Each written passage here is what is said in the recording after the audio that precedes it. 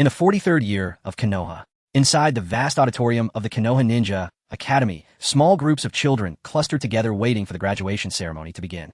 Morning Zoanyakin, sweet voices of several girls drifted over. A young boy wearing the robes of the Hyuga clan and a forehead protector turned around, a smile appearing on his handsome face. Good morning Hondo, Linchan Hanchan. They naturally stood together chatting and laughing as they began to speculate who would end up in the same team after graduation. I wonder if I could be assigned to the same team as Zoanyakin, Hondo thought to herself in secret. It would be wonderful if I could end up in the same team as Zoanyakin. Yui Hong was thinking the same thing. Xuanya had looks, and as for strength, at least he had the looks. His words were pleasing to the ear, and he very easily won the favor of the girls. Damn it, why is there no girl who takes the initiative to talk to me? Exactly, the Xuanya guy has nothing but a pretty face, not a shred of depth. I really don't get why all the girls like him. Damn Hyuga, Xuanya the nemesis of my life, arg. Watching Xuanya interact so closely with the girls, quite a few boys grew bitter with jealousy. Among them a kid wearing goggles shouted the loudest. Xuanya, however, paid them no mind. If being as handsome as the honored readers was a sin, then he truly was guilty beyond redemption, deserving of 1,000 deaths. So I finally submitted my graduation thesis, and before I had time to enjoy life, I transmigrated here. Perhaps this is punishment for staying up all night watching that certain ninja series without even clearing my browsing history. Thinking of this, Xuanya sighed inwardly. Although he had not transmigrated into the soon-to-be-obliterated elder of failing eyesight, he had still ended up in the body of a Hyuga branch member with hereditary white eyes. That was hardly an improvement, was it? Fortunately, as a transmigrator, Xuanya came with the standard golden cheat, a system. Though the system seemed somewhat defective, insisting on only activating after his graduation, claiming it was some kind of anti-addiction mechanism. TCH lousy system. Before long, the surrounding chatter gradually died down. A middle-aged man strode up onto the platform, clapped his hands, and spoke in a loud, resonant voice. Everyone quiet down. I hereby declare the graduation ceremony of the 36th class of the Konoha Ninja Academy officially begins. As a man's voice fell, the system in Xuanya's mind finally stirred to life. Ding! The God-tier replication system is now online. Initial startup time, 2.5 years, surpassing 10 of systems across all planes. Xuanya. Staring at the pop-up window in his mind, Xuanya felt that something was off, but he did not dwell on it. Instead, System, what functions do you have? This system can randomly replicate one ability from a target designated by the host, including, but not limited to Kekkei Genkai, forbidden techniques, ninjutsu, and attribute values. Each year, the host is granted replication attempts 5. The host currently has replication attempts 5 from Binding Reward. So powerful. Hearing the system's introduction, Xuanya's eyes shone. He immediately began to experiment. After fiddling with the system interface for a while, he discovered that when selecting a target, he could only choose living beings within 100 meters. After a moment of contemplation, Xuanya chose Uchiha Obito, who was not far away, and then pressed the replicate option in his mind with a thought. That kid Obito barely knew any ninjutsu at all. Xuanya wanted to test whether he could still replicate the Uchiha clan's Kekkei Genkai from him. They said the Byakugan was the strongest ocular technique. What a joke. Who would want to be stuck with cataracts when they could have the red-eye disease? Target locked. Replicating ability. Ding. Congratulations, host has obtained the skill needlework. What the hell? Xuanya was utterly dumbfounded. System, what happened to that promised Kekkei Genkai? At the very least, give me some ninjutsu, and I'd accept it. What kind of cursed skill is this needlework? Host, just answer this. Does needlework count as an ability or not? The system's words left Xuanya speechless. Could it be that Obito is too useless, so the replicated ability is equally pathetic? After pondering for a moment, Xuanya selected a new target. The third Hokage who was attending the ceremony. I don't believe this. System, replicate for your lord. Ding. Congratulations, host has obtained the skill fancy cigarette lighting. Xuanya. Trash system, if you don't give me an explanation, I'll uninstall you right now. Orochimaru is very generous to those he is interested in or close to. In the original work, Sasuke, who followed Orochimaru, dramatically increased in strength under his guidance, learning various ninjas. The higher the target's favorability toward the host, the higher the quality of the replicated ability, and vice versa. Xuanya exploded. Damn it, why didn't you say so earlier? You made me waste 2 attempts for nothing. System, you never asked. Xuanya. Impressive. Xuanya took a deep breath, too lazy to argue with the artificial idiot in his head, and shifted his attention back to the graduation ceremony. With only 3 chances left, he had to weigh his options carefully. He might as well save them for the next chapter. By now, the ceremony was nearing its end, and the middle-aged man on stage had begun reading out the team assignments. Xuanya felt a faint twinge of nervousness in his heart. Who would he end up assigned with? The butt-scratching ninja Hatake Kakashi, battle maniac for love Obito. In the past few days, all the Jounin present had come to know of his reputation, understanding the importance of the next generation of ninjas. They all had a favorable impression of Xinjiang, the Team 8 Sarutobi Asuma, Yuhi Hong, Hyuga, Schwanya. Wonderful. Hearing this, Hong nudged Schwanya with her elbow, speaking happily, yet shyly. Zoanyakin, we've been assigned to the same team again. I'll be in your care from now on. As she spoke, she covertly shot a triumphant glance at Hongdo beside her, nearly angering Hongdo into turning into a roasted sweet potato. Of course, Schwanya replied, sounding a bit dejected. Why do they put me together with a future couple? Isn't this messing with my mental state?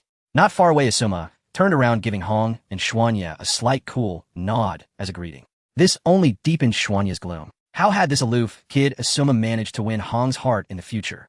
It was truly, Schwanya suddenly froze. Right now, Asuma and Hong did not seem to have anything going on. So why couldn't he? TSK, was that? Schwanya took another look at Hong beside him, whose beauty was already enough to topple a nation. After hesitating for only 0.01 seconds, he made his decision. Sorry, Asuma. The waters here are far too deep for you to navigate. You'll leave the future of Konoha to me. Zoanyakin, why are you staring at me like that? Is my hair messy? Noticing Schwanya's unblinking stare, a blush spread across Yuhi Hong's delicate face. No, Schwanya replied with a gentle smile. I was just thinking that being able to be with Hong every day from now on makes me very happy. You're so annoying, Zoanyakin. Yuhi Hong lowered her head in a fluster, her heart pounding like a startled fawn. Beside them, Hongdo clenched her teeth so hard they nearly cracked. Damn it. The residences of the Hyuga branch family were mostly distributed outside the main clan compound, encircling the clan's estate like stars around the moon. If anything ever happened to Konoha, they would become the final protective barrier around the main house. Schwanya's home was at the outermost edge of the ring-shaped housing district, small and old, barely adequate to live in. There was nothing to be done. The parents of this body had both died on the battlefield, and his own talent was mediocre. Naturally, his treatment could not be very good. Upon returning home, Schwanya had just planned to study the system and prepare for the possible team assessment the next day, when he was informed that he needed to head to the main clan estate immediately. All Hyuga clan members currently in Konoha must be present. What's going on? Schwanya was utterly puzzled, muttering under his breath. At this point in time, nothing major should have happened in Konoha. What sickness has suddenly afflicted the main family? Within the Hyuga main household estate, the spacious courtyard housed a waterscape of 1 pond and 3 small islands bordered by flower beds fragrant with grass and blossoms. Even with nearly 100 members of the Hyuga clan standing within it, still did not feel cramped. It was hard to imagine that such a vast space was usually inhabited by only a few members of the Hyuga main family. Damn this feudalism, he cursed inwardly. Hyuga Genya stood shoulder to shoulder with several children of his own age within the crowd. At this moment, all members of the branch families were as silent as cicadas in winter, for their clan head Hyuga Insho was raging at the front. It is precisely because of your negligence that my son Hizoku nearly lost his life, and the future of the Hyuga clan was almost buried there. Before Insho, several members of the branch family knelt with their foreheads pressed to the ground, not daring to breathe too loudly. At his side, Hyuga, Hizoku, his body wrapped in bandages, wore a helpless wry smile. Father, this mission went awry because I was greedy for merit, advanced rashly, and commanded poorly. It is not the fault of the guards. Insho snorted coldly.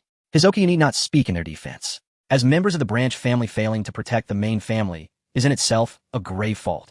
At this moment, one of the branch family members, kneeling on the ground, lifted his head and cried out in despair. Clan head, it is we guards who failed in our duty. We could not protect the young clan leader. We are willing to atone with our lives. Fools! Insho exploded in fury. Did I permit you to speak? Atoning with death. After committing such a grave mistake, you think you can simply end it with 1 death. Do you think your lives can compare to the lives of the main family? Insho said, raising 2 fingers in anger as he activated the caged bird curse seal on several branch members. The cyan marks on their foreheads flared to life. In the next instant, a few of them clutched their heads as though seized by some sudden, terrible affliction, wailing in agony in unison. Nizan, seeing this, a young girl beside Janai lost her head in a rush of emotion and tried to dash forward without regard for anything else. Among the punished branch members, one of them was her elder brother. May, are you crazy? Janai's expression changed, and he instantly grabbed the girl. Yet in the very next moment, Insho's sharp gaze pierced through the crowd and fell upon the 2 of them.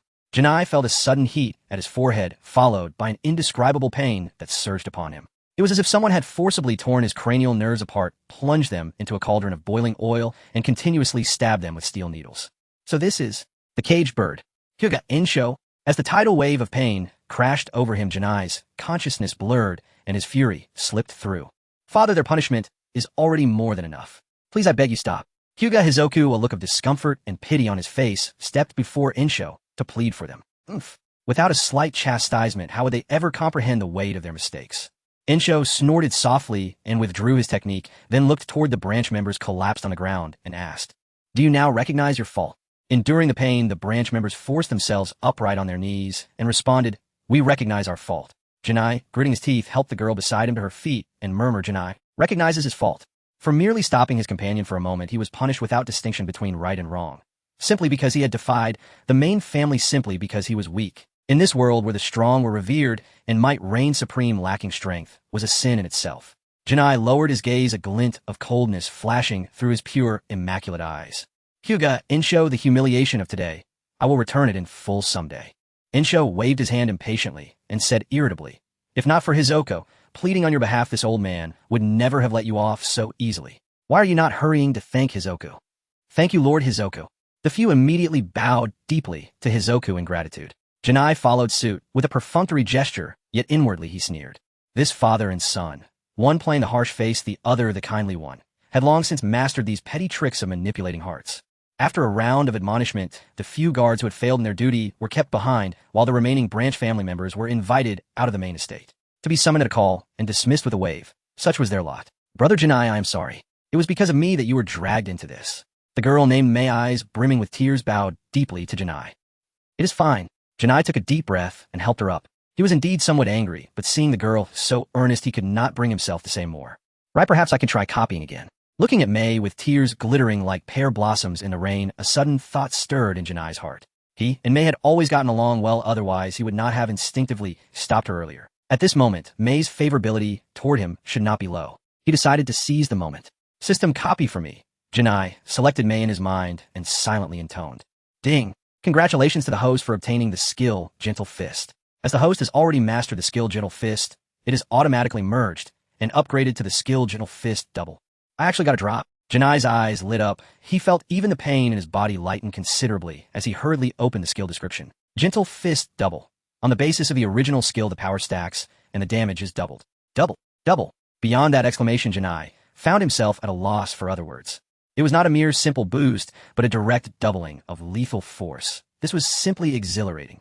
"Brother Gennai, what is wrong?" Seeing Gennai suddenly freeze and place his eyes unfocused, a silly smile at the corner of his mouth and drool almost about to drip, May grew anxious. May, worried, placed her slender hand on his forehead. Could it be that the punishment just now damaged Brother Gennai's brain? She thought, blaming herself even more. I'm fine." Gennai removed May's small hand, coughing twice in embarrassment. "As long as you are fine, Brother Gennai. Then shall we go home together?" "I'm all right." As marginal figures of the clan, both their homes were on the outskirts, not far from each other. "Hyuga, May." Hyuga Gennai stopped right there. As they passed through a narrow alley, an angry shout came from behind. At the sound, Gennai and May turned together. Looking at the inexplicable fellow before them, Gennai frowned slightly. The one blocking their path was Hyuga Takao, also a member of the Hyuga branch family, a few years older than the two. Takao's face twisted as he pointed at them viciously. "It is all because of you two that we were scolded by the clan head. You defied the clan head, and you must pay the price for it." Hyuga Takao was someone with an extremely strong sense of clan hierarchy. In his view, the branch families existed only because of the main family, and thus ought to obey the main family's every command. That was the entirety of their purpose. Therefore, he often took pride in supporting the main family and in earning their approval. Yet just moments ago, Gennai and May had overstepped their station, causing Hyuga Insho to reprimand them all for lacking respect for their superiors. To be harshly rebuked by the revered clan head in such a manner was to him more unbearable than death. The clan head has already said that the past will not be pursued, yet as a fellow branch member, you cling to us relentlessly. As a young man from the 21st century, Gennai could not fathom Takao's way of thinking. After a brief silence, he spoke with great sincerity. "There's something wrong with your head, isn't there? You unrepentant bastard, and you still dare to spout such nonsense here." Takao completely lost his temper, tapping the tip of his foot as his entire body shot toward Gennai like a cannonball. "I will now teach you on behalf of your parents the true meaning of respect between young and old." Gennai fell silent, his expression instantly turning cold. He pushed May behind him, then likewise leapt up, raising his palm to strike at the onrushing Hyuga Takao. "Brother Gennai." May's small hands clenched at the hem of her clothes, the worry on her face nearly overflowing. Hyuga Takao already possessed the strength of a Chunin. Brother Gennai was surely no match for him. "Idiot, that is not how Gentle Fist is used." Seeing Gennai charge at him, Hidan, without even activating his Byakugan, Takao could not help but sneer and ridicule. Gentle Fist was a taijutsu that infused one's chakra into an opponent's body to damage their meridians and internal organs. Only under the penetrating vision of the Byakugan could it display its full power, otherwise it would be wasted. "Oh, is that so?" Gennai remained unmoved, silently intoning in his heart, "Gentle Fist, fool." Hyuga Takashi sneered, sidestepping and raising his elbow while bending his arm, intending to block the strike with his forearm, then deliver a crushing blow to Genyo's ribs the moment he lost balance. Since his opponent had not activated the Byakugan, neither would he. He intended to make his rival submit utterly heart and soul. Boom! At the instant their limbs collided, an overwhelming force erupted violently, and Takashi's expression twisted in shock. His arm felt as though struck Hidan by a thundering ox cart. His entire body was hurled backward by sheer momentum, crashing hard against the wall. Cough, cough, this can't be possible. A metallic tang flooded Takashi's throat. He spat blood, slid helplessly down the wall, and slumped onto the floor, whispering in hollow disbelief. Gentle fist techniques demanded precise targeting. Only through the Byakugan's all-seeing vision could one perceive chakra pathways and vital organs, enabling devastating strikes. Yet, Genyo Hyuga, this mere genin, had shattered that axiom with raw brute force alone. He had driven a strike through muscle tissue and deep into Takashi's chakra network. Even a seasoned chunin, like himself, could not achieve such a feat. How could a lowly genin possibly? And yet, is this really the gentle fist? Yes, this is the gentle fist. Genyo retracted his arm, his face impassive. Victory, empowered by the system, was inevitable. Nothing worth celebrating. Genyoni, are you a... Yui rushed over, eyes wide with concern as she scanned him head to toe. Damn it. Takashi nearly spat blood again at the sight. Sister, I'm the one who got struck. I'm the one sprawled on the ground. I'm the one bleeding. You don't ask me if I'm fine. You rush to him instead. You're of the Hyuga clan, the pinnacle of visual prowess, and yet your eyes fail you. Then donate them. I'm unharmed, though. Genyo shook his head, brows faintly furrowed as he gazed at his forearm, where bulging tendons still refused to subside. After unleashing gentle fist dual strike, his arm ached with dull, persistent fatigue. Clearly doubling destructive output in an instant placed immense strain upon the body. This technique cannot be used repeatedly in battle, unless I first enhance my physical resilience. Genyo mused inwardly, then turned his gaze toward Takashi, who rose slowly, pride still smoldering in his eyes. Takashi Hyuga, I know you hold the honor of the main family above your own life. But have you ever considered this? The clan head has already pardoned us, yet you seek private vengeance against your own kin. Does that not constitute defiance of the main family's authority? Is this not usurping their sacred prerogative? To prevent further harassment, Genyo chose to counter sorcery with sorcery. His words struck like lightning. Takashi froze mid-motion, utterly stunned, his mind seized. Think it over carefully. Yui, we're leaving. Genyo dismissed Takashi without another glance, and strode from the alley with Yui at his side. Genyoni, when did you grow so strong? Even Takashi Hyuga couldn't stand against you. Yui gazed upon Genyo's flawless profile, her luminous eyes sparkling with awe. I've always been this strong. I've simply never seen reason to reveal it. Genyo chuckled. Really? Then you're truly the laziest genius I've ever met. Yui teased. Last year's clan tournament, you were chased across the entire arena by a 6-year-old, and still claimed you were too lazy to show your skill. Genyo flushed crimson, his silhouette instantly flattening in a monochrome line art. Seeing his flustered state, Yui covered her mouth, laughing softly. Genyoni, you really are a fool. Yui, is she broken too? Genyo scratched his head, puzzled. He'd defended her twice today, yet she still mocked him. The following dawn, at a training ground west of Konoha village. Good morning, Genyukin. Morning, Kurenai. Genyo settled onto the soft grass beside Kurenai, glanced around, and asked, mildly perplexed. Where's Asuma? Hasn't he arrived yet? Kurenai sighed, pointing toward a nearby tree. He's here. Up there. Genyo squinted, and his eye twitched involuntarily. What on earth is he doing standing atop that tree, brooding at the sky? Truth be told, the boy's 10-year-old frame bore a face aged 30, lending him an uncanny air of melancholy gravitas. Ma. Genyo rose with Kurenai and marched beneath the tree, shouting in Shikamaru's signature language drawl. You're here. Asuma dropped lightly to the ground, hands tucked in his pockets, offering the pair a slight courteous nod. At last the three stood together, awaiting their assigned Jonin instructor. Asuma, do you know who our team leader is? Genyo asked curiously. Team leader? What odd term? Asuma shot Genyo a puzzled look, then nodded. Yes, I do. After all, the assignment list had been drafted by his father. Our supervising Jonin is Hashirama Kazuke's. Asuma offered no pretense, delivering the name plainly. Hashirama. Hearing the surname, Genyo instinctively shivered. But then he paused. He wasn't an Uchiha. What was there to fear? In fact, aligning with the Hashirama clan early might even prove safer. No hidden daggers from behind. Indeed, Asuma gave a measured nod. Kazuke's Hashirama is a peer of the Yellow Flash. His intellect and strength alike rank among the world's finest.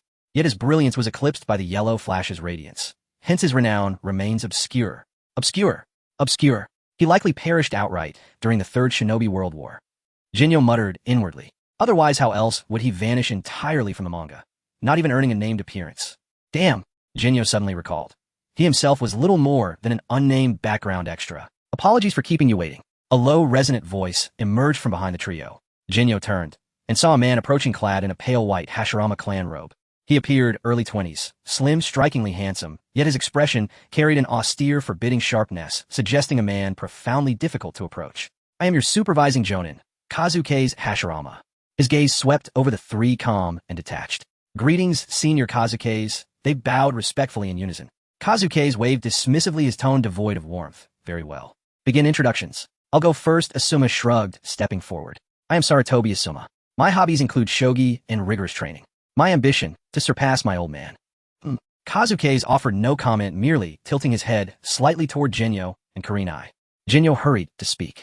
I am Hyuga Genya. I enjoy anime and novels. I dislike nothing in particular. My dream, to live until I die. After him, Kurenai followed. I am Yuhi Kurenai. I cultivate flowers and paint. My aspiration, to uphold the glory of the Yuhi clan. That is all. Excellent. Introductions concluded.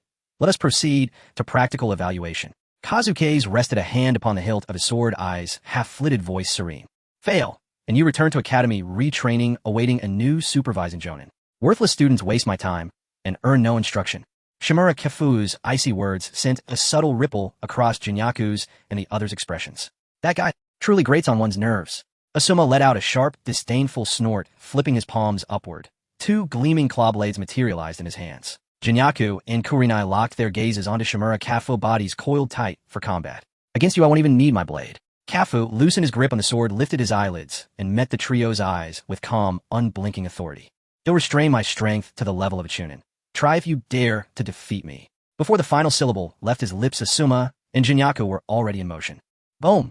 The distance between them had never been great. In an instant, Asuma and Jinyaku slammed their feet into the earth and surged forward, appearing simultaneously at Kafu's left and right flanks. Blade technique twin fang asu. In Asuma's grasp, the twin claw blades whirled like serpentine fangs, crossing midair as they lunged for Kafu's throat. Byakugan, gentle fist. Veins bulged around Jinyaku's temples as he traced Kafu's chakra pathways. Then channeling raw chakra into his fist, he struck with precise, devastating force. Adequate power. With effortless grace, Kafu tilted his torso aside, evading Jinyaku's gentle fist, then lashed his arm forth like a whip, slipping it through the narrow gap between the two blades and driving two fingers hard into Asuma's wrist. What the a? Caught utterly off guard, Asuma recoiled in pain. The claw blades trembled in his grip, nearly slipping free, and his assault faltered entirely. Gentle fist. When his strike missed, Jinyaku pivoted forward, reversed his stance, and hurled a back fist toward Kafu's ribs. Jinjutsu Mirage Castle. At that very moment, Kurenai seized her opening, launching her Jinjutsu directly at Shimura Kafu. Before Kafu's eyes, Jinyaku fractured into three towering figures, each sprouting 6 arms, and 6 fists descended upon him from every angle. Your timing is commendable, but compared to the Uchiha clan, you still fall woefully short. Kafu gave a faint, dismissive shake of his head, relying solely on bodily perception, and caught Jinyaku's fist barehanded. In the same fluid motion, he swept a leg outward, sending Asuma hurtling through the air. Thud! Asuma tumbled across the grass, rolling to dissipate momentum, then sprang upright, claw blades raised once more, as he charged Kafu again. Jinyaku, press his center line. Kurenai, you flank and support. Understood. Half an hour later, the three lay perfectly aligned on the ground, staring blankly up at the sky, souls drained, spirits unmoored. We can't win. Not even close. Asuma muttered, voice thick with dejection. Yes. We're utterly outmatched, Kurenai echoed bitterly. Jinyaku remained silent. Every muscle screamed, even his fingertips refused to twitch. Truth be told, repeating a year isn't so bad. Means he'll delay stepping onto the battlefield a little longer. He offered himself this quiet consolation. Your performance just now was commendable. At that, Shimura Kafu strode forward, standing over them like a sovereign surveying loyal vassals, his stern, austere face softening almost imperceptibly into a rare, fleeting smile. All three jolted upright in disbelief, craning their necks to stare at Kafu. Could it be? As if reading their unspoken question, Kafu gave a single solemn nod. I saw cohesion, true teamwork, and untapped potential in each of you. You have passed the assessment. What Kafu omitted was that during the spar he had long since surpassed Chunin-level restraint, and that when he casually intercepted that Hyuga boy's punch, had nearly lost his breath from sheer surprise. Wonderful. Jinyaku and Asuma. We did it. Kurenai beamed. Phew. At least I didn't shame the old man. Asuma sighed in relief. Then, sharing a quiet, knowing glance with his two comrades, he smiled. A bond fragile, yet unmistakable, already beginning to take root between them. Very well. Kafu clapped his hands once. to celebrate the formation of Team 8. Wait. All three, including Asuma, leaned forward, eagerly, eyes alight with anticipation. We begin training.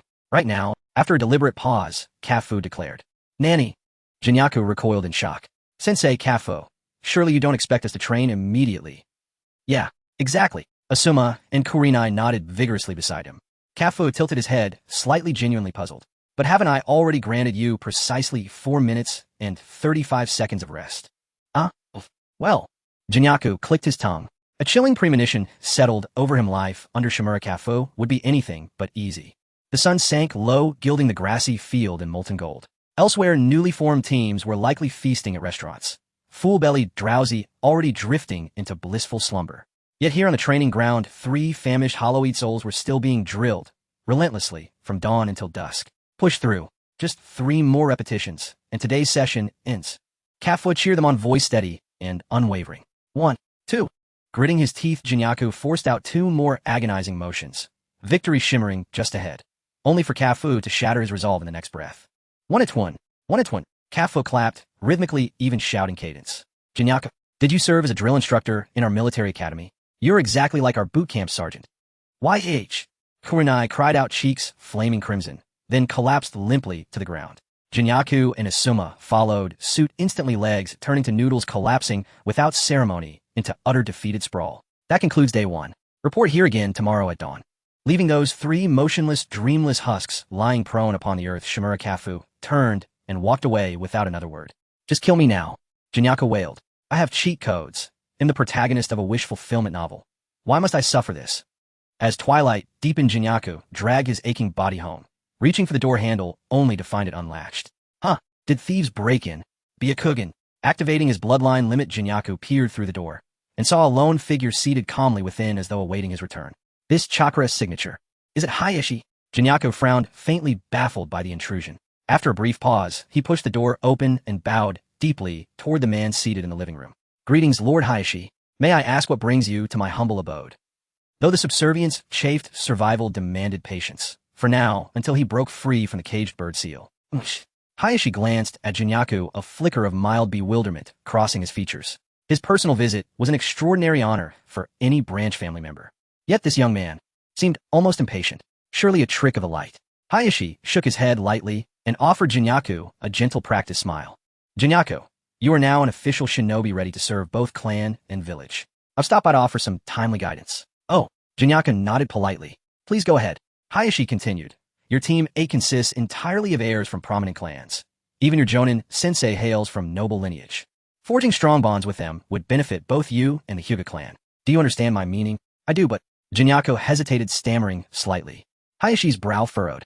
But what? Well, cultivating such relationships usually requires considerable expense. Dining out, hosting gatherings, things of that nature. Unfortunately, Genyaku's purse remains painfully empty, he added, feigning sheepish embarrassment.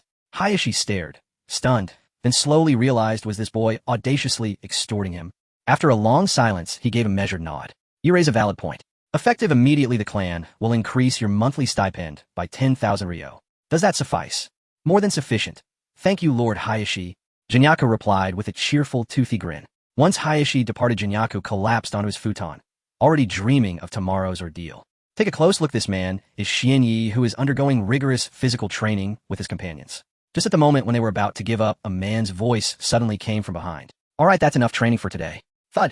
The 3 of them disregarded their image and lay flat on the ground, recalling every joyful moment of their lives.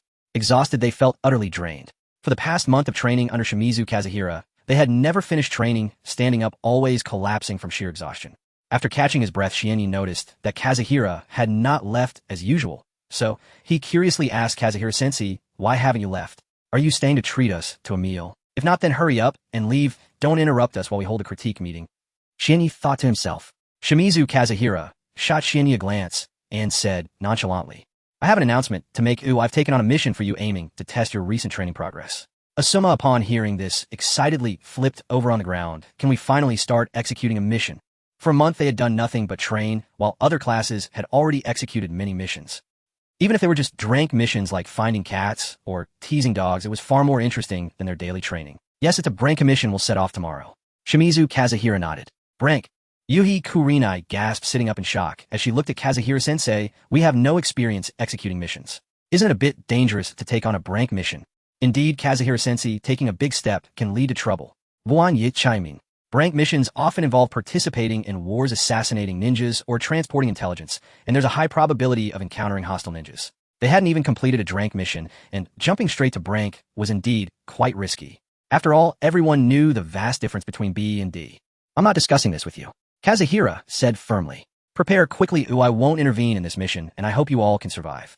Upon hearing this, Yuhi Kurenai displayed a worried expression, while Asuma remained excited. As for Shienyi, he felt a bit anxious at first, but then calmed down. Think positively, as long as it's not a deadly crank mission, even a rank should be alright. It is well known that Konoha's crank missions are actually half-rank. Sigh. Observing the varied expressions of the three, Shimizu, Kazuhira, secretly sighed. As the flames of war intensify, it will soon engulf the entire ninja world. There's no time for you to progress step by step. That evening, while Shienyi was packing his ninja gear, he heard a knock on the door. When he opened it, a familiar figure rushed into view, surprising. Shien, Miyuki, what are you doing here? Miyuki took 2 steps forward, grabbed Shienya's hand, and stuffed a small pouch into it, saying earnestly, Shienyi, brother, this is a talisman I made for you. If you carry it with you, it can ward off disasters and ensure your safe return. Shien Yi carefully examined the pouch in his hand. It was embroidered with pink cherry blossom patterns and the words peace, clearly made with great effort. He could also smell a pleasant fragrance from the girl. Haha, such a small pouch won't work. Shienyi chuckled, playing with the pouch. According to the routine, you should give me a thick book or some iron object which I can then tuck into my clothes to block a lethal strike. For some reason, as Shienyi spoke, he noticed Miyuki's face growing darker, and he vaguely heard her grinding her teeth. Oh, was that joke not funny? Shienyi felt helpless. Damn, Wanya, don't you dare give it back to me. Miyuki, holding back her grievance, snatched the pouch back from Shienyi and turned to leave. Hey Miyuki, why are you still angry? Although Shienyi felt a bit confused, he quickly stepped forward to block her, awkwardly smiling. I didn't say I wouldn't take it, I want it. Shienyi opened Miyuki's small hand, retrieved the pouch, and carefully tucked it into his clothes. Miyuki, don't be angry, listen to me. Shienyi coaxed Miyuki for a while, and only after promising to treat her to a big meal with the reward from the mission did she forgive him. Oh, this shouldn't count as setting a flag for myself, right? Seeing Miyuki's expression shift from cloudy to sunny, Shienyi rubbed his hands, revealing a look of anticipation. Rather than a talisman, it would be more practical if you could give me a skill. Indeed, with the mission approaching, Shienyi planned to get one more thing from Miyuki before leaving. System replicate for me. As Kazuhira gave the order, a series of prompts popped up before his eyes. Ding. Congratulations, host, you have obtained the Bloodline Limit Byakugan. Since the host already possesses Byakugan, it has been automatically upgraded to the Bloodline Limit Perfect Byakugan. The Bloodline Limit can still be upgraded. What is Perfect Byakugan? Shienyi was taken aback and casually clicked open the introduction, only to be stunned on the spot. Perfect Byakugan, flawlessly perfect, it completes the visual blind spots of the original Byakugan. Incredible. Shienyi's breathing became rapid. The Byakugan of the Hyuga branch family, limited by the constraints of a caged bird, has a visual dead zone that spreads behind the thoracic vertebrae. In battle, this small weakness could lead to Shienyi's demise. Yet with just one replication and one upgrade, the system easily perfected this flaw. Does this mean that with the system's help, he can gradually break free from the constraints of the caged bird? Or even by continuously upgrading the bloodline limit, unlock the legendary Rinnegan? Miyuki, you are my goddess. Just thinking about these possibilities made Shienyi unable to contain his excitement. He wished he could immediately embrace Miyuki and plant a few passionate kisses on her. Shienyi, brother, if there's nothing else, I'll take my leave first. Please be careful during tomorrow's mission. Shienyi's fiery gaze made Miyuki exclaim that she couldn't take it anymore, and with her cheeks flushed, she hurriedly fled. The next morning, the three of them, all geared up under the guidance of Shimizu Kazuhira, stepped out of the gates of Konoha for the first time. Your target for this mission is to eliminate a rogue ninja from Konoha. All related information is in the scroll. You can check it yourselves. After casually tossing a scroll to the three, Shimizu Kazuhira vanished without a trace. As he said this time, he wouldn't participate in the mission. Let me take a look. Shienyi was the first to open the scroll. Classified former special jonin of Konoha, Lu Renira. Wow, this guy looks quite ordinary, truly living up to his name. Shienyi muttered as he read. This person excels in taijutsu, particularly in swordsmanship, but his weakness is a lack of willpower and poor resistance to genjutsu. Because he fled during a mission leading to the deaths of 2 teammates, a bounty has been placed on him by Konoha. After noting all the information, Shienyi handed the scroll to Asuma. As a ninja, being able to quickly record information is also essential. For my first mission to be against a special jonin, I can't help but feel a bit uneasy. While Asuma was examining the scroll, Yuhi Kurenai expressed her concern. Shienyi patted Kurenai's shoulder and looked directly into her eyes, saying, "Don't worry, Kurenai, I will protect you." Looking at Shienyi's serious expression, Yuhi Kurenai shyly responded, feeling warm inside. Seeing the two getting closer, Asuma felt a pang in his heart. And then, "You two keep your distance from me, and don't distract me while I'm memorizing intel." Asuma waved his hand, annoyed. The land of fire is rich in natural resources with lush green forests visible everywhere and the sounds of insects and birds ringing out. The three of them swung their arms behind them, moving through the green sea in the standard ninja posture. After an unknown amount of time, they stopped at the edge of the forest, solemnly gazing at an abandoned village not far away. According to the intel, Lu Rimura has been spotted multiple times at nearby markets. Based on cross-referencing, he is likely hiding here. Asuma looked at Xian Yi. Beside him, Xian Yi, "I'm counting on you." "No problem. Byakugan." The veins around Xian Yi's eyes bulged as he casually glanced at Kurenai, then fixed his gaze on the... "So Xian Yi, have you found any trace of the enemy?" After a moment, Asuma asked in a low voice. Xian Yi didn't respond, staring blankly at the village, seemingly seeing something incredible within.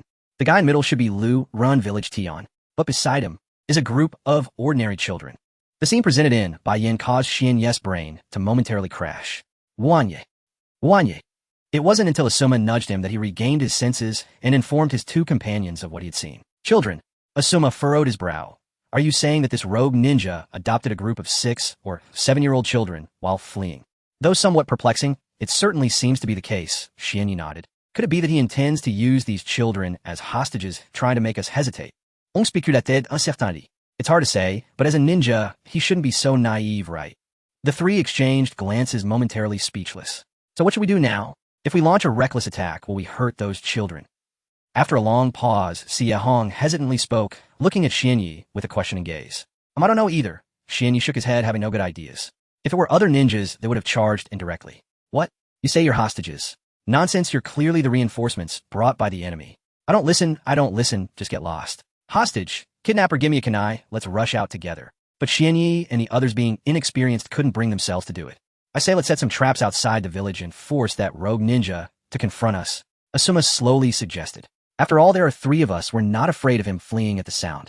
Xian Yi and Hong exchanged glances, nodding in agreement with Asuma's proposal. "All right, let's do it your way." They each had their own strengths, and with 3 against 1, they should be able to control the situation. The 3 stealthily approached the village, confirmed there were no traps outside, and then set up a series of traps. Afterward, they spread out and approached the village from another direction. Foolish choice. Hidden in the shadows, watching the entire scene, Shirmu, Hifeng shook his head. "Listen up, inside you are surrounded. Quickly drop your weapons and surrender." As Xian Yi opened his mouth, the lines in his head uncontrollably spilled out, leaving Hong and Asuma staring at him with puzzled expressions. Moments later, a young man in his 20s with an unremarkable appearance appeared in the view of the 3. It was Lu Rin Village Tian. Village Tian smiled bitterly. "I didn't expect that Konoha would find me so quickly." Lu Run Village Tian. Just as Xian Yi and the others were about to say something, a group of children rushed out from the dilapidated house behind. "You must not harm Uncle Tian." The children stood in front of Tian, shouting at Xian Yi and the others with fierce... Tian's expression changed, pushing the children away. "Didn't I tell you to stay inside and not come out? Quickly go back and behave." "We won't go back." A little girl clutched Tian's clothing corner, her eyes brimming with tears. "If it weren't for Uncle Tian, we would have died outside long ago. It was Uncle Tian who provided us with food and water, allowing us to survive like humans. If they want to hurt Uncle Tian, that makes them the bad guys. We want to chase the bad guys away with you. Yes, we want to help Uncle Tian drive them away." "You, sigh." Tian's hand that was trying to push the children away froze in midair, and he let out a dejected sigh. "Wan Yifronit. Could it be that these children are not hostages, but are cared for by Tian's kind heart? Or perhaps they're being used by Tian without their awareness?" "Xian Yi, do you think he might have exposed his whereabouts at the nearby market to buy things for these children?" At this moment, Hong whispered in Xian Yi's ear. "That's not important," Asuma said solemnly. "What matters is should we take action now?" The two looked at Xian Yi. Xian Yi remained silent, his gaze passing over the indignant children, focusing on Lu Rin Village Tian for a long while before speaking. "Lu Rin Village Tian, for the sake of the children, we give you a chance. If you are willing to return to Konoha with us, perhaps there may still be a turn of events." Tian shook his head, rejecting without hesitation. "Sorry, I will not return to Konoha with you." "In that case..." Xian Yi exhaled heavily, his gaze turning cold. "Then we shall have to kill you." "Xian Yi, are we really going to take action?" Asuma and Hong's expressions changed. Whether he is truly good or falsely good, the fact remains that 2 Konoha comrades died because of him, and he must pay the price for that. This will not change just because he is a good person, Xian Yi calmly stated, as if convincing his 2 companions, yet also convincing himself. Furthermore, if the information he possesses falls into the hands of another country, it will put Konoha in jeopardy. Since he is unwilling to return with us, we have no choice but to kill him. He is right. Tian looked at the crying children beside him, a complex expression flashing in his eyes. Killing me is your best choice, and also my best ending.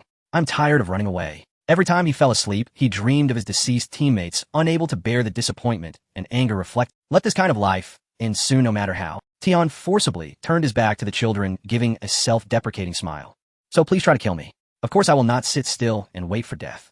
Saying this, Tian gripped the hilt of his sword at his waist, leaped into action, shaking off the crying children, behind him charging towards Xianyi and the others. Asuma Hong prepared to meet the enemy.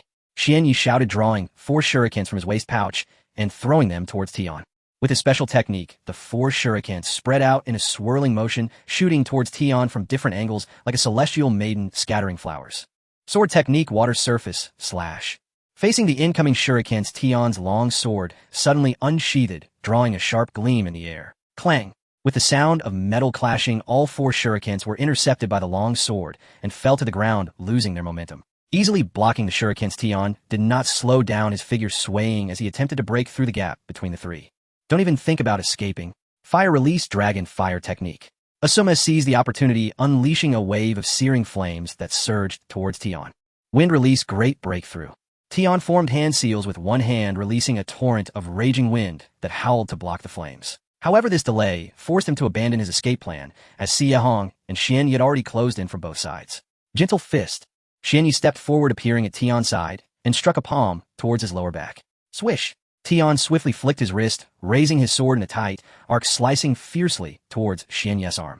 The strike was too swift, and Xianyi broke out in a cold sweat. He had underestimated his opponent. Under such a lightning-quick slash, he had no time to retract his arm. I might never be able to wield 2 arms again, Xianyi thought pessimistically. However, at that critical moment, Tian momentarily faltered, causing the blade in his hand to slow down. In his eyes, Xianyi had transformed into the image of the little girl from earlier. Illusion technique mirage. The little girl looked at Tian with tear-filled eyes, her voice quivering. Whoa, Uncle Tian, why are you trying to cut me with your knife? Did I make you angry? Knowing full well that what was before him was an illusion, yet Tian's hand holding the knife involuntarily hesitated. Opening. Xianyi didn't know what had happened, but instinctively seized the fleeting opportunity. Gentle fist, double. Xianyi sidestepped to avoid the long knife, striking down on Murata with a palm, the terrifying force instantly penetrating his meridians. Murata spat out a mouthful of blood, freeing himself from the illusion, staggering as he swung his knife towards Xianyi. Sword technique, tide strike.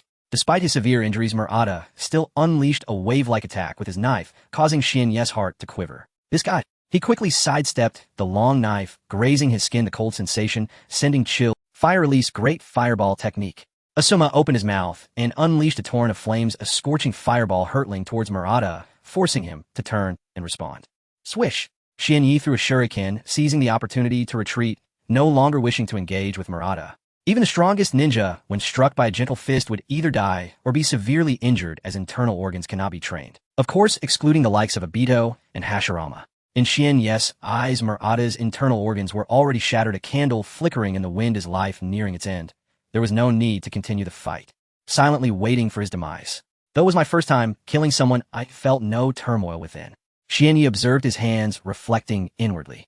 It seems I'm gradually adapting to this cruel world. Meanwhile, Murata suddenly collapsed to the ground in agony, coughing up blood incessantly. Is it over? Asuma landed beside Xianyi, frowning as he asked. Yes, he is beyond saving, Xianyi affirmed. Oh, Asuma nodded, falling silent. The mission was nearing completion, yet he felt a sense of gloom rather than the expected exhilaration. In the blink of an eye from the moment Murata tried to break free until now, merely a minute or 2 had passed. Uncle Murata! The children cried out, rushing over, disregarding the blood, as they all pounced onto Murata. Xianyi watched the scene with a twitch at the corner of his eye. You're only suffocating his organs like this, hastening his death and suffering. However, the pain on Murata's face gradually faded as he looked at the children around him, even managing to muster a faint smile.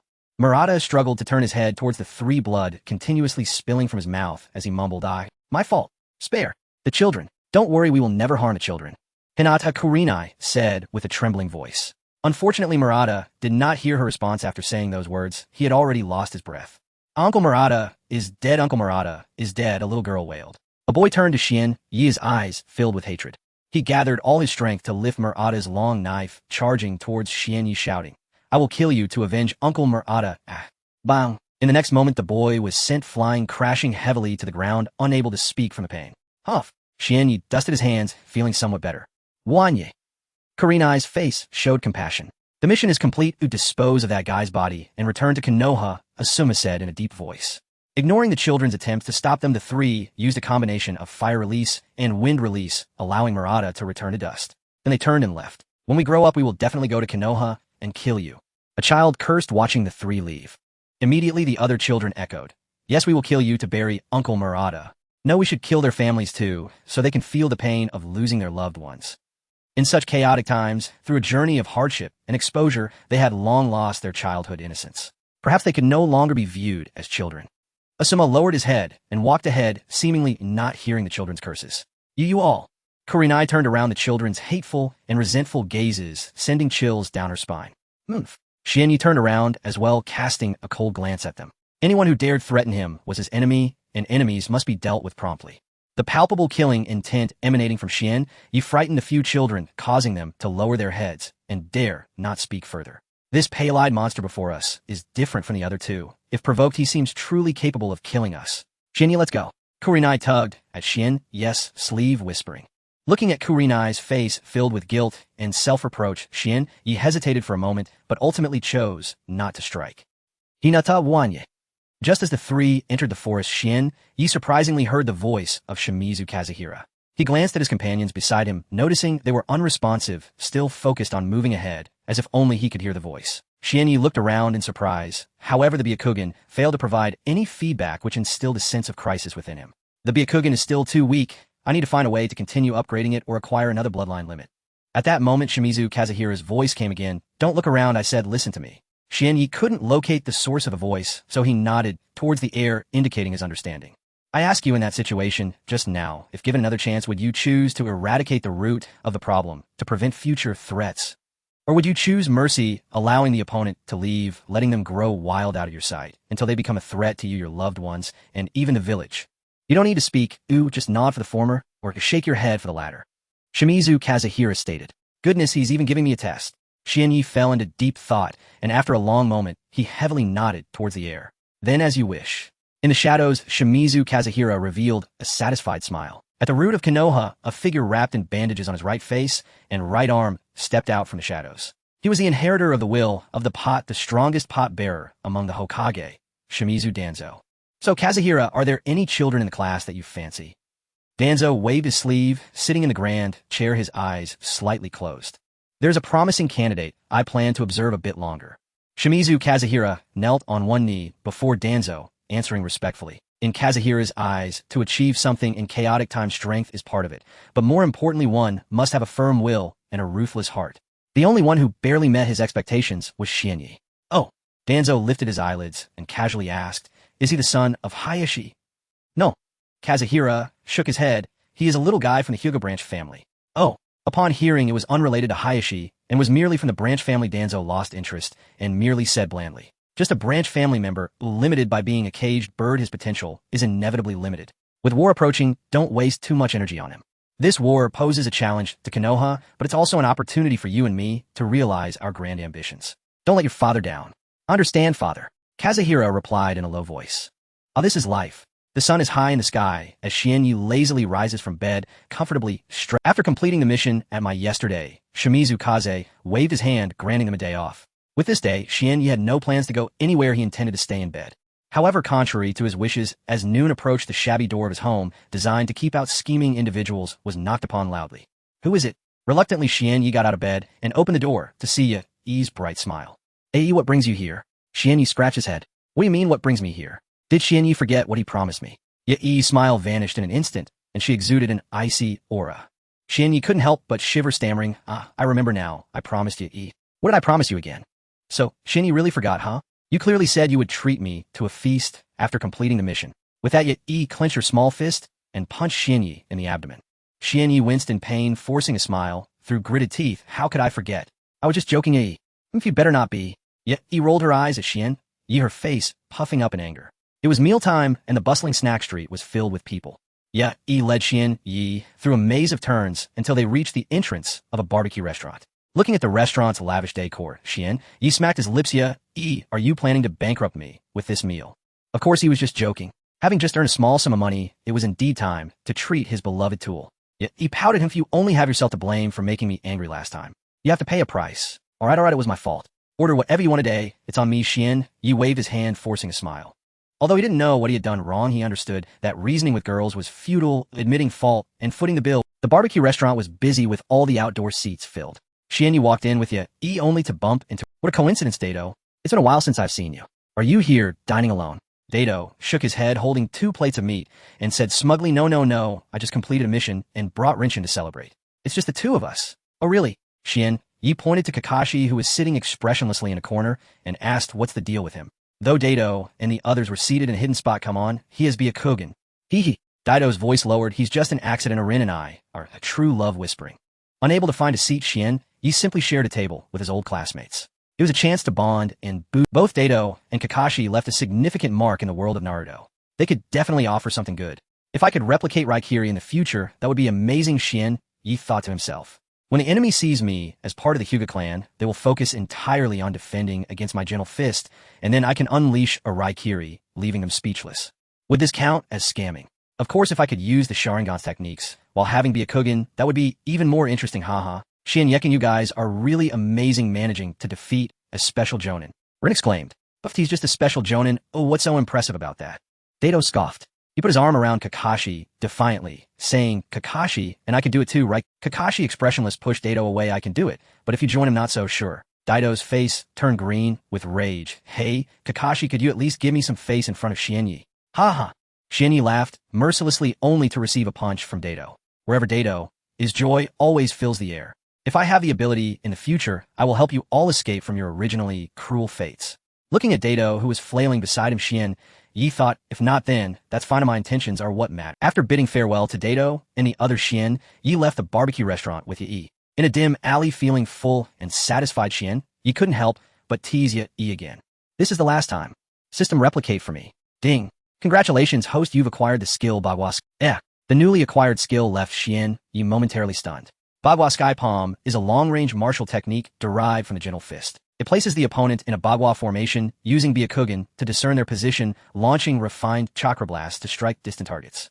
The crucial issue is that Bagua Sky Palm is exceptionally difficult to master. It is not something someone Yi's age should know. Is it reasonable for an elementary school student to solve advanced calculus? So, is this little girl actually a genius? Why does she pretend to be a slacker like me every day? Is that really— Shien Yi couldn't figure it out. "What's wrong, Shien Yi?" Seeing Shien Yi lost and thought, Yi asked with a blush. "It's nothing." Shien Yi shook his head and began to think about his training.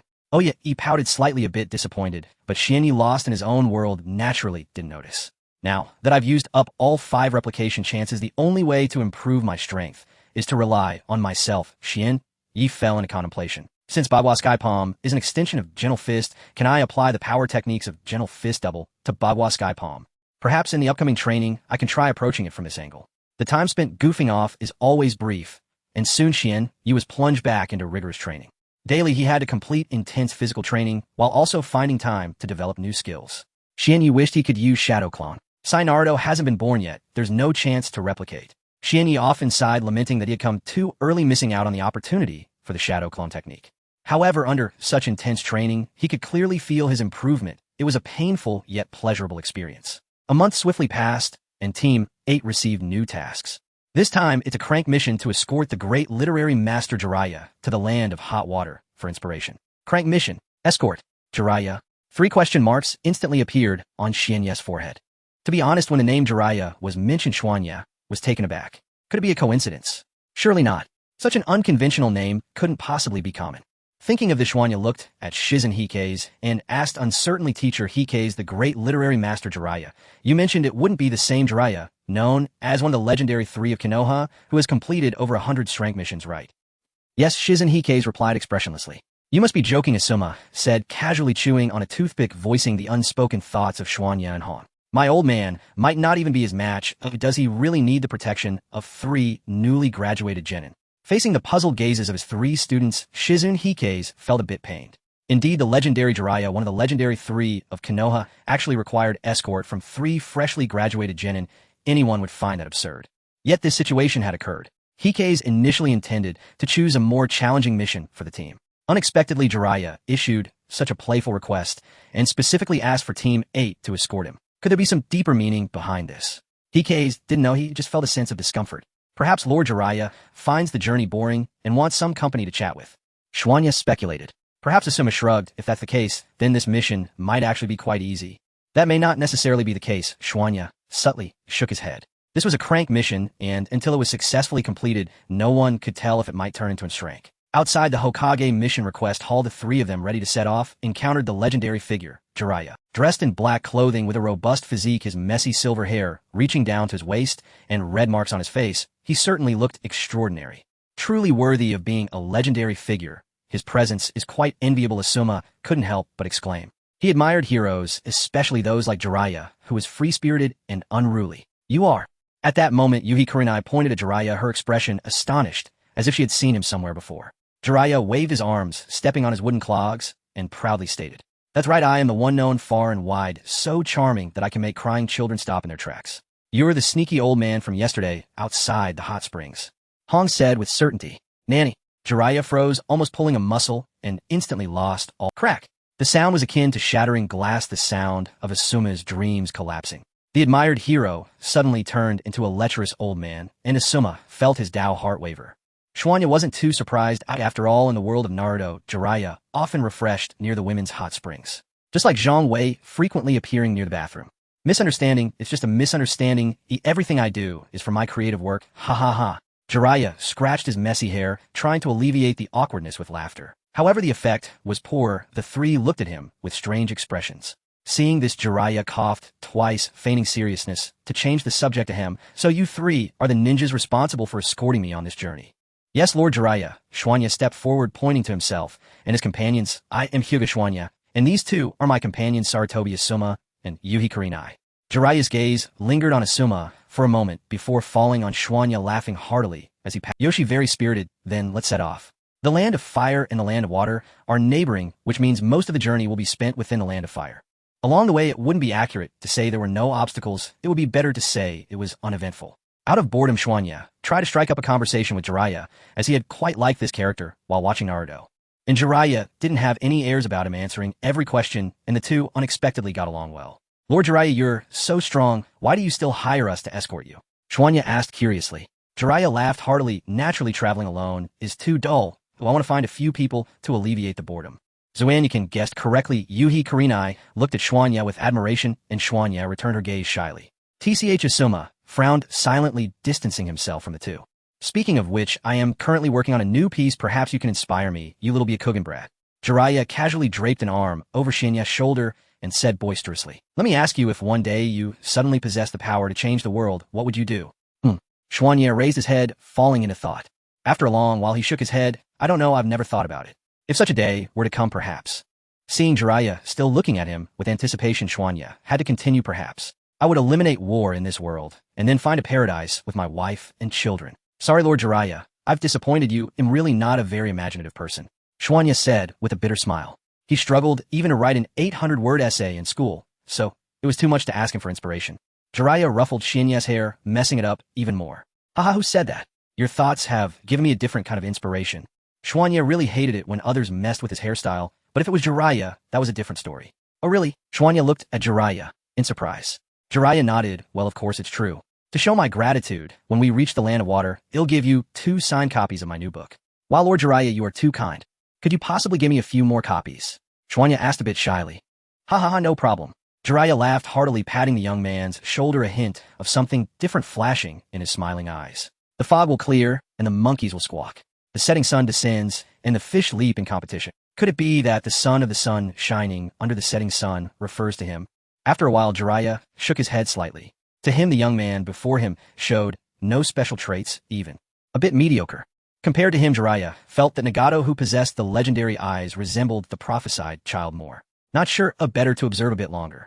Jiraiya thought to himself. The land of soup is known as the country of forgotten wars. Here the scenery is beautiful, with a spring-like climate all year round and numerous natural hot spring pools, making it a renowned tourist destination. Upon arriving in the land of soup, the Xianyi team escorted Jiraiya to the entrance of a hot spring, successfully completing their mission. "Alright, let's hurry back. I didn't plan on inviting you to soak in the hot springs, ha ha ha." Jiraiya waved goodbye to them, without waiting for a response, laughing as he turned and walked into the hot spring entrance. Asuma shook his head and sighed, free-spirited and unruly. He perfectly fits the image of a hero in my heart. It's a pity he's such a pervert. Hinata ignored Asuma's remarks and leaned closer to Shien Yi, expressing her concern. Shien Yekuin, you should really avoid looking at those books that Jiraiya gave you earlier. Just looking at the cover shows they aren't very proper. That's exactly the point. Who reads proper books? Shien Yi tucked the books away and patted his chest, assuring, don't worry, Hinata. Once we get back, you'll dispose of these books. I promise not to look at them. That's good to hear. Hinata finally felt relieved. With the mission completed, the group returned along the original route to the Land of Fire. Passing through a grove, Asuma casually snapped off a small branch from a nearby tree and placed it in his mouth. See, I told you this mission would be easy. Shien, you didn't believe me and insisted on saying some nonsense about crank missions being more dangerous than brank ones. TCH. Shien Yi rolled his eyes, too lazy to argue with someone who had never watched Naruto. Asuma was about to tease Shien Yi again when his expression suddenly changed, spitting out the branch he had been chewing. Wait, it seems like there's something going on ahead. I smell blood. Asuma's sense of smell was remarkably sharp. As Obito would say, this guy's nose was even sharper than Kakashi's ninja dog. As soon as he said this, Hinata and Shien Yi instantly became alert, entering a state of vigilance. Byakugan. Without hesitation, Shien Yi activated his Byakugan, looking ahead. In the next moment, the scene revealed by his Byakugan made him gasp, followed by an uncontrollable urge to vomit. Shien Yi had seen corpses before. However, he had never witnessed such a horrifying scene where the corpses were dismembered into countless pieces arranged into some eerie pattern. A middle-aged man sat within a blood-stained pattern, continuously smearing blood on himself, his eyes tightly shut, mumbling something. Asuma, Hinata, let's retreat and take a different route. Shien Yi suppressed his stomach's discomfort and whispered to his companions. The middle-aged man's chakra didn't seem particularly strong, but given the situation, it reminded him of a terrible possibility. Asuma and Hinata didn't ask further. The three of them quietly and slowly began to back away. However, at that moment, the middle-aged man suddenly opened his eyes. And Shien, yes, horrified, gazed there. The man's mouth twisted into a grin, almost stretching to his ears as he tilted his head as if listening to some teaching, revealing a sickly smile. I understand now. I will go ask them if they are willing to become your loyal followers. Not good run. With Shien, yes, loud, shout, the three no longer conceal their figures and but a few minutes later, while racing, Shien Yi glanced at Asuma beside him, who looked equally grave and shook his head slightly. Shien, yes, heart sank. If it were just him and Asuma, they could easily shake off the middle-aged man, but with Hinata to accommodate her speed, the distance between them and the middle-aged man was closing and leaving no time to set traps. Detonating tags and ninjutsu might only delay the opponent's advance, but wouldn't buy them enough time. Thinking of this, Shien Yi gritted his teeth. Hinata, see if you can use Jinjutsu to affect him. Asuma, let's prepare for combat. Alright. Hinata's Jinjutsu could only be cast at close range. If it couldn't deceive him, they would have to try to. Good. Asuma and Hinata chose to trust Shien Yi's judgment. The three stopped in place, and moments later the man with the machete appeared in their line of sight. Why do you all run when you see me? The man scratched his head with the knife, looking quite puzzled, but soon became excited. Well, let me introduce myself. My name is Rinrin. You three little ninja friends, are you interested in learning about the cult of the evil god? Shien Yi's heart sank. He had a faint suspicion earlier, but didn't expect the opponent to truly belong to the cult of the evil god. The cult of the evil god is a twisted and evil sect that delights in killing and enjoying the pain of others. In the future, the notorious Hidan would come from this cult. This is not good. This guy won't be immortal like Hidan, will he? Shien Yi felt cold sweat running down his back. Encountering a freak like this who wouldn't feel uneasy. Damn, Asuma won't die here, will he? Strange, why hasn't Hinata used Jinjutsu on this guy yet? Shien Yi turned to Hinata and found her face flushed, her chakra swirling frantically within her. At that moment, the man named Rinrin scoffed, little girl over there, don't bother. My devout faith in the evil god allows me to ignore any illusion. He rested the machete on his shoulder, pointing at them with the other hand, impatiently, saying, all right, now, I give you two choices. First, voluntarily offer your souls to the evil god. Second, I will help you offer your souls to the evil god.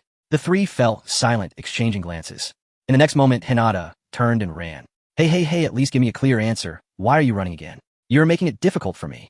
Damn it. While Rinrin was cursing, Asuma and Shien Yi simultaneously launched their attack. Fire style, great fireball technique. 8 trigrams, air palm. Boom. Rinrin dodged, but not entirely, as the incoming flames grazed half of his body. Damn, the great fireball technique actually hit someone. Gotcha. Asuma was delighted, but in the next moment his smile froze on his face. Rinrin, hit by the fireball, not only didn't fall, but continued to curse. Damn little brats, it seems like you refuse to drink the toast, and instead want to eat the punishment.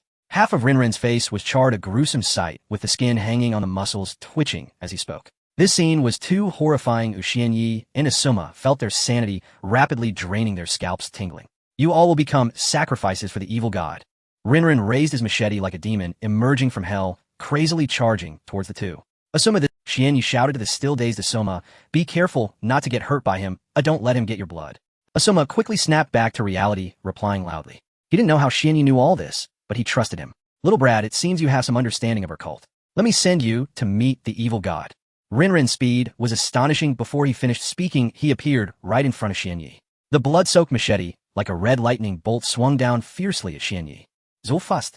Xianyi was taken aback, quickly drawing out a kunai, narrowly blocking the strike with the help of his Byakugan. Asuma rushed over his blade, viciously slicing across Lin Ren's neck. Blood splattered as Lin Ren's artery was brutally cut open. "That hurts, little brat." Lin Ren yelled, abandoning Xianyi in front of him and turning to slash at Asuma. Asuma smashed his claw knife against Lin Ren's blade, quickly creating distance without lingering, and with a palm strike to Lin Ren's back, the terrifying force instantly penetrated his heart and lungs, turning his organs to mush. However, this blow, which would have been fatal to an ordinary person, not only failed to kill Lin Ren, but instead exhilarated him. Is this what it feels like to have one's heart ripped apart? It's exhilarating to the point of trembling. Although Xianyi had warned him, Asuma couldn't help but curse. What a monster. How can he still be alive after that? Lin Ren spat blood and disdainfully said, "Just a mere fatal wound. Are you looking down on me?" He raised his blade again, shouting as he charged at the two. "Ha, charge, wild boar. Charge! Charge!" One side was a reckless monster who feared nothing and couldn't die, while the other was a hesitating flesh-and-blood body afraid of injury. Even though this battle aimed to buy time, it was still fraught with peril for Xianyi and Asuma. "This won't do. We need to find a way to sever his limbs and restrict his movement." Xianyi and Asuma exchanged glances, understanding each other silently. Upper right, upper right. Their individual attacks were insufficient to sever Lin Ren's limbs. Only by working together could they achieve it. "Hey, you two brats, what secret language are you speaking that I can't understand?" Lin Ren cursed as he tirelessly swung his blade towards Asuma. "Easy." The two claw knives scraped against Lin Ren's blade, creating a shower of sparks and a sound that made one's teeth ache. Asuma slid behind Lin Ren, retracting his claw knife that had been thrown off by the blade, and struck fiercely at Lin Ren's left calf. Slash! The claw knife plunged deep into Lin Ren's flesh, getting caught on his leg bone, forcing Asuma to abandon his weapon and roll aside. "By what empty palm, double." At that moment, Xian, you shouted, aiming for the claw knife lodged in Lin Ren's leg, executing a newly discovered technique. Boom! Blood mist exploded, the terrifying force instantly severing the muscles and tendons connected to Lin Ren's left leg. "Ah, damn you, little brat." Lin Ren screamed, his body instantly separating from his calf, losing balance and collapsing to the ground. Seizing the opportunity to take his life, Lin Ren, who had lost his left leg due to Xianyi and Asuma's daring gamble, was now no longer a threat. "What are you going to do? Don't come near me." 5 minutes later, watching Lin Ren now in several pieces but still rushing towards them, Asuma's face. What kind of monster is this guy? He kicked Lin Ren's cursing head away and asked Xianyi beside him. "I've only heard rumors. They say there are cultists in the land of soup who take pleasure in killing. They possess immortal bodies and can curse others through blood." Xianyi said with a bitter smile, "But I always thought this was just a legend about strange tales. I never expected to encounter a real one today." "Hey, little brat, are you polite? How can you call me just a—" Before Lin Ren could finish his complaint, Xian, "Let's deal with him to prevent him from harming others in the future," Asuma declared with a sense of justice. The two once again dismembered Lin Ren and dug several pits to bury the monster deep underground. Xianyeko and Asuma, outside the woods, seeing the two emerge unscathed, Yuin Hong hugged them, tears in her eyes. Go away, go away. If you're gonna hug them, do it over there, don't bring me into it," Asuma said, breaking free from Hong's embrace. He disliked emotional displays in front of him. "If one day I sacrifice myself, I must die coolly without saying a word. Just have someone light a cigarette for me." Asuma thought to himself. "See, I told you that crank missions are dangerous. Now you believe me, right?" Xianyi comforted Hong in his arms, speaking to the daydreaming Asuma. Asuma punched him in annoyance. "All right, stop the hugging. Let's hit the road." Back in Konoha, the three reported the details of their mission to Shimurakaze. "I understand. He'll handle the mission report for you. You all go and rest now." Shimurakaze waved his hand, sending the three away, his brow furrowed in thought. He had vaguely heard of cultists active in the land of soup, but this was the first time he heard of an immortal monster. It's worth sending someone to investigate. Perhaps it could provide new insights for Father and Orochimaru's research, Shimurakaze murmured. Back to Team 8, they were soon filled with training and missions, leaving no time to rest. It wasn't until the end of the year that Shimurakaze granted them a week off. In the 44th year of Konoha, on the first day of the new year, early morning. Just as Xianyi had fallen asleep, he was startled awake by a system notification in his mind. "Ding, congratulations to the host for obtaining 5 replication chances." What the hell? What the hell? Xianyi exclaimed, leaping out of bed, disregarding the cold wind, and headed straight to Mai's house next door. With replication chances in hand, who could resist pulling a card? Even if Brother Jie came, he had to reward himself with a pull. Mai, open door. Xianyi knocked loudly on the door, shaking the slumbering spirit. What's wrong, Brother Xianyi? Is there something you— Mai opened the door sleepy-eyed and barely able to keep her eyes open, forcing herself to converse with Xianyi. It's nothing, I just want to send you New Year wishes as soon as possible, Xianyi said, with deep affection. Before drawing cards, boosting his favorability was very necessary. Mai perked up at this, suddenly wide awake, her speech stumbling. Brother Xianyi, you. I know, Mai, my feelings must have touched you deeply. Xianyi revealed a smile he believed. No, Brother Xianyi, I know, Mai, you don't need to be so moved, really. No, Brother Xianyi, you. I know, Mai. No. Mai covered Xianyi's mouth with her delicate hand and said, Brother Xianyi, you're not wearing any clothes. Huh. Xianyi looked down and was instantly dumbfounded. No wonder he felt so cold. He had rushed out too quickly and forgotten to put on clothes. Whoosh. Xianyi vanished in the blink of an eye, his speed so fast that it even seemed he had mastered the instantaneous technique of a jonin. After a while, Xianyi reappeared in front of Mai, now fully dressed. Looking at Mai, who was covering her mouth and stifling laughter, Xianyi felt a bit dejected, realizing he might never hold his head high in front of her again. But according to the law of conservation of character, since I embarrassed myself just now, I must be able to draw something good. After quietly comforting himself, Xianyi rubbed his hands and opened the system interface. System, give me a replication. Xianyi tentatively delivers strike. Ding. Congratulations, host. You have acquired advanced comprehension. This merges with your existing comprehension and automatically upgrades to. Xianyi felt a flicker of anticipation. Yet the system interface before him suddenly froze. After a cascade of garbled code, a new pop-up window appeared.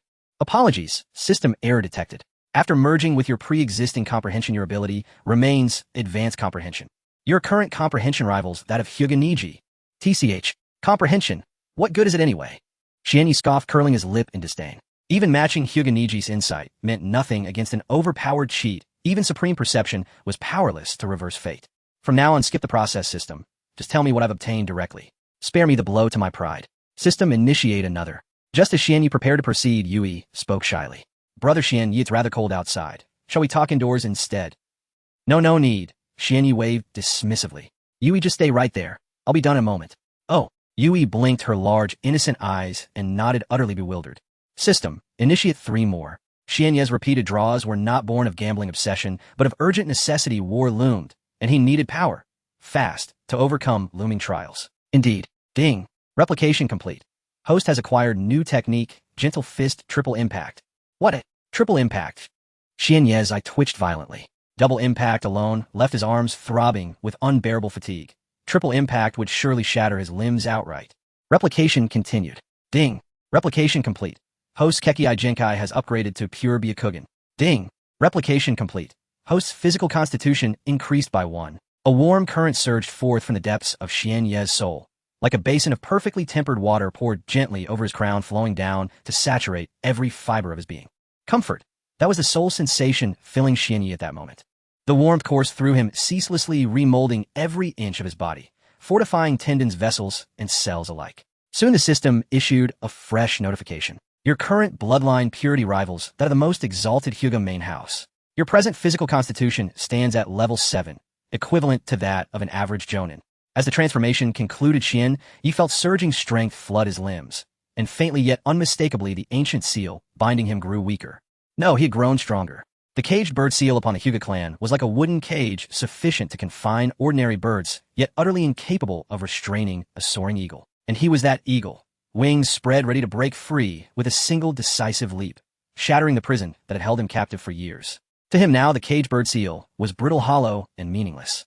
Thank you, Yui. Xianyi stepped forward 2 paces and enveloped her in a heartfelt embrace. Each time he replicated, Yui extraordinary rewards manifested, proof that he held profound significance in her heart. So, thank you. Yui froze for a heartbeat, then gently patted Xianyi's back with her small hands, her delicate face softening into a tender, quiet smile. I'm not sure why Brother Xianyi is thanking me, but you're welcome. The following morning at the Hyuga main house estate, all branch house members knelt in perfect formation across the courtyard, listening reverently to the New Year's blessing bestowed from above by the main house. After the formal address, a series of imperious exhortations, the clan-wide celebration progressed to its next segment, the martial demonstration. One by one, branch house members rose to engage in courteous sparring with clan head Hyuga Ensho, displaying their cultivation progress over the past year and humbly requesting his guidance and critique. So what exactly is the point of this event? Xian yawned idly, musing amid the crowd. Branch House members moved with hesitant restraint. A barely 2 token gestures passed before Hyuga, Insho, halted them, offering perfunctory hollow remarks. It's a complete waste of everyone's time. The person who devised this clearly lacks mental clarity. Wan Yisin it. Yet Hyuga Insho, the very architect of this ritual, saw things quite differently. In his view, the ceremony strengthened clan cohesion and reinforced the branch house's unwavering service. Consider the revered clan head himself personally guiding each member's training. Surely a supreme honor and grace. Surely these branch house members were moved to silent tears of gratitude. Hyuga Insho is truly insufferable, Xianyi muttered under his breath. As for whether such condescension constituted patronizing benevolence, Hyuga Insho did not care. With the cage bird seal in place, what threat could any branch house member possibly pose? Next, Hyuga Xianyi, Ipsidonsai. Hearing his name called, Xian Yi exhaled deeply and rose listlessly, shuffling toward Hyuga Insho with palpable disinterest. Clan head, please guide me. Xian Yi assumed a loose stance, intending only a perfunctory exchange to end this tedious farce. He'd been too excited to sleep the night before, and now dragged here at dawn, he was exhausted, irritable, and thoroughly fed up. Go ahead, young man. Unleash your full strength. Hyuga Insho adopted a starting posture and beckoned Xian Yi forward. Unleash my full strength. What if I injure you?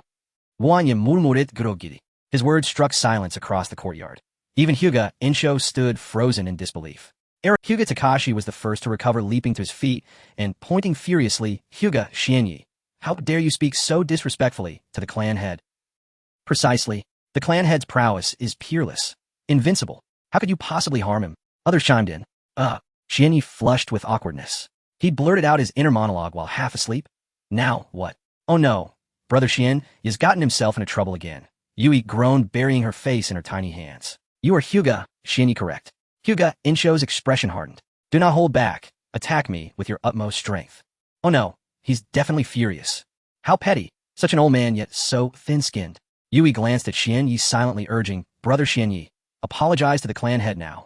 There's still time to salvage this. On the field, a flicker of something unreadable crossed Xianyi's gaze. Are you certain, clan head, that you wish me to use my full strength? He hadn't forgotten the brutal beating Insho had dealt him last time. A leader's word is law. Hurry up. I still have others to instruct. Insho snapped impatiently. A mere branch house genin. Dare he imagine harming him? Preposterous. Once he'd led 100 clansmen in a lightning raid on Sunagakure, cutting through enemy ranks 7 times, emerging unscathed. To publicly shame him, he would teach this insolent boy a lesson he'd never forget. Hyuga Xianyi is doomed. Indeed, challenging the main house's authority. Many branch house members sighed in pity. Didn't they see? Even those few capable of threatening Insho obediently played along. Why else would they submit to this charade? A lowly genin. Truly, he had no conception of heaven's height or earth's depth. Clan head, if I truly unleash everything. Xian Yi rolled his shoulders, muscles coiling with restless energy. Yes, full force. Stop stalling in. Understood. Xian Yi lunged forward in a single explosive stride, spinning his waist, driving his elbow like a cannonball straight toward Hyuga Insho's chest. Gentle fist, triple impact. It's over, Brother Xian Yi will definitely be beaten badly by that petty person. Yet he covered her small face, unable to bear to look any longer. Patriarch, you must severely punish Ri Xiang Xian Yi to vent my grievances. Ri Xiang Xiao felt a surge of satisfaction in his heart. Earlier he had been sent flying by Xian Yi. With a single palm strike, he would. Bang! Accompanied by a loud explosion under Ri Xiang Xiao's astonished gaze, Ri Xiang Yuansheng was also sent flying. Da-da! Ri Xiang Xiao glanced over and saw that the patriarch flew even further than he had. Although his arm hurt terribly looking at Yuansheng, who was soaring away, Xian Yi felt that the sun was shining brightly. This was exhilarating. After yesterday's enhancement, his physical condition was now on par with the Jonin. Although his combat experience was still lacking, his hardware was up to standard. With a threefold increase in strength erupting simultaneously, this punch represented at least 20 years of cultivation. How could Ri Xiang Yuansheng withstand it? Ri Xiang Yuansheng fell to the ground in disarray, spitting out a mouthful of blood. The entire venue fell into silence. Are you kidding? The patriarch is at least a Jonin's level, yet he was knocked flying by a teenager with a single punch. This is bad. The clan's reputation is in ruins. How will this end? Many branch family members showed looks of panic. Bastard, how dare you injure a member of the clan? Ri Xiang Rizu was furious, commanding 2 clan members to help Ri Xiang Yuansheng up before darkly activating the caged bird curse seal on Xian Yi. He's panicking, isn't he? He can't handle it anymore, can he? Yeah. With the bloodline enhancement, the caged bird was now beyond his control. The torment that had once been unbearable now felt more like a head massage. However, Xian Yi still pretended to be in pain, collapsing to the ground, while secretly laughing to the point of convulsing with mirth. Brother Xian Yi, as soon as Yi let her guard down, she saw Xian Yi lying on the ground, trembling in pain. Her heart tightened in sympathy. But it was clearly the patriarch who instructed him to go all out. It wasn't just Yi who thought this, it was also the sentiment of most branch family members at that moment. Riviank, Wanye. Looking at his father, who could only stand with assistance, Rixiang Rizu pointed at Xian Yi exasperated. In clan competitions, the rules have always been to hold back. You suddenly attacked and injured someone. What punishment do you think you deserve? Yes, this kid is not upholding martial ethics. As Rixiang Yuan Sheng coughed up blood, he echoed. I was careless, I didn't dodge. Wanye. Wanye. Knows his mistake. Xian Yi appeared to speak haltingly due to pain, but in reality, he was struggling to suppress his laughter. It is Xian Yi's foolishness that has misinterpreted the patriarch's intentions. So, it turns out the patriarch repeatedly ordered me to go all out, actually meant for me not to go all out and to hold back. Rizu was momentarily speechless, nearly driven to death by Xian Yi's words. How could he not hear that Xian Yi had no intention of admitting fault and was clearly mocking both father and son? However, under the watchful eyes of the crowd, Rizu found it impossible to punish Xian Yi privately. He could only secretly increase the strength of the caged bird seal, wishing to eliminate this brat on the spot. This clan father and son are truly shameless. Clearly it's their own lack of strength, yet they insist on he, the one in the wrong, can't possibly be the clan, it must be the branch family. This has been the case for hundreds of years. What's so surprising about it? Noticing the increasingly strange expressions of the clan members around him, Rizu's face slightly changed. He knew that his punishment of Xian Yi was unpopular and could not continue. Since you acknowledge your mistake, he'll punish you with a month's salary. Do you have any objections? Rizu put away the caged bird seal, intending to quickly resolve the matter. None. Wanya replied nonchalantly. He had already earned enough from completing a mission to equal half a year's salary from the clan. Laughable, he couldn't care less. It's a pity this head massage feels quite nice. I should think of some way to cause some trouble again next time, he said to himself. Rizu's gaze swept over the crowd, sternly saying, what happened today must not be leaked. Anyone who disobeys will face severe punishment. Yes. A group of branch family members responded, and he secretly breathed a sigh of relief. Damn it. Rixiang Xiao gritted his teeth. Why is Rixiang Xian Yi so strong? I admire him so much. Soon the news of Rixiang Yuan Shang being knocked flying by a young boy spread throughout the village. Don't ask, just know it was Xian Yi who spread it. 8th training ground. Asuma nudged Xian Yi with his elbow. I heard you knocked your clan leader's blood out with one punch. Yes. Xian Yi nodded and smiled, saying, I hadn't even used my full strength. He was sent flying on his own. Go away, stop talking nonsense with me. Ever since he met Rin, Asuma liked to refer to himself as this lord. When he was unhappy, Xian Yi suspected he had hit puberty. If you run into any trouble, just come find me, and I'll have my old man sort it out for you. Asuma said. Sunset Red added, Yes, Xian Yekuan, if you need anything, come to us. My father has some connections with the Rixiang clan leader. Xian Yi felt warmth in his heart. Let me say thank you. Stop. Asuma immediately interrupted Xian Yi. Don't let this lord hear any sentimental words. You guy. Xian Yi was speechless. At that moment, Shimizu Kaze approached from the side and waved to the group. All right, stop chatting. Come over, I have something to announce. Teacher, is there a new mission? Sunset Red asked. No, for now you should focus on your training. I plan to recommend you for the next Chunin exam. Chunin exam? Xian Yi showed little interest. The lower ninjas of Konoha were so impressive, why lower his combat strength to become a Chunin? That was pure nonsense. Suddenly Xian Yi seemed to think of something and chuckled. Teacher Kaze, you aren't clashing with Minato. They knew that their teacher and Minato had been at odds for a while.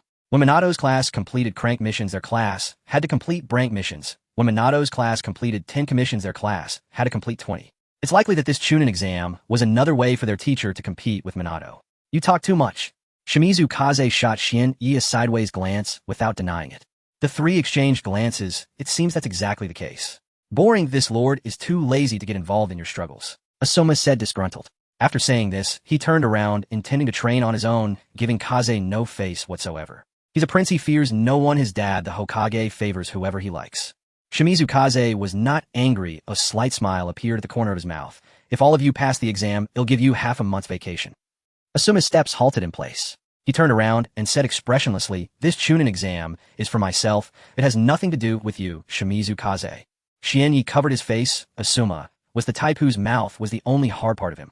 That being said, Shimizu Kaze's approach indeed motivated the three of them. Even Xian Yi began to look forward to it.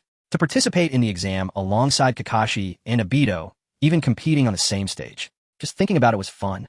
Shuanya strode into the Rishon clan manor, bowed to Lord Rizu, who was reading, and asked, "Lord Rizu, may I ask, what business brings me here today?"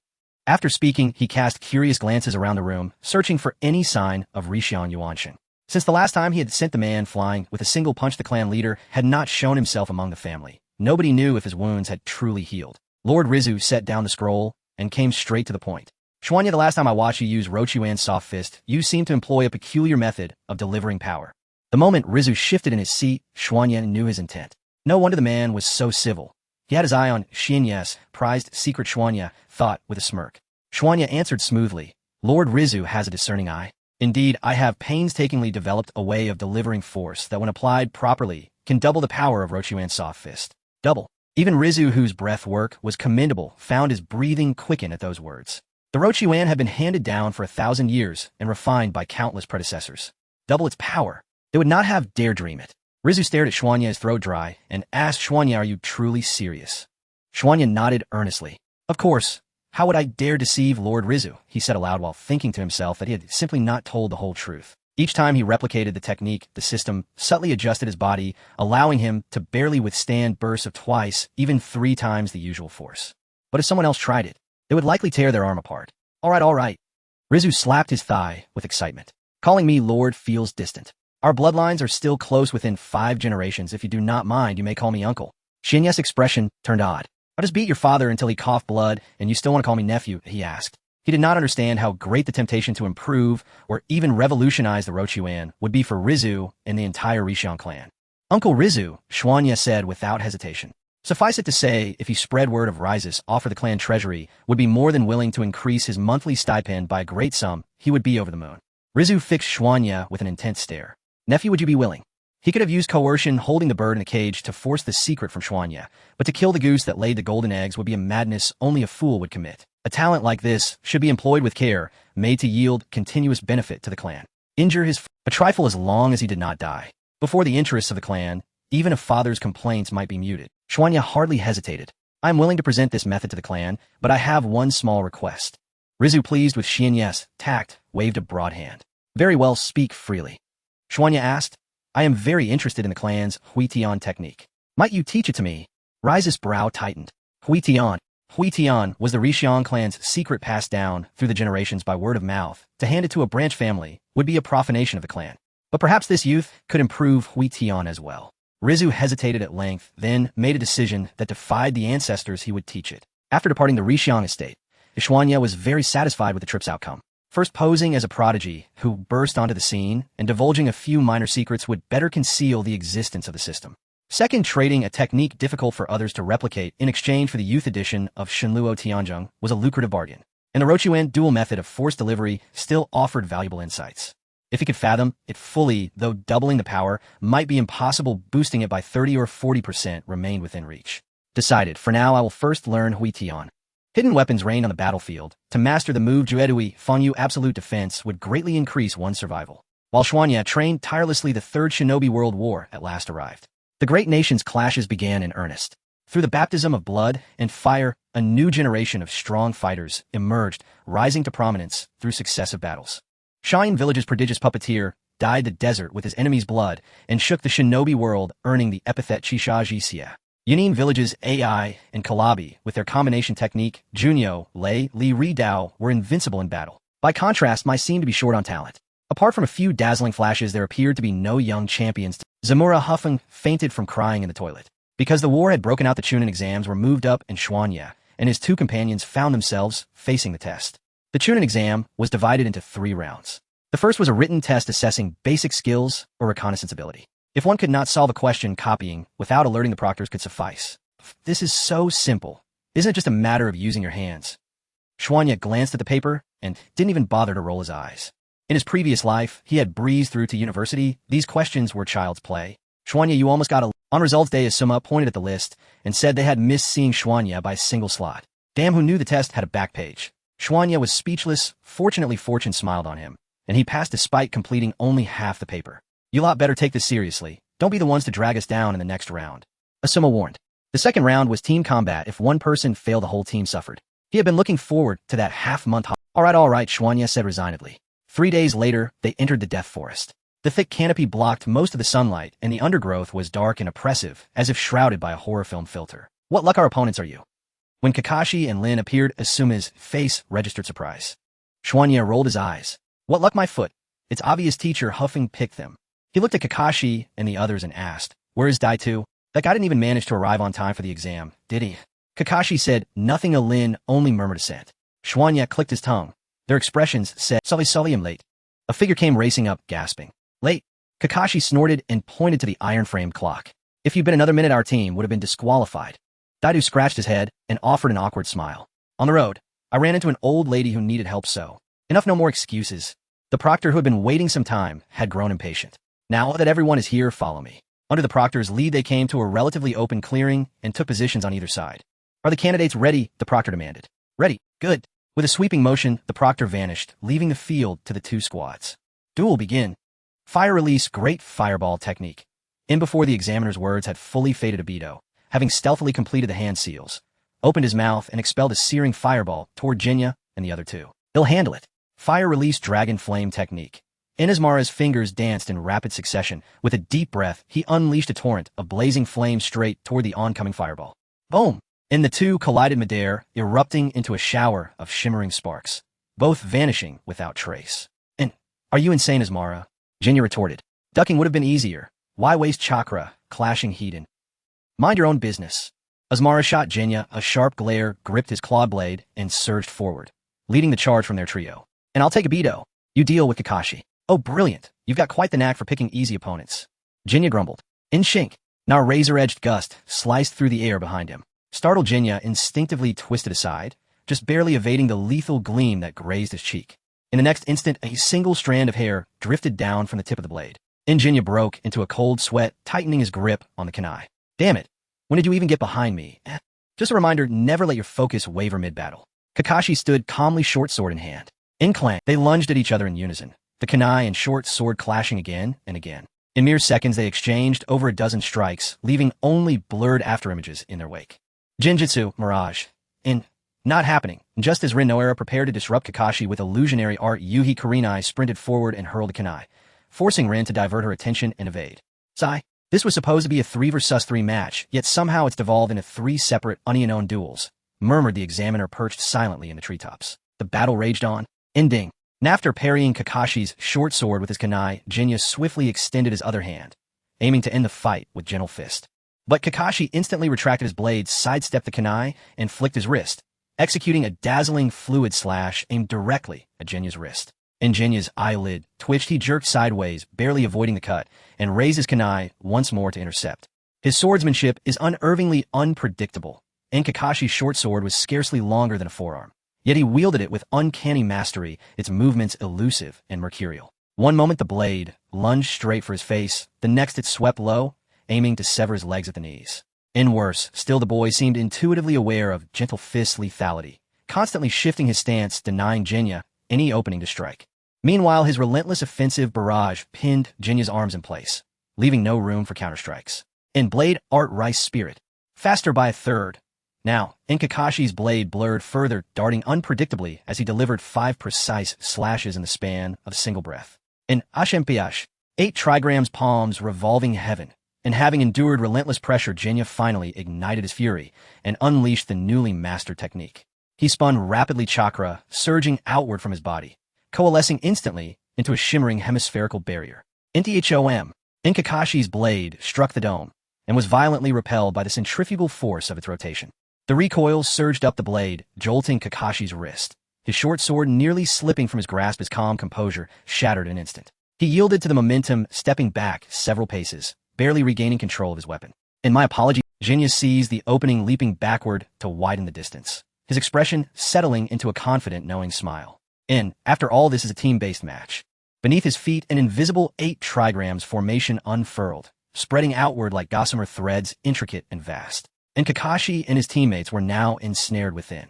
Like insects caught in a spider's web, their fates entirely subject to the weaver's will. Wait, does that metaphor make me the spider? Or am I insulting myself? Danger Obito. Rin, watch out. And Kakashi's expression darkened. He shouted urgently to his team. Too late. 8 trigrams vacuum palm. And Genya thrust his palm forward from a distance. A compressed sphere of chakra roared forth, slamming squarely into the unguarded Rin no era. Ah! Rin cried out softly, her knees buckling as she collapsed.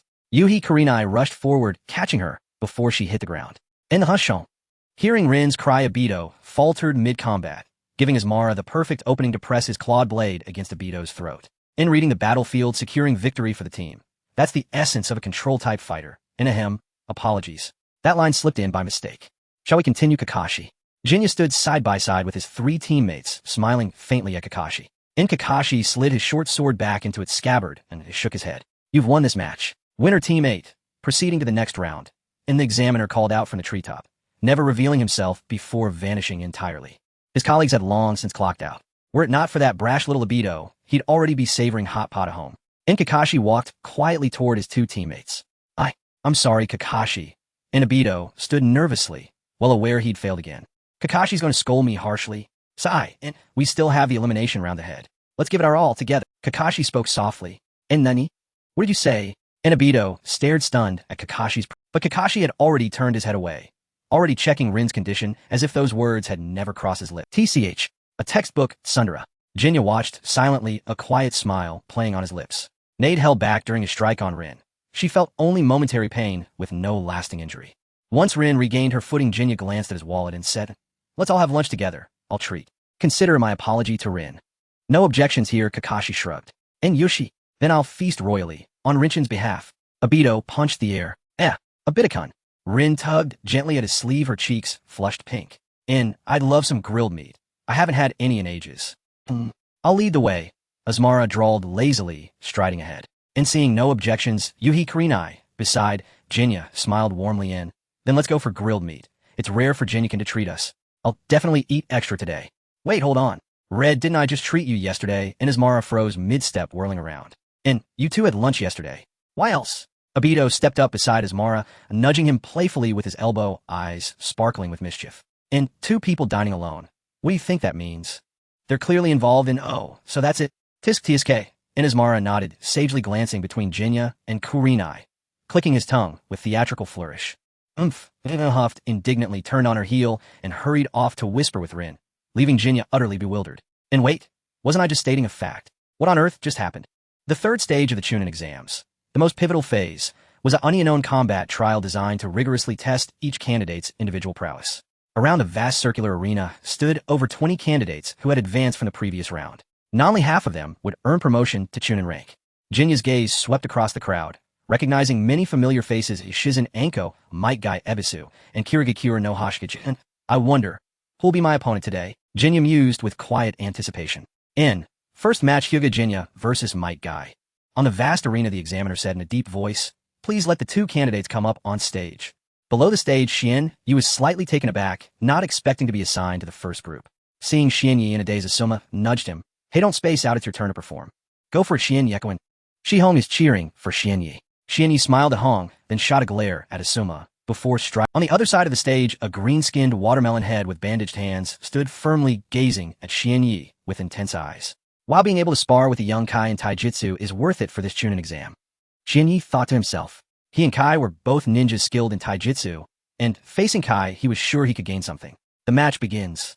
With a wave of the examiner's arm, he vanished from the stage, leaving the vast arena to the 2. Kai's eyes widened like copper bells, fiercely staring at Shien Yi, saying, Asuma, I heard you defeated Kakashi. Vel Omingsuan. Before Shien Yi could finish, he was interrupted by Might Guy. Please, Asuma, let's have a fire. No, I'm called Shien. As Shien Yi began to speak, his voice was drowned out by the excited Kai. All my youth is about... Shien Yi felt numb and hopelessly waved at Kai, saying, all right, let's go. Boom. Kai stomped the ground hard, launching himself toward Shien Yi like a cannonball, creating layers of shockwaves along the way. Hammer fist. Kai struck with both fists like a sudden storm, relentlessly targeting different parts of Shien Yi's body. Watch me receive. Transform. If Kai's attacks were compared to an erupting volcano, then Shien Yi's techniques were like a gentle autumn rain, entirely 2 extremes. Bang, bang, bang. Kai's fists came down with tremendous force, but Shien Yi always managed to intercept them with his arms, either pushing or slicing, effortlessly neutralizing the assault before countering. This was what they called overcoming rigidity with flexibility. Shien Yi's body was at the level of a Jonin, making it easy for him to handle Kai at this moment. While exchanging blows with Kai, he even had the energy to reflect on the flaws in his own techniques. How it seems such an attack can't threaten Asuma. After a series of fruitless attacks, Might Guy flashed back and sighed. Guanyi. He didn't want to talk right now. It seems I need to use that technique. Bloom my youth. Kai crossed his arms and took a deep breath, shouting. 8 gates, opening gate, open. Shin, yes expression became serious. Was this the legendary 8 gates? Sure enough. So cliché. Just the first gate is not enough to make him nervous. Laughs. At this moment Kakashi suddenly spoke from the second floor stands. Kai, if it's just the first gate, it won't be enough for that guy. Kai nodded, saying, I understand in that case. Wanye, say. Kai's arms, which he had just released, crossed again, and his chakra erupted powerfully, breaking through 2 barriers in succession. 8 gates, rest, gate open. 8 gates, life, gate open. Da-da. Shienyi looked at Kai, who had opened 3 gates, then glanced at Kakashi in the stands and gave him the middle finger. Hataki Kakashi, I really thank you. Kakashi shrugged and said, nonchalantly, I told you don't get distracted in battle. Enjoy the match properly. Byakugan activate. Without time to pay Kakashi any mind, Shien Yes veins bulge around his eyes as he activated his Byakugan to look at Might Guy. Just now Kai's chakra flowed like a gentle stream, but now it surged like a torrential river, wildly. Watch out, Asuma in this state am very strong. Might Guy's body quickly filled with blood, visibly turning red, radiating a green energy cyclone around him. Understand, bring it on. Shienyi assumed his stance, an invisible bagua formation spreading beneath his feet as he waved at Kai. Swish! To the other candidates, it seemed as if Kai had teleported, instantly disappearing from his original position and appearing right next to Shienyi. With Leaf Stone rising. Using the momentum of his charge, Kai twisted his body, delivering a powerful elbow strike aimed at Shienyi's face. Gentle Fist transform. With the help of Byakugan, Shienyi sidestepped and struck with his palm, deflecting Kai's elbow strike, while his chakra pierced like needles into Kai's Tsuchi point. However, as soon as this chakra entered Kai's body, it was neutralized by Kai's violent chakra, like a stone sinking into the ocean. Orirenua. Kai roared as he launched a frenzied assault, his speed exceeding the sound barrier, delivering punches and kicks to Shienyi amidst the explosive sound of breaking air. Wool so fast. In the stands, Obito was completely stunned. The beast-faced guy is a monster. I can't even see him at all, only the faint afterimage he leaves behind. Other candidates nodded in agreement. Kai has probably exceeded the speed of sound. It's naturally difficult to keep up with him with the naked eye. Kakashi explained, then glanced meaningfully at Obito, adding, unless it's those who have activated their eyes. Obito felt he was being looked down upon and shouted, Hey Kakashi, what kind of look is that? At this moment Rin remarked, however Shien Yekuin, who can fight so well against Kai, is surprisingly strong. Looking at Shienyi on the stage, Obito surprisingly did not retort, only muttering unhappily, yes, this guy is indeed too strong. He was just as much of a loser as I was before. Obito-kun, you have to work hard in the future too. Okay, Rinchin. On the stage, Kai had already transformed into a green light, frequently charging towards Shienyi from all directions. Iron Mountain crash. Gentle Fist double. Another fierce clash occurred, and both of them groaned as they were pushed back a few steps by the tremendous force before charging towards each other again. Shienyi became increasingly alarmed as he realized that he had been using the double Gentle Fist as a routine technique, yet he still couldn't harm Kai. This guy, has he really become so formidable just by opening 3 gates? Shienyi refrained from using the triple Gentle Fist, as this evenly matched battle would help him better hone his taijutsu. Moreover, Kai undoubtedly still had a trump card up his sleeve. Shaoli was able to open up to the 5th gate during the Chunin exam, so Kai couldn't possibly be unable to open even the 4th gate. However, opening the 4th gate of wounds would cause irreversible damage to the body, so Kai might have thought it unnecessary. Just as Shienyi was pondering this, Kai excitedly shouted, I haven't fought this excitingly in a long time, Asuma. I'm going all out. 4th gate of wounds open. 5th gate of death open. Crap. Shienyi's expression changed drastically. With Kai opening the 5th gate, his speed soared once again, and the Bagua formation could no longer clearly capture Kai's movements. In that case, I won't hold back either. Shienyi simply retracted the Bagua formation, focusing solely on sensing the movements around him. He needed to wait for Kai to attack first, then deliver a decisive blow. Ah! Kai's speed increased further, and the cyclone around him seemed to solidify, forming a faintly sinister dragon head shadow behind him. Dynamic Prelude. This technique is the prototype of Night Kai. At the peak of his speed, Kai's left foot planted on the ground, and he leaped into the air, his right leg swinging down like a battle axe toward Shienyi. Boom! Just the gust of wind from that kick made Shienyi's skin sting fiercely. Now's the time. Shienyi no longer hesitated and unleashed a powerful strike at the dragon head shadow in the sky that he had been charging up for a long time. Gentle Fist triple. Boom! The terrifying sound of an explosion reverberated through the hall, causing everyone to instinctively cover their ears, including the examiner. Is this a joke? Could such a terrifying display truly be accomplished by just 2 genin? Looking at the enormous pit 7 or 8 meters wide that had appeared on the arena, the examiner gulped, unable to regain his composure for a long time. Are the kids nowadays really this impressive? If it were me who had gone up just now, I might not have made it out alive, the examiner thought silently. Asuma-san, you truly are terrifyingly strong. I accept my defeat completely, Kai said, lying in the pit. Asuma-san, you truly are terrifyingly strong. I accept my defeat completely, Kai said, lying in the pit at the center of the arena, forcing himself to lift his arm and give Xianyi a thumbs up. Though he appeared calm, Kai couldn't help but feel a sense of loss. Having used my strongest physical techniques, I still couldn't win a match. As I was told by the teachers at the Ninja Academy, I truly am a talentless person.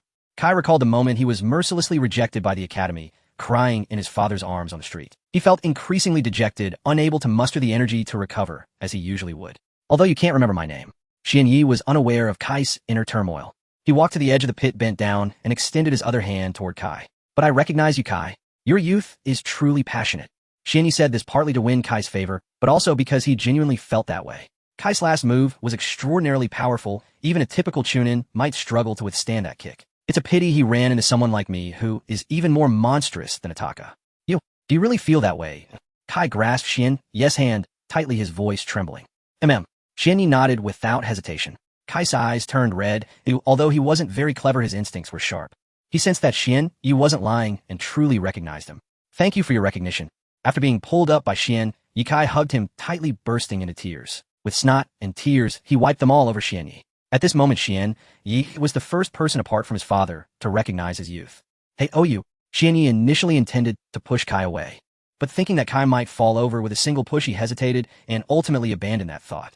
At this moment, the examiner finally descended from the stands. Having just witnessed the friendly interaction between the two boys, he gave them ample time. I announced that the winner of this match is Hinata Xianyi.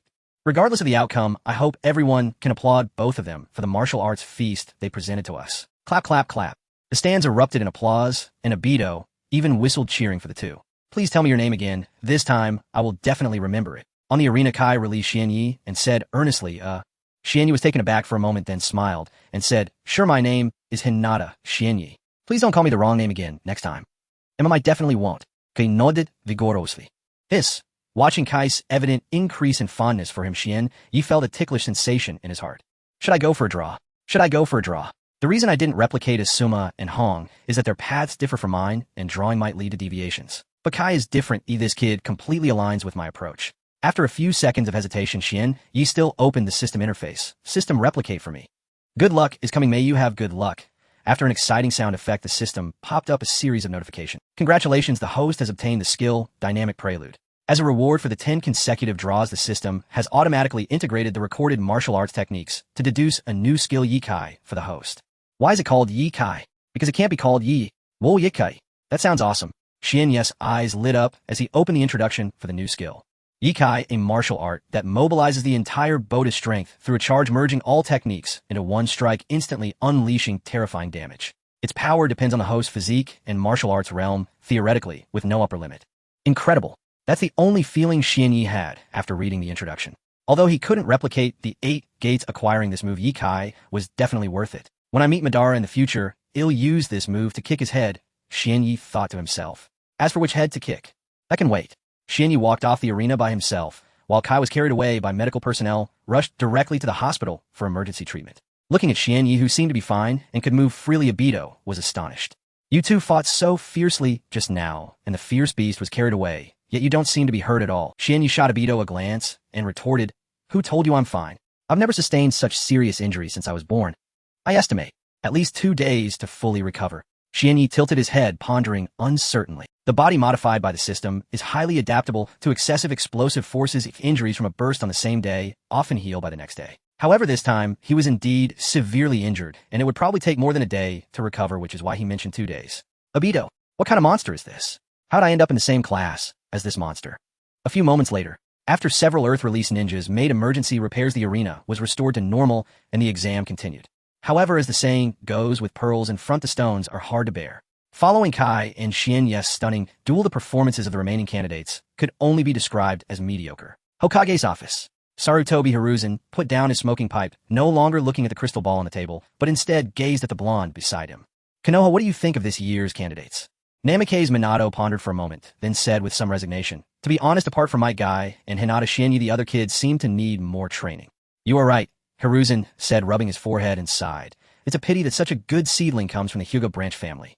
You are correct, Minato nodded in agreement. If not for being from the Hyuga branch family, this child would surely have great prospects in the future.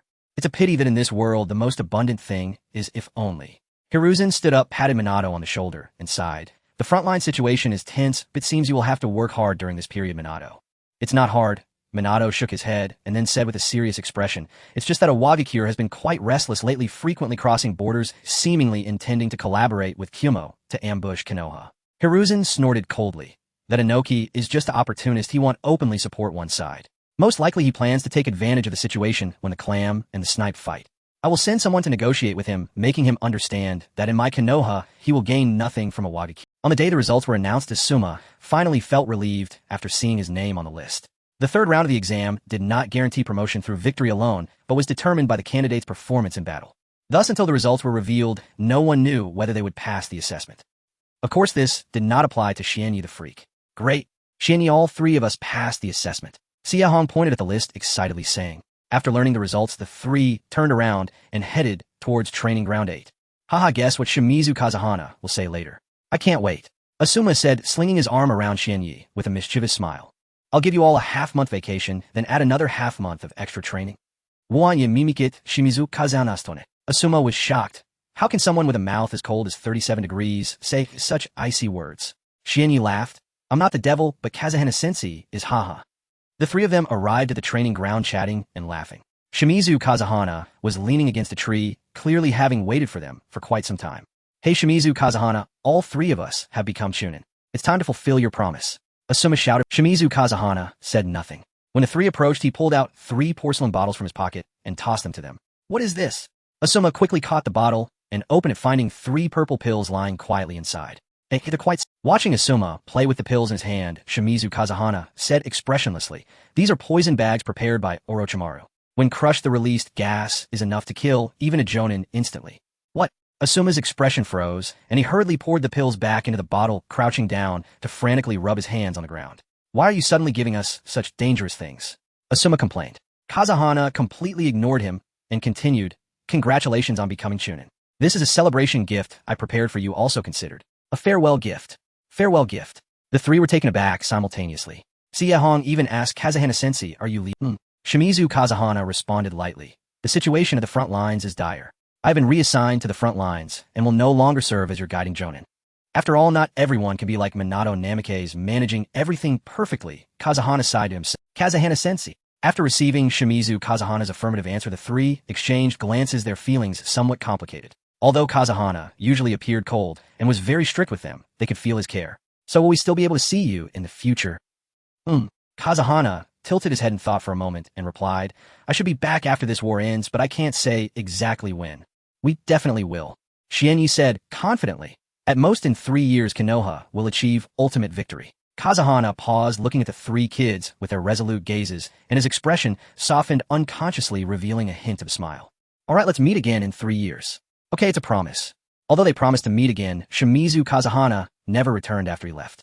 As the sun set, it painted half the sky red, turning the originally white clouds into a colorful sunset. Damn it. Why can't I be like Kakashi? Why couldn't I pass the assessment? Obito lay on a bench, fidgeting restlessly like a continuously wriggling caterpillar. So you're here.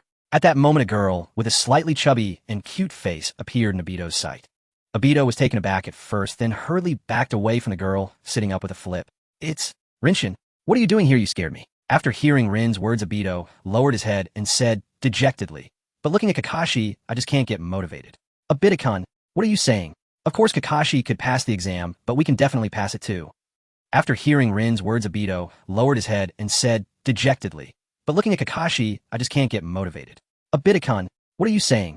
Rin suddenly raised her voice, seeming a bit angry. I said I would always watch over you, and didn't you promise to become Hokage? Obito looked up at Rin, whose expression was serious, and felt his heart racing wildly. So please cheer up. Rin placed a hand on Obito's shoulder, looking directly into his eyes, and said, let me see you become Hokage and save the world. Rinshin. Obito's eyes moistened, and he nodded heavily. After the emotional moment passed, Obito suddenly realized how close he was to Rin. Moreover, it seemed Rin was intentionally or unintentionally getting closer to him. Their faces were almost touching at that moment. Rinshin. Obito swallowed hard, unable to control himself. Rin smells so good, we're so close right now. Obito could even see every eyelash of Rin's and feel her gentle breath against his face. Obito felt like he was about to suffocate, his face turning as red as a monkey's butt. Obito-kun, Rin leaned in closer to Obito's ear and whispered, "Actually, I've always." Obito stiffened in his seat, not daring to move, tense, yet expectant, his heart racing. Could it be that Rinshin has always liked me? Just thinking about this possibility excited him to the— "Actually, I've always had a good impression of you, because I've always seen you as a little brother," Rin said. "What did Rin just say?" "Always seen me as a brother." Without giving Obito time to react, Rin continued, "I know you've always secretly liked me, but I'm sorry, Obito-kun, I don't feel that way about you. The person I truly like is Kakashi." Boom! Obito felt as if struck by lightning, his lips trembling, unable to speak. "I don't feel that way about you. The person I truly like is Kakashi." These two phrases echoed repeatedly in his mind. He suddenly clutched his head, howling in pain. Why? I want to create a world without Kakashi. When Obito lifted his head again, his eyes were blood red, and a dark spinning tomo was rotating in his gaze. "Holy crap, Shien, you come quickly. This kid has actually activated his eyes." Rin's voice suddenly became rough as she shouted in shock towards the nearby bushes. "Oh wow, it really is." A figure jumped out from the bushes, standing beside Rin, looking astonished. "Obito, I really can't believe it is this little excitement enough to open your eyes." Shien Yi jumped out from the bushes, looking at Daitu with astonishment. "Exactly." Lin picked her nose in agreement. "It's too easy for the Ping Pong clan to open their eyes." Shien Yi recalled a certain brother whose entire clan was slaughtered, causing him to rage with a curse. Daitu instantly understood everything and pointed at the two, cursing, "Hinata, Shien, Yi Surtobi, Asuma, you two bastards, why do you have to do such strange things in front of Lin?" "Why?" Shien Yi and Asuma exchanged glances. After Shimizu Kei's left, both felt a bit uncomfortable and wanted to find some fun. As they walked, Shien Yi spotted the sulking Daido and thought, "Hey, isn't this fun coming?" The two pranksters teamed up and pulled off this stunt. Thanks to Daido, their moods improve a lot. "You two bastards dare to mess with me, just wait." Daido instantly lost his reason, transforming into an angry child, pouncing towards the two. "Oh, so you think you're really cool just because you've opened your eyes?" "Asuma, take him down." Could Shien Yi and Asuma be afraid of Daido? They immediately charged at him, planning to make him face reality. "Daido Sharingan. Wan ye Byakugan." "Asuma, I'll poke your eyes." "Daido, you bastard." After the three boys had their fun, they lay breathlessly on the grass, gazing at the stars above. After a while, Shien Yi sat up and turned to Daido. "Obito, since you like Lin, why don't you tell her how you feel?" Daido smirked, turned his head, and replied unhappily, "Stop talking nonsense. Do you think I look as handsome as you and can easily win a girl's heart? What does looks have to do with it? What's important is responsibility. Asuma spat at Daido. "Girls like men with responsibility. If you don't even have the courage to confess, how can you expect her to see you differently?" Is that so?" The two exchanged words, causing Daido to waver. "Of course." Asuma fiercely ruffled Data's hair, making it a mess. "Every day you show no responsibility, just letting Lin take care of you. She doesn't see you as a brother." Shien Yi nodded in agreement. "Exactly, you need to pull yourself together and outshine Kakashi." Mentioning Kakashi, Daido wilted again. "How could I possibly compete with Kakashi? I have a way," Shien Yi said mysteriously. "What method?" "Shien Yi, hurry up and tell me." Data's eyes lit up. "I'm feeling a bit sore, let me catch my breath first," Shien Yi said. Upon hearing this, Daido immediately jumped up from the ground and eagerly approached Shien Yi, giving him a back rub. "Hey Shien Yi, just tell me already." Go away." Shien Yi couldn't stand Data's antics, pushed him away, and said, "Do you know why my physical skills are so formidable?" Shien Yi took out a book from his pocket and handed it to Daido. "Here, I learned from this book. It's a legendary ninja's work filled with numerous profound physical techniques." Shien Yi said seriously, "Now, I pass it on to you, you must study it well." "Understand." Daido accepted the book excitedly and immediately wanted to start learning. Shien Yi stopped him, shook his head, and said, "Hey, read it after taking a bath and changing your clothes. It's all about the sense of ritual." "Oh, okay. Daido put the book away, no longer interested in chatting with the two, and only wanted to read the sage's book. After a few minutes, he bid farewell to Shien Yi and hurriedly left, as if he had a sudden urge to return. Paha! After Daido left, Asuma lay on the ground, laughing, while pounding the earth, almost laughing himself silly. This silly boy really believes everything, it's hilarious. Shien Yi waved his hand, suppressing his laughter, and said, "Hey, I didn't lie to him. This book also contains many dating tips that will definitely help him win over Noero Rin." Meanwhile, Daido returned home, sincerely opening the book, but the more he read, the more he felt something was off. Why does the male lead only fight with women? Oh, there are men, too. Let me look further. After a while, Daido threw the book down on the ground, shouting in despair, "Hinata, Shien Yi, I really believed your nonsense. Knowing you is truly my misfortune." Daido jumped off the bed and angrily threw the book into the trash can, as if he was throwing away Shien Yi, that jerk. This worthless book, not even a dog would read. A week later, training ground 8. You know, Asuma, Daido was cursing me a few days ago, but yesterday, he surprisingly came to ask for a sequel. Ha ha ha, this kid is really something. Let's think of another idea to prank him next time. Seeing Asuma and Shien, Yi whispering, Kurenai approached with a curious expression and asked, Shien Yekuin, what are you talking about? Ahem, nothing. The two coughed a couple of times and immediately resumed seriousness, quietly waiting for the new guiding jonin to arrive. Logically, they were now all chunin and no longer needed a guiding jonin and could completely execute tasks on their own. However, considering that they had just been promoted and due to the current war, the difficulty of entrusted tasks had greatly increased, so they still needed someone to guide them for a while.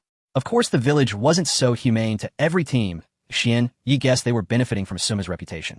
A few minutes later, a young jonin walked towards the three, and Shien Yi immediately showed a surprised expression. Wo Hinata Hizashi.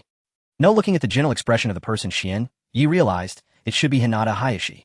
Damn, these two brothers share the same face. Once you put on a forehead protector, it's really hard to tell them apart. After joking, Shien Yi curiously asked, Lord Hayashi, why are you here? Are you our new guiding jonin? Hinata Hayashi, due to his special identity, shouldn't normally be assigned by the village. Hinata Hayashi smiled at Shien Yi's question. That's right. I volunteered to the clan and Lord Hokage to take on the role of your guiding jonin and accompany you on a few rank missions. I see. Shien Yi nodded and didn't ask further. The four introduced themselves and began their training. After the training session, Hayashi kept Shien Yi behind, asking him to walk with him and chat. In the woods, Shien Yi and Hinata Hayashi walked and talked, feeling quite comfortable.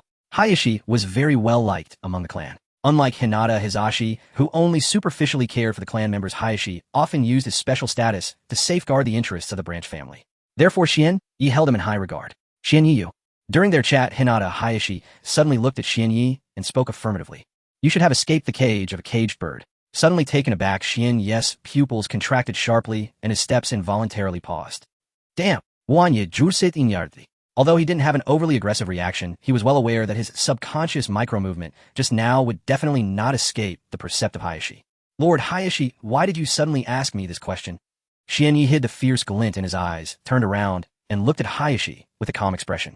The moment he saw Shien Yi's reaction, Hinata Nichi realized he was right. Of course, the clan members were also watching. But only those who have experienced the suffering of a caged bird truly understand the unbearable pain of being tormented, something the clan would never comprehend. Hinata Nichi noticed Shien Yi's abnormalities. Moreover, despite being limited by the caged bird, Shien Yi was able to unleash talents that surpassed those limitations. Piecing this together, Nichi had a vague suspicion in his heart. Was it possible that this child had inadvertently broken free from the caged bird's constraints? This time, Nichi took the initiative to propose becoming the guiding jonin of the 8th Squad, coming specifically for Shien Yi, wanting to ask him a question. What does freedom truly feel like? Nichi smiled bitterly. What? Shien Yi was taken aback. I want to ask. With tears in his eyes, Nichi almost roared in a lowered voice. What does it feel like to be free from the constraints of the caged bird, no longer bound by any restrictions? His fate was like that of a caged bird trapped within the decaying system of the Hinata clan. Even if he fought desperately to break free, he was destined to never see the sky outside. Freedom.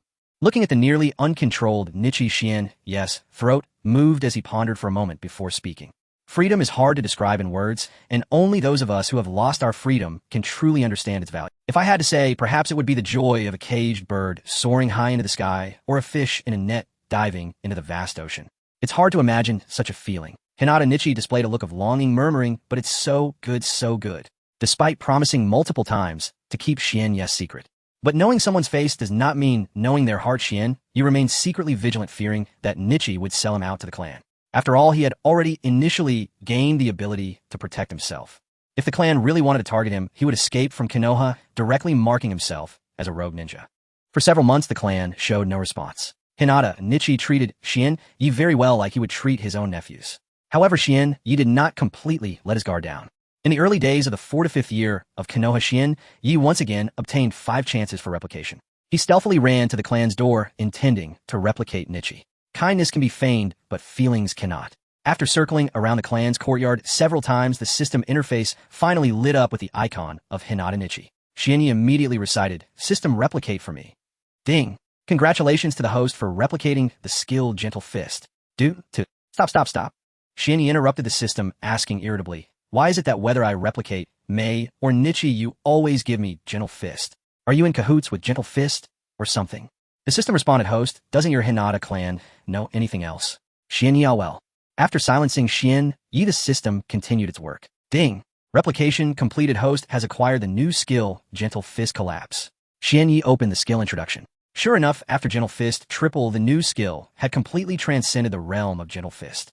Originally, Gentle Fist had to target the enemy's acupuncture points, finding a way to inject chakra into the enemy's meridians to cause damage. But Gentle Fist collapse was something else. Now, he just had to hit the person regardless of muscle bones or meridians. One punch could shatter everything. If I can unleash a genuine skill, it seems Uncle Nichi should not harbor any ill intentions towards me. Wan Yip did it. System, just a moment ago, you were calling him by his name. Now that you're exploding things, you're Wan Yi. Shut up, System.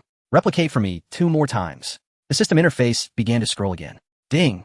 Replication completed. Host's bloodline limit has upgraded to transformation Byakugan.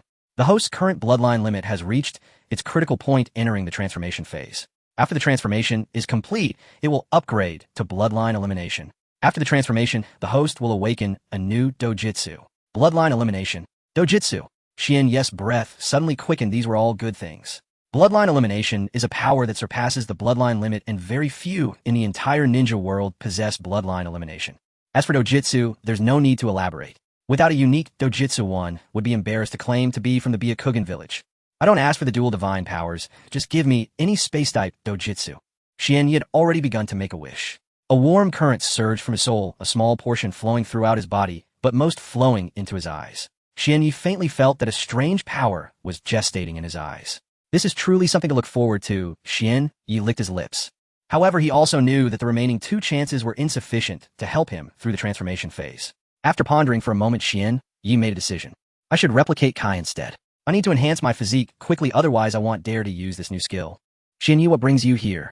Kai opened the door, scratching his head in confusion, revealing a look of joy. I came to bring you New Year wishes. Were you not welcoming me? Xian Yi lifted the fruit basket in his hand and said with a smile, No, that's not what I meant. Kai waved his arms, explaining awkwardly. At that moment, a green-skinned uncle with sharper features than Kai came out of the room upside down. Without a doubt, he was the real Kai's father, Might Guy. Upon seeing Xian Yi, Might Guy immediately straightened up, rushing in front of Xian Yi with excitement, flailing his arms. You are you a friend of Kai? Looking at the excited guy and then at the expectant Kai, Xian Yi nodded and said, Yes, Uncle Kai and I are good friends who met through fighting. This is youth. Might Guy was instantly moved to tears, turning around to embrace his son beside him. Father! The 2 of them cried out loud, hugging each other in front of Xian Yi. Xian Yi, sorry, Kai is not good at socializing. This is the first time he had a friend visit. We are just too excited. Might Guy explained while crying. Oh, that's right, Kakashi is still in his rebellious phase. Kai really doesn't have many. Xian Yi nodded, indicating understanding. I'm truly sorry, but please come in. The place is a bit shabby, please don't mind.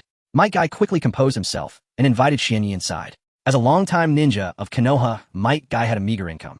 The Might household was indeed dilapidated and old, even worse than Xian Yi's little broken house. After seating his son and friend on the sofa, Might Guy busily prepared water and washed fruit, completely immersed in his work. Uncle Guy, there's no need to go through so much trouble. Xian Yi said helplessly. It's no trouble at all. Might Guy placed the washed fruit on the table and deeply bowed to Xian Yi. Kai can be a bit slow and often does some outrageous things, so please look after him in the future, I beg you.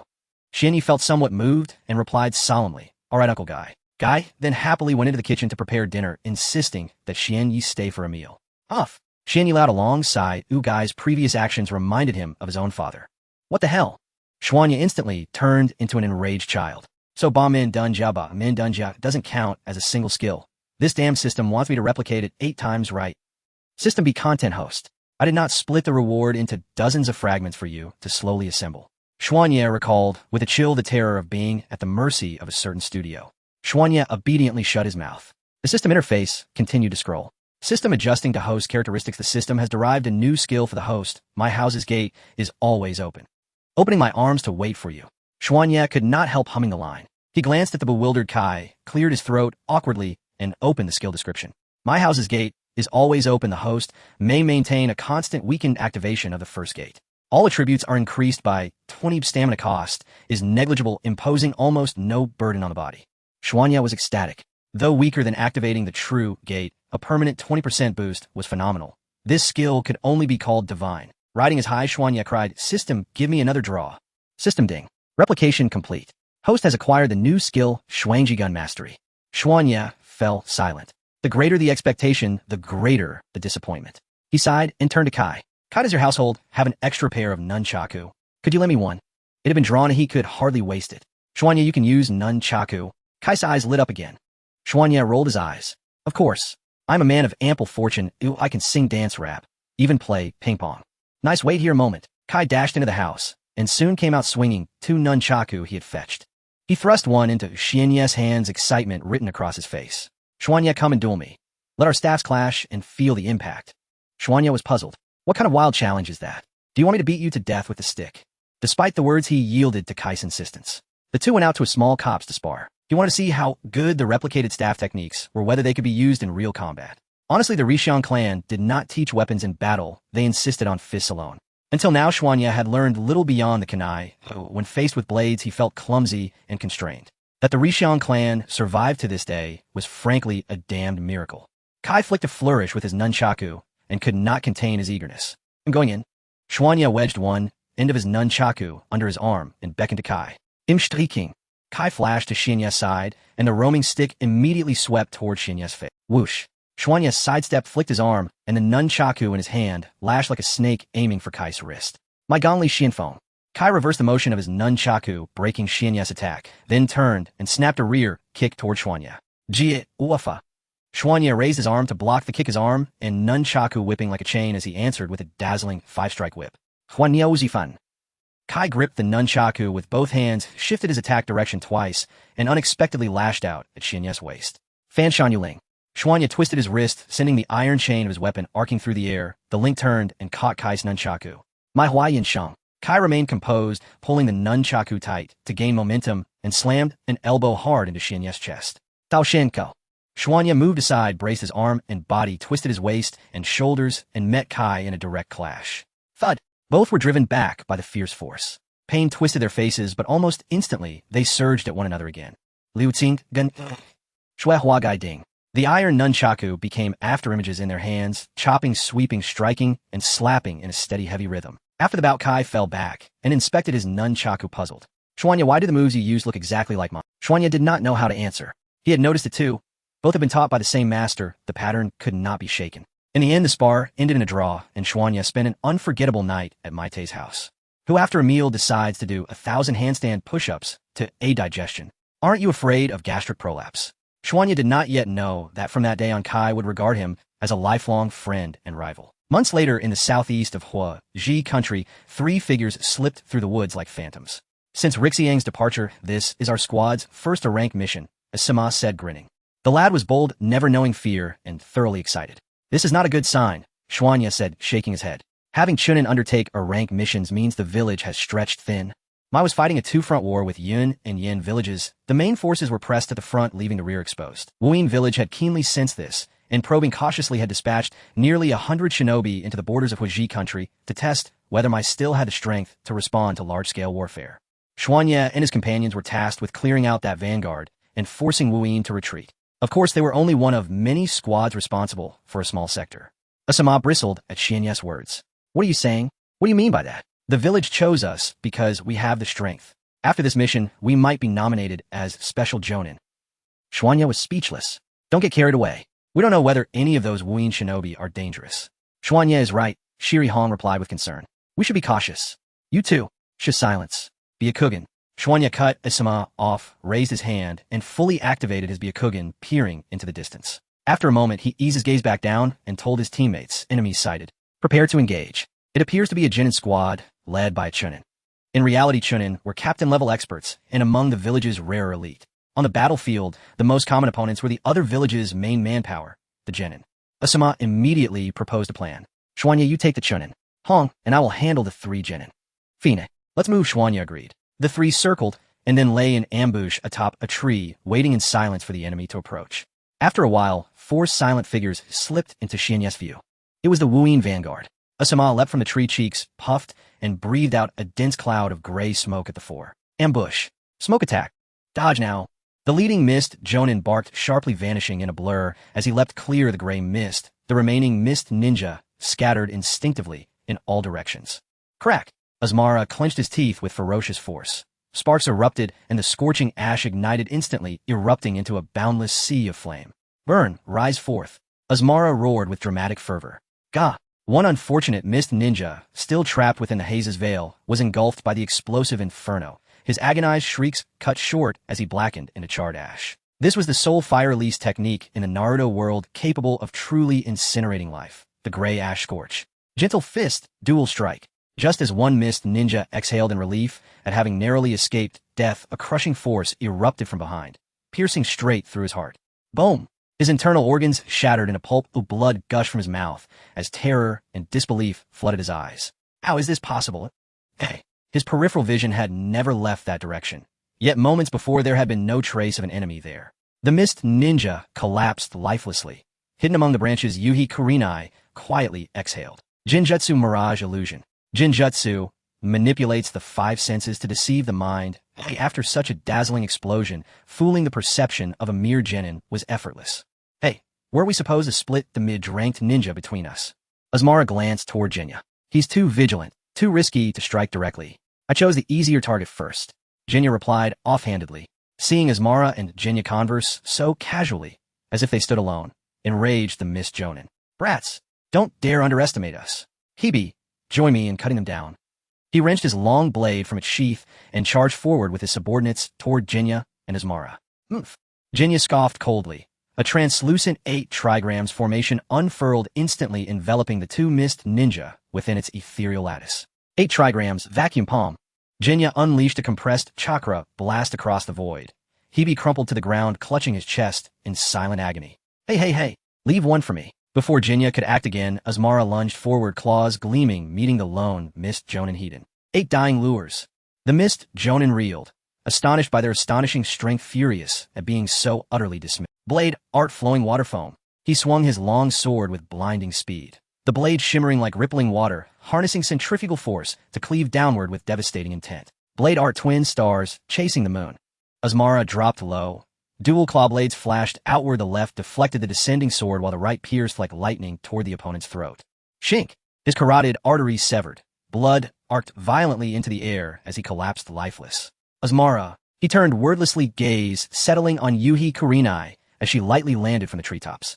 Sorry, I just wanted to test my newly mastered Jinjutsu. Didn't expect it to work this well, Kurenai teased, playfully sticking out her tongue. Bullshit, you did it on purpose. Asuma shot her a glare, voice edged with irritation. Let's wrap up and move.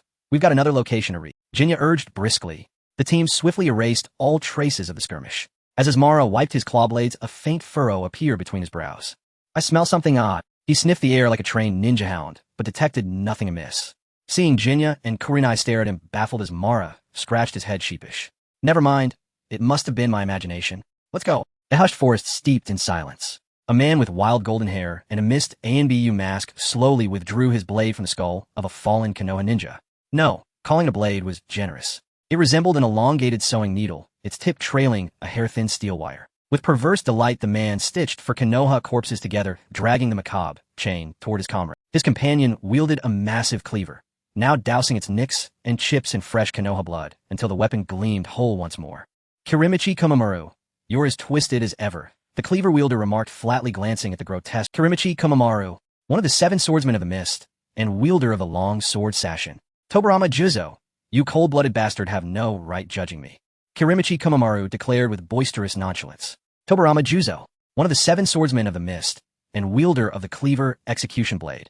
Juzo ignored Komamoru, entirely hoisted the cleaver onto his shoulder, and strode away without a backward glance. What a frostbitten boar, Komamoru muttered, unimpressed. He abandoned the stitched corpses and hurried, after Juzo grinning as he chimed in. Tsh, using fellow villagers' genin as bait to track Konoha teams.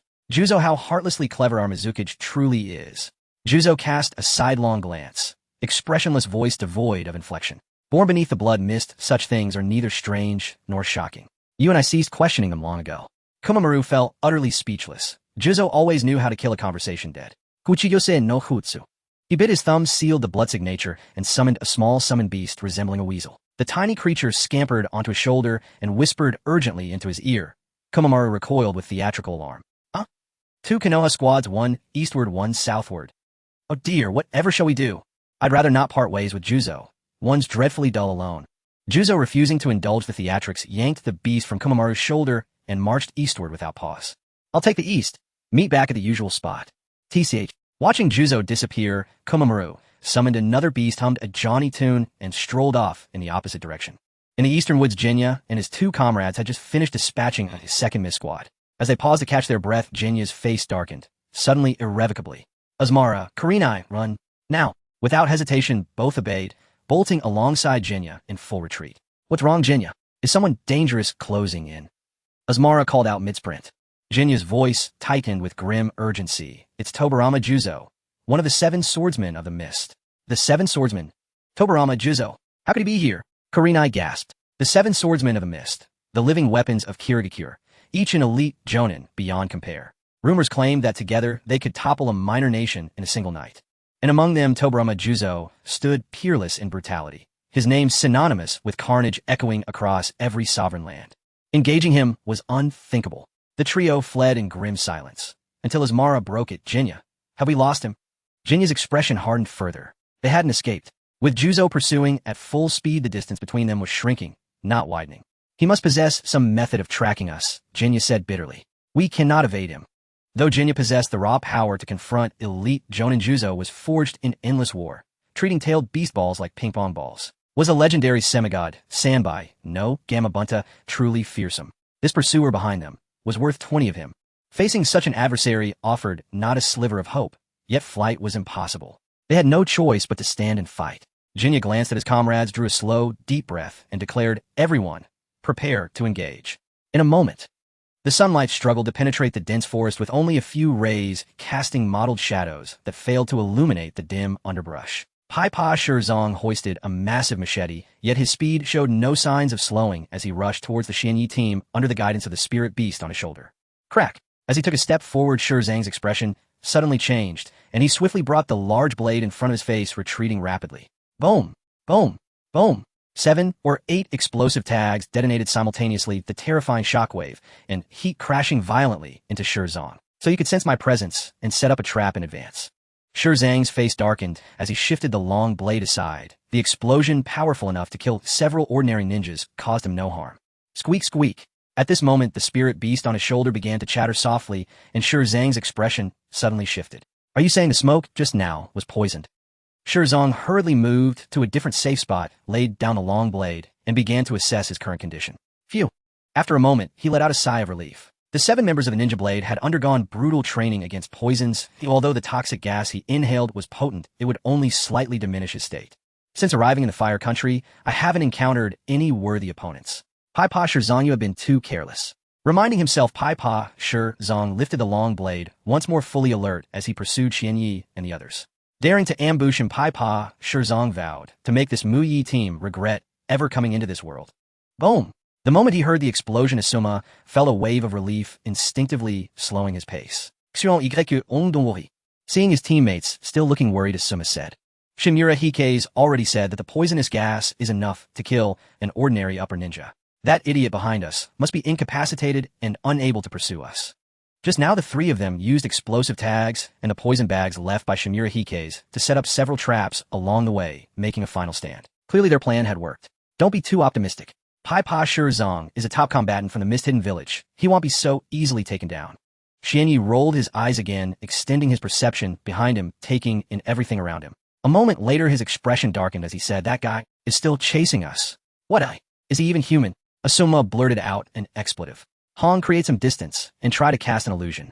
If it fails, retreat immediately to seek help. Xianyi looked at Yuhi Hong. The explosion just now was quite loud. A team should be heading our way. Asuma, we must hold him off with everything we have. All right. Hong and Asuma nodded heavily, following Xianyi's orders. Sigh. Xianyi secretly sighed, not voicing the worry in his heart. What if they also have reinforcements?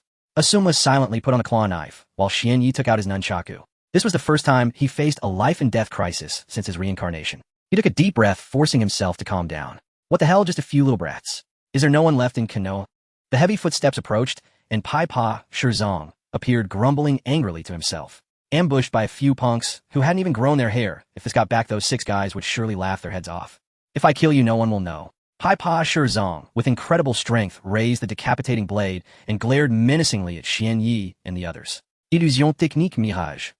Illusion technique triple cherry blossom. Illusion technique falling cherry blossom technique. Hong hid behind Xianyi and desperately summoned chakra, continuously unleashing various illusions at Pai Pa Shirzong. However, every illusion that fell upon Shirzong sank, without a trace, creating not even a... Having seen blood since childhood, Pai Pa Shirzong had cut his way to the pinnacle of the Blood Mist Village, amassing countless souls under his blade.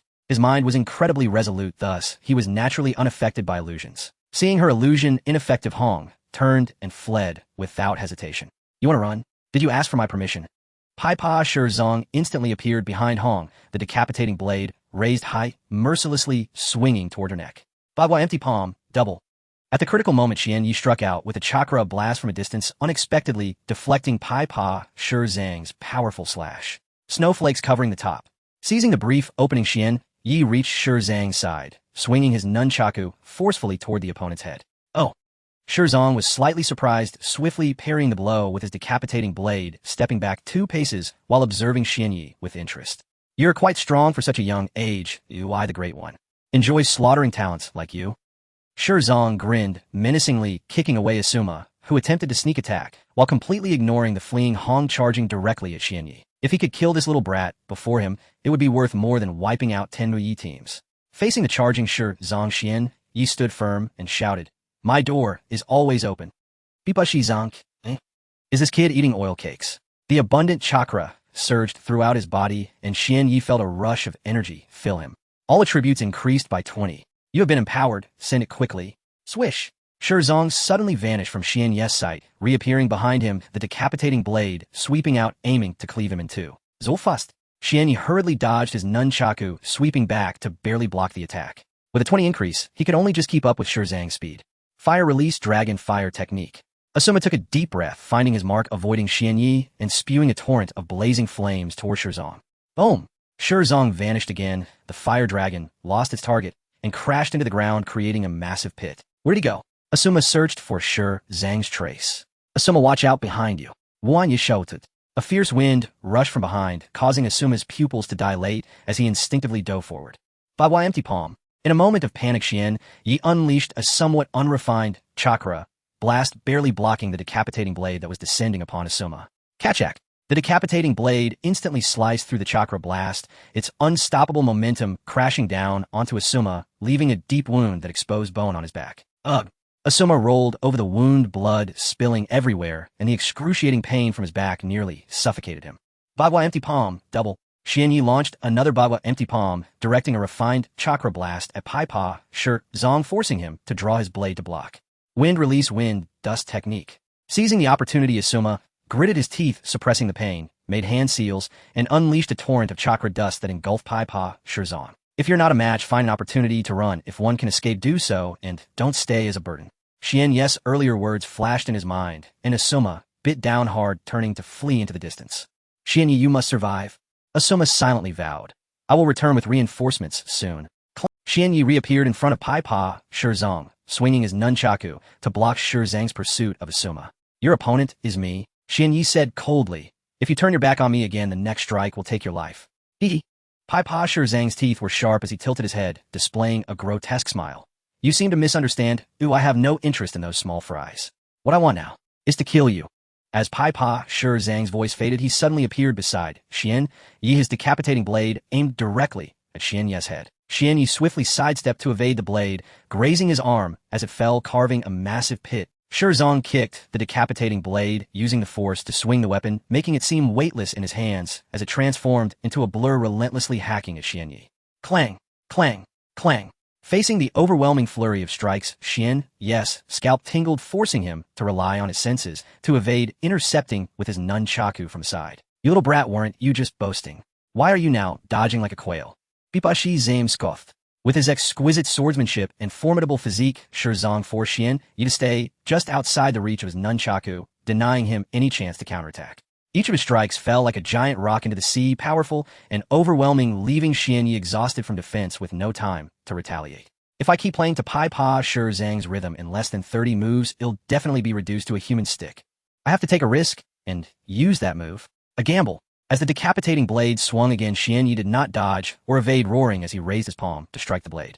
Soft fist. With only one chance for a surprise attack, it had to be sudden enough to achieve victory. Attempting to close the distance and directly attack Pai Pa Zhang. Too slow, dodging the decapitating blade and then striking it away. Still too slow, Pai Pa Zhang could see through his intentions with a glance. Xian Yi decided to take a bigger gamble. He bet that before the decapitating blade could strike him, he would first send it flying or shatter it. Is this little brat out of his mind? Watching Xian Yi's palm strike towards the decapitating blade was the only thought in Pai Pa Zhang's mind at that moment. His grip was strong enough to crush stone, and the decapitating blade was unbreakable, yet this little brat dared to try and knock it away. Truly seeking death. Prepare to be cleaved in half by the decapitating blade.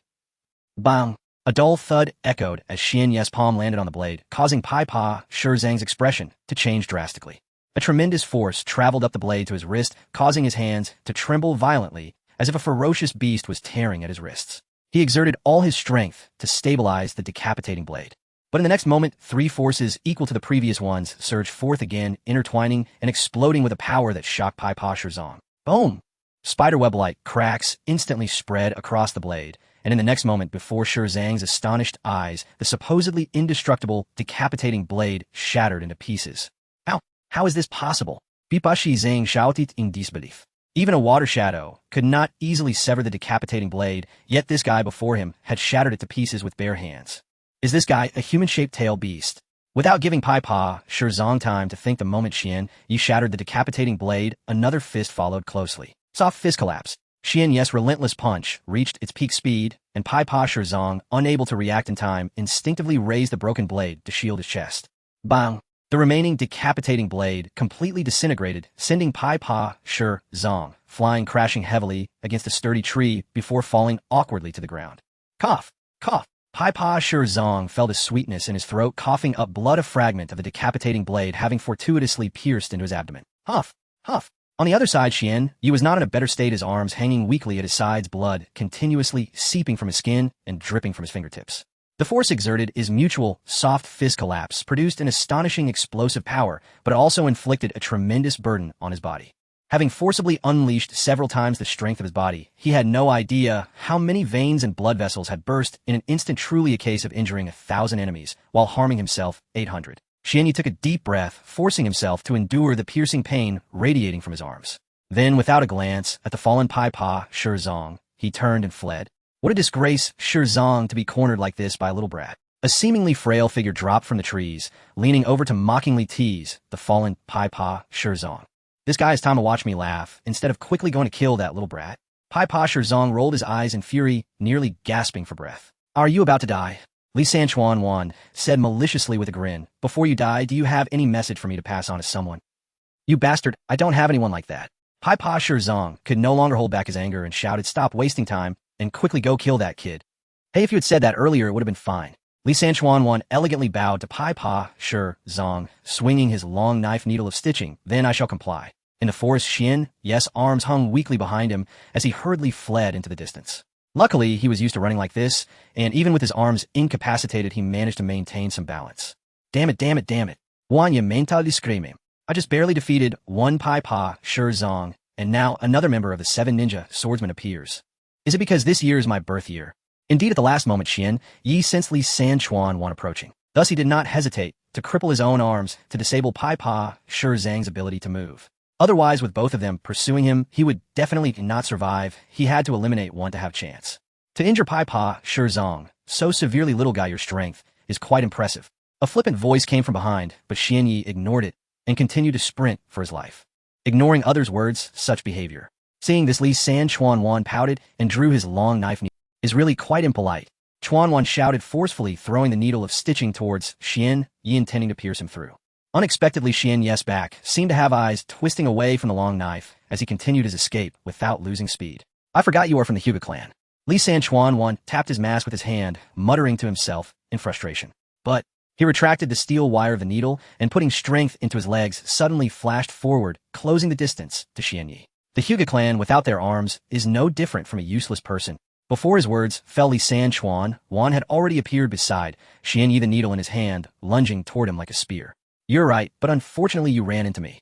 Xian Yi seemed to have anticipated this, abruptly twisting his body and using the momentum of his run to propel himself into the air. With all his strength, he kicked towards his opponent in midair. Yeah? Kai. Yeah? Kai. Xian Yi roared, a swirling vortex trailing behind him like a dragon's head, and the explosive sound of his kicking leg echoed like the roaring of a dragon from the heavens. In a fleeting moment, Li Sanchuan's thoughts stalled.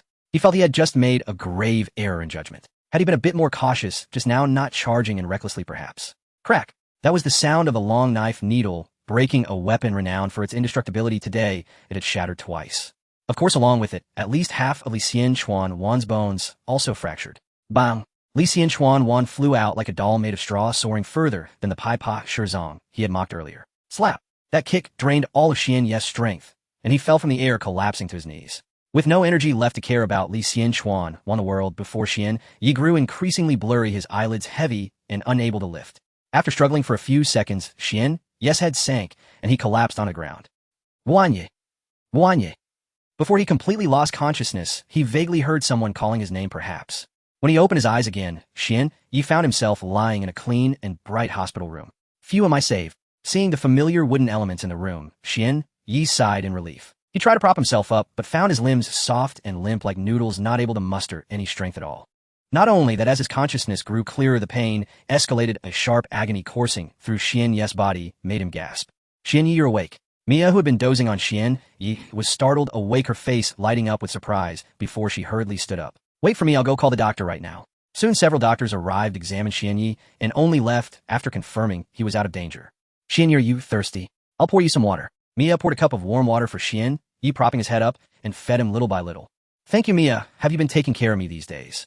Just now Xian Yi learned from the doctor that he had been unconscious for a full 3 days, and today was the 4th. It's not just me. There are also Xian Ye's friends. Everyone took turns watching over you. Mia said. I see. Xian Yi nodded, and then asked, what about my 2 teammates? They should be fine, right? Mia's eyes reddened, and she suddenly choked up. Everyone is fine, only you, Xian Yi. Damn, what happened to me? Seeing Mia suddenly in tears, Xian Ye's heart raced. Could it be that he had sustained some grave injury and was nearing death? Or was he now a girl? Xian Ye's meridians were too severely ruptured, the doctor said. Mia choked out. The doctor said, Xian, you might never be able to be a ninja again. How is that all? Upon hearing this, Xian Yi immediately felt relieved. What a minor issue. I thought something serious happened. Mia, meridian ruptures that prevent one from being a ninja, and Xian Yi thinks that's no big deal. It's over. Xian Ye's brain has indeed gone haywire. Seeing Mia's bewildered expression, Xian Yi smiled wide. He's not like Xiao Li, who could activate his ability for 6 minutes and have 600 episodes. His youth far surpasses Xiao Li. It's just a mere serious injury. In a few months, he will definitely recover. Hilarious. I activated my ability with skill. Who could seal me? In the afternoon, upon learning of Xian Ye's awakening, Bo Feng, Shui Min, came to ask him some questions. Behind Shui Min were 2 ninja responsible for recording, along with Kakashi, who had rushed over upon hearing the news. Shui Min is now a favored person beside the Hokage. This matter is significant, so his presence is not surprising. Xian Yi, your answers might influence Konoha's overall strategic layout moving forward. Shui Min looked at Xian Yi seriously, so you must answer as thoroughly as possible. Xian Yi nodded and replied earnestly, I understand, Senior Shui Min. The questioning began. Shui Min asked, Xian Yi answered. After a while, the 2 recording ninjas simultaneously put down their pens, ceasing their notes. The 2 exchanged glances, both seeing the disbelief in each other's eyes. This kid, what nonsense is he spouting? Xian Ye's previous answers could be summarized in 2 sentences. Those were 2 members of the 7 ninja swordsmen. I was terrified at that time. In a state of extreme fear, I almost didn't kill them. He almost killed 2 members of the 7 ninja swordsmen. For a newly promoted chunin, it's quite unlikely that he could The 2 ninjas rolled their eyes in disbelief. One might think they were the Hyuga clan. Is that so? I understand. Shui Min also shook his head, slightly feeling that this questioning could come to an end. Of further inquiries would be futile. Xian Yi didn't seem to be lying, but what he said might just be his self-perceived truth. Fantasy. The Konoha ninjas who arrived later found no signs of injury among the 7 ninja swordsmen, only Xian Yi lying on the ground, gravely wounded and unconscious. Was it likely that a newcomer just starting to shine could single-handedly injure 2 elite jonin? Or was it more likely that he fought with all his might to hold back 1 elite jonin and was gravely injured and saved by reinforcements? Shui Min had already made his judgment in his heart. There is no such unparalleled genius who can single-handedly take on 2 foes. It is merely the fantasy of a boy on the brink of death. Sorry to disturb you, Xian Yi. Shui Min smiled apologetically, gently patting Xian Yi's blanket, his azure eyes filled with tenderness. Your bravery in standing up for your companions is commendable, and now you can rest assured and recuperate. Yes, Lord Shui Min. Wanya replied excitedly. Bofeng Shui Min was simply too handsome and charming. With that smile, Xian Yi felt himself a grown man, nearly swooning. Well, then I'll take my leave. Shui Min was the first to exit the hospital room, followed closely by the 2 ninjas, with Kakashi bringing up the rear. Before leaving, Kakashi glanced back at Xian Yi and said coldly, not completing a mission is just that if fabricating such a clumsy lie will only make me look down on you. With that, he slammed the door shut and walked away without looking back. Hey, that little brat. Xian Yi was furious, wanting nothing more than to chase after him and give him a beating right then and there. He knew that during this time Kakashi was deeply obsessed with completing missions due to the suicide of Kiki Shikaku. But he was still mad. Little brat, when your team is in dire straits and I swoop down to save you, I want to see what Shienyi thought through gritted teeth. Later that evening, Asuma came to visit in the hospital room upstairs. The injury on his back, while not life-threatening, would take some time to heal. After chatting for a while, Shienyi learned from Asuma about the impending disbandment of the 8th Squad. You are still severely injured, and I nearly lost my life, which scared my old man. That's how it turned out. Asuma pointed to the thick bandages on his back, explaining with a hint of helplessness. I see. Shienyi nodded slightly, and then asked, what are your plans with Han from now on? Asuma shrugged. Once I heal, I should be arranged into the clan by my father. I suspect Han will be in a similar situation. I truly envy you noble clan members who can return home at the slightest disagreement and wait to inherit the family business, Shienyi remarked wistfully. You come from a noble clan too, Asuma kindly reminded him. It's just that you were born to be a commoner, haha. Get lost, I don't want to deal with you today. Shienyi rolled his eyes and issued an eviction order. Asuma nodded, patted Shienyi's shoulder, and said seriously, all right, take care of your injury. Don't think too much about it. If worst comes to worst, it'll support you for life. Get lost, Shienyi replied irritably. There are plenty of beautiful women who want to take care of me. It won't be you, you roughneck. You just brag. Asuma tried to retort, but upon seeing Shienyi's face, he fell silent and left. More than half a month later, despite the doctor's objections, Shienyi resolutely left the hospital. He had no choice. He was afraid that if he healed too quickly, some unscrupulous individuals from Konoha would notice and directly take him to the lab for experimentation. Just thinking about it is terrifying. Shienyi shook his head and slowly walked into the accounting department of the Hyuga clan to collect his monthly pay. What the hell? Uncle Linlo, my share for this month is only 1,000 ryo. Shienyi stared dumbfounded at the meager amount of money he held. In Konoha, a bowl of ramen costs 60 ryo. 1,000 ryo isn't even enough for him to eat one bowl a day. Seeing the bewildered Shienyi, the accountant, named Lin Long, smiled bitterly. Little Shienyi, you probably don't know yet, but your ninja registration has been cancelled by the clan. I truly had no idea. Shienyi frowned and asked, Mr. Lin Long, when did this happen? Just in the past few days. Lin Long activated his Byakugan, confirming that no one was around before he sighed deeply. This was a direct order from the clan head. Lord Nikarashi tried to speak on your behalf a few times, but was scolded back by the clan head. Ugh. Shienyi looked at the banknote in his hand, his expression inscrutable as he clicked his tongue. Earlier he was useful to the Hyuga clan. Now that he had become a useless person, Hyuga Genya had immediately turned against him. It's just a few broken bones. Why be so petty about it? Shienyi muttered quietly, causing Lin Long, who was nearby, to gasp in shock and gesture for him to stop. Thank you, Mr. Lin Long, for informing me. He'll take my leave now. Shienyi smiled, slightly bowing to Lin Long before turning to leave the office. Being stripped of his ninja registration was not a bad thing for him. Rather, it was a blessing. It meant he no longer needed to serve as a ninja for the Hyuga clan. This meant that he no longer had to serve the village or the clan. How wonderful was that? Without facing life and death crises, without having to go on missions, he could comfortably live as a useless person, relying solely on the system to become invincible.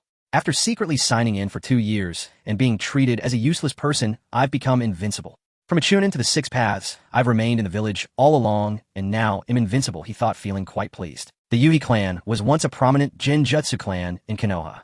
It was said that during its peak, it could rival the Uchiha clan. Uchiha, yes.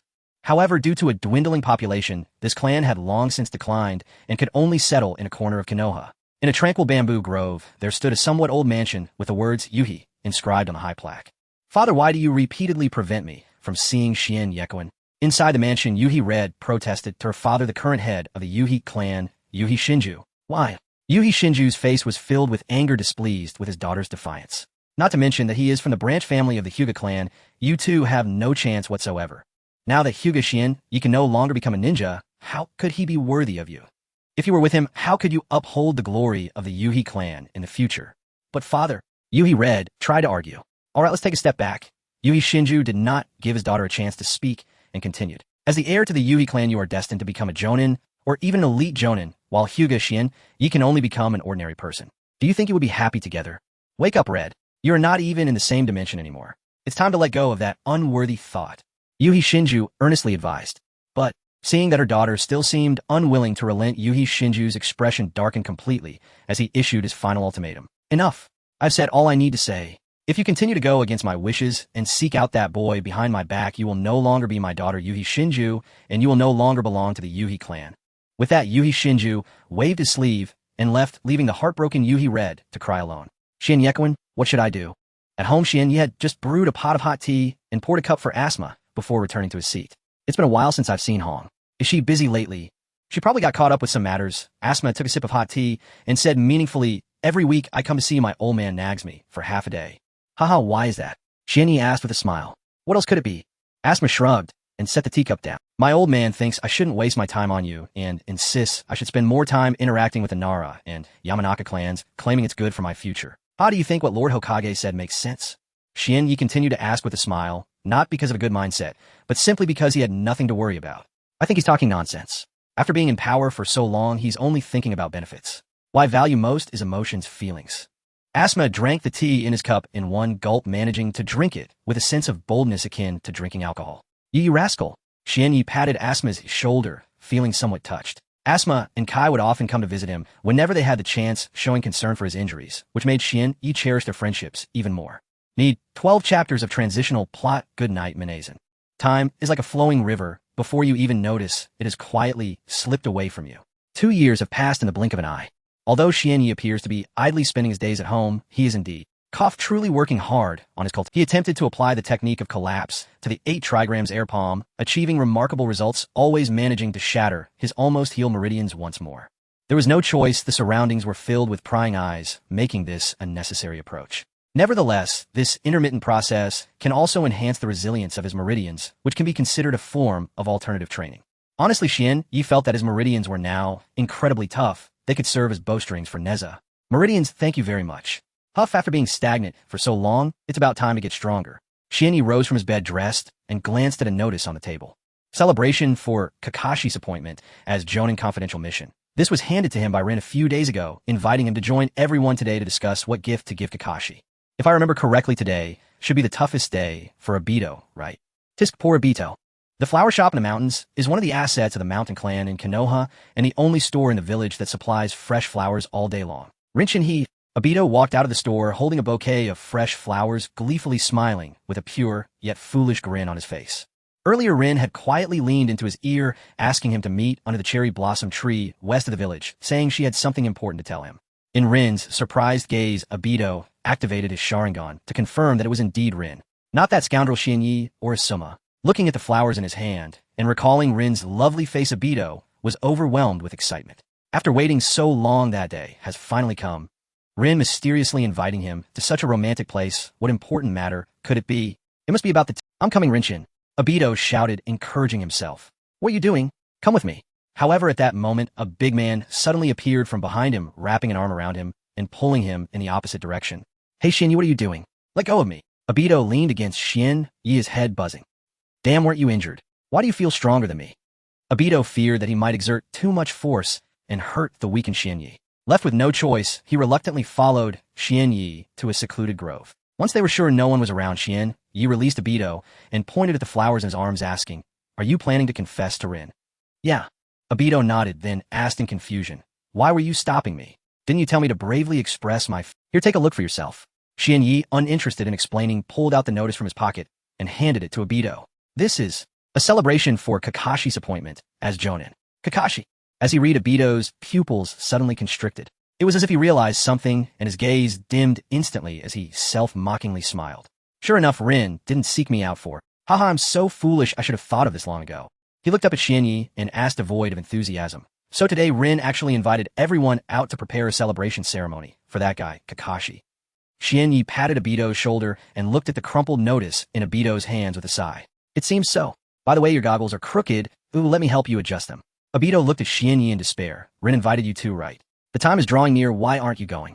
Oh, that's the thing, Xianyi explained.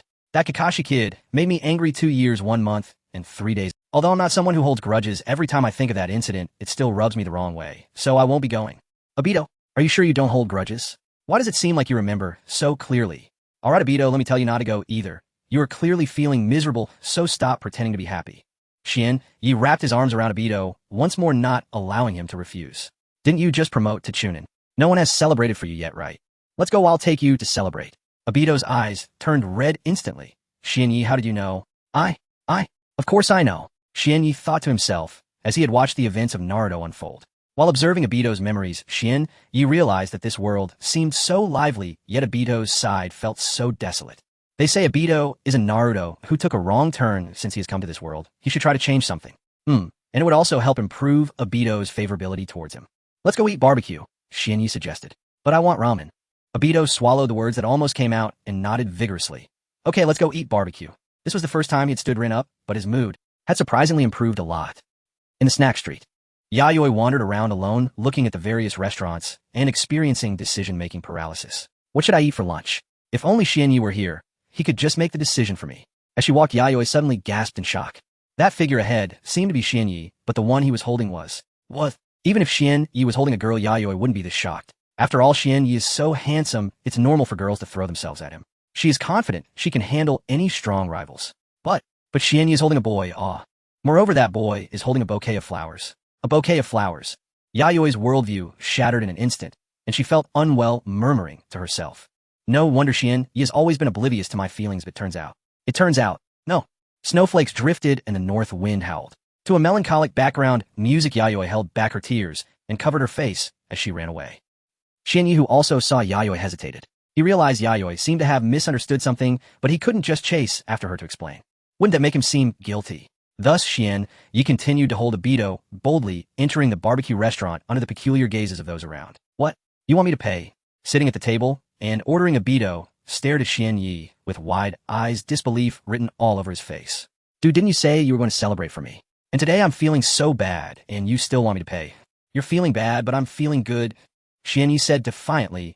Think about it, if you make me pay for the meal, my mood will definitely get worse. So it's better for you to suffer alone, don't you agree?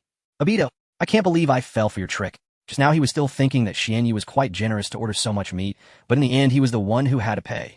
Obito quietly took out his wallet. He had already spent a lot of money on flowers, and this meal further drained his already meager allowance. As the barbecue was served, Obito began to eat voraciously, knowing that this food was all paid for by him. Watching Obito gorge himself, Shienyi smiled faintly, but his mood felt somewhat heavy. If he remembered correctly, the day Kakashi officially became Jonin was also the day the Battle of Kanabi Bridge broke out.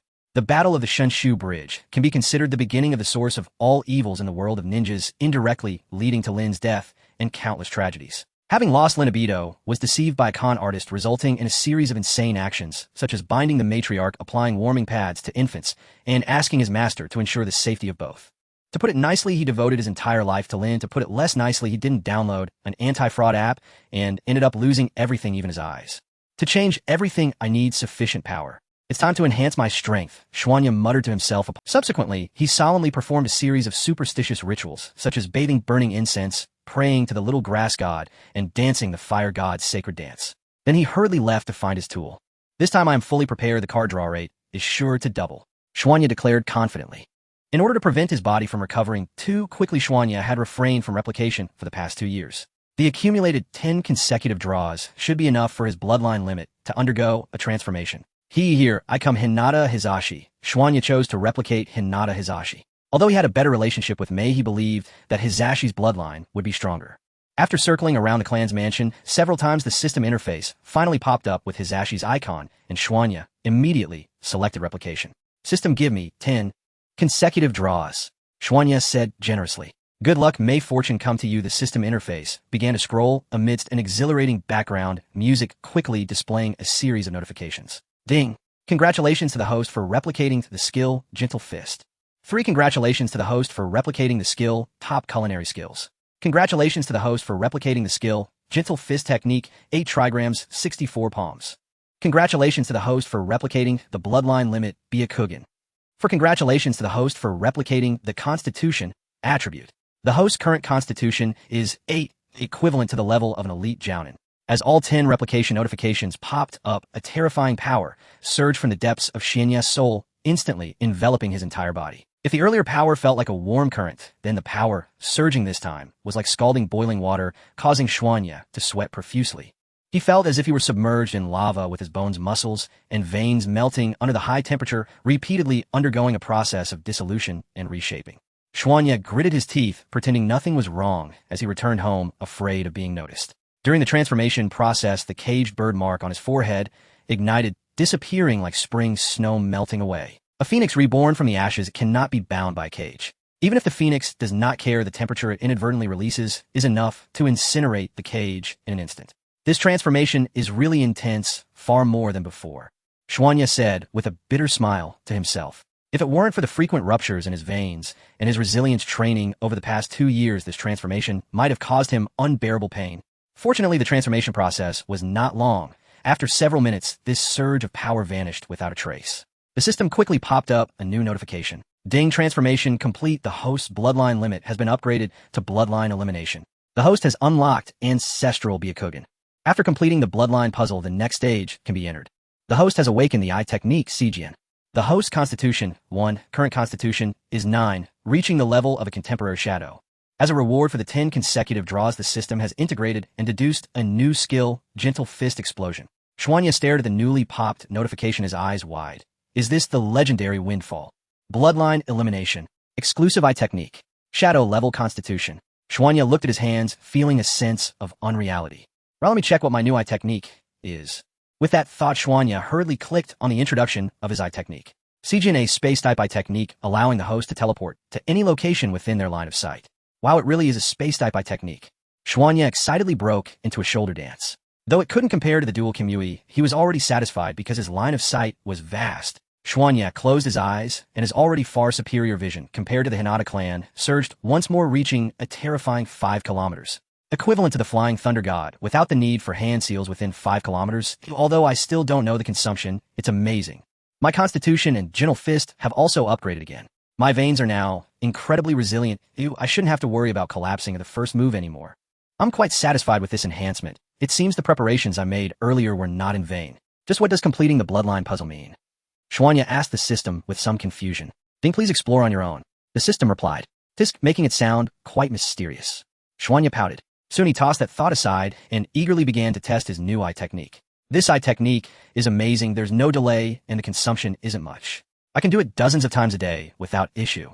After roughly understanding the limits of the eye technique, Xuanya took out the specially prepared potion and redrew the caged bird on his forehead. Not yet invincible. Just to be safe, he'll lay low for another 2 years. With this new eye technique, I can move in and out of the village silently, which will facilitate my next actions. Xuanya murmured as he flipped open the map on the table, which prominently displayed the words, Land of Grass, Shunshu Bridge. Outside the hidden leaf village on a lush green field, Minato led 3 students towards the border of the Land of Fire. Currently, the fighting strength of the leaf village is severely lacking. For efficiency in our mission, let's split into 2 teams for the next operation. As Minato spoke, he glanced back at the 3 students, feeling quite helpless. In reality, some of the prominent clans in the Leaf Village still had strength left, but they were evading responsibility and resisting orders, while the 3rd Hokage was too lenient, leading to the current situation of no available personnel. Split into 2 teams. Obito repeated in confusion. Yes, Minato nodded. The teacher will act alone, and you 3 will form a team to carry out the mission with Kakashi as the leader. Why should that guy be the team leader? Obito turned his head away, muttering somewhat unhappily. Because starting today, Kakashi is a jounin like the teacher, Minato explained with a smile. Right, Obito, didn't I just discuss this with you? We even agreed to give Kakashi a gift. Lin chimed in. Kakashi, who was walking ahead, turned around and said blandly, Sorry, the wind was a bit strong. Just now I couldn't hear what you— Kakashi, this is for you. Minato smiled, taking out a kunai from his ninja tool pouch and tossing it to Kakashi. This is a specially customized kunai. It might be a bit heavy, but you'll find it quite handy once you get used to it. Thank you. Kakashi caught the kunai and casually tucked it into his waist. What I'm giving is this a personal medical kit. Please accept it. As she spoke, Lin took out a small medical box from her backpack and cheerfully handed it to Kakashi. Thanks. Kakashi accepted the medical kit with his left hand and with a turn of his gaze, looked at Obito, extending his right hand expressionlessly. Obito pouted, took out a book from his chest, and slapped it into Kakashi's hand. Here, this is my favorite book. Consider it a gift. Oh, not sure if it was because of the strange cover, but the moment Kakashi received the book, he wanted to flip it open and take a look. Lin, curious, leaned over to see what kind of content was in Obito's favorite book, widening her eyes. Obito exclaimed in alarm, nearly losing his mind as he forcibly pressed Kakashi's hand down. This book must be read with a calm mind, or otherwise you won't grasp its beauty.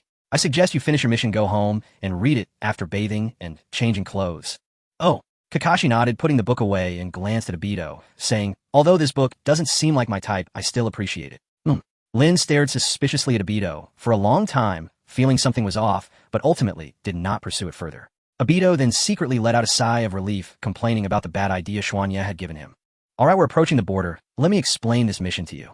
Minato stopped and spread out the marching map on a rock, signaling the 3 disciples to gather around. This is the route for the rock-hidden village ninja to invade the Land of Grass. Minato pointed to a line on the map, then continued to move his finger. Your mission is to infiltrate the enemy's rear and destroy this bridge used by the Rock Hidden for supply resources. As he spoke, Minato heavily tapped the bridge icon on the map. The three followed Minato's finger to see that the name of the bridge was Shunshu Bridge. You are the yellow flash of Konoha. In deep within an eerie primeval forest in the land of grass, a high-ranking Iwagakure shinobi broke into a cold sweat. Our village elders warned us to flee immediately upon encountering you. I finally understand why. In moments earlier, the Iwan and Madgut had been using shadow clones to subdue two young genin. In the span of a single breath, the yellow flash had pinpointed his true body and appeared behind him. His kunai pressed firmly against Madgut's throat. I apologize. We've barely met, yet must already part.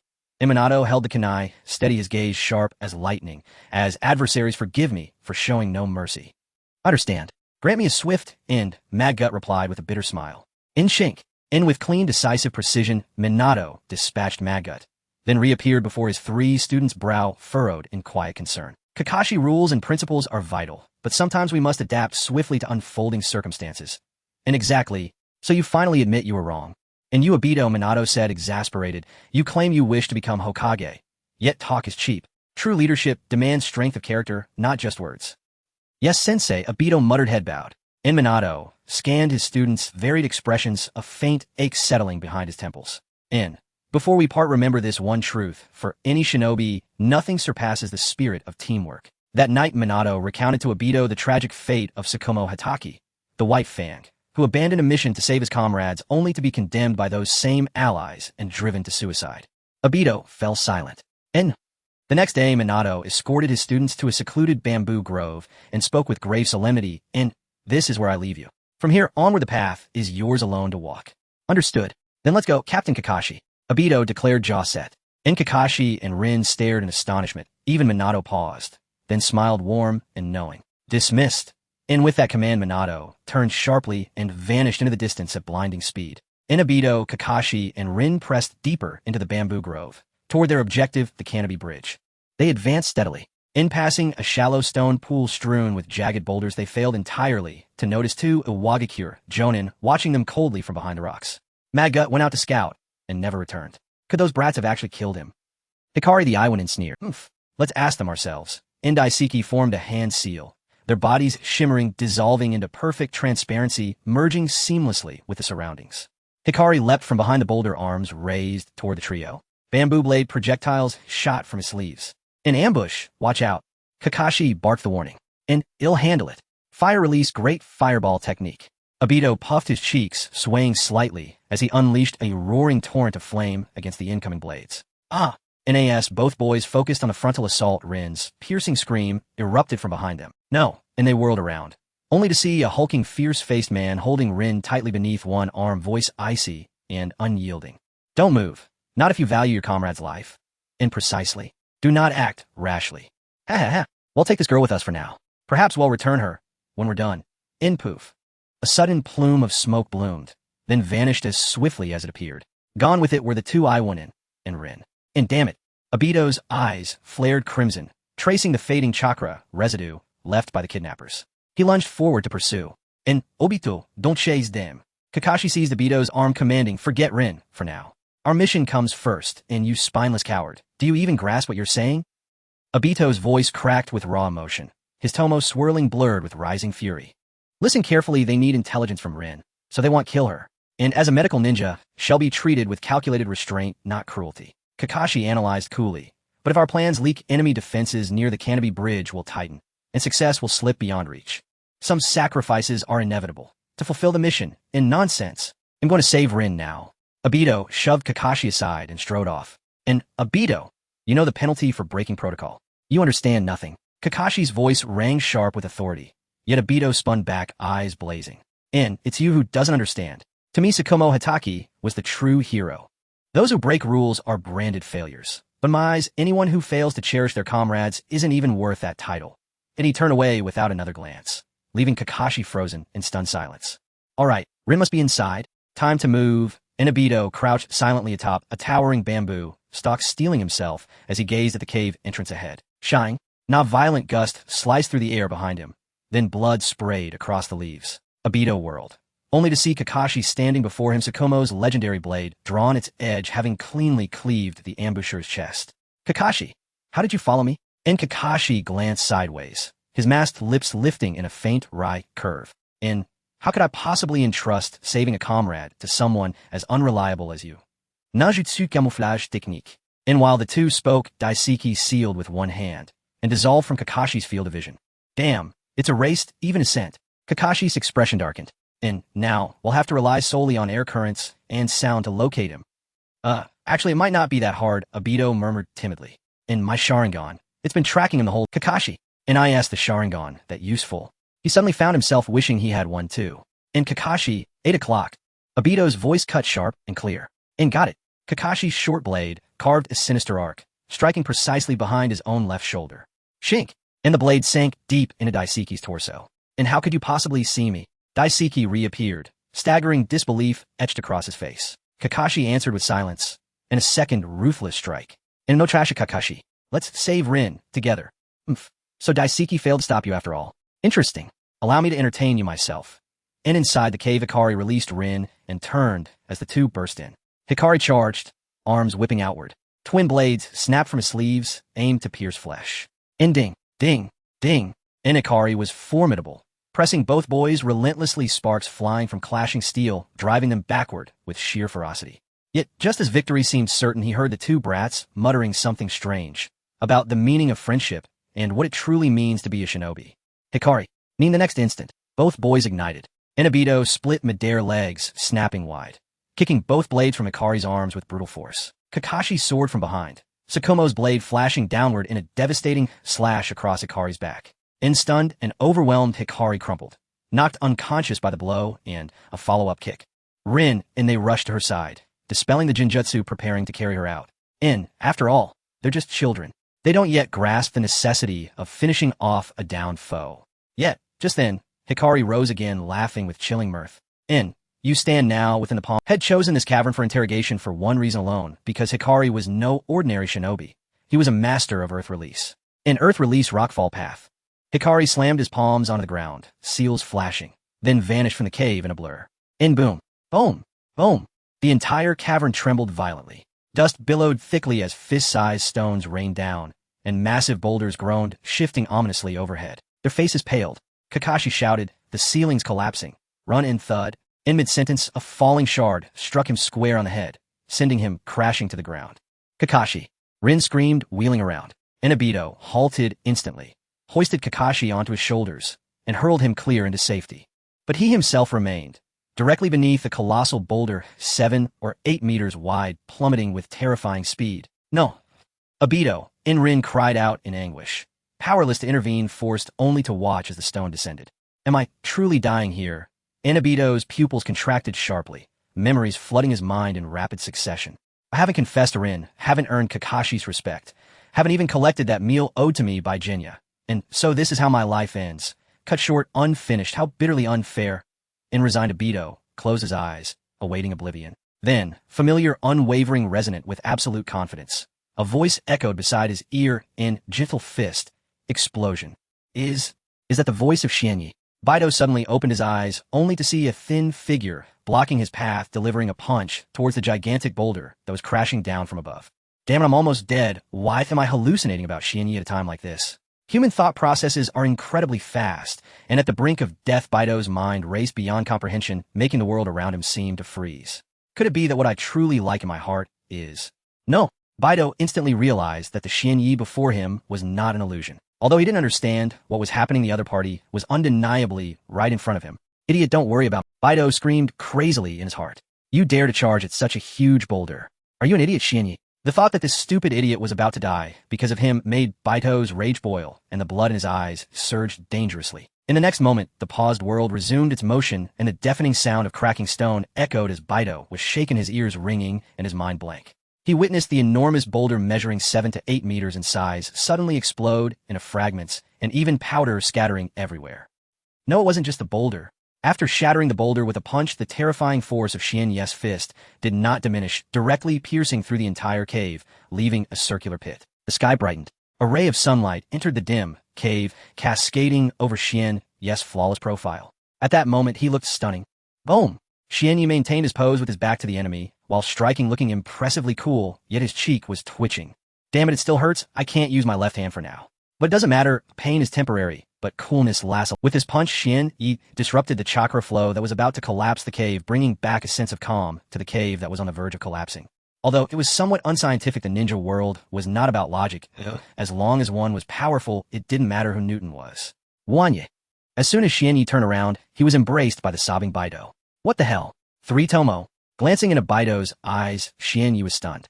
Baido, you can't possibly have feelings for me, right? You idiot. I thought I was going to die. I thought you were going to die. Damn it. Baido cried, while cursing, unsure whether it was tears or mucus at the corner of his mouth. Alright, it's okay. Now don't cry. Xianyi patted Baido's head, secretly relieved in his heart. Luckily, I made it in time. Xianyi had no idea how Baido and the others had ventured deep into enemy territory. But he had activated his clairvoyance and teleportation abilities and had to deal with several rock ninja squads along the way before finally arriving. Xianyekuan, how did you end up here? Yawahara Rin asked in surprise and joy. Well, it's a long story. Let's deal with the guys outside first. Xianyi waved his hand, gesturing towards the flames outside. Kakashi remained silent, throughout silently staring at the massive fist mark above the cave, his face revealing a complex expression. When Xianyi claimed to have severely injured 2 members of the 7 ninja swordsmen, Kakashi had scoffed, believing it was just a bug. He thought that even he could not handle 2 elite jonin at once, so he arrogantly concluded that Xianyi could not. But now it was clear that what Xianyi said back then was the truth, while he had foolishly accused Xianyi and spoken such arrogant words. Thinking back to that scene, Kakashi felt utterly humiliated, his face burning beneath his mask, temporarily losing the ability to communicate with Xianyi. Outside the cave, Huaguang looked at the completely buried exit, a smug smile appearing on his face. Although it's a rare source of intel, there's no helping it. Killing them is more convenient. Boom! Just as Huaguang turned to leave, a deafening explosion sounded from behind him, and Huaguang turned around with a sullen expression. Damn you little brats, why can't you just die obediently? Huaguang gritted his teeth and growled. Sorry, it's a bit unfair, but I'm in a hurry. At this moment, a gentle voice unexpectedly came from behind him, and Huaguang was instantly alarmed. Bagakong zan explode. The gentle voice suddenly turned cold, and Huaguang's thoughts came to a complete halt at that moment as an overwhelming force surged into his body, instantly shattering his internal organs. Huff! Looking at Huaguang's corpse on the ground, Xianyi let out a sigh of relief and said with a smile, Hooray, I also completed this week's Meridian Explosion training. Meridian 6. Xianyi turned around and faced the 3 who crawled out of the cave, saying calmly, As you can see, I have secrets. I've been concealing my strength because once my power is revealed, it will bring me. So can you keep this secret from me as if I were never here? Xianyi asked sincerely. The 3 exchanged glances and nodded in unison, of course. Although they didn't understand the entire situation, since Xianyi risked his life to save them, how could they betray? Oh no, enemy reinforcements are coming. At this moment, Xianyi's face changed abruptly as he said urgently, They'll hold them off. You guys hurry and leave. But, hurry, you staying will only hinder me. Xianyi said anxiously. I have a way to escape, you don't need to worry about me. Then you must be careful, Xianyi. Okay, you guys go worry-free. Looking at the 3 he had tricked into leaving, Xianyi chuckled and activated his ocular technique to leave. My favorability has already reached its peak. The remaining grunt work will be left to the soon-to-arrive Minato Namikaze. Time to skedaddle. Thinking of Minato, Xianyi recalled his teacher. I wonder how Teacher Hafa is doing now. Has he completed his mission? When will I see him again? En route, looking at the imposing Danzo on the high platform, a ninja trembled as he knelt on the ground, forcing himself to speak. In response to Lord Danzo, Lord Hafa sacrificed himself to cover Sarutobi Izuno's retreat. Bang! Danzo stood up abruptly, his eyes flashing with a fierce light. He walked up to the ninja, looking down at him, and asked, What did you just say? Say it again. The ninja pressed his head to the ground, trying hard to suppress his trembling body, and bravely answered. In response to the Lord Hafa has sacrificed himself. You fool! Danzo kicked the ninja away, unable to contain his fury, overturning everything in sight. Is Sarutobi's son's life worth more than my son's? Why did you send my son to that waste to cover the rear? Why, Seeing Danzo go mad, roaring angrily, all the root ninjas were terrified and knelt on the ground, not daring to breathe. In the past, the Lord had always kept his emotions in check. This was the first time they had seen Lord Danzo so furious, fearing that their breaths would be too loud and would provoke him. Huff! After a fit of rage, Danzo sat back down, his eyes slightly closed, returning to his usual calm. He tapped his fingers on the seat, calmly speaking. Before this war ends, I want Sarutobi Izuno to disappear from the ninja world. I never want to hear his name again. Understood, the root ninja replied respectfully. In the root, Danzo's orders were absolute. Even if Danzo commanded them to assassinate the Hokage, they would carry it out without hesitation. If I were the Hokage, all of this would not have happened and my son would not have died. After dismissing his subordinates, Danzo opened his eyes, once more his gaze burning with fury. Nikizane, I will definitely reclaim the Hokage position that rightfully belongs to me from your hand. Diving into my beloved little blanket, it will never be stuck in traffic. After a long journey back to Konoha, Shien, you didn't even eat and went straight to bed, covering himself with the quilt, falling into a deep sleep. The next day, when Shienyi opened his eyes, 3 unfriendly faces loomed before him. What the hell, how did you Shienyi feigned terror as he asked. In reality, he had clearly seen the 3 of them climbing over the wall. That fool Obito had even accidentally fallen, and Shienyi really struggled not to laugh out loud. Lin snorted softly, hands on her hips, looking at Shienyi. Shienyekwin, don't you think you owe us an explanation? Finoke. Shienyi scratched his head, sitting up on the bed, and said with a serious expression, actually, hey, race the thing. Currently the nations are in chaos, and I was worried that you 3 would be in danger during this mission. So I secretly followed you for a while using my Byakugan to peek at your mission objective, and then 800 words omitted. That explains things generally.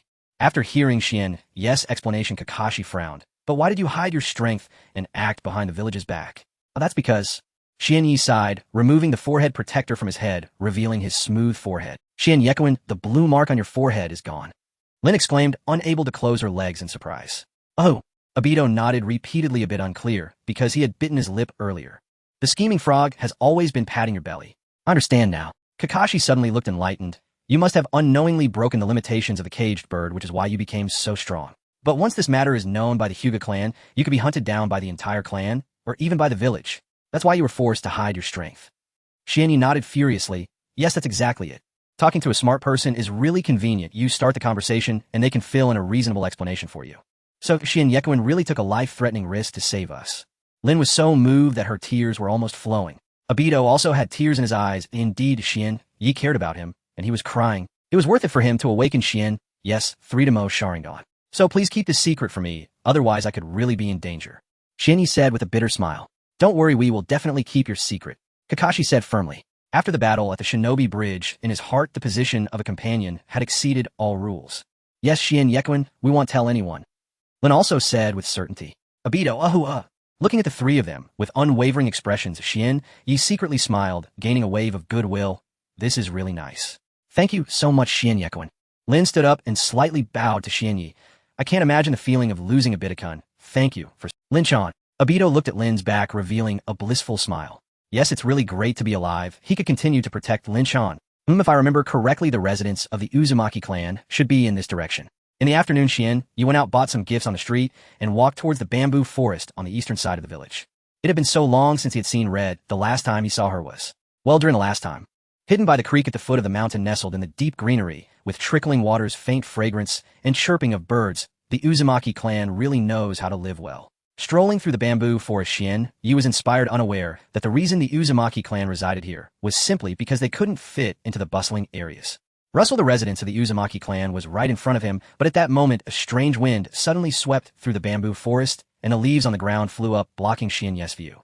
In the next moment, the leaves in the air twisted together in an unnatural manner, forming a human shape, becoming increasingly rich and vibrant in form and color, transforming into the figure of Akatsuki's true Red. Who goes there? Akatsuki's true Red descended from the air and spoke with great authority. Hello, Lady Akatsuki. Shienyi recognized her at a glance and smiled unpretentiously. I am Hyuga Shienyi, a classmate of Red's. It has been a long time since we last met, and I thought I would come to pay a visit today. Akatsuki's true Red scrutinized Shienyi for a moment and said expressionlessly, Red is not home. Please leave. But Red is clearly at home. I saw her myself, Shienyi said sincerely. Akatsuki's true Red's face darkened. She couldn't be bothered to talk nonsense with Shienyi anymore and directly used an illusion to invite him to leave. 1 second passed. 5 seconds passed. 10 seconds passed, and nothing happened. The two stared at each other, and the atmosphere became somewhat awkward. This kid has a strong mental power. He actually isn't affected by my casual illusion. Since that's the case, originally intending to dismiss Yi casually, Akatsuki's true Red became serious. Here goes. True Red formed hand signs with both hands and fully unleashed her illusion. After all, he was Konoha's strongest illusionist. Even the Hokage praised his illusions highly. Dealing with a young kid should be as easy as. Lady Akatsuki, why are you pointing the seal of the tiger at my face? Shienyi looked at Akatsuki's true Red with his big eyes confused. What? Akatsuki's true Red was momentarily stunned. It was one thing for her casual illusion to fail, but the illusion she activated with all her strength actually had no effect on this kid. What? How is this possible? Although Byakugan has the ability to break illusions judging by this kid's reaction, he clearly wasn't affected at all. Akatsuki's true red was both surprised and doubtful. Her old face felt embarrassed, but she didn't know how to explain her earlier actions, leaving her frozen in place. It seems you don't welcome me. In that case, I Shienyi shall take my leave. Shienyi noticed Akatsuki's true red's embarrassment and shrugged his shoulders, turning to leave voluntarily. After all, considering that she might be his future mother-in-law, he should give her an out so as not to embarrass the old lady. To be honest, Akatsuki's true red's illusion ability might not even be better than Obito's now. Did she really think she could affect him? Dream on. Although Shienyi was somewhat interested in red, he wasn't in a hurry. Akatsuki's true red would have to go out eventually. A 5-kilometer range of dojutsu isn't a joke. He could just sneak in her house and finish the job. This kid has some good sense. Looking at the departing Shienyi, Akatsuki's true red's impression of him improved somewhat. Such vibrant mental energy, he could be a great candidate for training in illusion even if he comes from a common background. Akatsuki's true red shook his head, thinking it was a pity. If this kid wasn't from the Hyuga branch family, perhaps he could consider marrying into the Uzumaki clan. Oh, what a pity. Wait, Akatsuki's true red suddenly realized something. If this kid wasn't affected by his influence, then his earlier behavior of sneaking up on Shienyi while using an illusion and then jumping out was quite derpy. Upon realizing that his sneaky and comical actions were seen clearly by the other party, Akatsuki's true red almost died on the spot. Hyuga, Shienyi, you shall not see my daughter again. Regarding how embarrassing it is to remove special effects. That night, Shienyi seized the opportunity when Akatsuki's true red left the house and instantly appeared in his daughter's room. Laughing to death, why should your daughter be decided by you? Idichide. Long time no see, Red-chan. Looking at the back of Akatsuki Red, Shienyi mischievously called out. Akatsuki Red was startled by him instantly turning around, and when she saw it was Shienyi, her expression immediately brightened with joy. Little Leaf, how did you come? How did you get in here? In the residence of the Uzumaki clan, an illusion array was set up with special arrangements of plants and walls, and even an ordinary jounin might not be able to break in. Let me show you. Shienyi took Red's hand, smiling as he demonstrated, just like this swoosh him in. Little Leaf, I really missed you. But, Akatsuki Red hugged Shienyi tightly, tears streaming down her face as she struggled to speak. Red, it's been a long time since we last met. You've grown up, Shienyi said, feeling the warmth of the girl in his embrace. Wanya, I hate you. Akatsuki Red pushed Shienyi away, her earlier touch of emotion instantly fading. Ha! Shienyi laughed and pulled Red back into his arms again, gently patting her soft back, whispering, Don't worry, Red, in 2 years, everything will be different. The battle at the Shinshu-Wubi Bridge became the turning point of the Third Ninja World War. In the area of Minato, chaos reigned as he wreaked havoc, instilling fear in Awagakure, forcing its higher-ups to reconsider whether there was still a need to continue this fight. As the higher-ups of Awagakure hesitated, Shimura Danzo secretly sent someone to make contact with Oanoki, persuading him to establish an agreement for a ceasefire between the two villages and a joint strike against Yunin. The Awagakure immediately assembled 10,000 troops, taking advantage of the gap in Yunin's rear to launch a surprise attack on the Land of Lightning, successfully exhausting the Third Reikage. However, the Awagakure army waited at the border of the Land of Lightning, yet the allied forces from Konoha, which were supposed to appear in the agreement, did not arrive. Oanoki finally realized he had been played by Shimura Danzo. Unfortunately, it was too late. After killing the Fourth Reikage's father, it was impossible to negotiate with them. Awagakure's attempt to steal success turned into a loss, forcing them to go to war with Yunin. With the pressure on Konoha significantly reduced, a large number of ninjas retreated from the front lines to deal with the Mist Village, which was trying to take advantage of the chaos. However, none of this concerns me. I can continue to enjoy life. Schwanya lay half reclined on the bed, crossing his legs, holding a book by Jiraiya, and began to read it with pleasure. Schwanya, what are you reading so intently? At that moment, a green-skinned, watermelon-headed figure leaned over, curiously looking at the book in Shinya's hands. Smack! Schwanya slapped Kai and said impatiently, How come none of you knocked before coming in? I knocked, but you ignored me, so I just came in directly. Kai pouted, holding his head, thinking to himself that next time he would just knock like Granny Lee and say open. So what brings you here to find me? Schwanya shifted to a more comfortable position, continuing to watch the male and female leads secretly fighting on a crowded deck. Not much, really. Kai scratched his head and said, I have a mission to attend to, so I might not be able to see you for a while. Oh, is it about the Mist Village? Schwanya flipped a page and casually asked. Yeah, Kai nodded, somewhat surprised. How did you know, Schwanya? It really is. Schwanya quietly closed the book in his hand, sighed. Living in this world, one cannot have a moment's peace. Kai. Schwanya was saying things that he couldn't understand. When are you leaving, Kai? Schwanya rubbed his forehead and asked. Tomorrow morning, Kai replied. Okay, I understand. Schwanya pushed Kai out the door, saying, You can go now. I need to prepare well. Bang. Looking at the closed door, Kai scratched his head in confusion. Why did Schwanya act like he was the one going on a mission when it was clearly his own? 3 days later, in a dense forest commonly seen in the Land of Fire, Might Guy stood still, his eyes fixed ahead, drenched in cold sweat, afraid to move. His two teammates, Narashikaku and Hibiki, were not faring any better. Hibiki's legs were even shaking uncontrollably. In front of them stood 7 tall, uniquely shaped men, some crouching, some sitting, and some standing on a giant rock in the shade, each sizing them up with ill intentions. Each of the 7 men carried a strangely shaped ninja blade. Their murderous aura was incredibly dense, as if they were evil spirits crawling out from a mountain of corpses and a sea of blood. That's the 7 ninja swordsmen of the mist. Hibiki said, his voice trembling. Well, it seems we are quite famous. Even the kids from the outer villages recognize us. The extremely overweight watermelon Shimizu grinned maliciously. I hate the kids from Konoha, Pibajuzu said with a dark face. So do I. I want to stitch their bodies together to create a supreme work of art. Kurikiri, the sharp-tongued one, angrily said, clearly reminiscent of some Natsugude memories, just like Pibajuzu. You wish, Kurikiri.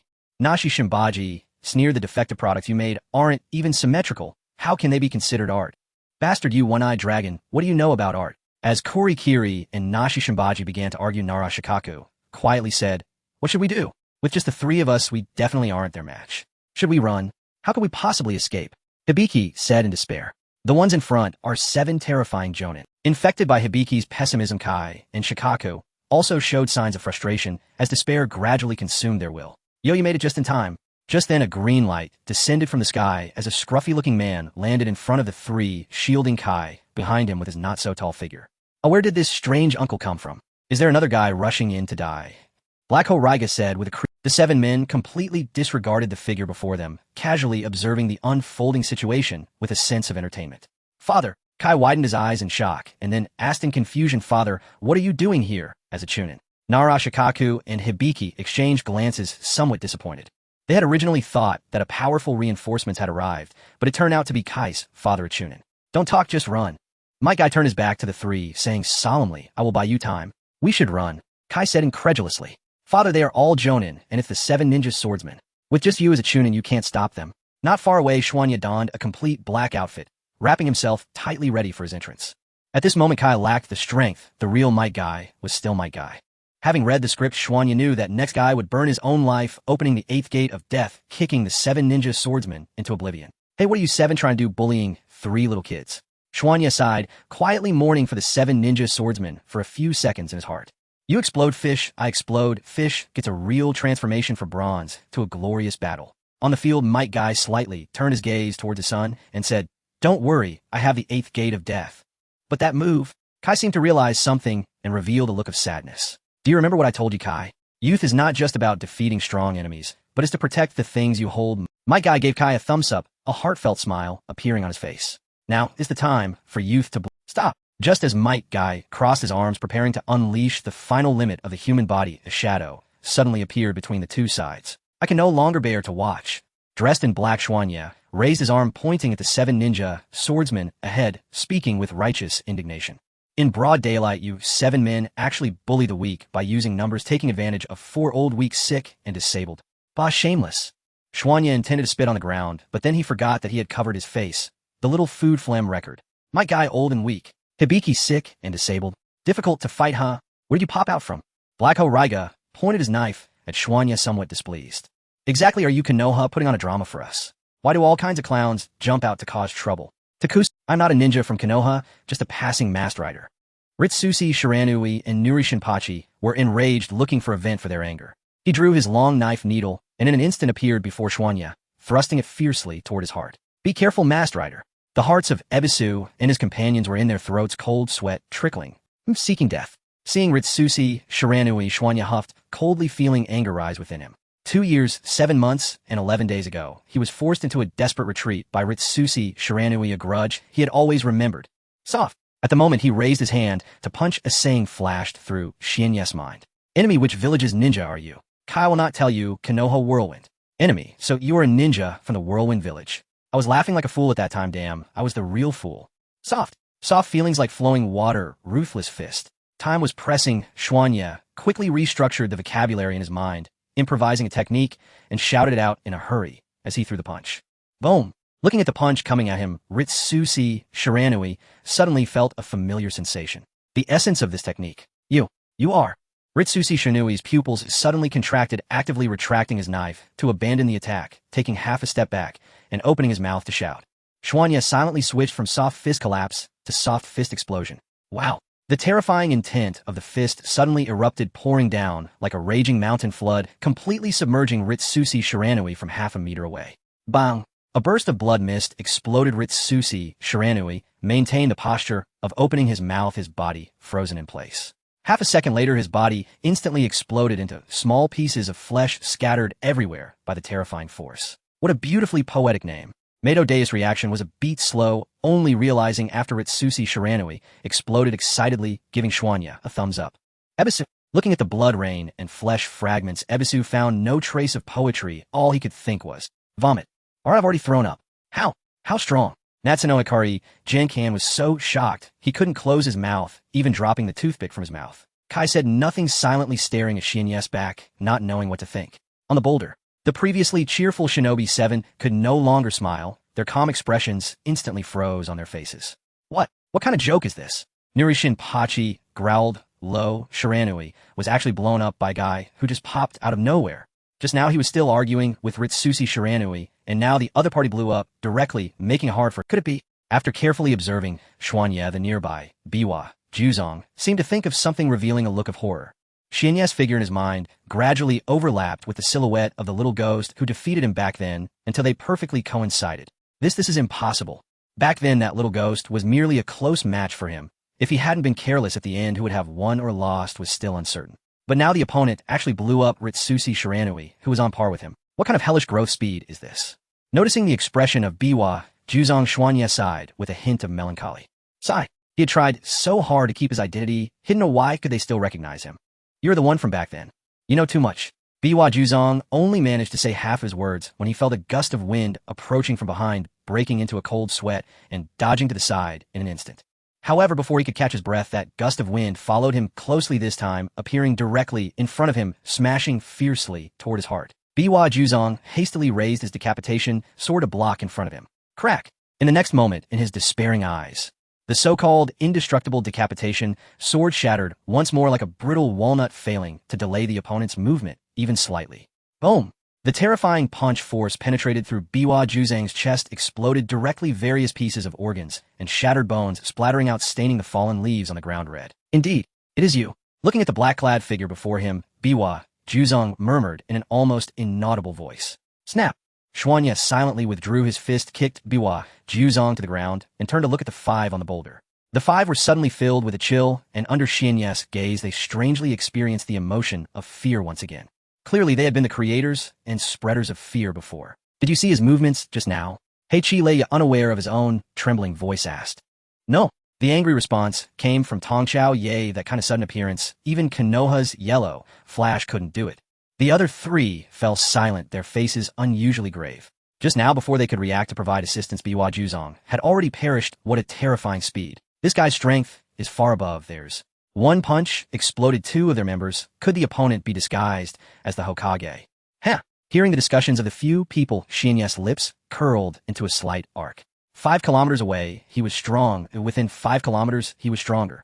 Ebisu and the others who were watching from behind felt dizzy and dreamlike. Just now, they were in a life-or-death situation, but now, the formidable enemy they deemed invincible had been effortlessly killed by one punch. Can you not make it look so easy? It's giving me the illusion that I could do it too. Ebisu murmured. Life is short. I don't think of taking shortcuts. Kekkei Genkai rolled his eyes, already in the mood to joke with his companions. Kai, let's all go together, otherwise none of us will escape today. Tongchao Ye raised his blunt knife, Dogai, speaking with a gloomy expression. Without needing Tongchao Ye to remind them, the five gripped their kunai tightly, as if facing a deep abyss, slowly surrounding Xuanya in the center. Perhaps we could consider taking hostages. The few exchanged glances, silently communicating tactics. Master Rider-san, please allow me to lend you a hand. Meidou was a beat slow again, seeing Xuanya surrounded by 5 people. He rushed over. Damn! Tongchao Ye exploded in anger, raising the hammer at the end of his blunt knife, swinging it fiercely at the rushing Meidou. As for the mysterious, formidable enemy before them, how dare an old man come to join the fun? Did they really think the Shinobi 7 were easy to bully? Boom! Meidou kicked over his head, hitting Tongchao Ye's face hard, sending his head flying behind his body. Back then I had my hands in my pockets, not knowing what it meant to face a rival. Could it be that the Shinobi 7 really are weak?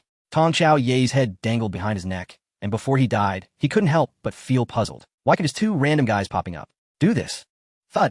Tong Chao Ye staggered and fell to the ground, losing his breath with his doubts still lingering. The remaining four were instantly horrified.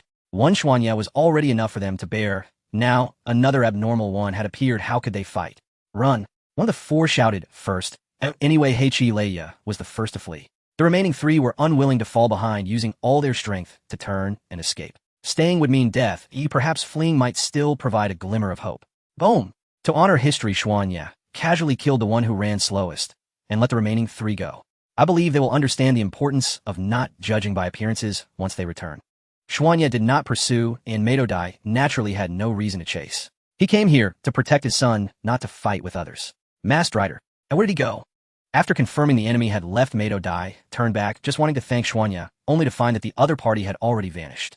Uncle, you usually hide, so well, I didn't expect you to be this strong. At this moment, Ebisu rushed over, pushing his small glasses, looking excited. Where did that black-clad person go?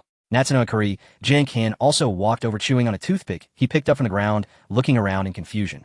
The other party should be a strong person who does good deeds without seeking rewards. After helping us resolve the crisis, he directly left.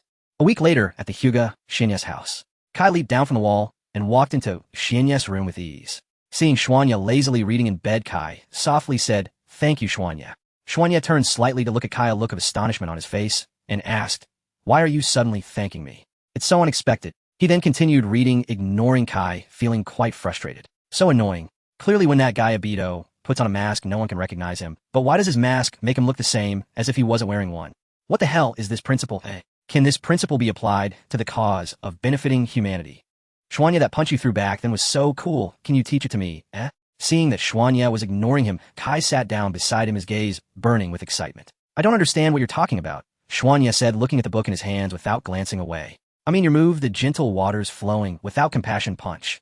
Kai waved his fist, saying excitedly, "Just hearing the name sounds so vibrant. Xuanya, I'm tired, just destroy everything." After being pestered by Kai for several months, Xuanya finally taught him the dual force technique, but firmly denied his identity as a Kamen Rider. To be honest, Xuanya did not expect that the power application method from the gentle fist could really be used by Kai in his physical techniques. One could only say that Kai was born to excel in martial arts. Finally, I can enjoy life in peace again. Xuanya lay on his bed, happily reading Jiraiya's new book. Just when Xuanya reached an exciting part and couldn't help but reach for a piece of paper, his little door was knocked loudly. Xuanya opened the door quickly. "I have good news for you." Xuanya, damn it, he opened the door, and Obito, shaking his flower hands and wiggling his hips, bounced in with smack. Xuanya slapped Obito on the buttocks and said irritably, "Stop being so annoying, just tell me what good news." Hiss! Obito gasped, rubbing his backside and complaining, "Xuanya, you hit too hard. Kakashi has never hit me this hard." "So are you saying that Kakashi often hits you on the butt?" Xuanya shot a sidelong glance at Obito. "Cough, cough, that's off topic." Obito coughed a couple of times and changed the subject. "I'm here to tell you some good news. Teacher Minato is about to become the 4th Hokage." Upon hearing this, Xuanya glanced. In the early days of Konoha's 48th year, it seems to be roughly around the same time as in the original plot, but the problem is, what does Minato becoming Hokage have to do with me, Hinata Xuanya? Xuanya retorted angrily. "Think about it, Xuanya," Obito hurriedly explained. "Once Teacher Minato becomes Hokage, we can go to him for support, and the Hyuga clan won't dare to do anything to you." "Thanks, but no thanks." Xuanya rolled his eyes and said, "Not to mention why Minato would help him. That blonde kid is merely a puppet propped up by Sarutobi Hiruzen, and he currently holds no power at all. What good is it to seek him out? I thought I could help you." Seeing that Xuanya was uninterested, Obito felt a bit dejected. "Let's not talk about this for now, Obito." Xuanya patted Obito's shoulder and said seriously, "Since you're here, I want to ask you an important question." Obito was taken aback, and seeing Xunya's serious expression, he nodded solemnly. "Okay, go ahead and ask." "Then I'll ask." Xuanya stepped forward, looked directly into Obito's eyes, and asked earnestly, "Do you have feelings for me?" Looking at Xuanya, who was so close, Obito felt flustered, his heart racing. Why is Xuanya suddenly asking me? Could it be that he has feelings for me? Obito, OQ, Xuanya Sigmund. Damn, are you blushing like a teapot? Xuanya hurriedly stepped back from Obito. "Then why are you asking me? Such a strange question." Obito shouted. "Of course it's to replicate you, who I haven't used any of my 5 chances this year." Xuanya pouted. Seeing Obito's reaction, Xuanya felt that he would definitely replicate something good this time. He comforted Obito and then opened the system interface silently, saying, "System, give me 3 replicates. Good luck is coming, wishing you good luck." As the lottery music played, the system interface began to scroll. Ding! Congratulations to the host for replicating the skill Uchiha Mad Laughter. Xuanya, Congratulations to the host for replicating the skill Uchiha Body Slam. Schwanya. Congratulations to the host for replicating the skill Uchiha Bragging. Schwanya. What the hell are these ridiculous skills? Schwanya felt powerless to complain. To be fair, did he really need to replicate these skills? He could already do them. System, give me another draw. Schwanya said, darkly planning to give Obito one more chance. If he still couldn't draw anything good, he would dig a hole in the backyard and bury Obito directly. The system interface began to scroll again. Ding! Congratulations to the host for replicating the Bloodline Limit Sharingan. Congratulations to the host for obtaining a Bloodline Puzzle Piece 1. After completing the Bloodline puzzle, you can enter the next stage. Finally something good. Schwanya wiped the non-existent cold sweat off his forehead, secretly breathing a sigh of relief. Alright Obito, you can go now, goodbye. Schwanya opened the door, pushed Obito out, and then closed the door in one smooth motion. Hey Schwanya, are you messing with me? Obito outside the door looked confused. Didn't you ask me to stay a bit longer at your house? But hasn't he? Ignoring Obito, Schwanya went back inside, stroking his chin, and began analyzing. It seems that my earlier guess was correct. So-called retrogression should be the process of one's own bloodline moving toward the Otsutsuki. This means that if I want to complete the bloodline puzzle, I may need to replicate all bloodline limits related to the Otsutsuki clan. This is complicated. Schwanya rubbed his forehead, feeling a headache, while outside Obito was still shouting incessantly. In the 48th year of Konoha, Schwanya glanced at the calendar again, slightly lost in thought. In the original plot, after the battle at the Shinobi Bridge, Obito was rescued by Uchiha Madara and, after being manipulated, returned to Konoha to instigate the Nine Tails incident. Now, having changed the plot and saved Obito, the Nine Tails incident, which should have happened this year, should no longer occur. At the border between the land of fire and the land of grass, beneath a desolate area rarely trodden by humans, a dim yet magnificent underground palace lay hidden. There was no light, no sound, everything was shrouded in dead silence. It was not until a dark humanoid creature fell from the surface that the long-standing silence of the palace was broken. Lord Madara, we found one of your clansmen on the battlefield. He still has a breath left, and he's a little one who has unlocked the 3 Tomo. Oh, a scarlet hue ignited from the darkness. On the high platform sat a white-haired elder, slowly opening his eyes. He was clearly an old man on the verge of death, yet his gaze was sharply frightening, carrying an air of aloofness and indifference, as if looking down on the world. He was the Asura who once roamed the ninja world, stirring countless storms of bloodshed. The battlefield rose that could dance alongside Senju Hashirama. Uchiha Madara. Does this child still have family? After a long silence, Madara spoke, his voice somewhat rough. In response to Lord Madara, this child's parents and mentors all died in this war. Black Zetsu bent down, respectfully replying, however, she seems to have a childhood friend who is also fighting on the front lines now. Oh. Madara raised an eyebrow, leaning slightly forward, revealing a thoughtful expression. It seems that if I want this child to help me create the world of my dreams, I need to put in some effort. A month later, Xianyi lay in bed with a small notebook in hand, scribbling and sketching in Chinese.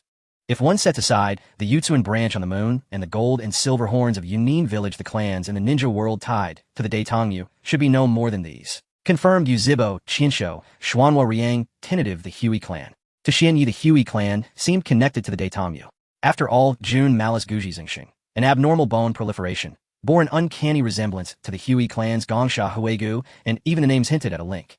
Xianyi crossed out Yuzibo and Riang. Only Chinsho, Xuanhua, and the Hui clan remained on the page. He thought the bloodlines of Chinsho and Xuanhua must be pieces of the same puzzle. He ventured boldly in an ideal scenario. I only need to obtain 2 more pieces of the puzzle. There's already a Xuanhua clanswoman in the village, but she is married to the newly appointed village chief. It's hardly convenient to make a move.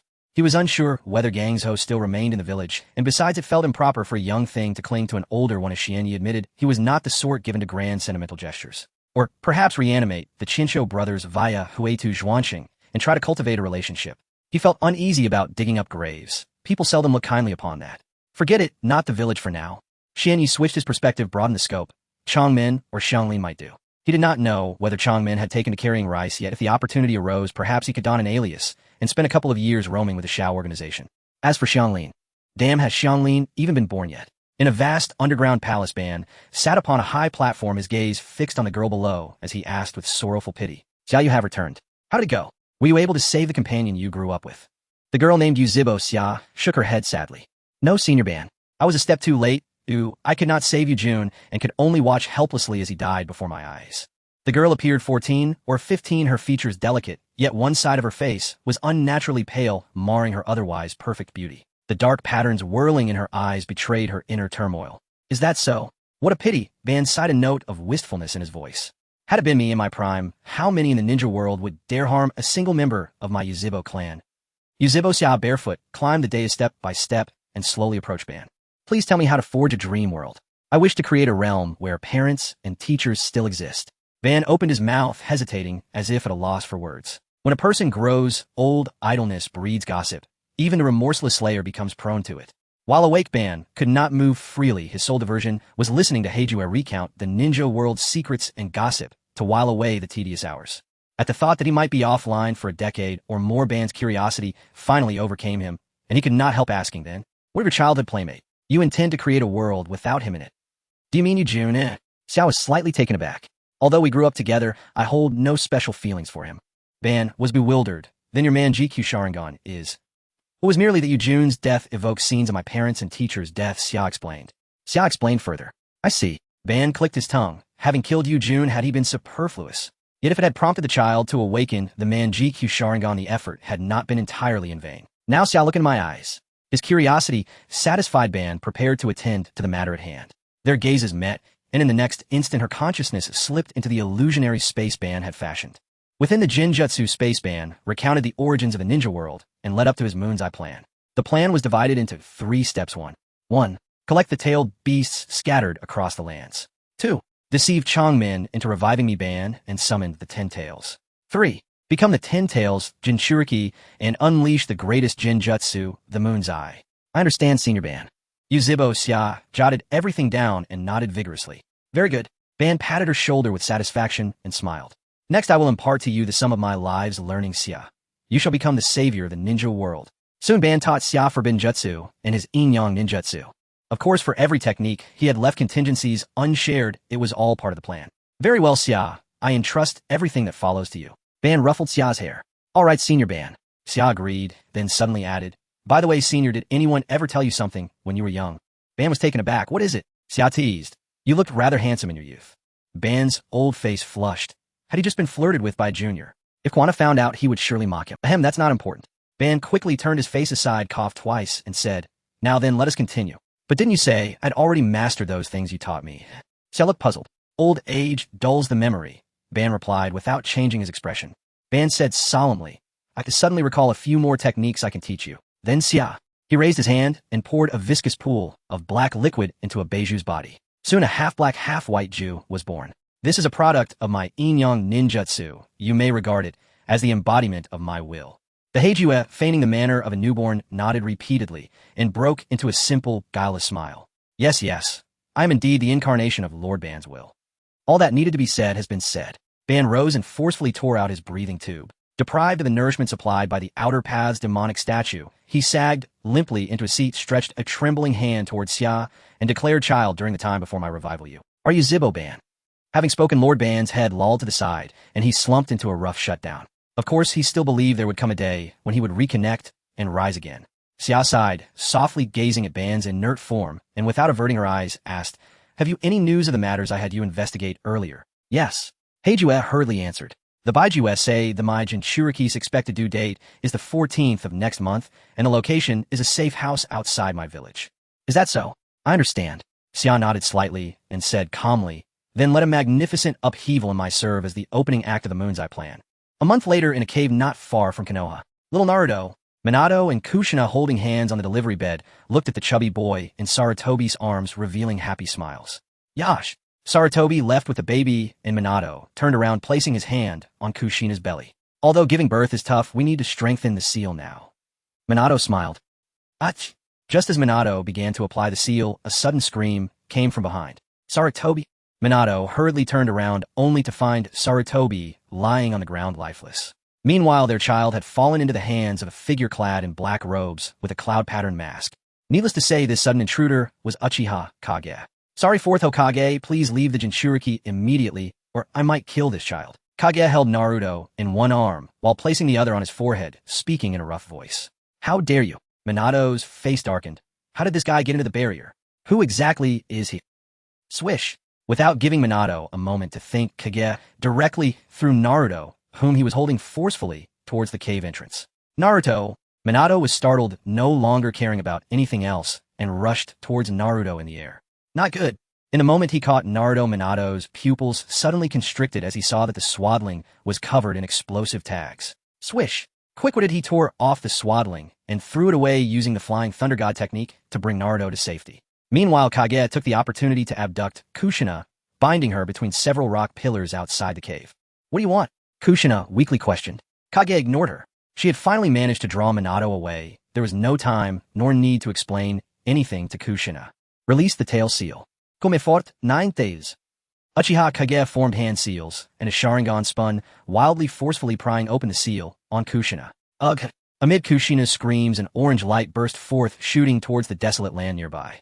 Oh, under the bright moonlight, the orange light expanded, as if blown up instantly, transforming into an enormous demon fox bearing its fangs at the moon, saliva dripping everywhere. Gazing at the colossal creature before her, Uchiha Kage commanded, 9 tails, sever one of your tails. Splat! Reflected in the eyes of the 9 tails, 3 Tomo rotated as it unhesitatingly turned and swung its sharp claws, cutting off one of its tails. The moment that tail was severed, it immediately lost its form, transforming into a pure mass of orange chakra. Seal! Seeing this, Uchiha Kage pulled out a pre-prepared scroll, formed hand seals, and sealed the 9 tails chakra inside. He'll take a portion of the 9 tails chakra, just in case. Swish! The chains binding Kushina slowly disappeared, and just as she was about to fall to the ground, Minato appeared in time and caught her. Minato, is Naruto okay? Kushina asked weakly in Minato's embrace. Yes, Naruto is fine. He is in a safe place now. Minato comforted his wife with concern. Minato, you need to stop that guy. And the 9 tails. Okay. Minato glanced back at Kage, the coldness in his eyes nearly freezing the air. He would not let anyone who dared to harm his wife and child escape easily. Swish! Minato held Kushina, and his figure disappeared again, clearly having placed Kushina somewhere safe. The yellow flash truly lives up to its name. Watching Minato vanish, Kage murmured, tonight is a rare opportunity. Let's test Konoha's strength. Kage looked at the 9 tails beside him and issued new orders. 9 tails, try to flatten Konoha. Oh, the 9 tails roared, its 4 claws digging into the ground, using its massive body to crash through countless giant trees, charging madly towards Konoha. In Konoha village, another tranquil night passed, and no one realized the crisis that was about to unfold. Kakashi walked down the street, glancing at Kai, who was full of energy, beside him, revealing a tired expression. Kai, I'm really exhausted. How about we decide the winner with rock, paper, scissors today? I just want to go home and sleep now. Again, can't we have a more passionate competition? Kai stomped his feet angrily. Hyuga is like this and you're like this. How can you guys still be my opponents? Isn't this the stage where you have so much passion that you can't vent it? How can you sleep at your age? Kakashi, boom. Just as the two were bickering, a deafening explosion sounded not far away. A gigantic demon fox roared towards the sky, and houses appeared like toys before it, its fierce visage coming into view for everyone. Ah, the 9 tails. That's the 9 tails. What the hell, is I drunk again? Idiot, don't just stand there. Decades later, humanity once again recalled the fear imposed by the tailed beasts. Boom, boom, boom. The 9 tails rampaged through the village, incessantly swinging its claws and tail. Whether it was sturdy houses or fragile crowds before it, they were all helpless, meeting only a fate of being crushed. In the Hokage office, a ninja staggered and panicked and said, "Third Hokage, the 9 tails. The 9 tails has appeared in the village." I know. Sarutobi Hiruzen had already changed into his combat outfit, tightening the armor on his arms, and spoke solemnly. "I'll suppress that thing. You all are responsible for protecting the villagers." He appeared calm, but his heart sank. Have all the precautions I took been for nothing? Sarutobi, on the street, damn it. The 9 tails. Kai waved his fists and declared passionately, "Now is the moment to unleash my fiery energy. Bring it on, 9 tails, I'll be your opponent." Don't be impulsive. Kakashi frowned and said the 9 tails could sweat you to death with a single slap. At that moment, Yuhi Kurenai ran past from another street and shouted at the two. "You two don't just stand here, hurry to the assembly hall. This is 3rd Hokage's order. Did you hear that, Kai? Let's hurry and not stay here to cause trouble." Kakashi said. Not far away, ninjas were running quickly along the rooftops, continuously shouting. Avoid acting rashly, gather at Sarutobi-sama's location, and wait for Minato-sama's support. Boom! The sound that could pierce clouds and shatter stones rang out, and the figure of Kamisato, Ayaka, disappeared in an instant. Yuhi's face darkened as he rose from bed, his eyes fully opened, looking outside. Damn! The 9 tails chaos. Realizing what had happened, Yuhi gasped. This is ridiculous. Obito was almost bent by him. Who the hell instigated the 9 tails chaos? Hearing the cries of the ninjas outside, Yuhi decided to check the assembly hall first before deciding what to do next. If all goes well tonight, might be a good opportunity. Boost my favorability. The only person capable of freely entering and exiting the barrier of Konoha and even unlocking the seal of the Nine Tails with summoning techniques is someone I know of only one. Konoha village was in chaos. Outside the village in the woods, Minato stared at the figure before him and asked solemnly, "Are you Uchiha Madara?" Uchiha Kia chuckled, "No, I am merely an ordinary Uchiha clansman dissatisfied with Konoha's policies against the Uchiha, seeking revenge on Konoha." Stirring up conflict between Konoha and the Uchiha is part of the plan to indirectly weaken Konoha. At this point, it doesn't matter who you are. Minato gripped a kunai, his expression turning cold, a hint of killing intent in his eyes. The mysterious person before him could manipulate the Nine Tails, and their sensitive identity could easily ignite internal strife in Konoha. I must kill him quickly and then return to the village to help the third Hokage subdue the Nine Tails. In Kia's perspective, Minato's hand was clearly holding only one kunai. Yet, as Minato swung his arm, the kunai split into two, flying towards her from both sides. How did he do that? He was able to conceal it from my Sharingan. Uchiha Kia was taken aback, completely unaware of where Minato would appear next with the kunai, and she retreated without hesitation. Whoosh, whoosh, whoosh. Minato's hands moved like lightning, instantly throwing several kunai with incredible speed, surrounding Kia from all directions and completely sealing off her escape routes. Uchiha Kia. She had never seen a man so fast. Minato's figure suddenly appeared behind her, holding a blue Rasengan, preparing to strike her back. Boom! Uchiha Kia's figure instantly vanished, and the Rasengan in Minato's hand smashed into a stone that had mysteriously appeared, instantly shattering it. I see. Minato looked at Kia, who had reappeared not far away, revealing an understanding expression. If I remember correctly, that stone was right where you were standing just now. That means you possess some ability to swap places with objects. No wonder you can freely enter and exit the barrier of Konoha. Kia gazed at Minato with a serious expression, not responding. Heavenly Hand Power is the ocular technique of her right eye, granting her the ability to swap places with the person or object she sees with that eye. Just in a brief encounter, this guy figured out. How infuriating. If it weren't for the excessive chi consumption from controlling the Nine Tails, I could have used another ocular technique to potentially deal with him, the girl thought, gritting her teeth. Kia gripped the kunai in her other hand. If she and Minato wanted to defeat each other, they could only aim to attack at the moment of mutual confrontation. This meant that whoever had the faster attack speed would determine everything. Whoosh! The two charged towards each other simultaneously, and in the moment they leaped into the air, Minato instantly appeared beside Kia, thrusting the kunai fiercely at her. In the next moment, their positions suddenly swapped. Not only did his kunai miss its target, but Kia's kunai was already thrusting toward him. She can still swap places with people. Minato was startled and hurriedly activated the Flying Thunder God technique, teleporting to another kunai's location. Whoosh! Whoosh! Whoosh! The two dashed back and forth, transforming into black and yellow streaks of light, entangled in a furious clash, the sounds of kunai striking against each other never ceasing. Clang! Clang! Clang! Sparks flew as they could only see the effects of the attacks, but not the two who had long since shifted to another location. Flying Thunder God. Second stage. As Minato teleported towards Kia, he teleported again, executing a double instantaneous displacement that caught Kia off guard. Clearly, in terms of speed, Minato surpassed all expectations. Boom! Minato's palm struck Kia's chest. Although she dodged at the moment of impact, the black sealing patterns had already crawled up her body. Contract seal. Are you planning to separate me from the Nine Tails? Kia said in a low voice. This way the Nine Tails won't belong to you anymore. Minato replied coldly. The two stood at a relatively safe distance, their eyes fixed on each other, both revealing a hint of caution.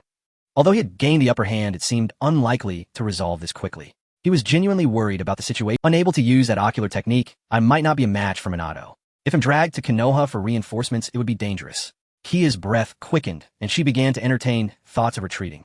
She was still in a phase of strengthening her abilities, and time was on her side. She just needed to wait for the next opportunity. With that thought, she took a deep look at Minato, then slowly retreated into the woods, her figure gradually blending with the night.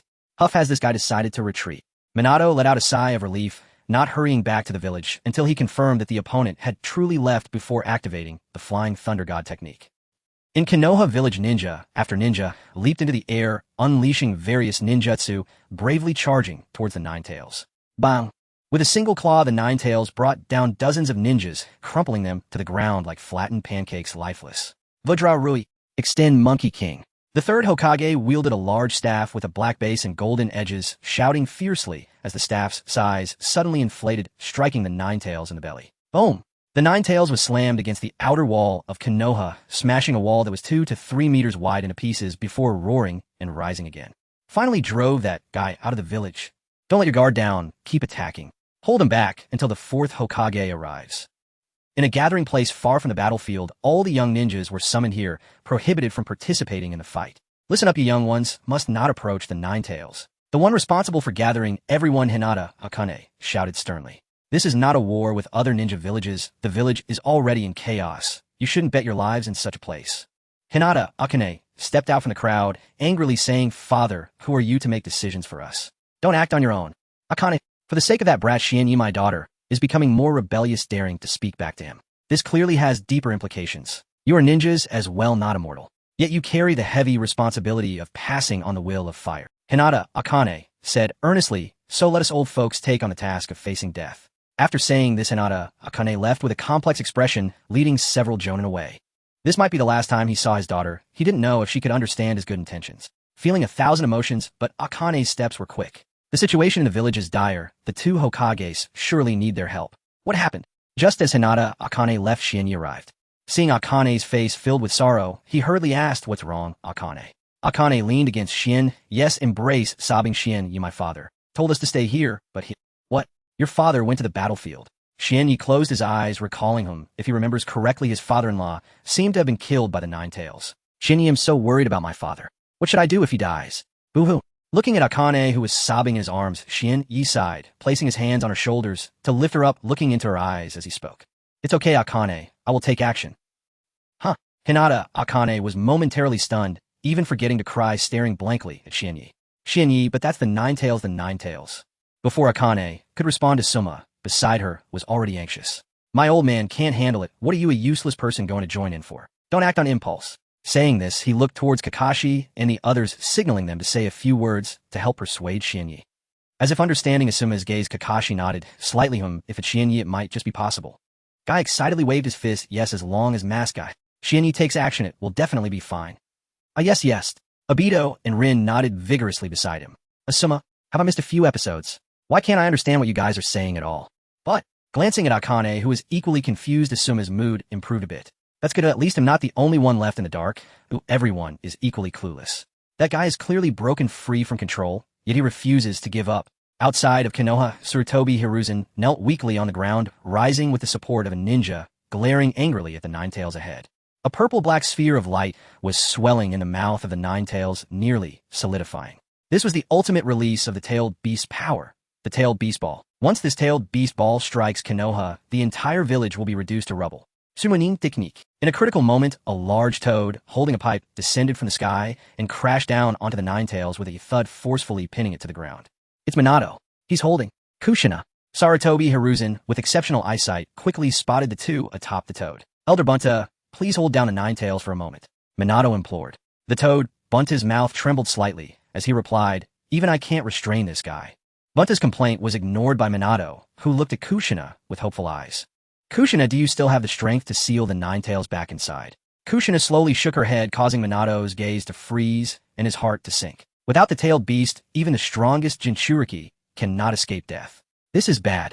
Noticing that the tailed beast ball in the Nine Tails' mouth had not dissipated and was still emitting terrifying energy, Minato's pupils suddenly contracted.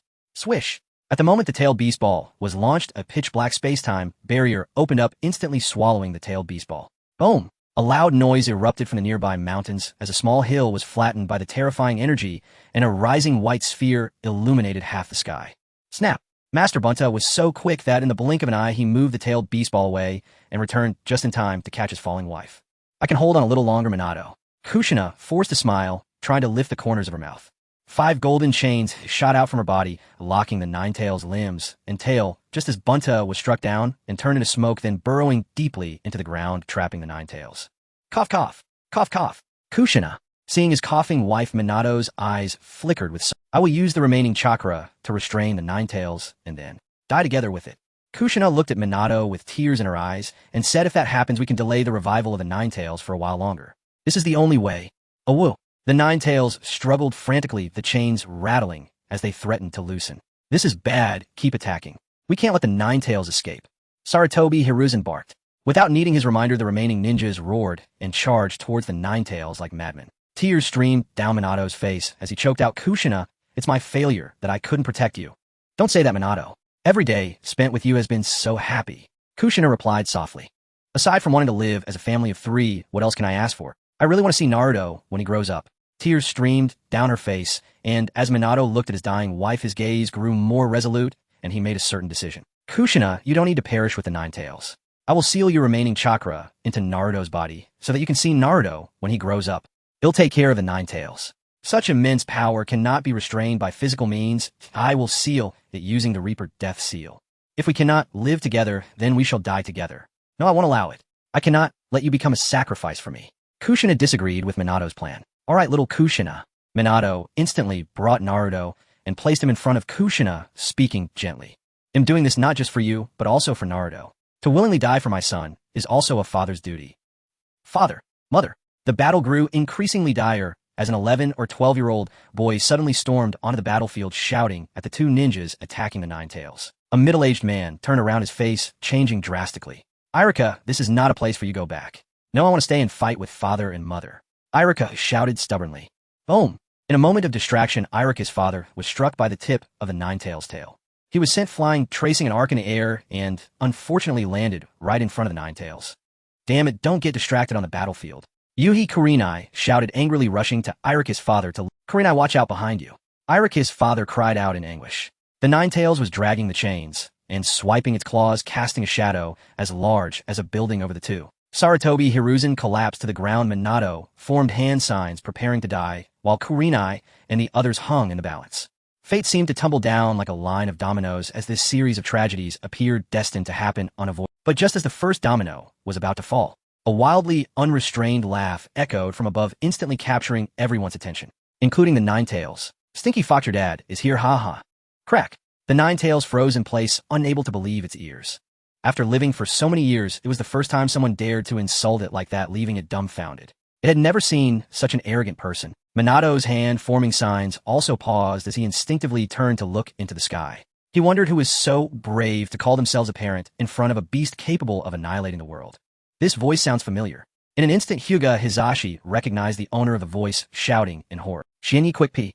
However, the 9 tails reacted faster than Hizashi, its eyes turning red with anger. Kid, you're courting death. Shinyi had drawn too much hate, and the 9 tails immediately abandoned its attack on others, clawing viciously at Shinyi, who was falling from the sky. No! Hizashi cried out in pain. Sigh. Sarutobi Hiruzen slowly closed his eyes, unable to bear to watch as far too many children died before him today. Damn it! Minato gritted his teeth. At this distance, he couldn't teleport in time to save the child. That kid risked his life to save me. Before the 9-tailed beast, towering as high as a 30-story building, Shinyi appeared utterly diminutive. To onlookers, his action was no different from a mantis attempting to halt a chariot or an egg daring to strike a stone. Utterly presumptuous, sneered the 9 tails, its grotesque grin twisting with mockery as it turned its gaze toward Shinyi. Yet in the next instant, boom! A deafening detonation shattered the air, rattling every eardrum present. The 9 tails felt a bizarre, crushing force slam directly into its skull. The darkness swallowed its vision, and its colossal body plummeted earthward. Crash! Dust billowed skyward as the beast's massive frame crashed down, shaking the very ground beneath it. 1 second, 2, 3. Utter silence blanketed the battlefield. The spectacle was so staggering that every mind went utterly blank, like witnessing a nuclear warhead nearing detonation in one's own village. Then a nondescript youth leaps atop it, humming cheerfully, and punches the warhead into total failure. Who among us wouldn't be utterly dumbfounded? Hyuga Hinata's younger brother, Hyuga Hayashi, stood agape, jaw slack. Shinya just said he used the gentle fist. Wasn't the gentle fist a style built upon yielding and redirecting force? A technique whose strikes echoed like ringing metal, felling a mountain-moving tailed beast. How in any coherent sense could this be called gentle? His linguistic faculties failed entirely. Recalling 20 years of relentless gentle fist cultivation, Hayashi wondered, had he trained incorrectly? Or had Yi somehow warped the art beyond recognition? Either way, he felt those 2 decades had been squandered, though not out of disdain for dogs. Wasn't this child declared useless? Let the medical team step forward. Let them explain how this qualifies as useless. Hiruzen Sarutobi, the 3rd Hokage famed for his composure, felt fury rise so fiercely he nearly cursed aloud. If this boy were deemed useless, then what did that make him? Fit only for burial. Those medics truly spoke nonsense with their eyes wide open. The more Sarutobi pondered, the angrier he grew, resolving upon return to overhaul the entire medical division. Incredible. Absolutely incredible.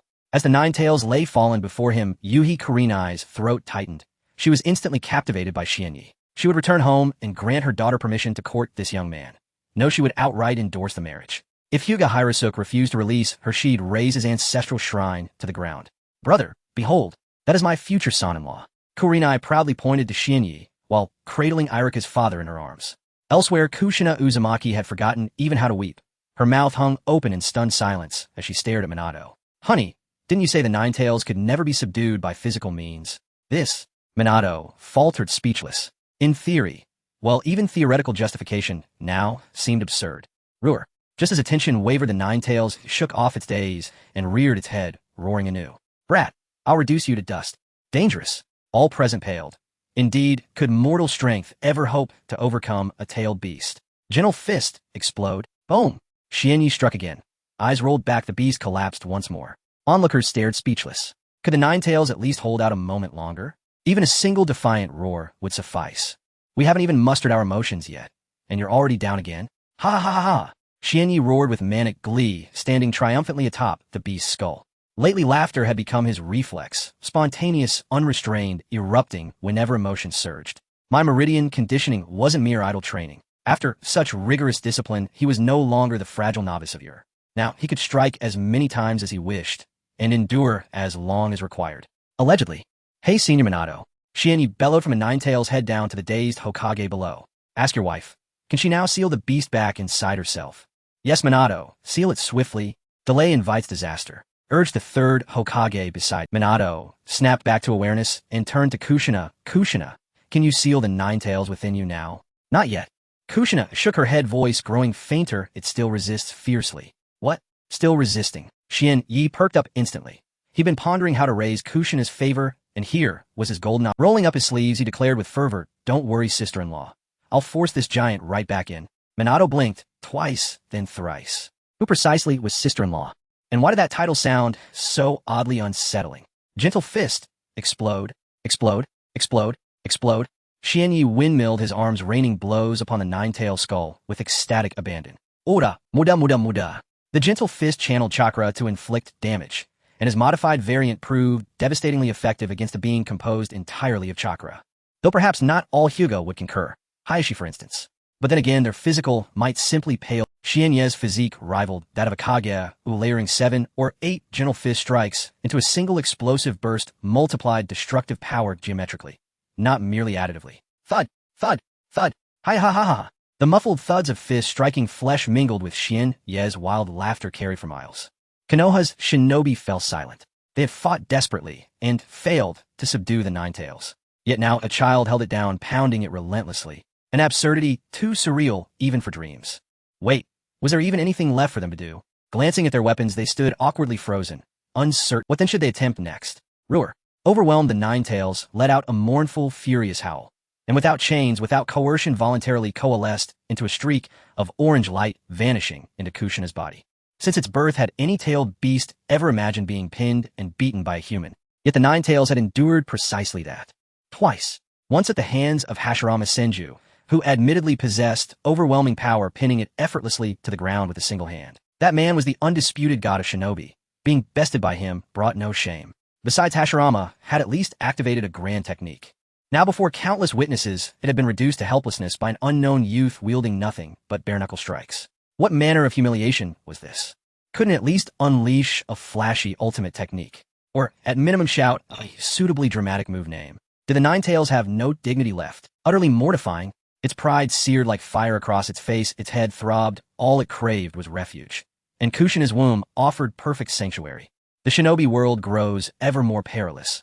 I shall retreat to the seal's inner realm for a long, peaceful nap.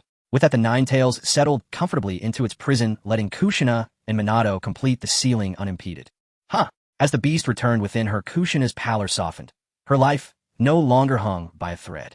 Minato, it seems we won't die after all. She smiled playfully. Then tears spilled freely. Thank the heavens, Kushina. Minato swept both her and their newborn son into his arms. Though now Hokage, he wept like a boy who'd just found his first love. We'll raise Naruto together. Watch him grow live as a true family of 3. Wonderful. We do not have to die, sob. To be alive is a blessing. Ooh, I will no longer complain about boredom. Not only the Shuemin couple, but many ninjas wept with relief as the Nine Tails was resealed, some even taking advantage of the moment. We must properly thank that boy. He saved all our lives. Yes, he seems to be of the Rishiang clan, but what is his— At that, Shiri Junhong hurriedly chimed in. His name is Rishiang Xuanya. He is my son-in-law. Father. Yuluka ran to his parents, embraced them, and wept. You brat, that was reckless. Just now his parents scolded aloud, but their eyes were only soft affection. I really misjudged him back then.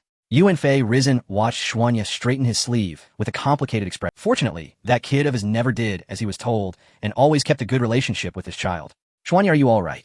Were you hurt? Rishiang Richa rushed to Xuanya's side, checking him over for injuries. Do not worry, Lord Richa. I am fine, Xuanya answered with a smile. After confirming Xuanya was unharmed, Richa exhaled in relief, then hesitantly asked Xuanya, that move you used, was it the gentle fist? Yes. Xuanya nodded, as if it were obvious. It is our Rishiang clan's ancestral gentle fist, genuine through and through. Richa found himself utterly unable to comprehend. Rishiang Xuanya. Rishiang Xuanya. Little hero, do a flip for us. A few mischievous ninjas bolted forward, seized Xuanya, and without ceremony tossed him into the air. By the time Xuanya realized what was happening, he was already aloft. Ooh! More and more ninjas swarmed, their cheers growing louder as Xuanya soared ever higher. After a calamity, the emergence of a hero always lifts and inspires the heart. Shueimin and Jaxina joined the circle, smiling as they watched and savoring the joy of having survived the ordeal. You two have come as well. Xuanya grinned and opened his system interface, intending to use his last replication chance on Jaxina. System, replicate for me. The system chimed in.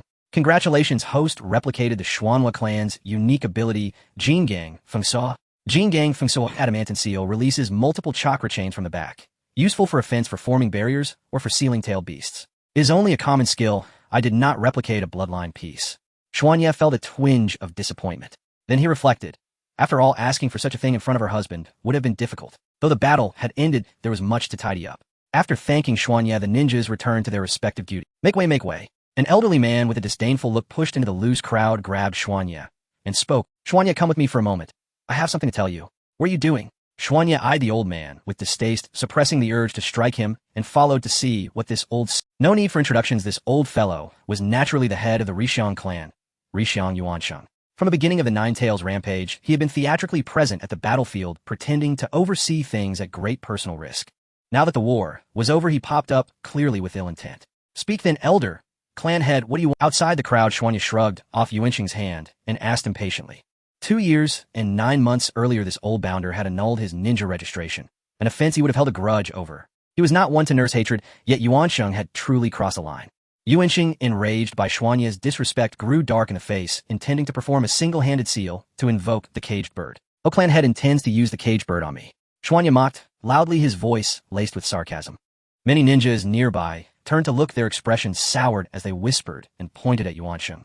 Was the Rishiang clan head mad? One of their own had achieved such a great merit, yet, instead of reward, he was threatened with punishment. Was saving their lives somehow an unnecessary burden? Logically, those who survived the Nine Tails claws were the elite. Seeing several high-ranking shinobi roll up their sleeves, as if to intervene, Yuansheng hastily lowered his hand.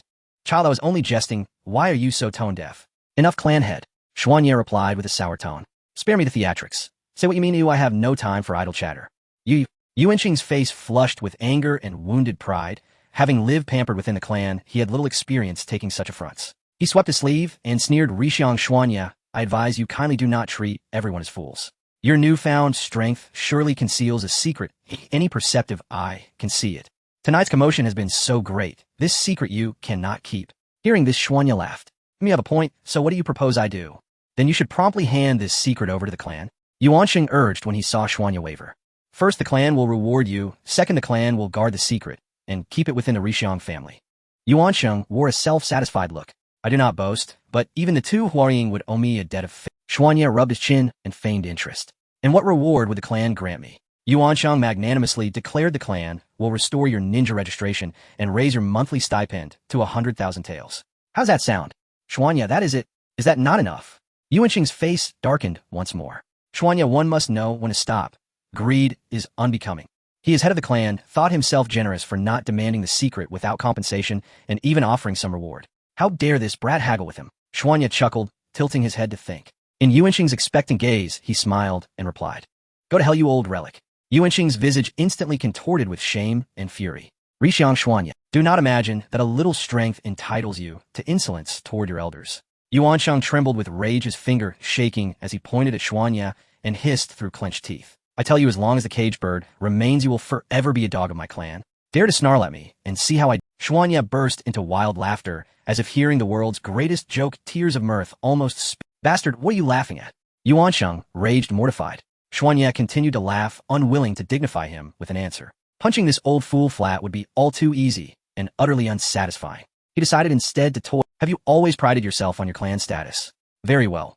Then I shall strip you of that cherished identity and see how you react. The Huaying office was spacious and impressive, far from the cramped depiction in the comics. It was Xuanya's first time there. Curiosity made him glance about like a fan at a convention marking a pilgrimage. A long conference table stretched before them. Tu Huiying sat at the head. Yuansheng and his two sons flanked them. Xuanya sat opposite. The two Huiying the room's gaze heavy with astonishment and scrutiny. Ahem. Yuan Fei, risen, cleared his throat twice, breaking the silence, and nodding a look to Shuimin. Shuimin understood and first smiled to Xuanya with heartfelt thanks, then shifted to the question that occupied every mind in the room. Xuanya, we are all curious. How did you recover from such grievous wounds and grow so strong? Yuansheng snarled, you ungrateful wretch. I warned you that you could not keep this secret. Now the Rishiang clan will have to share it with the village. Yuansheng glowered, as if he would like to tear Xuanya apart. Xuanya smiled wickedly. Old man, wait and see. Watch how I deal with you next. It is like the senior Watergate, Xian, Yi said slowly under the gaze of the crowd. The reason I was able to undergo a complete transformation and my strength skyrocketed is because I discovered a secret related to my Hyuga clan. Oh, what secret? Sarutobi Hizashi, unable to even smoke his cigarette, asked eagerly. Next to him, Hinata, Inshu, was equally curious.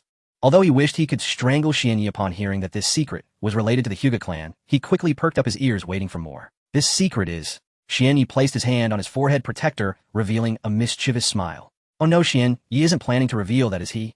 Hinata, Nick's expression changed slightly. In the next moment, amidst Nick's anxious gaze, Xianyi tore off his forehead protector, revealing his smooth forehead.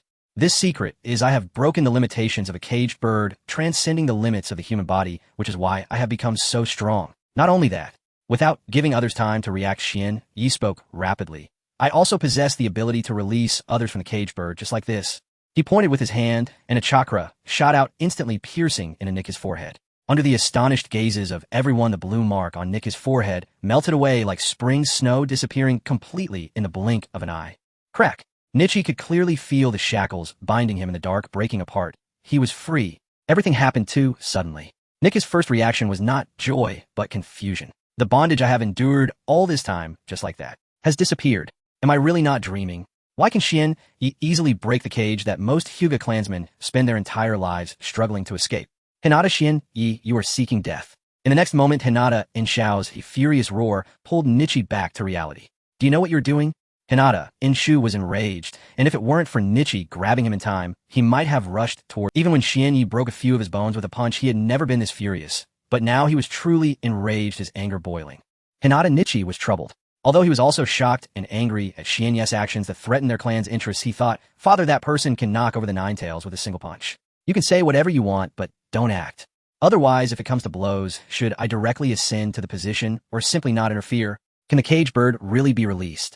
Is it really that miraculous? I don't know, I've never heard of it. Let's just watch the show. Watergate and Hizashi exchange glances, one smoking and the other sipping tea, deciding to observe for a while. Nonsense. The clan laws are the foundation of the Hyuga clan, passed down for thousands of years, the profound wisdom of our ancestors. Inshu pointed at Xian Yi, and since he was being held back by Nichi, he could only jump up and down in place, raging. If it weren't for the cage bird protecting our Hyuga clan, could we have survived until now? Do you know how many people in the ninja world covet the eyes of the Hyuga clan? Huh? You know nothing at all. You unworthy descendant. You are digging up the roots of the Hyuga clan. You are leading our Hyuga clan to extinction.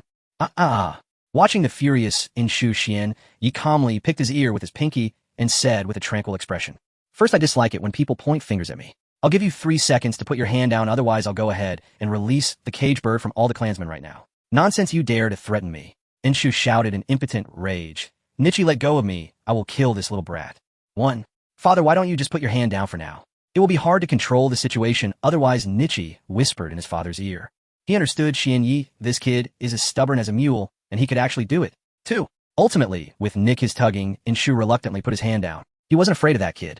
2nd, seeing that Inshu had put his hand down, Xian Yi continued a tradition that has lasted for thousands of years. Is it right? Just because it has always been so. The Uchiha clan does not have any cages, and they're doing just fine, not weaker than our Hyuga clan. That's sophistry. You are being sophistic. Inshu sneered. Our Hyuga clan is the strongest I-technique clan. How can you compare Uchiha with our clan? What the hell? Xianyu was shocked. Was this old man serious? Alright, a lot has happened tonight, and everyone is tired. Why don't we go back and rest? We can discuss things in a few days. At this moment, Sarutobi Hizashi timely interjected, trying to mediate the situation. Huh. Xianyu glanced at Hizashi and rolled his eyes dramatically. He was the one who gathered everyone together wanting to dig up secrets, and now he was acting like the good guy. This old man is quite cunning. I have no objections. Xianyu shrugged and added, however, I'll make it clear now after I return, don't even think about putting the caged bird seal on Uncle Nichi again. Otherwise, every time you seal him, I will undo it. It won't cost me much effort. The caged bird is quite mysterious. It only takes a few simple seals to activate it, but its core logic is the suppression of bloodline purity. The purer the bloodline, the more this thing will listen to its master. Inshin, yes, current bloodline, let's just say, could completely be considered the ancestor of Inshu. The rules set by the ancestors can be altered at will by the ancestor. Who is to question him as the ancestor? Who truly is the unworthy descendant? You? Hinata, Inshu was furious and wanted to raise his hand to curse at Xianyu. Alright, father, let's discuss things when we get back. Nichi firmly supported Hinata, Inshu smiling wryly while giving Nichi a knowing glance. Brother, come help me support our father. Oh, okay. Nichi was momentarily stunned, but quickly reacted, supporting Hinata, Inshu from the other. As they helped him leave, Nichi turned back and thanked Xianyu with a glance. Everything was unspoken. Thank you, Xianyu. Although I don't know how long this freedom will last, I am still very grateful. Then, my lords, I shall take my leave. After the clan elders departed, Xianyu also stood up to bid farewell. Goodbye, little Xianyu. Good Wanye. It seems this kid truly has the ability to unlock the cage bird, just as he said. Watching Xianyu leave, Sarutobi Hizashi rubbed his forehead with a headache. Watergate, what do you think? Watergate rested his chin on his hands, pondering for a moment before slowly saying, Lord Third, I think this may not be a bad thing. The current Hyuga clan is like a stagnant pool. Releasing the caged bird might better unleash the potential of this clan and enhance the strength of our Konoha. Upon hearing this, Sarutobi Hizashi shook his head in disagreement. But if we lose the caged bird, the Hyuga clan will become uncontrollable. They may become another Uchiha, not listening to orders and going their own way. Konoha can no longer withstand any more turmoil. One Uchiha is enough to give us headaches. We cannot take that risk. Watergate frowned. On this point, he and the third had different opinions. They are two individuals, one striving for cautious conservatism, the other eager for bold advancement. A dispute was inevitable. However, Watergate, still not fully fledged, had to follow the third's arrangements for now. Half a month passed in a blur. The village carried on with orderly reconstruction, yet the heroic Xianyu, who had subdued the Nine Tails, was thoroughly ignored. Yuanfei Risen and Rixiang Yuansheng seemed to have reached an unspoken agreement. They would not allow Xianyu to gain too much renown within the village lest it threaten Mui's fragile stability. Xianyu cared little for their schemes. He spent his days at leisure, randomly selecting two members of the Rixiang clan to improve their so-called caged bird afflictions. There was no denying that the caged bird modification had merit. Xianyu retained its feature that rendered the Byakugan useless if the victim lost their eyes or died, yet he erased the main house's backdoor that allowed control over the branch families. Although Xianyu had only freed a scant few from their cages, the impact on the Rixiang clan was seismic. Every clan member was anxious and yet suffused with eager expectation for change. We cannot let that brat continue like this. In the main house, Rixiang Yuansheng slammed his fist on the table, his voice ragged with anger. If this continues, our clan's cohesion will crumble. Without unity, the Rixiang may soon face. Rixiang, risen kneeling before the table, pressed his temples with a pained expression. But father, that Rixiang Xianyu is so powerful and no longer shackled by the caged bird. How can we stop him? Rixiang Yuansheng sneered at his son's plea. Strength alone is nothing. Even someone as formidable as Baya once fell to our stratagems. Every man has a weakness. Rixiang Rise's face paled. Father, do you mean? Precisely. Rixiang Yuansheng nodded coldly. First drive the brat from the village, then find someone to deal with him. Only then can our clan be safeguarded. Seeing his son's reluctant expression, Rixiang Yuansheng patted his shoulder and spoke gravely. Rizu, when you one day inherit the clan, you will understand for the survival of the house, some sacrifices are inevitable. Deep within a grand underground hall, Yuzibo Xia stared at Heijue in astonishment and fired off a volley of incredulous questions. Subdue a tailed beast by sheer manpower. Is your intelligence reliable? Are you certain this isn't a smokescreen planted by my... Heijue hastened to reply. The Byakuja saw it with their own eyes but should not be false. Yuzibo Xia clicked his tongue and found himself suddenly intrigued by this Rixiang Xianyu. When I return from the land of rain, I want to see everything on him. Heijue bowed slightly and answered respectfully yes. Walking Mui's streets, Xianyu frowned. From the moment he left home, he had noticed people whispering and pointing at his back wherever he went.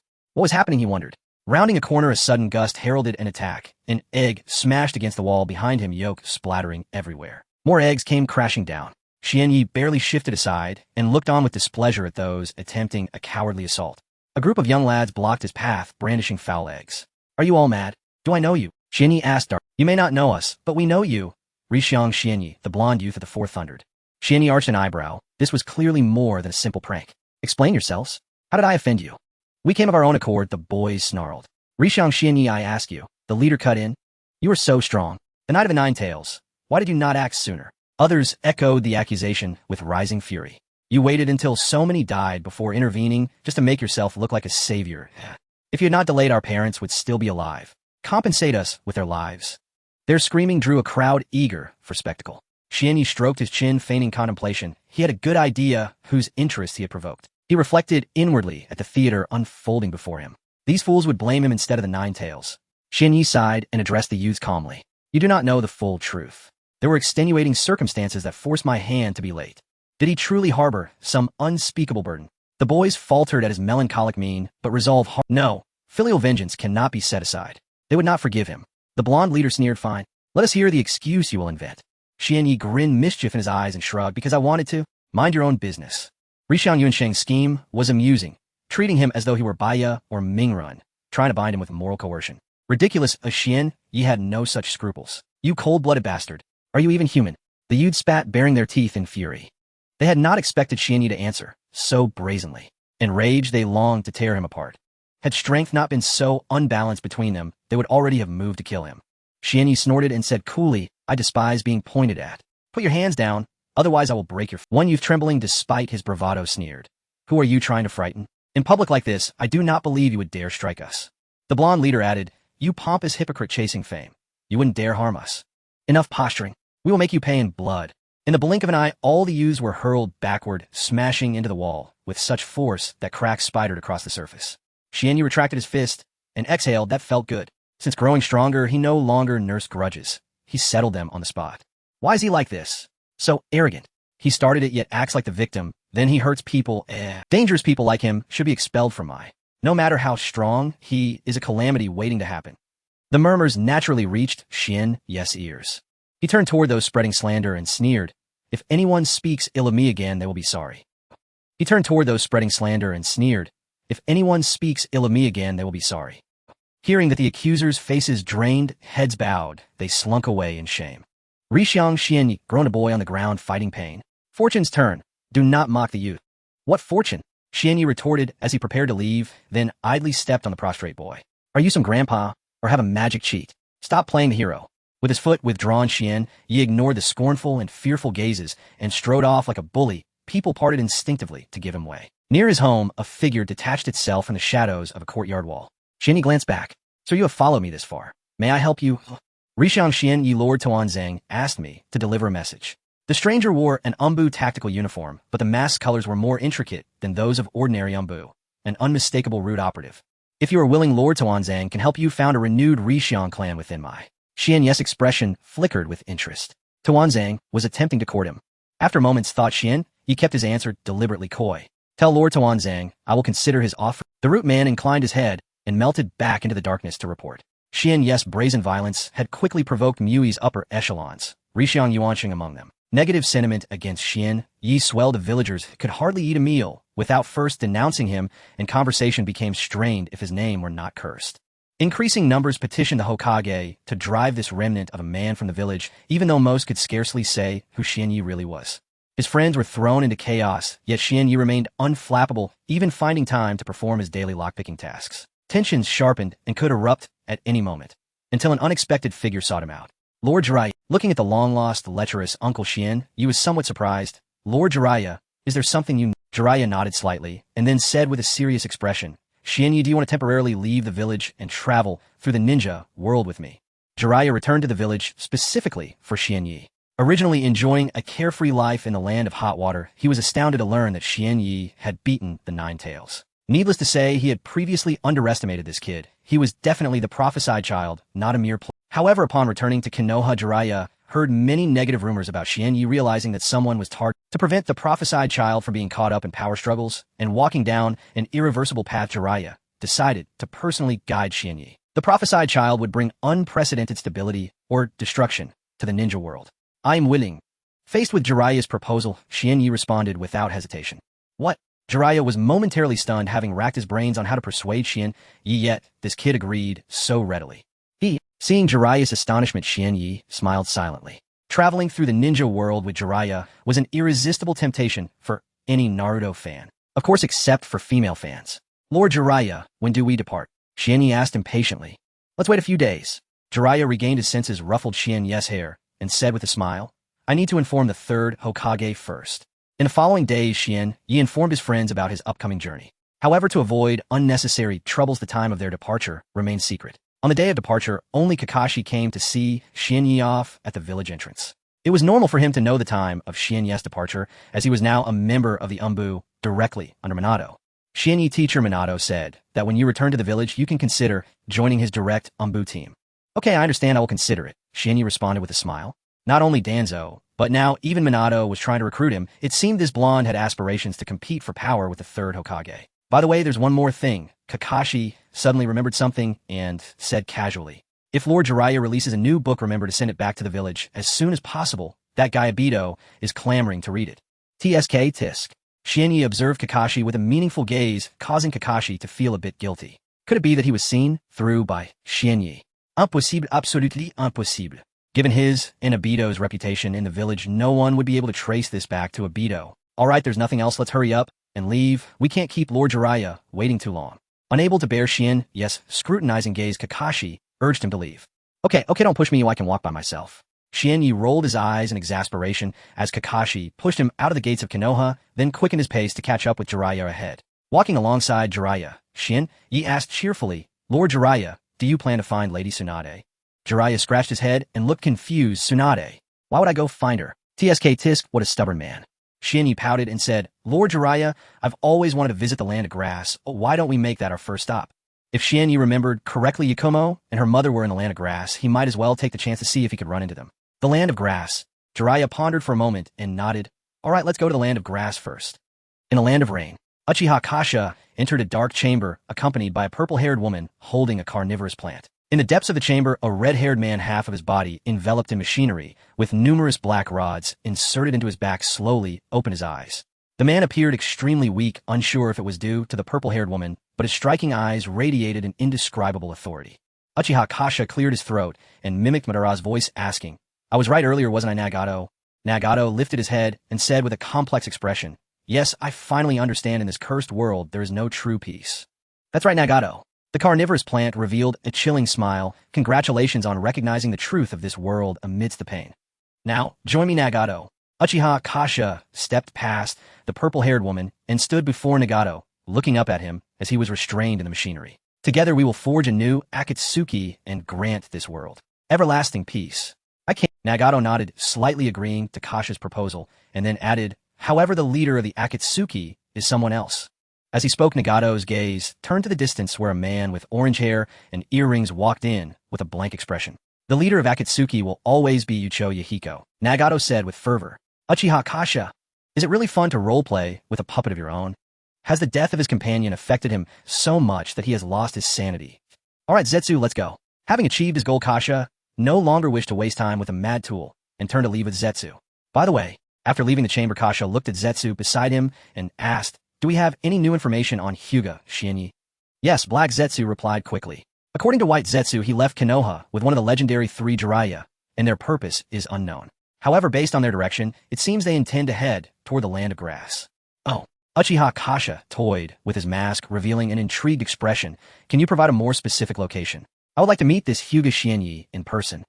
It might be a bit difficult, Black Zetsu replied. Both of them are too perceptive. White Zetsu dare not get too. Alright, I understand. Uchiha Kasha nodded, committing this matter to memory. The Land of Grass is not far from her base. Once she has some free time, she might take a trip there. As Jiraiya and Xianyi continued on their way, passing through a village, Jiraiya suddenly exclaimed in surprise, revealing a puzzled expression. What's wrong, Lord Jiraiya? Xianyi glanced around and did not see anything noteworthy, so he proacted. I've been to this village before, Jiraiya explained. Even during wartime, it was bustling, but now that the war is over, why is it so desolate? Now that you mention it, it does seem a bit strange. Xianyi nodded, agreeing as he looked toward the village. It was mealtime, yet there were hardly any cooking fires visible in the village. Most of the houses were dilapidated, clearly long abandoned. Let's go ask around to see what happened here. Jiraiya, unable to suppress his curiosity as a novelist, patted Xianye's shoulder and headed toward the village. Okay, fine. Xianye shrugged, following with little interest. Excuse me, sir, could you tell us what happened in the village recently? Why are there so many abandoned houses? Entering the village, Jiraiya stopped a farmer and asked his lingering doubts. You two, are you ninja lords? Seeing Jiraiya and Xianye's attire, the old man dropped his hoe in excitement and grabbed Xianye's hand, asking. Jiraiya's question was directed at you. Why are you grabbing me? After pondering for a moment, Jiraiya nodded and said, Yes, we are ninjas. Please, ninja lord, save us. If this continues, our village will die out. The old man immediately knelt before the two, knocking his head and crying out in despair. Seeing this, Jiraiya was even more astonished. After helping the old man up, he comforted, Calm down, can you tell us about the situation in the village? Under Jiraiya's soothing words, the old man regained some composure, but his murky eyes were filled with deep fear. You two are unaware, our village is haunted. What the hell is it haunted? Upon hearing this, Xianye immediately showed a look of terror. Dude, if there are ghosts, you should be looking for a professional ninja, not us. You need to find the Demon Slayer Corps next door. The old man invited the two into the house, brewed them some tea, and slowly began to recount the strange occurrences. Everything started a few months ago. The old man fell into reminiscence, and once again, an uncontrollable look of fear appeared on his face. Denyo was the strongest young man in our village, a skilled farmer, yet he suddenly disappeared without any illness or warning. It was as if he simply vanished into thin air. At that time, we thought the boy must have had some hidden ailment, and after burying him with some regret, we gradually forgot. But 7 days later, another strong young man in the village died mysteriously. At that moment, we began to feel something was amiss, and hurried back to Denyo's grave, hoping to find some abnormalities. The old man's voice trembled, and even his hand holding the teacup shook. We discovered that Denyo's grave was empty. His coffin was just lying there, but Denyo had vanished without. The village locksmith examined it and confidently stated that there were no signs of forced entry. In other words, Jiraiya chimed in, Do you think the corpse got up and left the coffin on its own? Wow, isn't that thrilling? Xianye, who was listening beside them, broke into a cold sweat. Thankfully, it was daytime, or he would have instantly teleported away. At first, we didn't believe in the supernatural, and thought the locksmith was just old and mistaken. The old man continued with a bitter smile. So that night, we gathered together to keep vigil for the poor boy. After midnight, something even more terrifying happened. Clearly no one approached the boy's coffin, yet the lid suddenly flew into the air by itself. We, braving our fears, went closer and saw the boy sitting up expressionlessly from the coffin, crawling out with Boruto. Boruto. Someone thought the boy had returned to his senses and shouted his name. But Boruto showed no response, numbly walking out of the morning hall and striding towards the outside. Strangely, despite his stiff movements, he was remarkably fast. No one could catch up to him, as they could only watch his corpse vanish into the night. But all of this was just the beginning of a nightmare. The old man clutched the few remaining strands of hair on his head, speaking in anguish. Since then, every 7 days, a young person inexplicably dies, and after death, their bodies mysteriously disappear. Everyone is on edge. The village shaman said that an evil spirit has attached itself to our village, coming every 7 days to drain the young energy from a young man, and then at night it returns to the mountains to devour the corpse. Many young people were terrified and left the village, leaving only us old folks who are rooted here, yet the evil spirit seems indiscriminate, and every 7 days someone still dies. At this point, the old man knelt before the two, tears streaming down his face. If this continues, our village will truly be wiped out. Oh, great ninjas, please have mercy and save us. Don't worry, old man, Jiraiya said, helping the elder up with a serious expression. We will definitely help you deal with this evil spirit. Thank you, honored sirs. The old man expressed his gratitude. According to him, another person had just died today, and Jiraiya planned to take Xianye to the mourning hall of the deceased. As nightfall approached, Xianye tightened his clothing and nervously asked, Jiraiya, do we really have to get involved in this matter? Of course, Jiraiya replied with a hearty laugh. Such a mysterious event must make for excellent material. But Jiraiya, Xianye retorted, to be fair, the juvenile novels you're currently writing hardly seem to require this type of material. Who says it's useless? Jiraiya replied with a sly grin. If it involves sucking vitality, who knows, it could be a beautiful ghost. At this point, Jiraiya suddenly looked thoughtfully at Xianye. Hey, are you scared or something? Even if terrified, Xianye stubbornly replied. Laughable, I've dared to face the Nine Tails. Why would I fear a mere evil spirit? The two performed a body flicker technique, hiding in the mourning hall of the deceased, waiting for the so-called evil spirit to come and take the corpse. The night grew deeper, like an indelible ink, gradually dyeing the earth black. A soft thud. After an unknown amount of time, the coffin before the two suddenly shook violently, and in the next moment a pale arm pushed open the coffin. Looking at this scene, both Jiraiya and Xianye displayed expressions of constipation. They had been eagerly and fearfully waiting like fools for half the night, only to end up with this. Just now, they had clearly seen several barely noticeable threads shoot from a hidden spot into the coffin's gap, connecting it to the corpse. In the darkness, ordinary people could not detect them, but both were ninjas and could not only see the threads, but also knew what they were. Damn it, it's the chakra threads controlling puppets from Sunigakure. Xian-Yi cursed softly and instantly appeared behind the middle-aged ninja, manipulating the threads, kicking him to the ground. Did you kill everyone in the village? Why did you collect the bodies of ordinary people? Jiraiya followed up frowning as he asked. You are from Konoha Gakure. The middle-aged ninja caught on the spot not only showed no fear, but instead revealed a provocative smile. What are we doing? Naturally, I am using your fire country's wasted corpses as materials to upgrade my puppet. With a swift strike, Jiraiya shattered the man's throat, then wiped his hands and explained to the puzzled Xian-Yi. Not every puppet master has the resources to create puppets with rare metals. Some powerless, heartless bastards use human bones as substitutes. Having dealt with the village's evil spirit, Jiraiya and Xian-Yi declined the villagers' offers of money and resumed their journey. 6 months, having dealt with the village's evil spirit, Jiraiya and Xian-Yi declined the villagers' offers of money and resumed their journey. 6 months passed in a flash, and Xian-Yi and Jiraiya traveled throughout the land of grass. Regrettably, he still could not find any trace of the mother and daughter Xianglin. It was the right time, the right place. Why can't I find them? Xian-Yi was puzzled. In a magnificent underground palace, Uchiha Kasa stood with her hands on her hips, laughing triumphantly. Haha, Hyuga Xian-Yi is truly my lucky star. I just took a casual stroll around the Sunigakure, and yet I discovered two from the Uzumaki clan's bloodline. In the direction Kasa was looking, a red-haired woman, holding her child, nervously surveyed her surroundings, feeling lost about her future fate. So comfortable. In the hot spring, Jiraiya poured a ladle of hot water over his head and looked at the ragged girls not far away, speaking without glancing sideways. Xian-Yi, after traveling with me for so long, have you learned anything from me? Soaking in hot springs, writing adult content, flirting with girls. Xian-Yi squeezed out this line after holding back for a long time. Ahem. Jiraiya coughed violently. Aside from that, haven't you learned anything serious? The word serious has nothing to do with you. Xian-Yi sincerely replied, delivering a fatal blow to Jiraiya. Jiraiya instantly lost interest, and after another half an hour left the hot spring with Xian-Yi. Xian-Yi, do you have anywhere else you want to go? Walking through the dense woods, Jiraiya rested his hands behind his head, glancing sideways at Xian-Yi. Next, I want to go to the water. Wait, something's not right. Xian-Yi was halfway through his sentence when he suddenly turned his head to look behind him, revealing a serious expression. In his line of sight, a man, shrouded in black with only a pair of emerald eyes exposed, was striding toward them. Oh, is someone formidable coming? Jiraiya curiously followed Xian-Yi's gaze and soon spotted the figure of the man. This guy has strong chakra. Upon seeing the other party, Jiraiya immediately put away his playful demeanor, his expression also becoming serious. Who are you? What is your purpose in following us? Jiraiya loudly questioned. The man in black said nothing but pulled out a roster from his pocket and began to flip through it in front of them, completely unconcerned. After glancing at the roster, and then at the two of them, the man's green eyes flashed with a hint of delight. Got a Hyuga Xian-Yi bounty of 30 million Ryo, Jiraiya bounty of 40 million Ryo. A total of 70 million Ryo. Rounded off, this is a billion Ryo mission. Condition, not good. Writing a little side story to transition will enter the battle segment tomorrow. Indeed, this man in black is the notorious order manipulator, the one who sees only money, Jiao Du. A tragic figure who saved all his life's earnings only to have it squandered by a spendthrift woman. Encountering Jiao Du does not shock Xian-Yi. His mind is consumed with, how am I only worth 30 million taels? Xian-Yi finds it hard to accept that he is worth less than his companion Asuma. To be fair, wouldn't it be easier to kill Asuma in a few years for that money than to grind it out like I do? However, Xian-Yi thought again that it might be due to inflation over the 20 years. After all, his own current worth is only 40 million taels. So you're a bounty hunter? It seems there's not much to say. Jiraiya scoffed, a cold glint flashing in his eyes. Lord Jiraiya, let me handle him.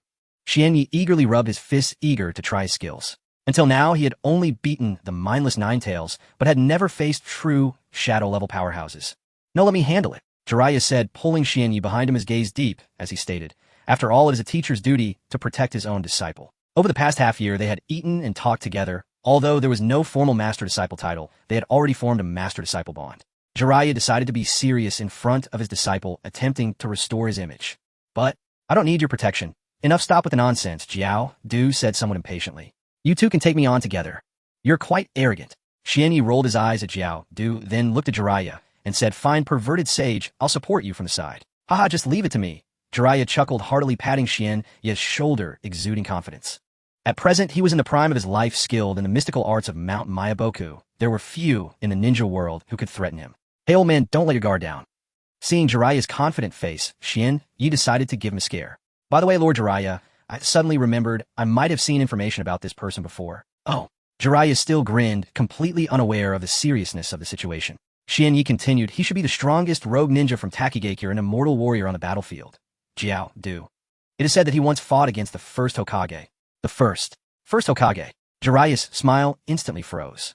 Although the third Hokage always claimed to be the strongest, Jiraiya knew very well that the first Hokage could undoubtedly crush his boastful sensei. And this guy in front of him, who could stand against the first Hokage, what was his strength? Moreover, Xian Yi suppressed a smile and said seriously, it is said that at that time this guy only lost to the first Hokage in one move. This, Jiraiya gasped, this person's strength is actually so terrifying. Not just him. Upon hearing this, even Jiao Du's expression became a bit unnatural. Low emotional intelligence only lost one move. High emotional intelligence, a shuriken thrown from 800 miles away. Jiraiya's expression grew increasingly serious. It seemed he would need to bring his full power to this high-stakes battle. Snap! He bit his finger, formed seals with his hands, and immediately released summoning jutsu, slamming his hand onto the ground.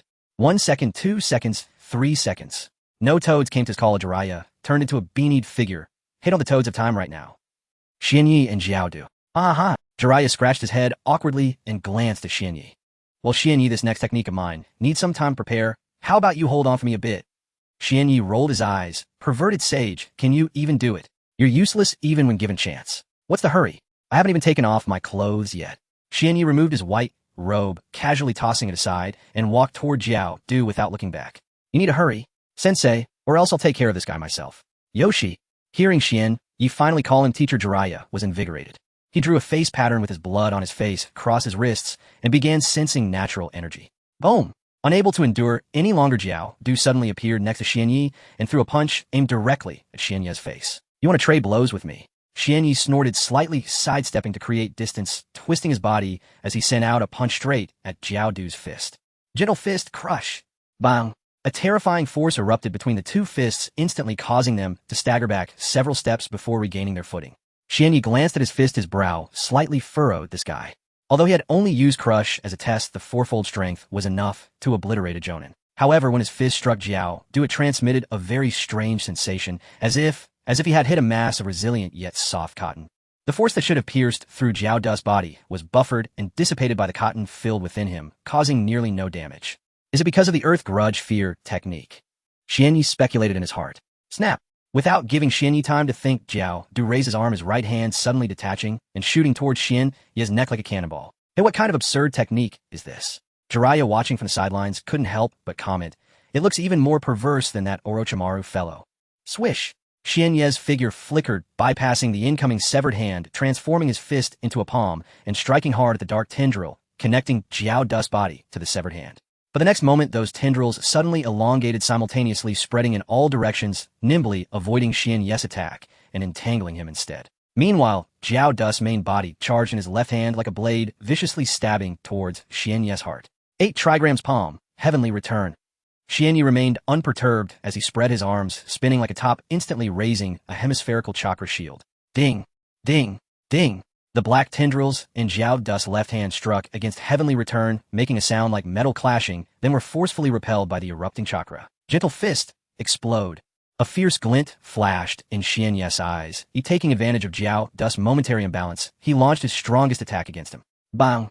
Jiao Du ruptured. Before Xian Yi's punch could reach him, the guy unexpectedly blew himself up using the tendrils to evade the punch. Plop plop! Many tendrils were caught in the wind from the punch, breaking off and falling to the ground, and a strange mask quietly emerged from the twisted tendrils. Lightning released false darkness. Dense lightning erupted suddenly from the mask, sweeping towards Xian Yi like sharp spears, the annihilation aura sending chills down his spine. Boom! Without hesitation, Xian Yi activated his ocular technique, instantly teleporting to another location. The ground where he had stood was blasted into a massive crater by the lightning. Body flicker technique. No, it's more like a space-time ninjutsu. Jiao Du's eyes narrowed slightly as another mask crawled onto his shoulder, opening a mouth that seemed to laugh and cry, spitting out a small wind ball. Wind release pressure damage. As the highly concentrated wind ball flew out, it instantly expanded to over 10 meters wide and then exploded. Boom! The terrifying pressure formed a tempest like a blade, the dense wind blades whistling past, aiming to shred everything within range into pieces. Run, Jiraiya! Seeing the situation was dire, Jiraiya clasped his hands together and turned to flee. Since his upper body couldn't move, he ran with his hips swaying. thinking ahead.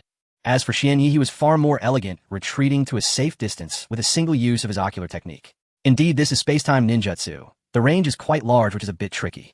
Jiao Du showed a contemplative expression. The two masks he had originally intended to release for a composite ninjutsu slowly withdrew. Swish!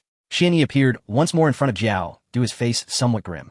Although he had fewer techniques, his overall strength was absolutely not inferior to Jiao Du. However, compared to Jiao Du, this experienced old man, his combat experience was indeed far too lacking. Just now, there hadn't been any major mistakes, yet he was still caught off guard by Jiao Du's sudden change of tactics, allowing him to unleash a full combo on him. This left Xianyi feeling disgruntled while also secretly alert. He must make sure to strengthen this weak point in his future training. You've angered me, Jiao. Do next. No, Xianyi, let me handle the next part. Xianyi paused, turning around. In the darkness, 3 pairs of captivating eyes lit up. Jiraiya, carrying the 2 sages Shima and Fukasaku, walked over slowly, a confident smile on his face. Psychological activity of the furry ball after the sun, challenging the gods, is foolish. Let you witness the burning will of fire within me. All right, teacher. Xianyi fell silent for a moment, slowly stepping aside under Jiraiya's gaze. He felt that he should at least give the elderly a chance to showcase themselves. Ha ha! Jiraiya patted Xianyi on the shoulder and laughed heartily as he walked forward. Kid, watch closely, the next move will be very cool. Zizaya, Hedo, Bang. Just as Jiraiya was shaking his head, the sage on his shoulder landed a small fist squarely on his face. Don't shout in our ears. Jiraiya's face got squished together like a bun, unable to maintain his cool for even 3 seconds before losing his composure. Alright, let's finish this quickly. I still need to go home and cook. Sage Jima retracted his fist and urged. Hey, old lady, stop thinking about cooking all the time. The serious matters are more important. Sage Shinzaku was somewhat speechless. What are you saying, the child's father? The 2 sages ignored the opposing Kakuzu and began to argue on Jiraiya's shoulder. Jiraiya did. Uncle and Annie, this is my ranked match. My disciple is watching from the sidelines. How can you start arguing as soon as you arrive? Boom! Kakuzu's fists blasted open again, propelled by black tendrils, smashing fiercely towards Jiraiya. Ninjutsu Needle Earth Prison. Jiraiya clapped his hands, and his hair behind him instantly lengthened to shield him, standing upright, like silver needles, transforming into a hard shield. Chop! Chop! Chop! Before Kakuzu's fists could land, a dense barrage of silver needles shot out like a rain of cow hair, collectively piercing through the tendril connected to Kakuzu's fists. Swish! As his long hair gradually returned to its normal length, Jiraiya was astonished to discover that the severed tendrils on the ground could still move freely like living creatures, wriggling back to Kakuzu's side. The black tendrils reconnected in just a few breaths. Kakuzu's severed hands were restored as if nothing had happened. Oh, is this the Earth Grudge Fear technique? I didn't expect this dark art to still be passed down. The 2 frog sages, well-versed in various matters, finally settled down and prepared to get serious. Sage Art 5 Right Gate. The 2 sages simultaneously brought their hands together, their cheeks puffing up as they forcefully exhaled chakra. Whoosh! The 3 streams of oil, wind, and fire chakra intertwined in the air, and the dark yellow, scorching flames erupted like lava, rushing towards Kakuzu with the force of thunder. Faced with this grand assault, Kakuzu's expression finally changed. Earth Grudge, threefold parting dust. 3 masks simultaneously climbed onto his shoulders, and the 3 elemental attributes of fire, wind, and lightning coalesced into a blue beam shooting towards the incoming tidal wave. Boom! Although both were combinations of 3 techniques, Jiraiya's 5 Right Gate was clearly superior, swallowing Kakuzu's chakra beam entirely within just a few seconds. But this brief delay was enough for Kakuzu to retreat to a safe distance by propelling his body. 8 trigrams, empty palm, collapse. Just then a ball of chakra attacked from a distance. Kakuzu dodged to the side and cursed inwardly. These 2 young guys truly lack martial ethics, ambushing a 69-year-old comrade. Fortunately, such an attack was unlikely to inflict harm if he was prepared. 8 trigrams, empty palm, bang! The 3 masks on Kakuzu's shoulder exploded simultaneously, the black tendrils severed, writhing on the ground like a pile of loaches. How is this possible? Kakuzu wore a look of disbelief. This little brat was just under his control, and now he had grasped the pace of the battle so quickly. Not good. By the time Kakuzu came to his senses, a blue sphere, nearly 7 or 8 meters large, had already appeared in front of him. Sage Art's super huge Rasengan. Kakuzu felt a chill down his spine. The pain throughout his body warned him that if he couldn't dodge this blow, he would surely die. Earth Release, Solid Stone. 90% of Kakuzu's tendrils surged out, twisting under the influence of the Earth attribute mask to form a thick wall 3 to 4 meters high, blocking the Rasengan. Meanwhile, his main body desperately fled backwards. Boom! The super huge Rasengan slammed into the wall. The terrifying energy contained within erupted, illuminating the area for miles around. The thick wall instantly turned to dust and the white shockwave continued to spread forward, engulfing Kakuzu's figure. Cough cough, cough cough. After the explosion, Kakuzu lay on the ground like a heap of tangled threads, the only remaining mask covered in cracks, giving the impression that it would shatter at any moment. This guy is surprisingly tough. He didn't die after all. Xianyi walked over to Kakuzu, curiously poking at his tendrils. Meanwhile, Jiraiya had sent off the two sages and reverted from sage mode, also heading this way. Xianyi turned and asked perverted sage, "How do you think we should deal with him?" "Oh." Jiraiya caught the implication in Xianyi's words. "You don't plan to kill him, do you?" Wan Yin nodded. "This guy has potential. It would be a shame to just kill him. I want to try to recruit him." Kakuzu had lost the ability to move, silently lying on the ground as the two discussed his fate. Jiraiya shook his head. "A bounty hunter who only cares about money can't be made to serve you. If he only cares about money, it's simple," Xianyi said with a smile. "As long as there are enough benefits, he will be easily driven." Perverted sage, "Wait here a moment. I'll go give it a try." With that, Xianyi grasped Kakuzu, walking towards the near. "Hey Kakuzu, do you want to make some money?" After putting some distance between himself and Jiraiya, Xianyi threw Kakuzu to the ground and asked in a persuasive tone, "Not the petty change you deal with, but real big money." After a moment of silence, Kakuzu weakly replied, "I would like to know the details." "Very good." Wan Yin nodded in satisfaction. "So have you heard of capital? Have you heard of monopolies?" In just a few minutes, Xianyi had captured Kakuzu's heart, and after a few more minutes, Kakuzu practically wanted to kneel before Xianyi on the spot. The hard-earned money he had accumulated over a lifetime was no longer as much as what could be made from a few capital operations. After a while, Kakuzu couldn't help but ask, "You just told me all these methods. Aren't you worried I might change my mind after I leave?" Xianyi tilted his mouth slightly. "That's because I have even more profitable methods. A win-win situation. You wouldn't go against your own interests, would you, Kakuzu?" After thinking for a moment, Kakuzu slowly nodded. "You have successfully convinced me. I am willing to join you." "Very good." Wan Yip hated Kakuzus. He couldn't quite tell what part that was. "In any case, you are the first member of the organization. In the future, our organization will definitely become famous in the ninja world." Kakuzu calmly replied, "Whether it becomes famous or not is irrelevant, as long as there's money to be made." Xianyi rolled his eyes. "There's a guy in the land of waves named Kaido who is wealthy enough to rival nations, a scoundrel who does no good. I think his assets should be enough for you to start business." "I understand." Kakuzu nodded, immediately getting excited at the mention of money. In the past, he didn't rob money because he enjoyed the process of making it, but now he was robbing for more money, which was not contradictory. "By the way, Kaku," Xianyi asked, "using your experience, can you analyze who might be offering a bounty on me?" Without even thinking, Kakuzu directly replied, "You have no reputation in the ninja world, but the bounty description of you is extremely detailed. It must be someone from your village." "People from the village." Without a second thought, the old face of Hinata Yuan Sheng appeared in Xianyi's mind. "All right, I understand now. You can leave while we'll contact you again in the future." Xianyi nodded, slightly signaling that Kakuzu could leave at any time.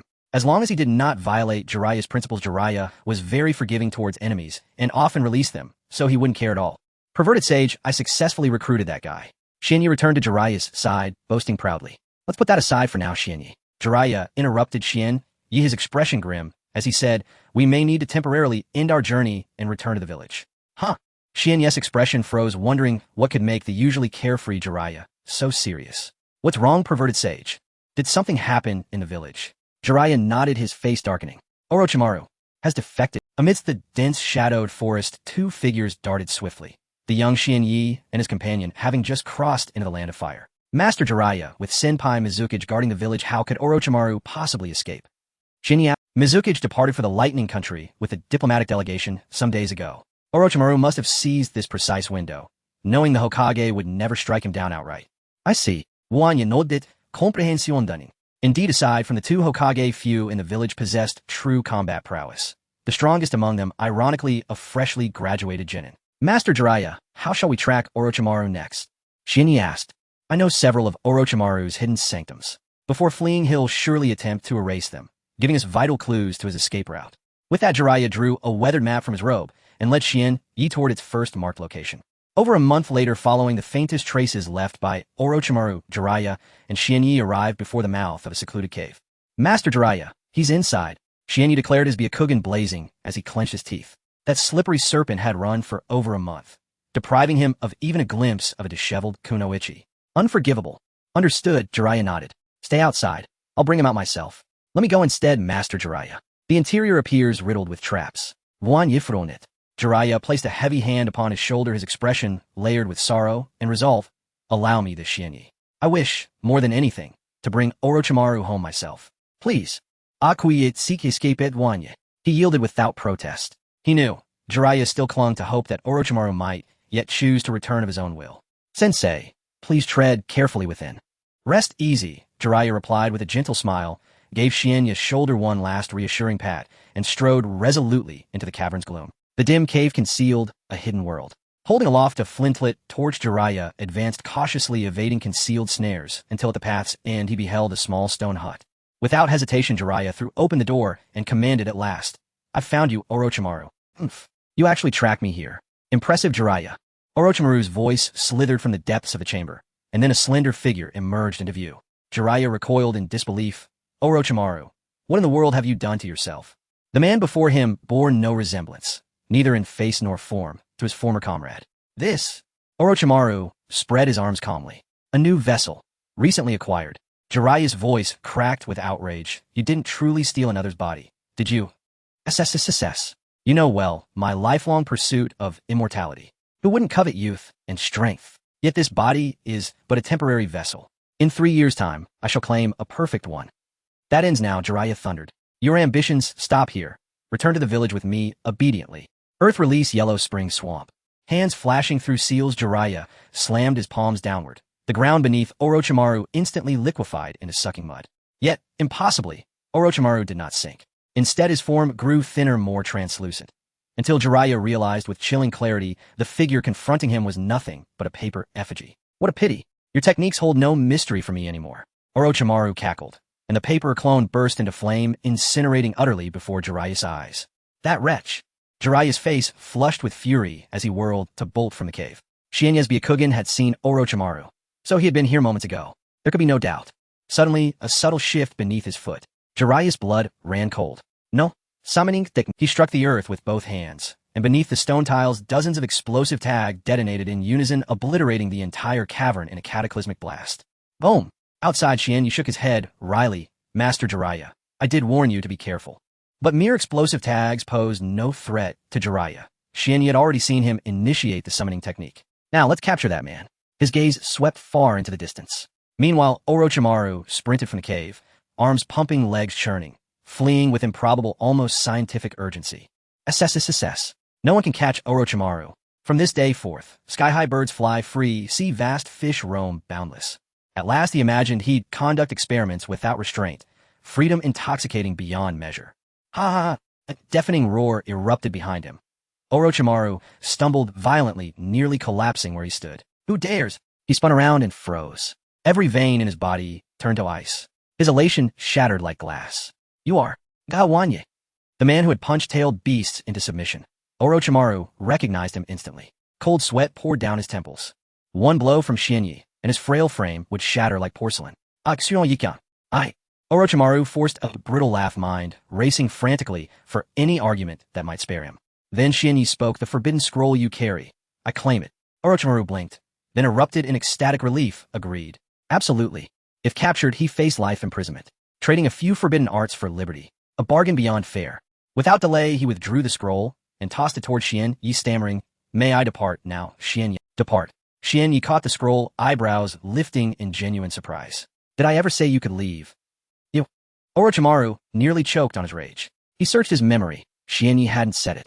It was all his own desperate fantasy. Damn it. Now he was even angrier. "Hyuga Xianyi, stand down. Let Orochimaru pass." 4 masked figures materialized from the shadows, forming a barrier between Xianyi and Orochimaru. Their leader spoke with cold authority. "This is Lord Danzo's command. Upon your return, you shall receive his enduring favor." "Humph." Xianyi tilted his lips upward, a faint, unreadable smile. No wonder Orochimaru evaded every Konoha pursuit team. Someone had been shielding him all along. This root squad was formidable. Each chakra signature resonated at Jonin level. Yet against Xianyi, they remained profoundly outmatched. "Hyuga Xianyi. Detaining Orochimaru brings you no gain. Pretend you saw nothing, and reap rich rewards. What say you?" Seeing Xianyi unmoved by threats, the root shinobi softened his tone. Truthfully, any other opponent would have met steel already. But facing Xianyi, they chose persuasion over blades. Surely you wouldn't risk offending Lord Danzo over something so trivial. Exactly. Orochimaru chimed in, eagerly nodding vigorously. Xianyi echoing, "His logic is impeccable." Xianyi paused, then slowly nodded. "Yes, offending Lord Danzo would be unwise." "Wise of you." At those words, 5 hearts, Orochimaru's included, relaxed in unison. Then Xianyi added, voice sharpening, "But alas, I have no choice. This is the first time Master Jiraiya has ever earnestly entrusted me with a task. So Lord Danzo, step aside. The root leader's face hardened. Hyuga Genya, you dare. Dare. I am made of pure gall. Enough to make Go Jian weep with envy. Genya roared with laughter. Enough. Move now. Or when fists fly, I fear I may accidentally shatter you all with one punch. Hyuga Genya, do you truly believe you've cornered me? Before the root shinobi could react, Orochimaru himself let out a chilling low laugh. Then witness. My life's work distilled into a single art. Tiger, snake, dog, dragon. Orochimaru formed 4 rapid hand seals, then clapped his palms together with finality. Those seals familiar. Could it be? One yese pupis contracted violently. Impossible. This technique is. How absurd. Orochimaru cannot have mastered this yet. Et d'autant ces réanimation technique. Orochimaru's voice dropped to a guttural command. A violet summoning array blazed to life, and from its center rose a heavy wooden coffin, thick and ancient. Upon its lid, carved in stark black, inked the numeral 2. This is, I originally intended to reserve this move for Minato, but you forced my hand, Lord Genya. The moment the gigantic coffin appeared, Orochimaru's tension vanished, replaced by a smug grin. By the way, I owe my smooth mastery of the impure world reincarnation technique to you, Lord Genya. Orochimaru said, using this technique on you now is also my way of repaying you. Thanks to me? What do you mean by that? One ye questioned in confusion. This is. Orochimaru chuckled without answering. If it weren't for Genya's team discovering that immortal monster, and if he hadn't had such high-quality materials for experimentation, he surely would not have mastered the impure world reincarnation technique so quickly. Damn it, I'm so annoyed. From now on, when the Hokage dies, just burn them all for me. Genya cursed under his breath, appearing behind Orochimaru in an instant, striking fiercely at his neck.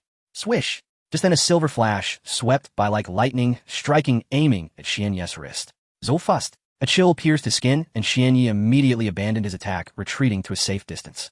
That is, a root ninja watching displayed a shocked expression. Standing in front of Orochimaru was a stern-looking middle-aged man, strikingly handsome. Incredibly good-looking, silver hair and crimson eyes with an iron forehead protector, blue armor, and a white fur collar. No doubt about it, that's the second Hokage, Senju Tobirama. Another root ninja whispered. Orochimaru, you bastard. How dare you arm the second Hokage with a flying thunder god Kurenai? One you scolded angrily.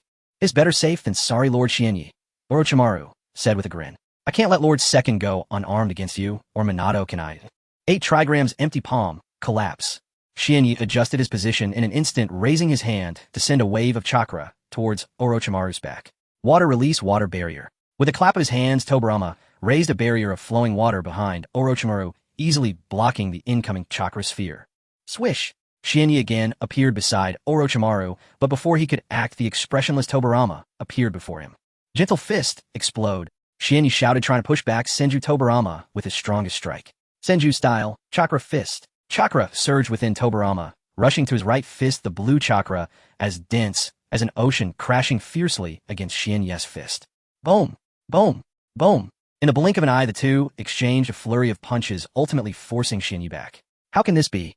Genya's expression turned slightly grim. To be honest, the current situation had truly exceeded his control. Close-range attacks were intercepted by Tobirama, and long-range attacks lacked sufficient power to break through his defenses. Yet he feared that if he used too much force, he might accidentally kill Orochimaru, who was still not a slippery snake yet. So frustrating. Where are you, perverted sage? Why haven't you shown up yet? How do you deal with the dead? Just as Genya pondered strategy, a voice broke through, capturing everyone's attention. I was impure world, reincarnated. It was Senju Tobirama's voice. Genya hurriedly looked over and saw Tobirama's murky eyes regaining clarity, his expression growing increasingly lively. At that moment, Tobirama was examining his hands, his mind filled with countless thoughts condensed into a single word. Damn, which idiot dared to use my technique against me? You mom. The cycle of reincarnation is truly fair. Who can escape the heavens? Watching this scene, several root ninjas felt a sense of empathy, realizing they might face a grim fate in the future. As expected of the second Hokage, he managed to break free from my restraints and restore his consciousness. Orochimaru said, placing his hand on Senju Tobirama's shoulder, astonished. 8 trigrams, empty palm, collapse. Genya struck again, yet Tobirama instinctively raised his hand to wield the kunai, directly dispersing the chakra sphere aimed at Orochimaru. Lord Tobirama, do you have a way to counter this guy's control? After the failed attack, Yi asked rapidly. Of course not, Lord Genya. Orochimaru held his stomach, laughing heartily. I was just messing with you earlier, hiss hiss hiss. As Orochimaru's words fell, Tobirama's gaze instantly dimmed, and the next moment both of their figures vanished simultaneously from their original spot. Boom! Shienya's fist struck the spot where Orochimaru had disappeared, causing the ground to crack, leaving a deep pit nearly 7 or 8 meters wide. Orochimaru, you were the first to dare to toy with me. Shienya appeared expressionless, yet his back teeth were nearly... He should have thought of this. He should have realized when Orochimaru placed his hand on Senju Tobarama that he would have prepared everything in advance. Given that this guy was well prepared, he would naturally set up a flying thunder god Kurenai in a safe place for emergencies. Gulp. Glancing at the deep pit on the ground, and at the furious Shien, several root ninjas quietly began to back away. Shien glared at the group with a dark expression. Did I say you could leave? Several ninjas broke out in cold sweat, and the leading ninja reluctantly stepped forward, feigning calmness. Lord Shien, this isn't our business anymore. How about we head back first? There's still many tasks waiting for us in the department. Crack. As the group looked on in terror, Shien pressed his knuckles, walking towards them with a cold smile. Who said that? I'm just looking for a place to vent my anger. How about you all stay and help me release some steam? The expressions of the root ninjas changed dramatically. No, please, Lord Shien. Please stop. Damn it. Lord Danzo, you must stand up for us. In the root, a ninja, unable to keep his eyes open, directly knelt before a pillar. That bastard Hyuga, Shien. Looking at his subordinates whose faces were swollen like pigs, Danzo slammed the table, furious. Daring to openly challenge me, do you think you're strong enough that I can't deal with you? After a fit of rage, Danzo looked at the 4 subordinates. All right, you all go rest and recuperate. Don't worry, I will make Hyuga Shien pay for this. Konoha Hospital. Pervy Sage, what can I say about you? Shien looked at Jiraiya, lying on the hospital bed, his eyes nearly rolled. One of the legendary Sannin, and you almost got blown up by an explosive tag. Oh, if this gets out, won't others laugh at you to death? Jiraiya chuckled, awkwardly saying in a lacking confidence, the one who set the trap is also one of the Sannin, so it's understandable that I fell for it. Next to him, Sarutobi Izashi pulled a young nurse's hand, asking seriously, so little girl, is Jiraiya not done for? Since that incident with Shien, Hizashi has developed an inexplicable obsession with not done for. He asks this question whenever anyone is hospitalized. The young nurse, accustomed to it, pulled her hand away from Hizashi's, replying expressionlessly, Jiraiya's injuries are severe but may take several months for him to recover completely. So he's not done for. Sarutobi Hizashi nodded, sounding somewhat disappointed. Jiraiya. Old man, I'm lying right next to you. Are you wishing for me to be done for, or something? Jiraiya needed to rest quietly in the hospital and couldn't go anywhere for a while, so Shien naturally started a roam. This trip took quite a while, and now that he had finally returned to the village, he needed to spend some quality time with Obito guy. Cough, cough, he needed to have some intimate moments with Hong and Mei. A few months later, as the year drew to a close in Konoha, another major event occurred. A delegation from the Land of Thunder arrived to conduct a friendly return visit, at least in name. Good night, Makabaka. During the reconstruction of the Hidden Leaf Village, many houses were newly built. To better take care of the little ones, the couple Minato and Kushina moved into a brand new villa. Tonight, to celebrate their housewarming, the 4th Hokage personally cooked and invited his teacher, junior brother, and students to gather for a meal. Hey Shinya, put me down already. Naruto shouted in Shinya's arms. Come on, when you were little I used to cuddle and kiss you.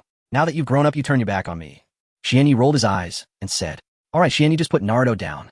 Jiraiya, who was nearby, couldn't stand it anymore. Who hold a child like that? Oh, Shinya pouted and flipped the upside-down Naruto back to the ground. As a result, this kid kept shouting and making noise.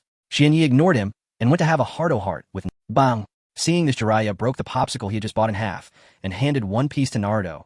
Naruto, be good, stop causing a scene. How about you have this? Okay. Naruto's eyes lit up, and he took the popsicle and stuffed it into his mouth, immediately quieting down.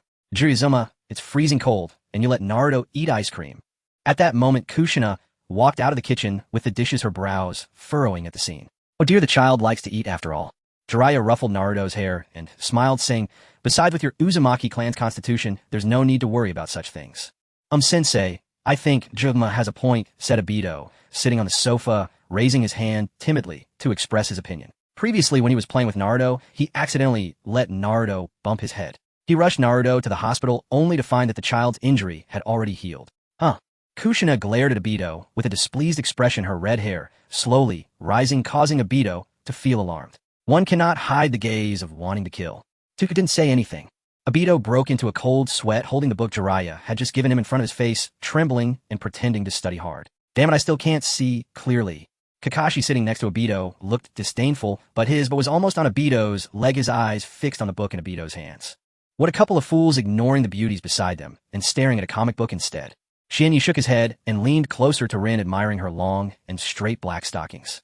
By the way, Rinshin, Shinya pointed at the two engrossed individuals and quietly asked, which of those two fools do you— the one I like is— Rin hesitated for a moment, leaning close to Xianyes's ear and whispered a name. Xianyes's eyes widened in surprise upon hearing the answer.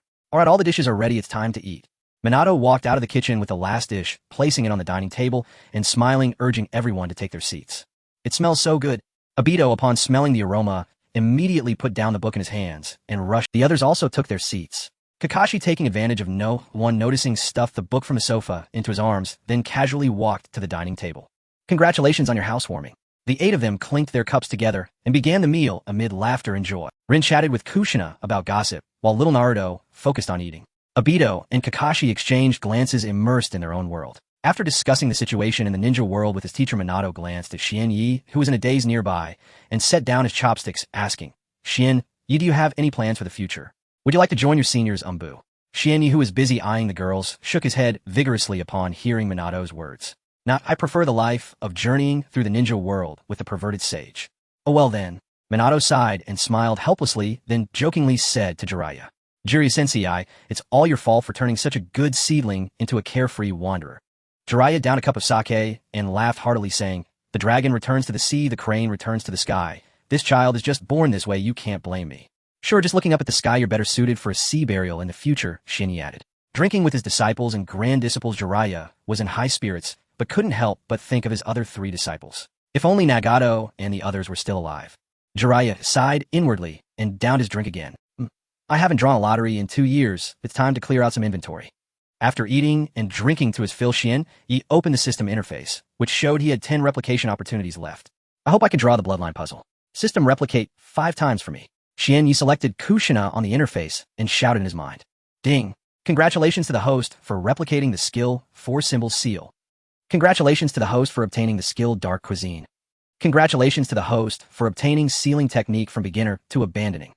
Congratulations to the host for obtaining mastery of sealing techniques. Host Physique 1, current physique, is 10, already reaching the level of the first Hokage. Still no bloodline puzzle. Although he didn't draw SSR, wasn't too bad either. Xianyi felt it was acceptable and began to ponder over the rewards this time. One can only say that the Uzumaki clan is indeed a master of sealing techniques. After several replications, he had turned into a sealing expert. Also, this first Hokage is quite spiritual. He'll save the remaining 5 times for next time. Sigh, it seems Kushina doesn't love me enough. He regretted saving Minato back. Then, if he hadn't, he could have taken advantage of the situation now. Doghead. By the way, senior brother, Xianyi looked at Minato and asked, I heard that in a few days the delegation from the Land of Lightning will come to the Hidden Leaf for a visit. Minato nodded slightly. Yes, if nothing unexpected happens this time, the Hidden Leaf and the Cloud Village should be able to smoothly sign the treaty. Is that so? Xianyi rubbed his chin, lost in thought. In the original plot, when the delegation from the Land of Lightning came to the Hidden Leaf on the surface, it was for negotiations, but in reality, they had their eyes on the Byakugan of the Hyuga clan. A messenger stealthily infiltrated the Hyuga clan at midnight, quietly stealing away a 2- or 3-year-old Hinata, only to be discovered and killed by Hyuga Hisashi. It was rather absurd a group of sharpshooters couldn't spot a living person sneaking into their yard. But the absurdity didn't end there. The Land of Lightning demanded that the Hidden Leaf hand over Hisashi's corpse, or they would attack the Hidden Leaf in retaliation. The life of an ordinary messenger was exchanged for the life of the clan leader of a major Hidden Leaf family. Others thought the Cloud Village had gone mad, but Sarutobi Hiruzen thought it was okay. Then the tragic incident of Hinata Hyuga sacrificing himself for his brother occurred. However, because of Xianyi, this little butterfly, the current Hidden Leaf, was in much better shape than in the original plot. So Xian, you didn't know if this incident would still happen. What's wrong, Xianyi? Minato asked with some curiosity. Oh, I just have a feeling that the Cloud Village might have ulterior motives. It would be best for you to be extra cautious, senior brother, Xianyi said honestly. All right, I understand. Minato agreed with a smile, but he didn't take it seriously in his heart. A few months ago, he personally visited the Land of Lightning and met its lord. There was no way for both sides to create further waves. Level the Hidden Leaf. Xianyi sat on the sofa, nearly doubled over with laughter upon hearing Minato relay the Cloud Village's audacious claim. Was this a joke? Unless little boys and portly men had arrived, who on earth could level the Hidden Leaf? Not even a legendary Choji could pull it off. The Cloud Village truly dared to boast without restraint. Xianyi, please stop laughing. It's a grave matter, Minato said, rubbing his temples with weary resignation. Earlier he dismissed his younger brother's warning as idle chatter, only for it to erupt into a full-blown diplomatic crisis.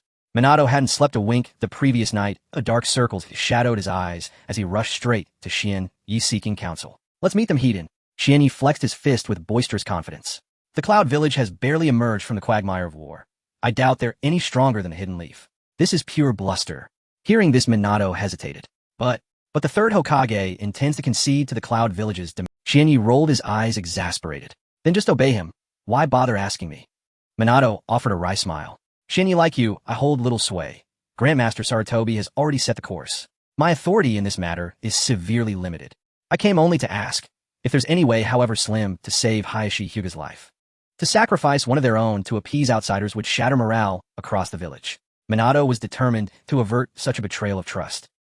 Xianyi stroked his chin, his mind racing through layers of ceiling theory. His expression, after a long pause, he fixed Minato with a steady gaze. Actually, I have devised a solution, but frankly I hold no affection for Hiashi Hyuga. Why should I save him? At Minato's hopeful plea, Xianyi clasped his hands together earnestly. Please, Xianyi, do this as a favor to your senior brother. Wan Yishuruk. Fine. Since senior brother has spoken, I'll do my utmost. The Hyuga main house.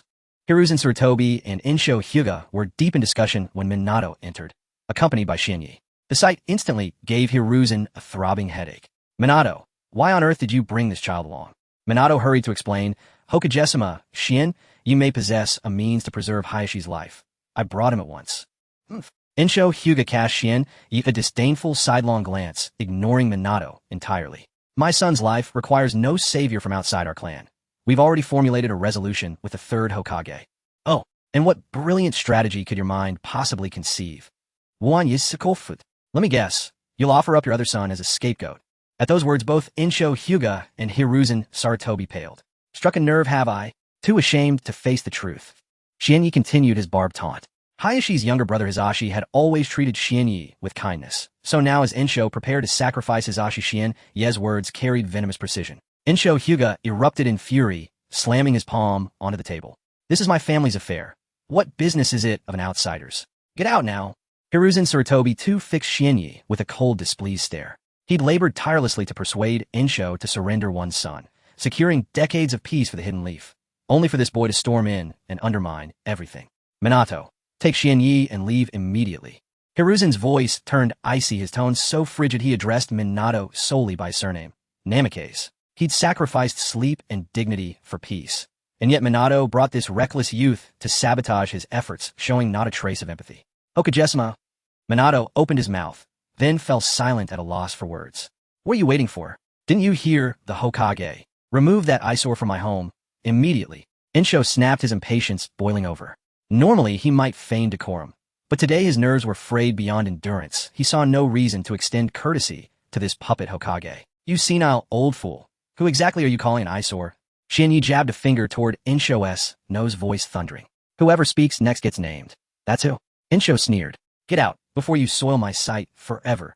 Minato, get Xianyi out now, before things worsen. Hiruzen, too, bristled with irritation. Enough.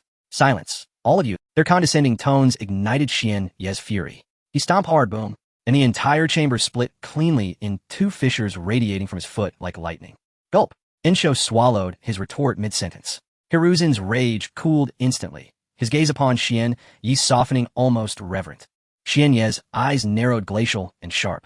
He had genuinely conceived a method to save Hiashi Hyuga, without bloodshed or disgrace. But Insho's callous disregard, favoring one son while discarding another, ignited Xianyi's contempt. Now he would resolve this not with diplomacy, but with dominance. Senior brother Minato, look there. Xianyi suddenly pointed sharply out the window, feigning astonishment. What? Minato instinctively followed his gesture, only to see empty air. When he turned back, Xianyi stood before Insho, two fingers pressed firmly against the elder's forehead. What did you do to me? Insho staggered backward, clutching his brow, his voice raw with terror. A subtle invasive force had pierced his skull, clinging to his neural pathways like a parasitic vine, entwining itself with his very consciousness. Hiruzen stared dumbfounded. Minato gaped, stammering, Xianyi, what was that? Sigh. Xianyi sighed, spreading his palms in mock helplessness. You've already guessed the answer. Why insist on hearing it from me? An azure seal bloomed rapidly upon Insho's brow. The cage bird curse mark implanted by Xianyi himself. Agony crashed over him like a tidal wave. Insho collapsed to his knees, writhing in unspeakable torment. The cage bird curse was traditionally implanted in branch house members during childhood, while their nervous systems remained malleable. To force it upon Insho, whose neural architecture was fully ossified, was tantamount to flaying his soul alive. Impossible. Hiruzen recovered his composure, recalling ancient Hyuga scrolls, and cried out, The cage bird is a bloodliness-specific seal. used by the pure-blooded main house to subjugate the diluted branch house. How could you invert its nature, implanting it upon the head of the main house himself? Don't you understand yet? Xianyi spread his arms wide, calm as still water. Because my bloodline surpasses yours, not by degrees, but by hundreds fold. I, Xianyi Hyuga, am the true head of the Hyuga clan.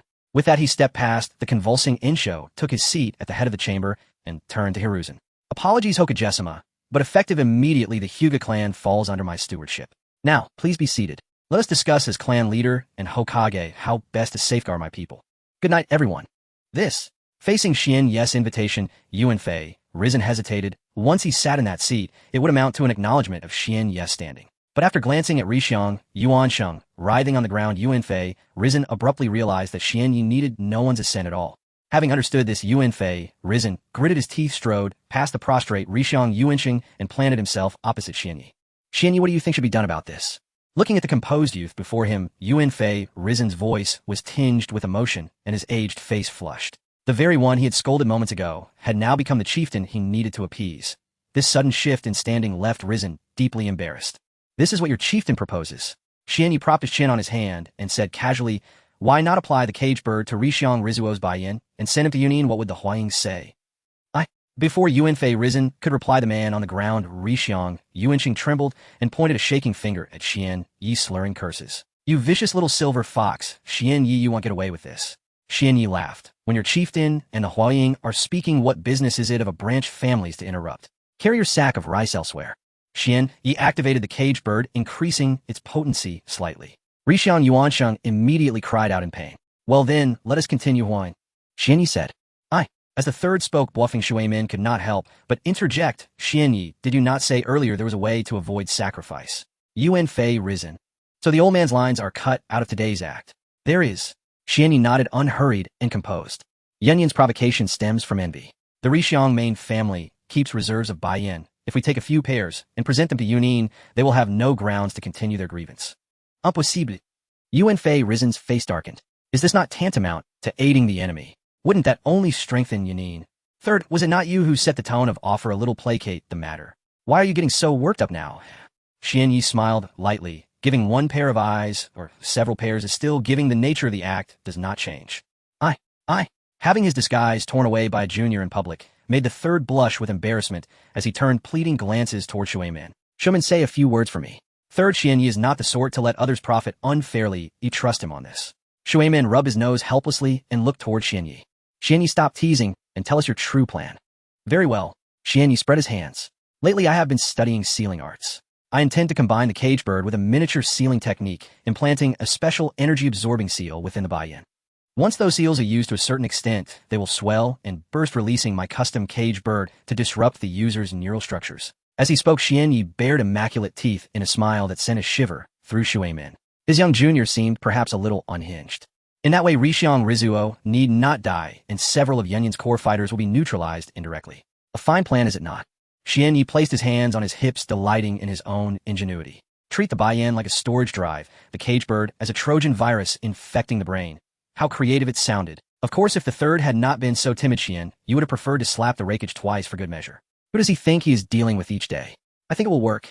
Bluffing Shuaimin and Yuan Fei, Risen exchanged a look and slowly nodded. I have no objection either. Yuan Fei, Risen hastened to agree. He did not wish another rebuke from Xianyi. The buy-in passed down through the Rixiang ancestors were treasured like relics in a monastery. Clan members guarded them with fierce devotion. No outsider could lay eyes on them without preparing to fight for their life. But now that the chieftain had become Xianyi, matters were different. With such a wealth of buy-in, Xian, he even toyed with the idea of slipping a few into his pockets to gift to friends and relatives. What prestige that would bring. Too many would arouse suspicion. 2 pairs will suffice, he murmured to himself. In truth, Xian, he simply found the process of implanting micro-seals tedious. To ask Rixiang Rizuo, a boy in his prime, to work late into the night for this was hardly fitting. It was certainly inappropriate. Rizuo would lose his life if things went wrong. He would merely lose his youthful looks if kept up late, and that would harm his visage. Xianyi, are you ready? The next morning, Shuaimin appeared at Xianyi's door, his brow grave. Ready, senior brother. Xianyi waved 2 small vials. Each contained a pristine pair of eyes. Then let us depart. Shuaimin placed a hand on Xianyi, and with a flash of the Flying Thunder God technique, they arrived in the southwest of Tenseigan, where Yunin and Mai had arrayed their forces. Yunin has brought a great many people this time. He activated his buy-in and peered into the distance. Black dots swarmed across the horizon, crowding his field of vision. It made sense those who sent too few would be sending themselves to slaughter. Bluffing Schumann, you have kept me waiting. A voice like distant thunder announced itself as Lei Ying approached with a dozen others, striding toward Mui's formation. Wan Ye Gurinut. Behind Lei Ying were many familiar faces: Kalabi Darui and Samui. The tall, fierce blonde woman made his eyes go oddly bright. For a moment Xian Yes' vision betrayed him. The girl's clothing seemed to vanish, and two glaring lights became plainly visible. Unbidden tears of astonishment leaked from Xian Yes' mouth. Bang! Suddenly Xian Yes' head struck an invisible barrier. He looked up to find a broad, dark man grinning down at him. Boy, why are you drooling on me? Lei Ying's question carried a malicious tone, and laughter rippled behind him. Xian Yi was stunned. Bluffing Schumann, you conniving rascal. What did you bring me here without telling me? Coughing twice, Xian Yi composed himself and slipped back into character. He withdrew the two vials from his bosom, offered them to Lei Ying with a deferential bow, and recited the lines they had rehearsed. Lei Ying, on behalf of the Rishiang clan, I present our most sincere apologies. These 2 pairs of buy-in are the Rishiang clan's offerings. Lei Ying snatched the vials, glanced inside, and sneered. You killed people from my Lei state, and think 2 pairs of eyes will placate me. Do you take me for a beggar? Lei Ying, you. Bluffing Shuimin frowned and opened his mouth about to speak. Xian Yi tugged his sleeve, signaling him to keep calm and not to be hasty. Lei Ying, do not be enraged. The Rishiang clan is indeed at fault. Everything can be negotiated. Xian Yi forced a conciliatory smile. Negotiated? Lei Ying scoffed and pointed at Xian Yi. Fine, gouge out your own eyes for me, and I will forgive the Rishiang clan. Xian Yi's smile faded. Lei Ying, I have spoken kindly to you. Lei Ying crossed his arms and mocked him, savoring the sight of someone forced to swallow their anger. This was bad. Schumann's face drained of color as he sensed disaster. So, you little brat, you think I gave you face? Xian Yi lifted his head. His handsome features contorted, and within his flawless eyes, a faint rotation of Tomo appeared. Is living not good enough? Why must you seek death, you foolish fool?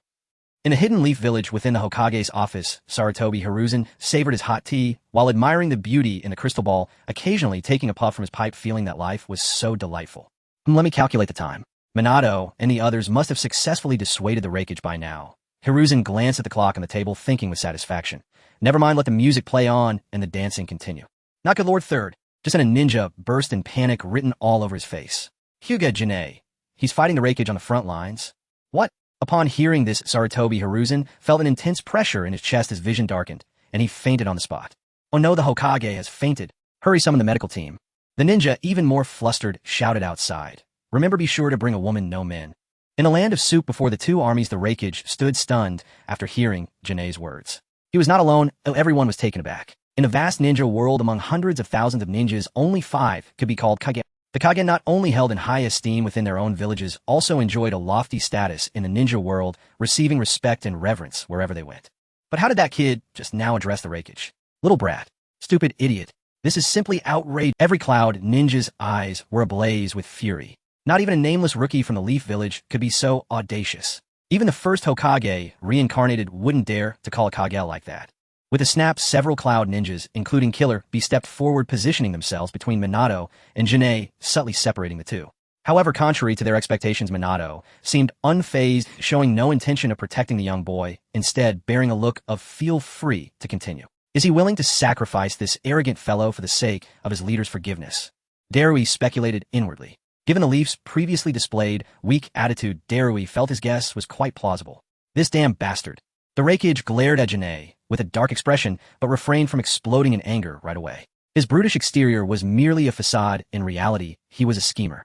Noticing Minato's indifferent attitude, the Reikage finally let his anger take over, roaring furiously, "You little brat, you're asking for death."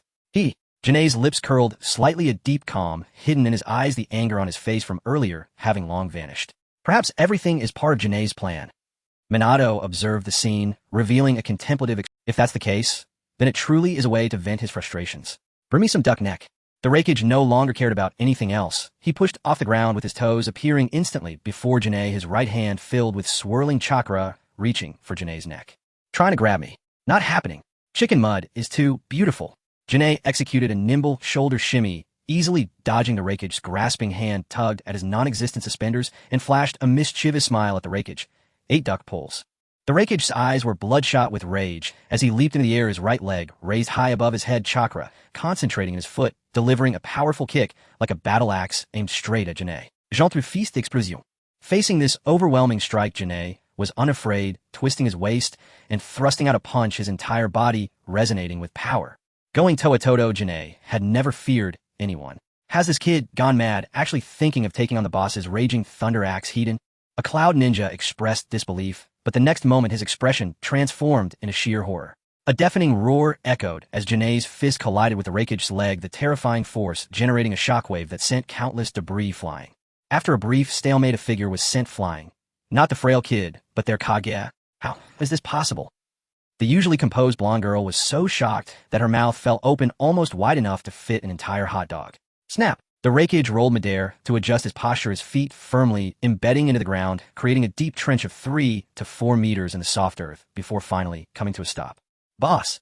Big brother! Several cloud ninjas rushed toward the Rakige, but he raised a hand to stop them, saying, "I'm fine, no need to come over." Taking a deep breath to suppress the turbulent blood within him, the Rakige coldly regarded Janae and said, "No wonder you're so arrogant. It turns out you have some skills," but before he could finish, Janae nonchalantly replied, "You're not bad either. Very few could take my punch and live." The Rakige, just as he was about to put on a show in front of his subordinates, to regain some face, Janae's words complete. What frustrated him even more was that he realized Janae didn't seem to be boasting, it was genuine. Damn! The Rakige's expression turned cold as he flexed his fist as large as a sandpot in front of his subordinates and said, "Kid, don't get too proud. If I hadn't been careless just now, you wouldn't have even touched the hem of my clothes." Janae raised an eyebrow, remaining silent, deciding to tear the Rakige's clothes apart directly later. Is AI really going to use that technique? Minato's pupils constricted slightly upon hearing this. Lightning! The Rakige's hair stood on in the lightning chakra within him, instantly enveloping his entire body, electrifying every muscle. Crackle, crackle, as the lightning chakra reached its peak, the air around the Rakige became chaotic. Visible arcs of lightning surged, the sound of electricity scraping against the air, sending shivers down one's spine. Lightning resembles armor surrounding you. Is that why it's called lightning release armor? Janae observed with keen. Many Naruto fans believe this technique was the strongest lightning release. Today, they could finally witness it firsthand. The boss actually activated lightning release armor. The opponent is indeed somewhat formidable. Strange, peculiar. This person clearly had no presence earlier. Killer Bee adjusted his sunglasses, hands in his pockets, delivering a freestyle rap. "Do you think the boss will win?" a cloud ninja whispered worriedly. The scene of Janae punching the Rakige flying was simply too impactful, still replaying in his mind. "Fool, of course he will." Darui slapped the other's head with annoyance, saying, "Didn't the boss say it was because he was careless before? Now that the boss is serious, the opponent naturally won't have a chance." "Well, that hurts." The ninja hugged his head and cried, "I was wrong, I shouldn't have doubted the boss." On the battlefield, the Rakige, furious, glared coldly at Janae, saying, "Kid, be careful, don't get killed by my punch. That would be very boring for me." Janae shrugged, "Since you say, so I'll take it a bit more seriously. My front door is always open." The blonde girl, Sam, looked at the scene with admiration, exclaiming, "The leader has activated the lightning release." In this mode, the lightning shadow was incredibly powerful, its astonishing speed comparable to that of Minato Namikaze, and its terrifying strength could match the might of a raging bull. It had yet to encounter a worthy opponent. "I want to have a match with the leader in this state to feel the ultimate impact of speed and power." Sam licked her lips in anticipation, a blush appearing on her face. Not just her, all the cloud hidden ninjas stared feverishly at the lightning shadow. They knew that when the leader unleashed this mode, the opponent was already as good as dead. Lightning release, lightning dual ninja encounter must spit out lethal blade. The lightning shadow moved like a blue bolt of lightning, slicing through the sky, instantly appearing before Xian Yi. Its massive fist shot out like a cannonball. "Abby has become stronger than before. Be careful, Xian Yi." Watergate said, a hint of worry flashing in his eyes. "J'entre fils d'explosion." Xian Yi's voice was calm and resolute as he turned his waist, delivering an ordinary punch. Compared to the lightning shadow's spectacular attack, Xian Yi's move seemed unremarkable, yet when the power of his punch erupted, everyone present changed color in unison. Boom! As their fists collided, the lightning shadow's face changed drastically. He felt that he was not facing a human, but rather a torrential flood sweeping through, off ground like a rift. Boom! As their fists collided, the lightning shadow's face changed drastically. He felt that he was not facing a human, but rather a torrential flood sweeping through. And at this moment, he was right in the center of that flood. Boom! The terrifying force of the punch poured forth, and the lightning shadow spat out a mouthful of blood, his body thrown away like a ragged sandbag by the relentless power. The entire venue fell into silence. Why? The leader has clearly entered the lightning release chakra mode. How could this happen? Sam E's heaving chest was close to bursting with tears. Watching her invincible leader being sent flying twice by a slender young man was a visual shock that was hard to put into words. To put it in perspective, it was like witnessing Lin Dayu beating up Liu Jixin only to see James being dunked on by Zhang Whiting in a courtroom slaughter against Luo Xiang. Watergate was at a loss for words, feeling for the first time in his 20s that he was aging. One punch could kill me. Xianyi slowly retracted his fist, not even glancing at the retreating, lightning shadow, shaking his head, and saying, "You truly are unaware of your own insignificance. You have no chance against me who has replicated countless skills. Let's go see your brother Watergate," Xianyi said, looking at Watergate beside him. "Go." A cloud-hidden ninja, his eyes reddened, drew his long knife, and shouted fiercely at Xianyi. "You hurt the leader. Do you think you can just walk away?" "Oh." Xianyi turned around to glance at the ninja, then his gaze fell on Killer B, examining him, as if appraising merchandise, causing Killer B to tense up. "What do you want me to fight, and take the 8 tails back to Konoha?" "Wanye lafet vikidli." Swish! Upon hearing this, all the cloud ninjas drew their weapons, glaring at Xianyi as if facing a formidable enemy. "Move." Watergate raised his hand and waved, and the Konoha ninjas behind him followed suit, raising their weapons, their long knives gleaming coldly in the sunlight. "Cough, cough. Put away your knives." Just as both sides were on edge, a weak voice was heard. The cloud ninjas turned to see the lightning shadow supported by Sam E slowly walking toward them. "But leader," the cloud ninjas showed unwilling expressions. "Listen." The lightning shadow wiped the blood from his mouth, waved his hand, and his voice grew stronger. "Yes." Several cloud ninjas reluctantly retracted their weapons, looking like defeated. In truth, they knew that if even the leader was not a match, they had no way to contend with the opponent. They were merely swallowing their anger. "It seems the lightning shadow has forgiven my Hyuga clan," Xianyi lazily asked, looking at the approaching lightning shadow. The lightning shadow nodded, retrieving a bottle containing Byakugan from his subordinate's hand and extending it toward Xianyi. What happened before was merely a misunderstanding. "You can take these 2 pairs of Byakugan back. From this day forth, the Cloud Hidden and Konoha will be eternal allies." "Haha, indeed." The lightning shadow also smiled, albeit with a hint of bitterness. As the leader of a village, he had to bow to a mere child. How many could understand the bitterness behind this? Really a facade. "Haha, indeed." The lightning shadow also smiled, albeit with a hint of bitterness. As the leader of a village, he had to bow to a mere child. How many could understand the bitterness behind this? In Konoha, at the ninja hospital, Sarutobi Hiruzen, who had been lying weakly on the bed, jumped up in shock after hearing Watergate's description like a startled monkey. "You mean Xianyi beat the lightning shadow, and as a result established an even stronger alliance? What does this mean?" Sarutobi Hiruzen was dumbfounded. The lightning shadow, whom he could not subdue even while swallowing his pride, was beaten down by Xianyi without a second thought, and instead he succeeded in solidifying the alliance. What in the world is this logic? The old dog Hiruzen looked at Xianyi eagerly, wanting him to. "What's so hard to understand? Dignity lies only at the edge of the sword. Truth exists only within the range of the tailed beast ball," Xianyi said lazily, while sitting on the sofa, looking at the ladies in white silk in the changing room.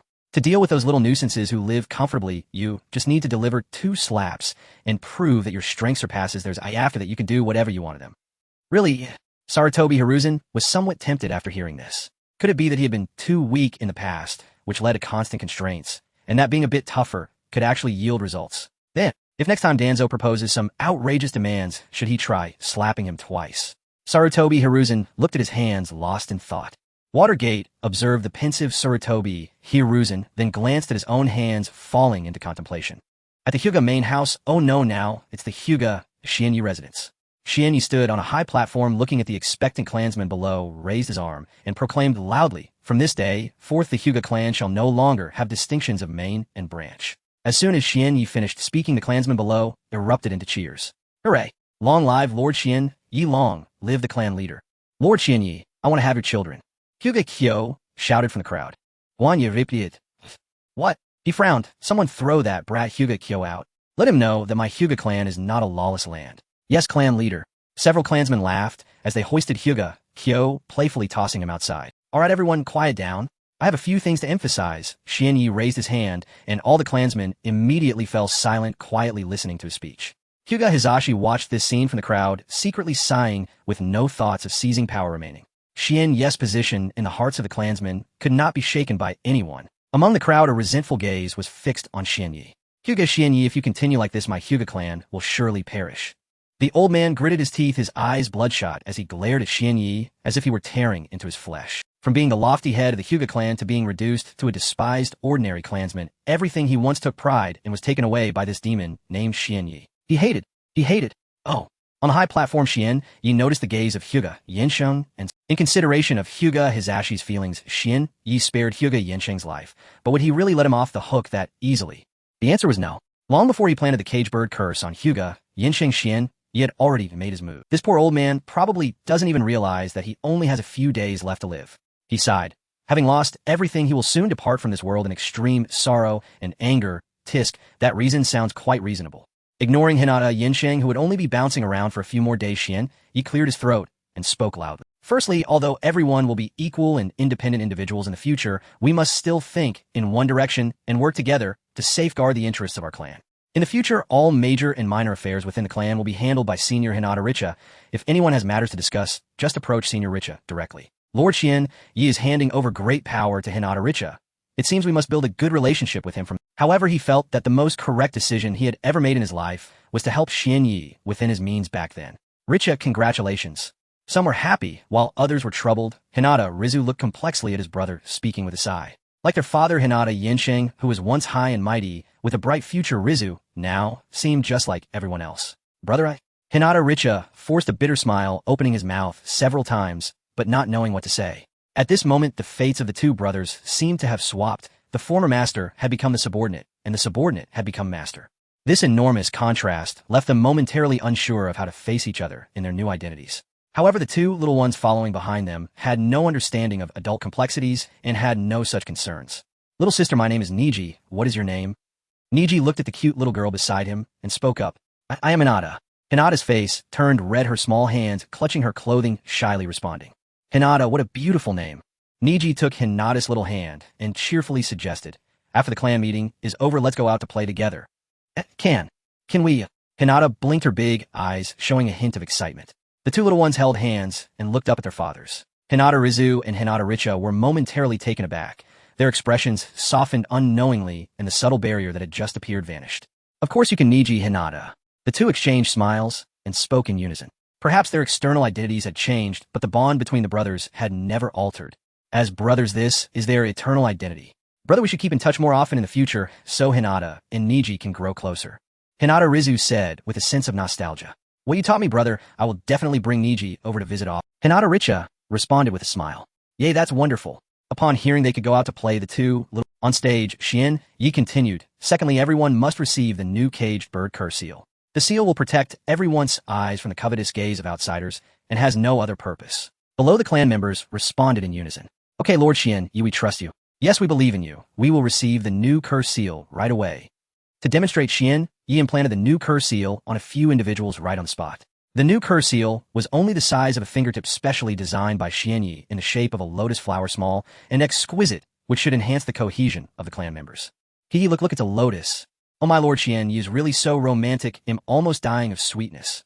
A few girls of the same age gathered around, Mei Yi chattering and laughing. Everyone knew that Mei Yi's favorite flower was the lotus, and the meaning behind it went without saying. Lord Shien, you must have designed it this way, just for Mei Yi. Mei Yi, a man as excellent as Lord Shien Yi, you must hold on to him tightly. Yes, you should work hard to win over Lord Shien, and you make sure to turn raw rice into cooked rice. Right, if you can't do it, you can swap for your sisters. Or everyone could join in. In any case, we absolutely cannot let Lord Shien Yi be taken away by that outsider woman. Facing her sisters, teasing the usually lively Mei Yi became unexpectedly silent.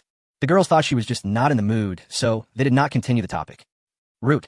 Danzo looked at the kneeling ninjas and asked lightly, how has your arrangement to target Hinata Shien Yi progressed? One ninja respectfully replied, returning to you, my lord, we have managed to control a few Hinata clan members, but it will take some effort for the key figures around Hinata Shien Yi. Humph. Danzo snorted lightly, his eyes half closed, his fingers tapping the table as he said, hurry up, I want to see every move of Hinata Shien Yi without reservation on my desk every day. Yes. The ninja lowered his head, responding in a booming voice. A month later, in Shien Yi's residence, Asuma sat in front of Shien Yi with a face full of grievances, launching into a furious rant. I don't know what's wrong with my old man lately. He's become so autocratic, like a tyrant. Really. Last time I merely countered him a couple of times, and he slapped me twice. Does this make sense? Shien Yi, who was drinking tea, could not hold back, and sprayed it all over Asuma upon hearing this. What are you doing? Asuma said impatiently. You soak my newly changed clothes. Cough, cough, my fault. Shien Yi waved his hand and said ambiguously. A while ago, he might have mentioned to Sir Toby Hiruzen about slapping people, not expecting to have dug a pit for his own brother. Anyway, I can't stay in this house for another day. Asuma said, while wiping his clothes filled with indignation. Now that the ninja world is peaceful, I plan to leave the village and venture out. Xianyi, do you have any good places to recommend? Xianyi tilted his head and thought. Surprisingly, he actually thought of something. I have a friend who just started a business in the Land of Waves. I heard he's doing quite well. Why don't you go to the Land of Waves and help him out? My friend should be quite generous and won't underpay employees. If you mention my name when you go, you should be able to get a decent treatment. Asuma, good buddy, do you want to listen to how many shoulds you just said? In the end, under Xianyi's persuasion, Asuma planned to check out this so-called Kakuzu finance company, saying he could always leave if it didn't work out. By the way, looking at Asuma, who was full of expectation for the future, Xianyi thought for a moment and reminded him, if things don't look good, just run quickly. Money doesn't matter, your life is the priority. Asuma, he gently leaned closer to Xianyi's ear and then roared loudly. I asked you to recommend a good place, and what kind of hellish place did you suggest? Why would there be any life-threatening danger? Explain that to me. Huh? Asuma grabbed Xianyi's collar and shook him left and right. Xianyi, feeling a bit speechless, said, Stop shaking, you're almost making my brain mushy. I won't stop shaking, while I'll just shake you to death, you pitiful fool. Asuma continued to tug at Xianyi. Young master, you have a letter. Until a Hinata girl dressed in a white maid outfit walked in respectfully, presenting a letter with both hands. Asuma snorted and finally released Xianyi. I'll leave first, I'll come find you in a few days. Asuma said his farewells, turning to walk out. Okay. After waving goodbye to Asuma, Xianyi opened the letter delivered by the maid. Glancing at it, his expression changed slightly. The letter was unsigned, and there was only a line of small text written in code on the entire paper. The Kagaya clan may have a change. Xianyi casually tossed the letter into the fireplace, letting out a long breath. It seems the peaceful days are coming to an end. In the Hokage office, Xianyi strode in confidently and said with a serious expression, Senior Brother Watergate, I intend to issue a mission to find someone to escort me to the land water. Escort. Watergate put down the documents in his hand, raised his head, and looked at Xianyi with an expression that was hard to describe. You who can punch the Nine Tails and kick the 7 ninja swordsmen, are you sure you still need an escort? I will set off in half an hour, Senior Brother. Seeing Watergate's silence, Xianyi glanced at the time and continued, Can you arrange for Uchiha Shursui to take this mission? They'll wait for him at the village entrance. Is that okay? You're not asking for my help, you're giving me orders. Siegfried. Watergate sighed helplessly and extended a hand toward Xianyi. Hey, I didn't expect Senior Brother to have such a sense of ceremony. Xianyi grinned, high-fived Watergate, and then turned to leave the Hokage office, leaving Watergate alone in disarray. Big brother, who wants to high-five with you? What about the mission fee? Watergate silently roared at Xianyi. Yes. Half an hour later, Xianyi successfully met the living Uchiha Shursui at the village entrance. Shursui was around 12 or 13 years old, dressed in black, carrying a small sword on his back, and when he smiled, his nose resembled a little dumpling, looking extremely adorable. Due to the decline of the Uchiha clan at his birth, Shursui inadvertently became the strongest Uchiha. Tisk, having a senior brother who is the village leader is indeed convenient.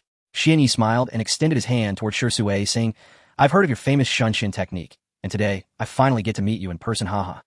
Senior Xianyi, you are too polite, your name is the one that resonates. Shursui shook Xianyi's hand, and this person before him was the one who had quelled the Nine Tails incident, single-handedly bringing peace between two nations. In front of him, Shursui felt that no matter how humble he was, it would not be excessive. After exchanging some pleasantries, the two left Konoha, together rushing towards the land of water. Senior Xianyi, I have a question. With your skills, you shouldn't need my protection, right? On the way, Shizui's question left Xianyi somewhat dazed. He had also asked a similar question to teacher He-Feng in the past. Xianyi shook his head, looked at Shursui beside him, and said, Actually, I specifically requested you to escort me mainly because I want to take the opportunity to have a good chat with you. Chat with me. Shursui showed a puzzled expression. Yes, currently the Uchiha clan and the village are at odds. Where do you think the problem lies? Xianyi asked directly. How can we really talk about such a sensitive topic? Shizui's expression changed as he found it hard to grasp Xianyi's intentions, his mind racing. This mission was personally arranged for me by the 4th Hokage, who is close to the Uchiha. Does this mean that this conversation has the 4th Hokage's directive behind it? Thinking this, Shursui stiffened his resolve and asked back, Shursui is dull. I do not know where Senior thinks the problem lies. This sly little thing. Xianyi rolled his eyes at Shursui and said casually, the 3rd Hokage is ineffective and the 4th Hokage is close to the Uchiha, so the problem can only lie with one person. Another powerful figure in Konoha, Shimura Danzo. After the Nine Tails incident, Danzo advocated relocating the Uchiha clan to the outskirts. If it weren't for Senior Brother Watergate's strong opposition, you would have already become a displaced household. You should know this, right? I have heard of this. Shursui nodded with a serious expression, roughly understanding the intention behind today's. The 4th Hokage is dissatisfied with Danzo's political views and intends to seize power from him, seeking the support of the Uchiha clan. To be honest, if he could team up with the 4th Hokage, who is close to the Uchiha, to take down Danzo, who always targets the Uchiha, that would indeed be a good choice. However, Yi was unaware that Shui had misunderstood the true person wanting to deal with Danzo, since he had already offended Danzo, due to the matter with Orochimaru, and Danzo was a petty person who would seek revenge. He couldn't just wait for Danzo to come after him, right? He definitely had to strike first. Thus, Yi planned to get closer to Shui, making him realize Danzo's insidiousness, and ideally reward Danzo with a swift blow. After listing many of Danzo's wrongdoings, Yi looked at Shui, who seemed deep in thought, and decided to drop a bombshell. Additionally, let me tell you a secret under the bandage on Danzo's right cheek is a Sharingan. Shui, lol, sigh, when I discovered this secret, I had the same reaction as you. Yi patted the astonished Shui on the shoulder, secretly thinking, kid, I've told you so much. I hope you can be more vigilant and live to see the next generation. After a long journey, the two arrived at a long strait with the land of water on the other side. All right, Shui, the mission is complete. You can return to report now. Yi said. Shui nodded. Senior Xian, you please take care of yourself. Farewell. He watched as Shui left deep in thought.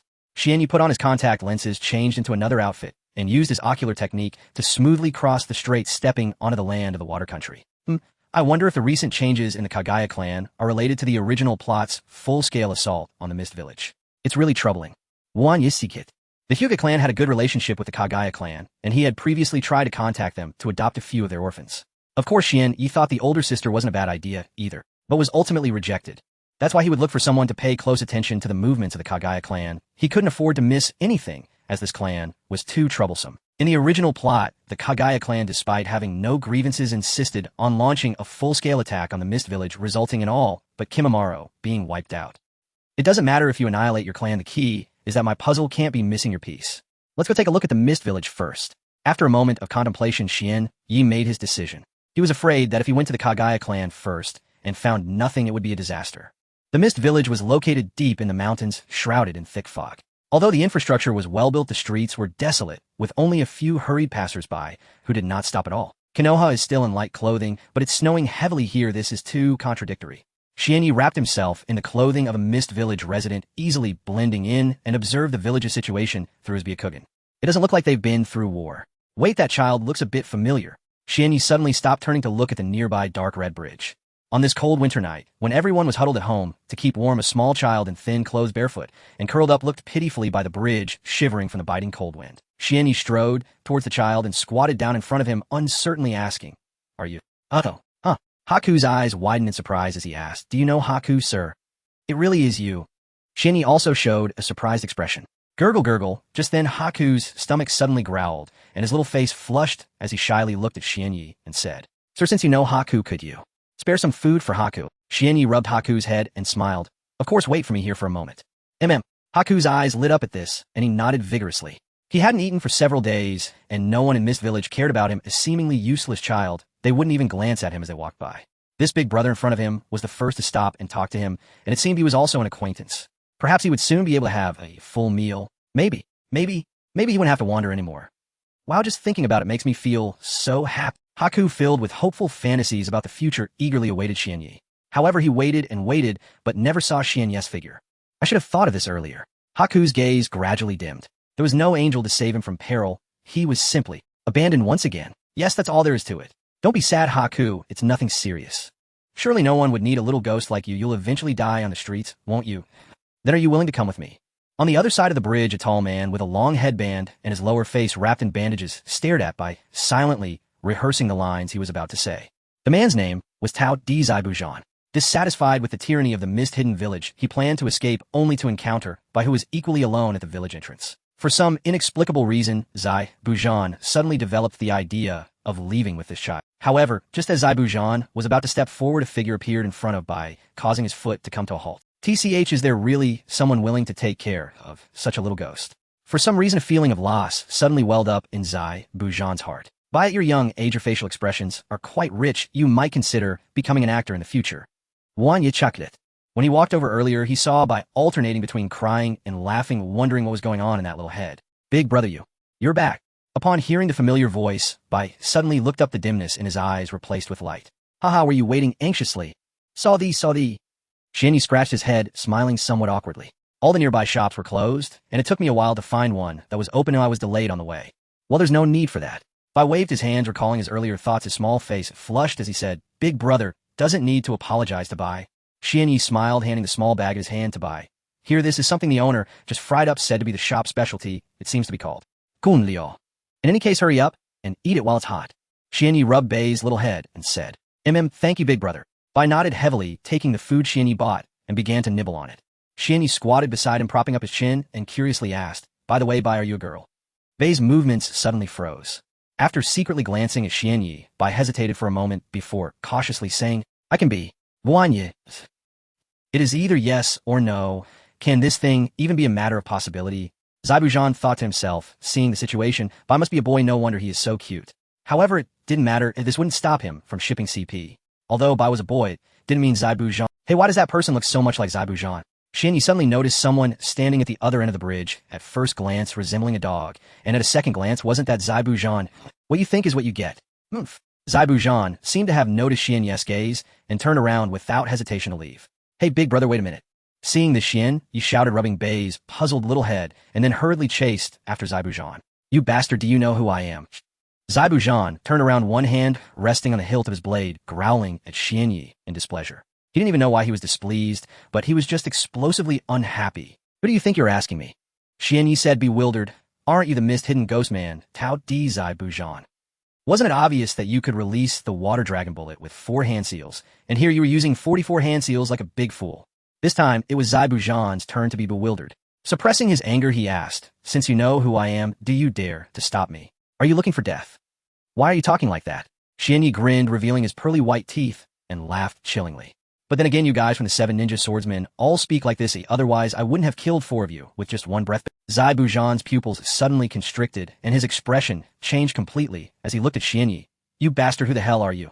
The first batch of the 7 ninja swordsmen being turned into the 3 lucky treasures was too notorious, only a very few knew about it.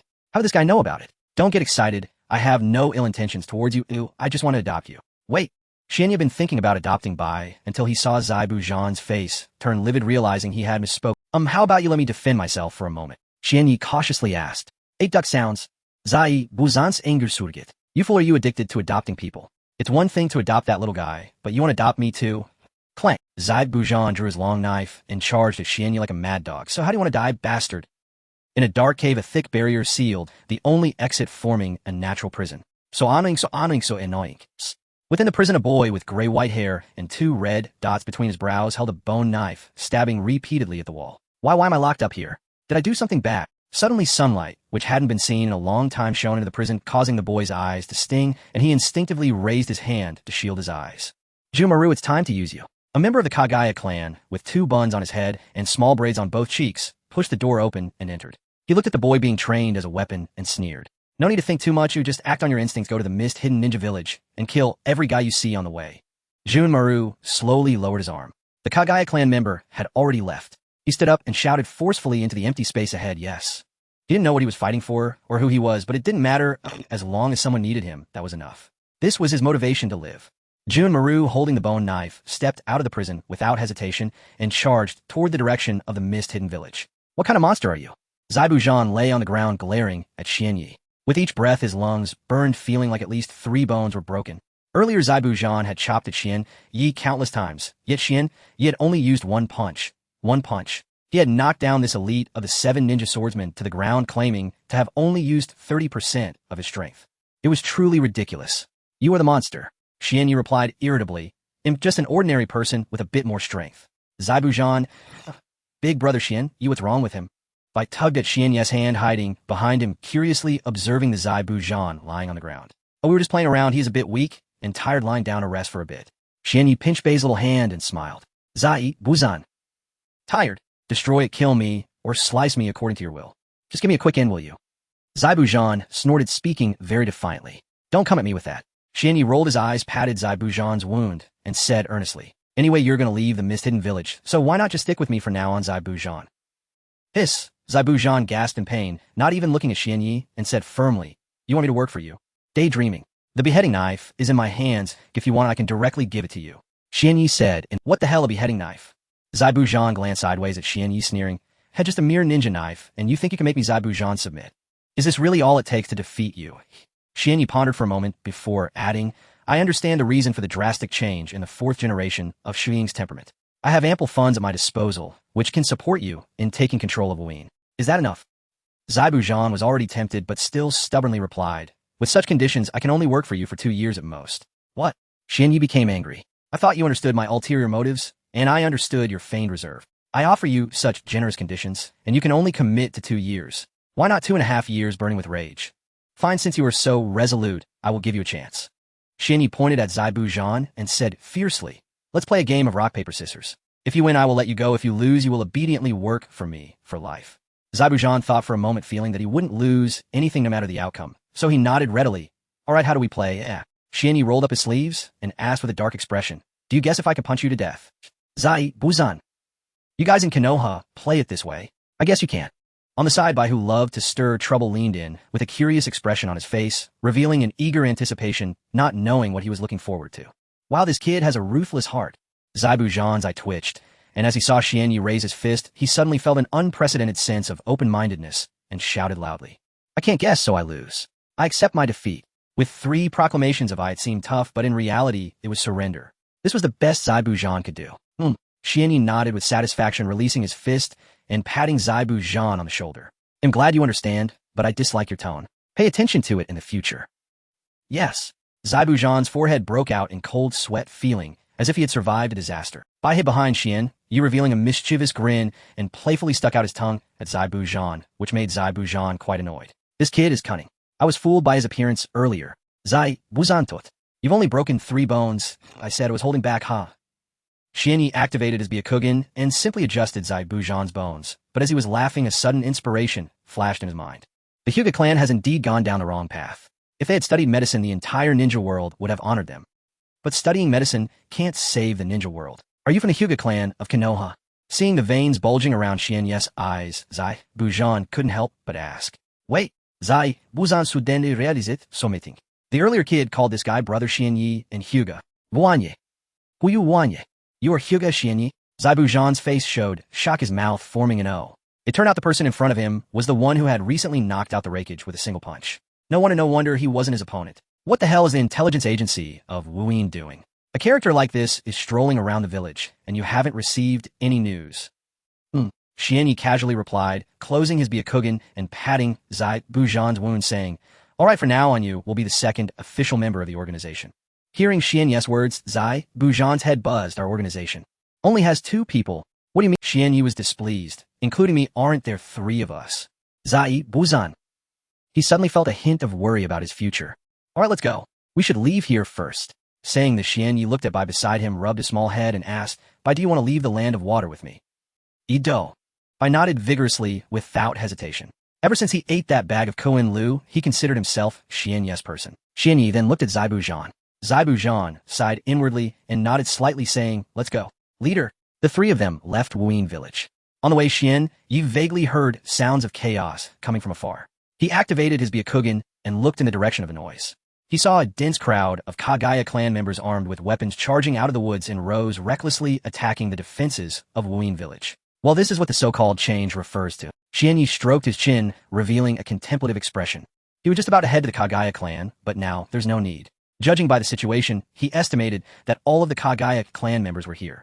There are a few water spirit girls, and they're not small in the chest department. Should I just grab a few back? I've heard that the Kekkei clan is warlike. I wonder how good they are at verbal battles, counterattacks, and guerrilla warfare. Just as Xianyi's smile grew increasingly brazen, a boy holding a bone knife rushed in front of the 3 and stopped, watching them warily. Are you from Wuin? No. Zaibu placed a hand on the hilt behind him, instinctively standing in front of Xianyi and Bai. Hey, isn't that Kimimaro? Xianyi came back to his senses and saw the boy in front of him. His eyes lit up instantly, completely forgetting about the pretty girls. Oh, is that so? Saw the... Kimimaro was taken aback for a moment, slightly bowed in apology to the 3, then directly past them and continued running towards Wuin village. Brother Xian, Yi's eyes look just like when I met you before. Bai shook Xianyi's hand and asked with some trepidation. So, Brother Xianyi, can you adopt him too? Such kindness, Bai. Xianyi rubbed Bai's small head and smiled, saying, the brother has the same intention. Really? That's wonderful. Bai immediately showed an excited expression. Zaibu felt a bit pained, but seeing Bai's excited look, he said nothing more. So, the leader really is addicted to adopting people. Isn't having Bai enough? The Kekkei clan charged with great momentum, organized and orderly, while the Wuin ninjas fought comfortably, giving a 5-star rating to the service that delivered goods to their doorstep. Really, Xian Yi swore before he even decided whether to save a few more. These guys had already all gone offline. And the only one left. What is the meaning of life? Kimimaro curled up next to a large tree, his expression gloomy, feeling lost about his existence. But, at that moment, Kimimaro heard footsteps behind him, and he immediately stood up, alertly raising the bone knife in his hand. Who goes there? Xian Yi walked out from the woods, raising his hands high and smiling. Don't be nervous, we mean no harm. It's you guys. Kimimaro narrowed his eyes, recognizing the three that he had encountered before. Life itself has no meaning. Xian Yi shamelessly borrowed Orochimaru's line, saying without changing his expression as he saw Kimimaro's wary look. But living on might lead to finding interesting things, just like how you found that flower, just like how I found you. Swish. Just as in the original plot, after hearing Xian Yi's lines, Kimimaro's little face turned red suddenly. Zaibujan, why is your face also red? Behind the two, Bai asked curiously. Cough, what nonsense are you talking about? How could I blush? Zai, Buzan repliate irritabi. And don't call me uncle, you little brat. I'm clearly about the same age as that guy. Bai obediente inodit okai Zai Buzanune. Zai, Buzan. Finally, Kimimaro raised his head to look at Xian Yi, gathering his courage to ask, "Do you need me?" Xian Yi tentatively placed his hand on Kimimaro's head, finding it was possible to ruffle, and then rubbed it hard. I need you. Come with me, child. In Konoha, at the home of Hyuga Hayashi. Hyuga Hayashi looked at his subordinates with a terrifyingly grim expression. I told you to keep Mei safe, and now you're telling me she has disappeared. How could a living person just vanish in the village? After Xian Yi returns, how am I supposed to explain this to him? Hyuga Hayashi yelled at his silent subordinates. Some readers reported that the pace is too fast, a little furball should slow down a bit. In Konoha, at Hinata Hayashi's home, Lord Hayashi, we don't know what happened. Mei suddenly disappeared. Really? Facing the furious Hinata Hayashi, the clan member realized he had made a grave mistake, and we've searched everywhere in the village, and even the territories of other major clans, but we still couldn't find any trace of Mei. Lord Hayashi, what shall we do now? What shall we do? Hinata Hayashi grabbed a book from the table and threw it fiercely at the clan member in front of him, saying, You lost her, and now you come to ask me what to do. Alhait yashi don't panic yet. At this moment, Hinata Hizashi walked over, patted his brother, signaling him to calm down, then turned to the clan member and asked, Are you sure you've searched everywhere in the village? The clan member forced a smile and replied, Yes, we've been to every possible place, but we can't find any trace of Mei. I understand. You may leave for now. Hinata Hizashi slightly nodded and habitually ordered. This. The clan member stood still, looking anxiously at Hinata Hayashi. Hinata Hizashi then realized he was no longer the young clan leader he once was. It felt a bit awkward. All right, you can leave now. Hinata Hayashi waved his hand and said irritably yes. The clan member felt as if he had been pardoned and quickly left the room. After the person had completely walked away, Hinata Hayashi frowned and turned to Hizashi asking, Brother, have you... Hinata Hizashi pondered for a moment before slowly speaking. There are two places in the village that the clan members cannot go, and Mei might be in one of them right now. Hinata Hayashi's face changed drastically upon hearing this. Brother, are you saying... Yes. Hinata Hizashi nodded, his tone firm. Mei is currently not in the Umbu, but in the route. This is the only explanation that makes sense. Hayashi, you need to go to the Hokage's office immediately and privately inform the fourth Hokage about this matter, Hinata Hizashi said, looking at his brother with a serious expression. Remember, you must not let anyone else know about this, not even the third Hokage. On the way back to Konoha in the Land of Fire, Kimimaro slowed down. I can't catch up to you. Wait for me. Kafano. We agreed that the loser becomes the ghost. You better not try to cheat, Haku. The two little ones were at the lively age, and having lacked companionship before, they now ran around joyfully. This trip to the Land of Water was truly fruitful. Xian Yi glanced at the little ones who were playfully wrestling in front of him, then looked at Zabuza, who had a face that screamed, I'm not happy, and secretly nodded. As for the two little ones, both being holders of bloodline limits, their growth potential was immense. Once raised, they could be relied upon to guard the home. For the slightly more gruesome task, Kimimaro's bones could be used to make soup, or Haku's ice techniques could be employed for some peculiar purposes. As for Zabuza, despite his seemingly weak appearance, he was actually one of the top-tier ninjas below the Kage level. No problem taking on Ajura and kicking Indra's reincarnation dog head. I can't. Zabuza was annoyed by the noise from the two little ones and covered his ears with both hands, looking at Xian Yi with resentment. Kids are really a pain. Boss, why did you take them in? Why do you think I took you in? Xian Yi rolled his eyes and retorted. Zabuza was taken aback. He hadn't really thought about that. Wasn't it because he was strong? Because I want to. Wan Yis need it. Zabuza, well, the boss is strong and having a bit of a temper is quite normal, Zabuza thought. Damn, my hands are a bit itchy. After reprimanding Zabuza, Xian Yi's gaze remained fixed on Kimimaro, unable to look away. I won't hit you yet. I just want to ask you something first. After a moment of hesitation, Xian Yi approached Kimimaro and rubbed his little head as he asked, Kimimaro, in your heart, what kind of person do you think Brother Xian Yi is? Without a moment's thought, Kimimaro replied without hesitation. Brother Xianyi is someone who understands me. He is the most important person to me.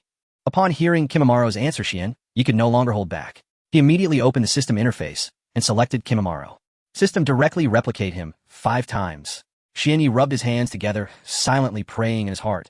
Little grass god, thunder god, can be skewed, but this time it must not go wrong. Good luck is coming, wishing you good fortune. As the exciting music played, the system interface began to scroll. Ding!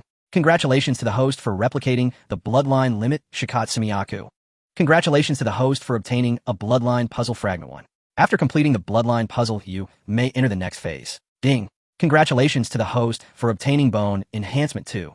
Congratulations to the host for replicating the skill Shikatsumiyaku Dance of the Pines. Congratulations to the host for replicating the skill Shikatsumiyaku Dance of the Early Ferns. The Dance of the Pines is a magnificent ninjutsu that integrates offense and defense, capable of easily neutralizing the force of a small leaf lotus blossom. The Dance of the Early Ferns, the last time Kimimaro used this technique, turned the entire area into a white-boned forest, its might fearsome.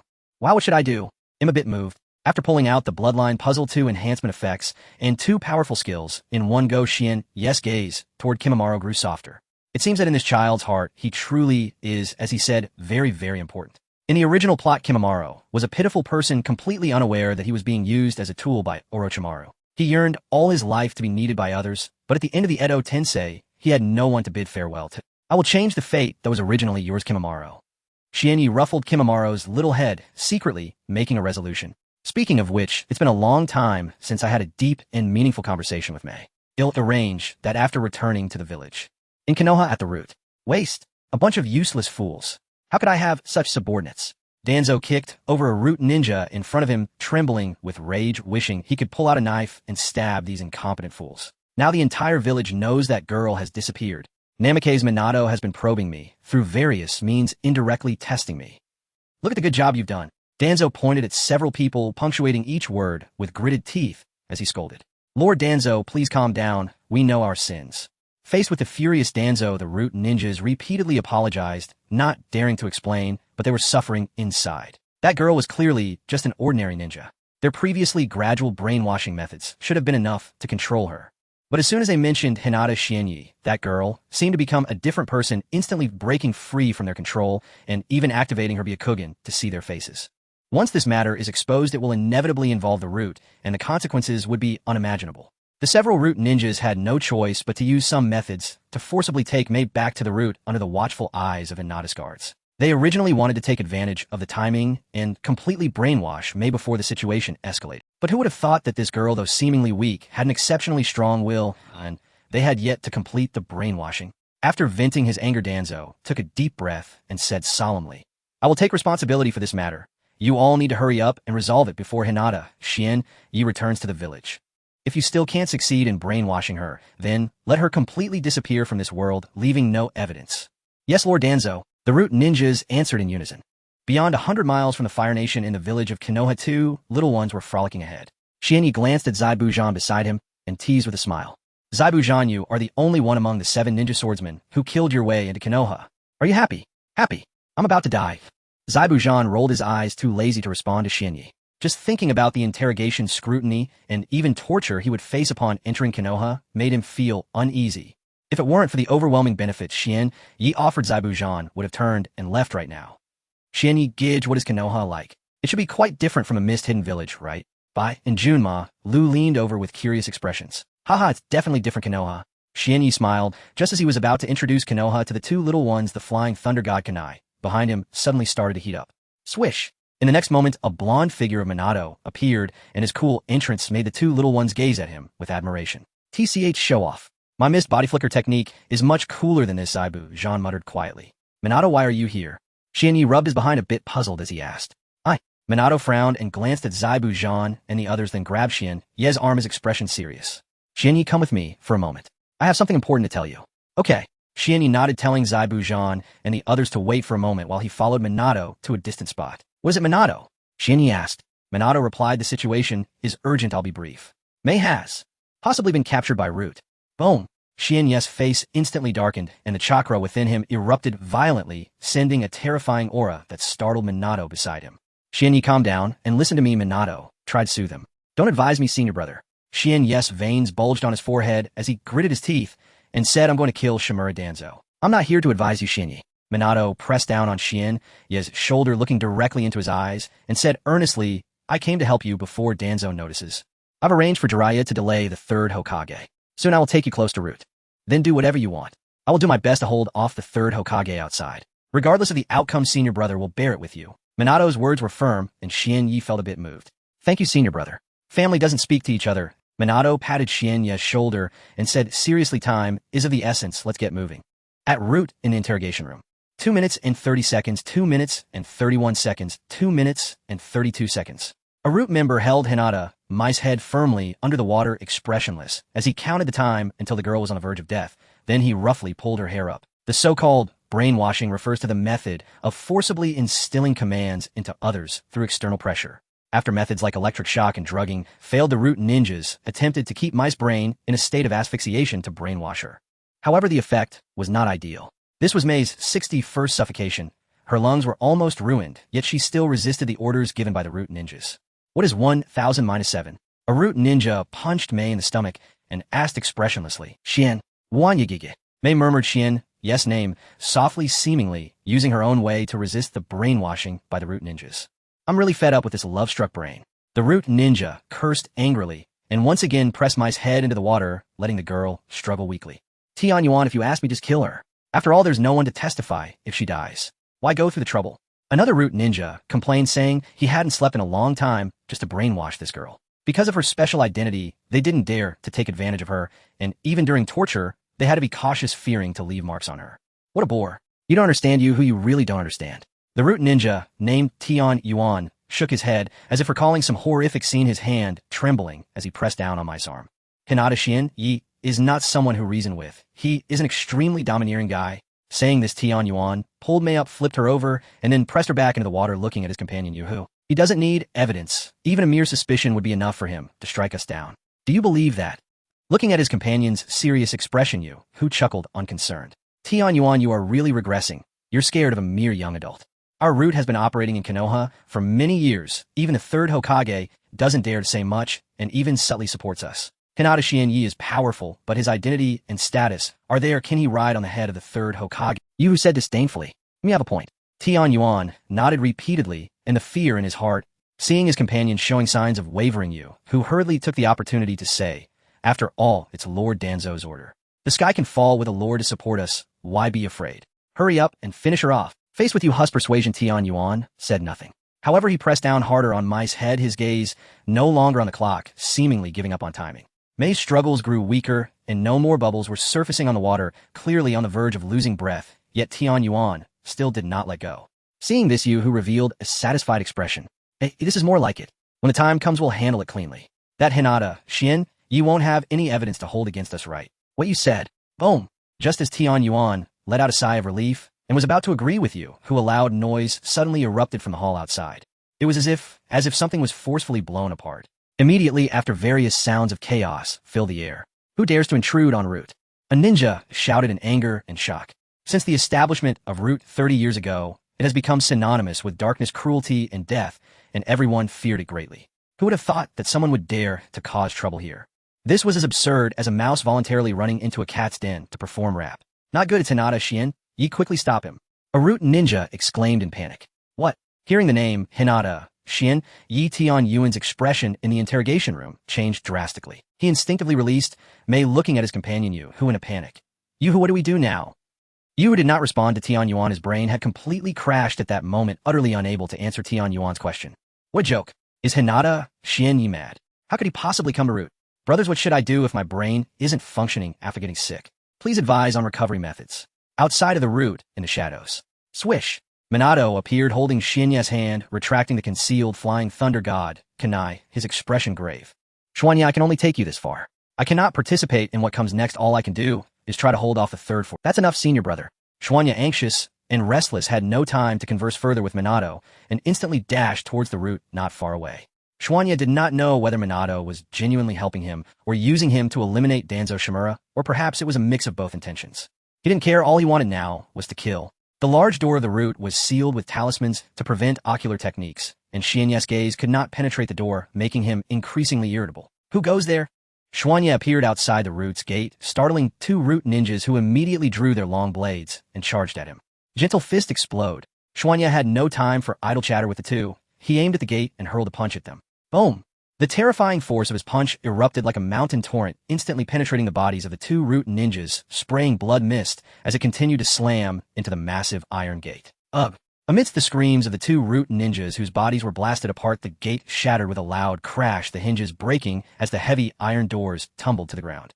Who dares intrude into the root? Not good, Hyuga Shuanya. Stop him. Stop me. Are you all joking? Shunya's face darkened as he clasped his hands together, the chakra within him surging like a roaring flame that dared not be gazed upon. Die, all of you. Early fern dance. Shuanya roared, striking the ground with his hands. Early fern, a plant that can grow up to 2 meters.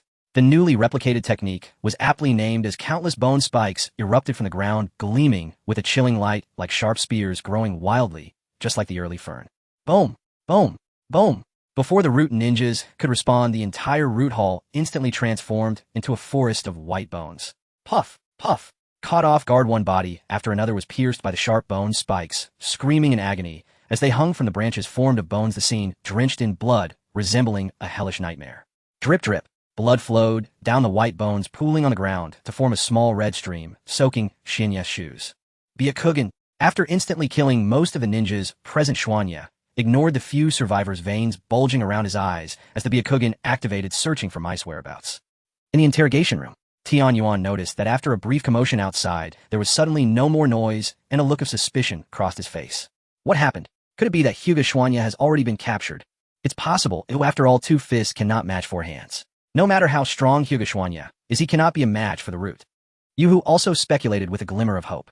However, neither of them could have imagined that in just a few seconds their colleagues had been slaughtered. Clatter. Yuhu cautiously opened the door of the interrogation room, and the next moment the smell of blood hit him hard. The gruesome scene outside made his face change drastically. Found you. At that moment, a voice as low as a demon suddenly came from behind. Yuhu felt the hairs on his body stand on end, a chill running down his spine, and his right hand instinctively reached for the long knife at his waist, but boom! Clearly Shunya's fist was faster. He punched Yuhu's head into a pulp, coldly gazing at Tian Yuan, who was frozen in place. What a magnificent sight! Tian Yuan looked at the scene outside, as if he had been struck by a massive stimulus, his eyes glazing over as he muttered to himself. "The scum!" Shuanya roared, punching the head of the person before him, venting the rage within him. May! After quickly dealing with the two, Shuanya appeared beside May, heartbroken as he picked her up. On the surface, May seemed unhurt, her clothes intact, as if she were merely sleeping. But in Shunya's eyes, Mai's body was riddled with hidden injuries from electric shocks, drugs, and water torture. It was a miracle that she had survived until now. May, don't worry, I will make that old dog Shimura pay the price, Shuanya said through gritted teeth, his eyes reddening. Even though he wished to tear Danzo to pieces immediately, Shuanya knew that the most important thing now was to get May treated and out of danger first. Holding May, Shuanya slowly walked out of the root's gate. Outside, Minato was confronting Sarutobi Hisashi. Seeing Shuanya emerge from the root, the faces of the two locked in combat changed. Shuanya, is May okay? Noticing May lying lifelessly in Shunya's arms, Minato could no longer afford to stop, Hisashi instantly appearing beside Shuanya to check on Mai's condition.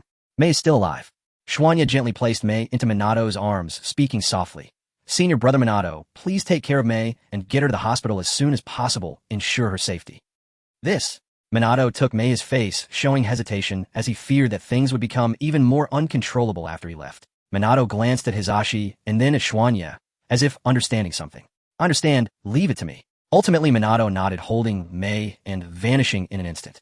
Hyuga, Shuanya, you recklessly kill your comrades within Konoha. Don't you think you owe me an explanation? At this moment, Sarutobi Hisashi could no longer suppress the rage in his heart. He pointed at the horrific scene in the root and roared grimly. Me? Give you an explanation? Ha ha ha. Shuanya seemed to have heard the greatest joke, clutching his stomach as he laughed wildly in front of Sarutobi Hisashi, tears streaming from his eyes. Hyuga, Shuanya, what are you laughing at? Don't you understand my words? Sarutobi Hisashi's face grew increasingly grim. He felt he could no longer tolerate Hyuga Shuanya, as this guy had become a great threat to Konoha. Sarutobi Hisashi did not know, nor did he care about the reasons behind this incident. All he knew was that if Shuanya dared to slaughter the root today, he would dare to attack the Umbu, him, and anyone in the village tomorrow. Such a reckless and unscrupulous person would threaten the village's stability, and he absolutely could not be allowed to remain in Konoha. How amusing, you actually dare to ask me what I'm laughing at.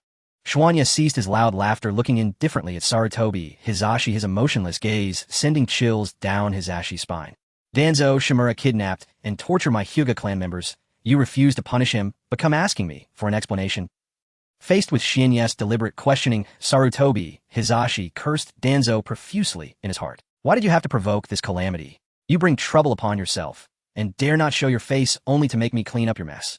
Even if Danzo is at fault Hyuga Schwanya, does that justify your slaughter of fellow ninjas? Can't you ask me to help you resolve this matter? As soon as Sarutobi Hizashi spoke, Schwanya knew this old fool was going to protect Danzo, causing him to sneer coldly. After all, if it weren't for this old fool always supporting Danzo, how could Danzo act so tyrannically in Konoha? You want me to give you an explanation, right, Sarutobi Hizashi? Schwanya was too lazy to waste more words, with Sarutobi Hizashi directly calling him by name, causing Hizashi's face to darken. Hyuga Schwanya, you. Shut up, let me speak. Schwanya coldly interrupted Sarutobi Hizashi, articulating calmly. My explanation to you is either you kill Danzo Shimura, or I, as the head of the Hyuga clan, will lead the entire clan to join the Hidden Cloud Village. Xianye's words caused Yuan Fei Rizen's expression to change dramatically. It was then that Yuan Fei Rizen realized that the young man before him was not alone. The entire Hyuga clan stood behind him. With Xianye's influence within the Hyuga clan, Yuan Fei Rizen had no doubt that if the young man were to give a command, at least half of the Hyuga members would willingly defect to Yunin village. Xianye, please don't be impulsive. Yuan Fei Rizen's tone softened as he thought of the terrifying scenario. I will definitely give you an explanation for this matter, I promise. Yuan Fei Rizen panicked. He truly panicked. Since the founding of Konoha, the Hyuga clan had been an inseparable part of the village. If they were to leave Konoha, because of him, how could he ever face the Senju brothers again? Yuan Fei Rizen, I really don't know what to say to you. Seeing Yuan Fei Rizen nearly pleading with him, Xian Yi shook his head in disappointment. He wished that Yuan Fei Rizen would be a bit more resolute, preferably to directly confront him so that he could justify himself by striking down the old man. The once proud and renowned ninja had now turned into a timid old man, only knowing how to apologize, yet still believing that his actions were for the good of Konoha. Xian Yi was utterly speechless. All right, I will give you a day to consider. Think it over carefully. Concerned for Mei's safety, Xian Yi was too lazy to say more to Rizen, and after leaving this line, he vanished without a trace. As the setting sun glowed red like blood, Yuan Fei Rizen stood dazed in place, facing a hellish scene of blood and bones, while darkness silently appeared behind him, slowly consuming his figure. What should I do? Yuan Fei Rizen displayed a look of pain. On one side was his old comrade who had always done the dirty work for him, and on the other was the powerful clan leader who threatened to take his entire clan away from Konoha. He truly didn't know how to choose. Konoha Hospital. Xian Yi gazed at Mai, who lay unconscious in the hospital room, his fists clenched, teetering on the edge of losing control. Xiao Yi. At that moment, a graceful figure appeared beside Xian Yi, gently holding him and softly patting his back. Don't worry, Xiao Yi, sister, I'll be fine. As she comforted Xian Yi, Kurenai spoke softly, sensing the anger and unease within him. Xian Yi, you must pull yourself together. Not only Kurenai had come, but Asuma, Kakashi, Obito, and others had. However, as the older men were about to rush to Xian Yi's side, Noera stopped them, suggesting that Kurenai should go and comfort Xian Yi first. Thus the older men could only stand at a distance, watching helplessly, wishing they were women, so they could rush over to comfort. Kurenai, do you know, I am someone who is particularly afraid of loss. Leaning against Kurenai, Xian Yi felt a heavy blockage in his heart, and could no longer maintain his usual fearless demeanor. He was truly afraid of losing, so whenever someone around him encountered danger, he would rush in with, even if it might expose his strength, even if it would put his life at risk, he was unafraid. What he feared was, I fear losing my I fear that one day I will lose all of you. You want Xiao Yi, you won't lose us. Kurenai held Xian Yi tightly in her embrace, her heart aching as she said, we will always be with you always. Kurenai waved at the others in the distance. Obito and the others immediately rushed over, placing their hands. Yes, Xian Yi, no matter what happens, your brothers will always be with you. Obito said, his eyes reddening. Rin waved her small fist. We are all here, Shinyakuan. For Sister Mei Sake, please pull yourself together. Asuma cursed. Xian Yi, what my old man did is truly despicable. When I get home, I'll give him a good beating to vent your anger. Kai and Kakashi remained silent, but the forceful grip of their hands on Xian Yi already spoke volumes. Minazen, I'm really scared. Faced with the comfort from everyone, Xian Yi finally broke down, sobbing as he hugged everyone, tears streaming down for the first time. Hokage's office. Yuan Fei Rizen slammed his hand on the table, pointing at Shimura Danzo with an angry roar. Tell me, why did you provoke Hyuga Xian Yi? You must give me an explanation for this. Danzo narrowed his eyes slightly and huffed. Someone like Hyuga Xian Yi is an uncontrollable factor that will eventually threaten the village's stability. I am merely preparing in advance. Don't you realize the seriousness of the problem, Danzo? Seeing Danzo still wearing "it's nothing, don't worry" expression, Yuan Fei Rizen felt his anger flare, his finger trembling as he pointed at Danzo. Be rational, Rizen, Danzo said calmly. Risen was furious. Leech, what do you mean by Leechy? Now Hyuga Shien, you want me to kill you. Otherwise he would take the Hyuga clan and defect to Yunin. Yuan Fei Risen roared, what do you want me to do? Kill you? Huh? Danzo shook his head calmly saying, Risen you should not kill me, but Hyuga Xianyi. If he dares to threaten you once he will dare to threaten you a second time, a third time. Are you willing to let a young brat bully you like this? As long as this boy remains the Hyuga clan will never be under our control. Only by eliminating him can the Hyuga clan become obedient again. You're insane, Danzo. Yuan Fei Risen was enraged by Danzo's words, laughing in anger. Do you know how strong Hyuga Xianyi is? You were so terrified that you didn't dare to show yourself before him, and now you tell me to eliminate him. What do you plan to use to eliminate him, that Sharingan hidden under your bandages? Yuan Fei Risen mocked. Danzo shook his head, a glint of sharpness in his eyes. Everyone has weaknesses, we can target those around him. Stop. Yuan Fei Risen angrily interrupted Danzo, unable to listen to any more of his nonsense.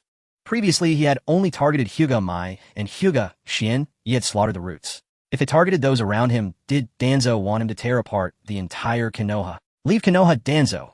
Yuan Fei Risen coldly said, staring at Danzo. I will inform Hyuga Xianyi that you have been expelled from Konoha. With Minato acting as an intermediary, I will risk my old face. Hyuga Xian, you should not pursue this matter any further. Of course, there are no absolutes. I advise you to leave soon to avoid Hyuga Xian. Ye settling scores later. At least this will preserve your life. It's the only thing I can do for you. Expelled from Konoha. Upon hearing this, Danzo's calm demeanor completely vanished, revealing a look of panic. Risen, you can't do this to me. Danzo's lifelong dream was to become Hokage, and now being expelled from the village meant he could forget about ever being Hokage. I have done so much for you, helping you secure your position as Hokage. You. Danzo intended to use his past efforts to sway Risen, but as he spoke he realized that Risen was simply looking at him with indifference. Danzo's heart sank. He realized that without the roots he had lost his value to Risen. You are too weak, Risen. You will regret this.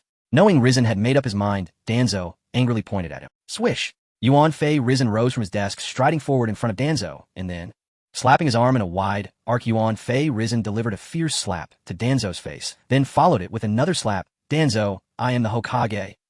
Yuan Fei Risen looked at Danzo, who covered his face in disbelief, feeling a great sense of relief in his heart. Finally, he could release the pent-up frustration from all those days of Danzo's incessant chatter. A word, it felt great. Konoha Hospital. A group of doctors walked out of Mei's hospital room, and Xianyi and others hurriedly surrounded them. Doctor, how is Mai? The leading doctor turned to glance at Mai and said helplessly, the patient is out of danger, but her injuries are too severe. We don't know when she will regain consciousness. It may be. Sigh. At this point, the doctor sighed heavily, not saying more, and left with the other doctors. Xianyi stood frozen in place, as if plunged into an icy abyss. I know someone who can definitely heal Mai. Just then a large hand rested on Xianyi's shoulder, speaking in a reassuring tone. Lecherous immortal, are you saying? In my hospital, Xianyi, who had fallen into despair, suddenly reignited his hope with the appearance of Jiraiya. Yes, you can rest assured, Xianyi. Jiraiya rubbed Xianyi's head, speaking with great certainty. I roughly checked that child condition just now, and if it's Tsunade, she will definitely be able to cure her. Jiraiya's words were like a shot of adrenaline, instantly calming Xianyi's spirit. That's how Jiraiya was. Although he often acted unseriously once he got serious, he was more reliable than anyone else, always deserving of trust. So, lecherous immortal, do you know where Lady Tsunade is right now? Xianyi asked, eagerly, his spirit. Jiraiya nodded. I've been keeping an eye on Tsunade's general movements. There's no time to waste. Once you're ready, we will set. All right, lecherous immortal. Wanya anspirit enthusiastijai. At the Hyuga Xianyi residence, Zai Bujan glanced at the two noisy children in the room, his face turning green, and lowered his voice to speak to Xianyi. Leader, I originated from one of the most brutal organizations in the ninja world, the Blood Mist Elite, who kills without blinking. You can ask me to kill and set fires, but asking me to take care of children is unsuitable. And you want me to take care of two at once. This exceeds my job description. Zai Bujan complained. Xianyi shot a sideways glance at Zai Bujan, pulled out a broken blade from inside the room, and slapped it into Zai Bujan's arms. What about now? Leader, you have a sharp eye for people. Zai Bujan hugged the decapitating sword, tightly laughing so hard that his face was nearly breaking the bandages. Actually, in the mist-hidden village, I am very popular with children. Every time they see me, they tremble with excitement. Ooh, I will definitely be able to take good care of these two children. Do well, the leader believes in you. Xianyi patted Zai Bujan's shoulder as a sign of encouragement. With Minato providing him a backdoor, arranging for the three to enter Konoha was not a difficult task, even if one of them was an Shrank Rogue Ninja from the mist-hidden village. After arranging for the three Xian, he activated his ocular technique and rushed towards the Hokage's office. Before leaving Konoha, he had one more matter to deal with, which was to seek an explanation from Sarutobi Hiruzen. He must make Shimura Danzo pay for mice matter. The Hokage building currently has 2 Hokage offices, one belonging to Namikaze Minato and the other to Sarutobi Hiruzen. According to what should be, Sarutobi Hiruzen had retired for many years and Namikaze Minato was the current Hokage. Yet Sarutobi Hiruzen still occupied the best office, showing no intention of giving way to Minato. At this moment, in Sarutobi Hiruzen's office, Sarutobi Hiruzen personally brewed a pot of good tea, poured a cup for Namikaze Minato, and returned to his seat with a bitter smile, saying, Minato, if Shien Yi comes looking for me later, I will need you to say a few words on my behalf, asking him not to create a ruckus anymore. It is a benefit for both parties to come together and a harm to both to part ways. If this continues, it will be detrimental to everyone. With that, Sarutobi Hiruzen lifted his teacup slightly towards Minato, signaling him to share a cup with him. Forgive my frankness, third Hokage. Minato did not reach for the cup of tea in front of him, but frowned, saying, You cannot just dismiss Shien Yi without giving him an explanation. If he finds out later, he will definitely explode with anger. Upon hearing this, Sarutobi Hiruzen set down his teacup, letting out a long sigh. Minato Danzo has done many wrong things over the years, but he has also contributed a lot to Konoha. Are you asking me to watch him die with my own eyes? Moreover, for Danzo, being expelled from Konoha is undoubtedly more painful than killing him. This is already a huge punishment for him. Sarutobi Hiruzen said bitterly. Third Hokage Yu. Sigh. Facing the sorrowful expression of Sarutobi, Hiruzen Minato sighed, heavily, feeling it was inappropriate to say anything further and could only steel himself to say, I will try to persuade Shien Yi for you, but please do not hold too much hope. Once Shien Yi gets angry, he may not listen. That's enough, Minato. Sarutobi Hiruzen was overjoyed, lifting his teacup again. Come I toast you a cup? At this moment, Shien Yi disregarded the warnings of the Umbu ninja outside and pushed the door open directly. To be honest, he did not teleport directly into the room, but walked through the front door, which was already quite respectful to Sarutobi Hiruzen. Oh, Lord Hokage seems to be quite leisurely actually enjoying tea in the office. Upon seeing the scene inside, Shien Yi sneered. Minato hurriedly put down the teacup in his hand, feeling as if he was also within the range of Shien Yi. Shien Yi, you're here. Come sit, come sit. Sarutobi Hiruzen waved his hand to dismiss the Umbu, smiling broadly at Shien Yi. Just in time, I just brewed a pot of good tea, you also come. There's no need for you to trouble yourself, third Hokage. Shien Yi interrupted Sarutobi Hiruzen, coldly saying, I came here for only one thing, third Hokage. Since you have already brewed tea, you must have made your decision. So will you hand over the head of Shimura Danzo to me, or do you want me to take my Hinata clan out of Konoha and join the Cloud Hidden Village? Shien Yi's relentless questioning caused Sarutobi Hiruzen's face to change dramatically. He hurriedly looked at Minato with a pleading gaze. Minato, quickly say a few words for me. Live for today, drunk for today, out tomorrow is another day. Minato observed with his eyes, pretending not to see Sarutobi Hiruzen's gaze, even humming a little tune to himself. Damn! Sarutobi Hiruzen's old eyes were nearly blinded from blinking, and when Minato didn't even glance at him, his heart instantly turned cold. He knew that this little brat Minato had changed his mind upon seeing the situation and was now completely unconcerned for his fate. Third Hokage, why are you staring at senior brother Minato? Does he have something on him? Shien Yi grew impatient, urging unkindly. Are you choosing Danzo or the Hyuga clan? Quickly give me a definite answer. Minato, forget I didn't hear anything.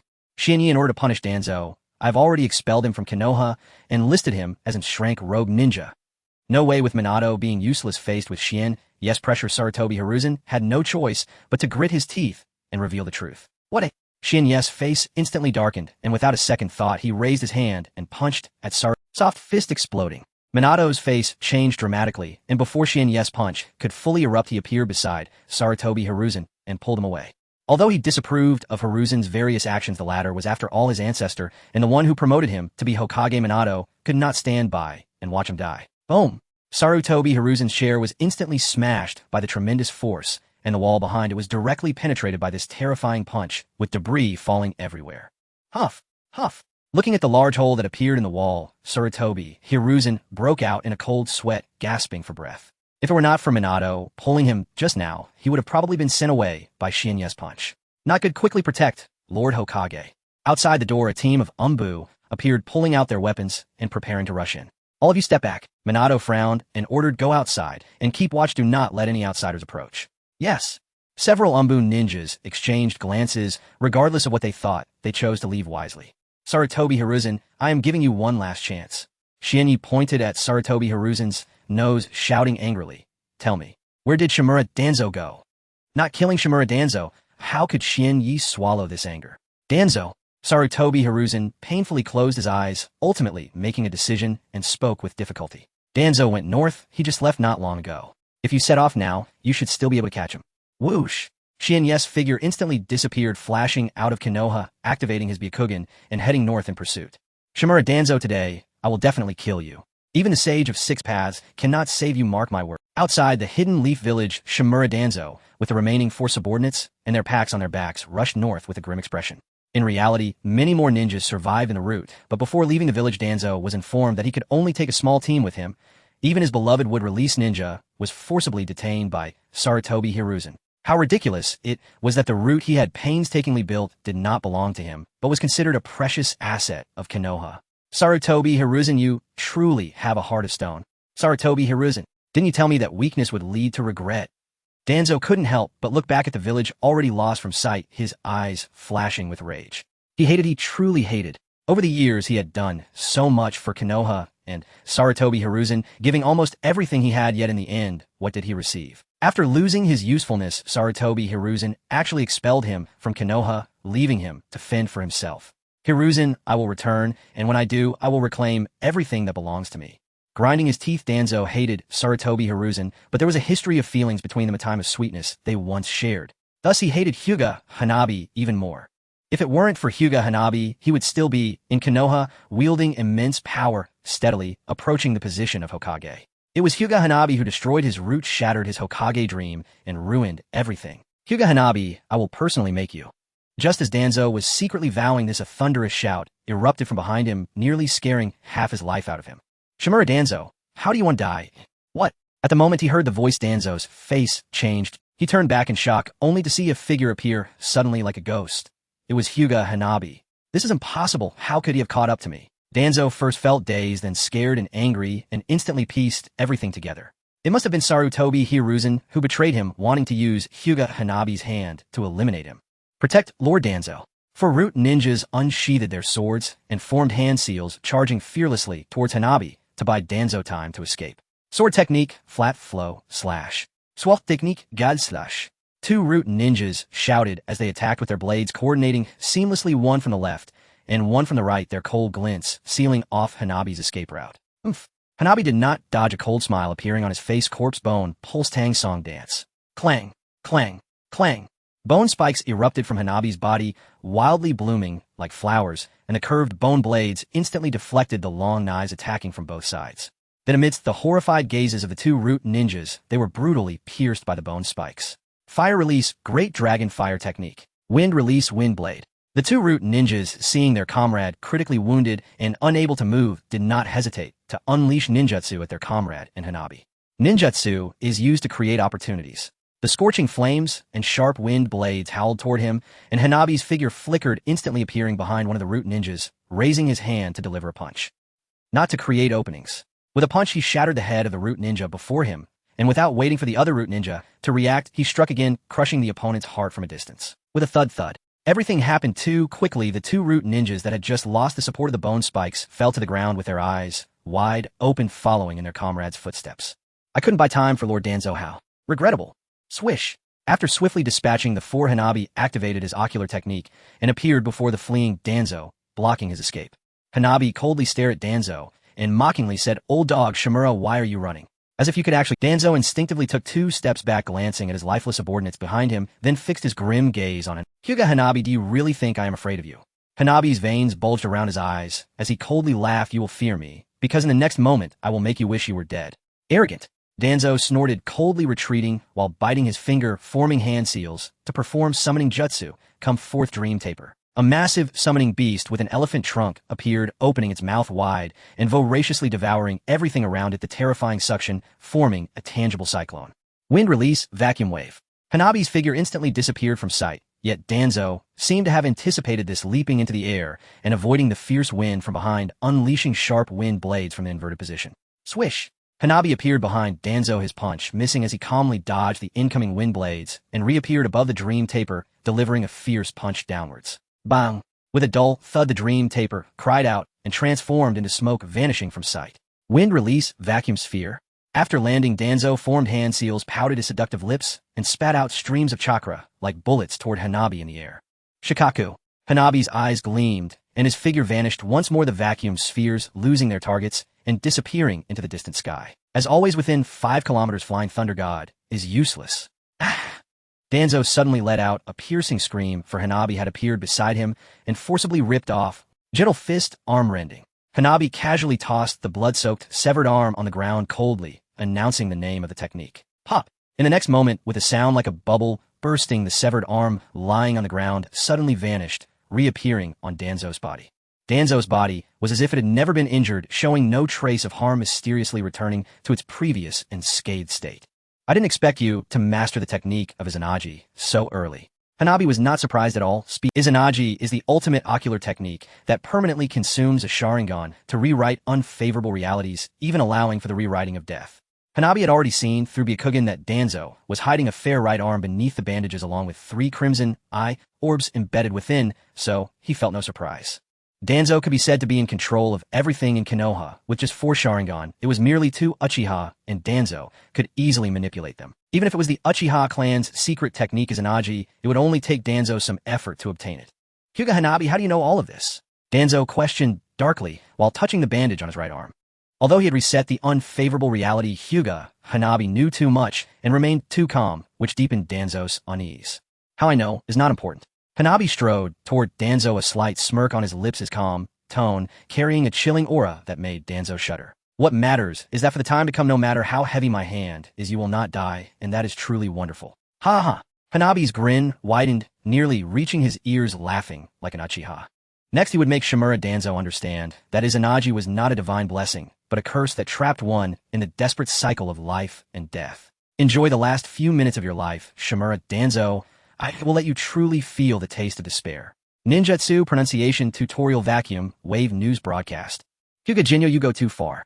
Genyo's arrogant words left Danzo humiliated and furious, his aged face twisting into a knot of rage.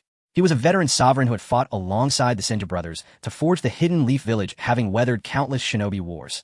How could he endure such contempt from a mere junior? Wind release vacuum great ball. Danzo transformed, radiating fierce intensity, as he unleashed a high-pressure wind sphere from his mouth, its chakra vortex hurtling toward Genyo like a cannonball. Boom! Genyo vanished in an instant. The vacuum great ball struck empty ground, its spiraling force detonating a colossal crater into the earth. No! Danzo's pupils contracted sharply. He tore off the bandages from his face, revealing a crimson Sharingan, scanning frantically for any trace of Genyo. Where are you looking? Genyo materialized beside Danzo in a flash, driving a devastating fist deep into Danzo's abdomen. The sheer force ruptured his viscera, sending blood spraying from his mouth. Izanagi. Danzo rewrote reality, restoring himself to his prior state and position. But in the next breath, Genyo's fist struck again, unrelenting. Izanagi. Thud. Iza.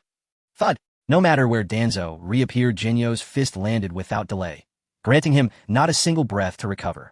Damn it, what is this jutsu? Danzo stared in horror. Even the Flying Thunder God technique required a physical anchor. Yet Genyo moved freely, unbound by medium or limit, shattering all known boundaries of shinobi theory. Watching Danzo's shock, Genyo sneered coldly. Old man, I'll give you 5 kilometers of leeway. If I miss you once, consider yourself victorious. Short-range teleportation consumed negligible ocular chakra. Genyo felt no fear. He played a game of relentless pursuit, shadow to substance, inescapable and absolute. Thud! Thud! Genyo turned Danzo into a living punching bag, fists raining down like tempestuous hail, blitzing every limb, every joint, every vital point. Gah! Bursts of crimson mist erupted from Danzo's body, blooming midair like macabre blossoms, as agonized screams tore from his throat. It wasn't that Danzo feared pain. He simply endured suffering beyond mortal endurance. Genyo's strikes struck precise chakra points. Each blow drove needle-thin chakra currents deep into Danzo's meridians, piercing, unyielding, surgical. And once inside, that chakra began to whirl, spinning with brutal mechanical fury, grinding flesh, sinew, and vessels alike into pulp layer by layer. Because his body reset endlessly, such wounds could not kill him, only torment him infinitely, excruciatingly. Hyuga Genya, I will not yield. A master strategist to the core, Danzo refused passive annihilation. Even as searing agony blurred his consciousness, he clenched his jaw and struck back. Curse seal, self-inflicted binding. Each time Genyo's fist connected, an imperceptible black seal flickered into existence, slipping silently along Genyo's knuckles and into his body. Danzo absorbed blow after blow while weaving the curse seal, waiting hopeful for the moment Genyo would falter, bound by his own art, and fall before his vengeance. Soon, it's almost ready, he reassured himself. Yet as seconds bled into minutes, the seals sank into Genyo's being like stones into an abyss. No resonance, no reaction, no ripple at all. Why? Why do my seals have no effect? Relentless agony crashed over him like tidal waves. His mind teetered on the edge of collapse, screaming inwardly in raw, wordless despair. Apologies, I may have neglected to mention it. Noticing Danzo's bewildered, incensed gaze, Genyo offered a faint, chilling smile and obliged him with explanation. I dabble modestly in Fuinjutsu, in your little cursed seal. Before the Uzumaki clan, it is less than dust, utterly meaningless. Puffed. Hyuga Genya, you enrage me. Danzo spat torrents of blood, his face ashen. Since losing the Hokage seat, he had never tasted such utter desolation. And that was precisely Genyo's design. To dangle hope before Danzo, then crush it again and again until despair became his only companion. Would release root burial explosion. Danzo could bear it no longer. His right arm detonated. Vines erupting violently, thickening, branching wildly into a dozen trunks, each half a meter wide. Like grasping tentacles of an ancient kraken, they coiled and constricted, engulfing both figures in an inescapable tightening cage of bark and thorn. At the instant of burial, Danzo activated his Anaji once more, rewriting reality to stand outside the towering tree, gasping raggedly for air. His right arm was severed cleanly at the shoulder. No blood flowed, yet the limb remained absent, unrecovered. To ensure the root burial explosion succeeded, Danzo had sacrificed his right arm, devoid of usable Sharingan eyes, to ambush and annihilate Hyuga Genya. Did it work? Staring at the impenetrable tangle of roots, sealed tight, seamless, suffocating, Danzo's expression wavered between dread and desperate hope. Guess. Genyo's voice cut through the silence, directly behind Danzo. Danzo flinched violently, pushing off the ground to flee, desperate to widen the gap. But balance abandoned him, armless, off-kilter. And how could he outpace one who traversed space itself? Ryup. Genyo seized Danzo's left arm and wrenched, ripping it clean from its socket. G-Char-RK. After the prior, unspeakable torments, mere dismemberment barely registered as pain. Staggering, Danzo fled blindly into the distance. Balance restored. Only one Sharingan remained lodged in his right eye socket. If he did not escape now, he would die. I will not perish here. For Konoha Sake, I must survive. I alone am destined to reshape this Fueled by that conviction, Danzo invoked Izanagi once more, restoring both arms, and bolted away at full speed. Try to run. Genyo knew the end had come. The moment Danzo stopped glancing at the crimson water ghost watch strapped to his wrist. Watching Danzo's frantic broken flight, Genyo's gaze hardened. Then he appeared behind him in a blur, driving a crushing kick that sent Danzo sprawling onto the earth. Pop! Danzo reset, fled anew. Genyo kicked again. Reset, kick, flee, chase. Escape impossible. Then tell me, before you die, do you have any final words? 1 minute later, Genyo stood atop Danzo, grinding his heel mercilessly into the elder's chest, voice devoid of warmth or hesitation. Genyo, this was my error. I should never have laid hands upon those close to you. At death's threshold, Danzo abandoned all pride, clutching Genyo's hem, begging in a trembling, broken whisper. Spare me, Genyo, and I swear from this day forward I shall serve you without question. He refused to die, not yet.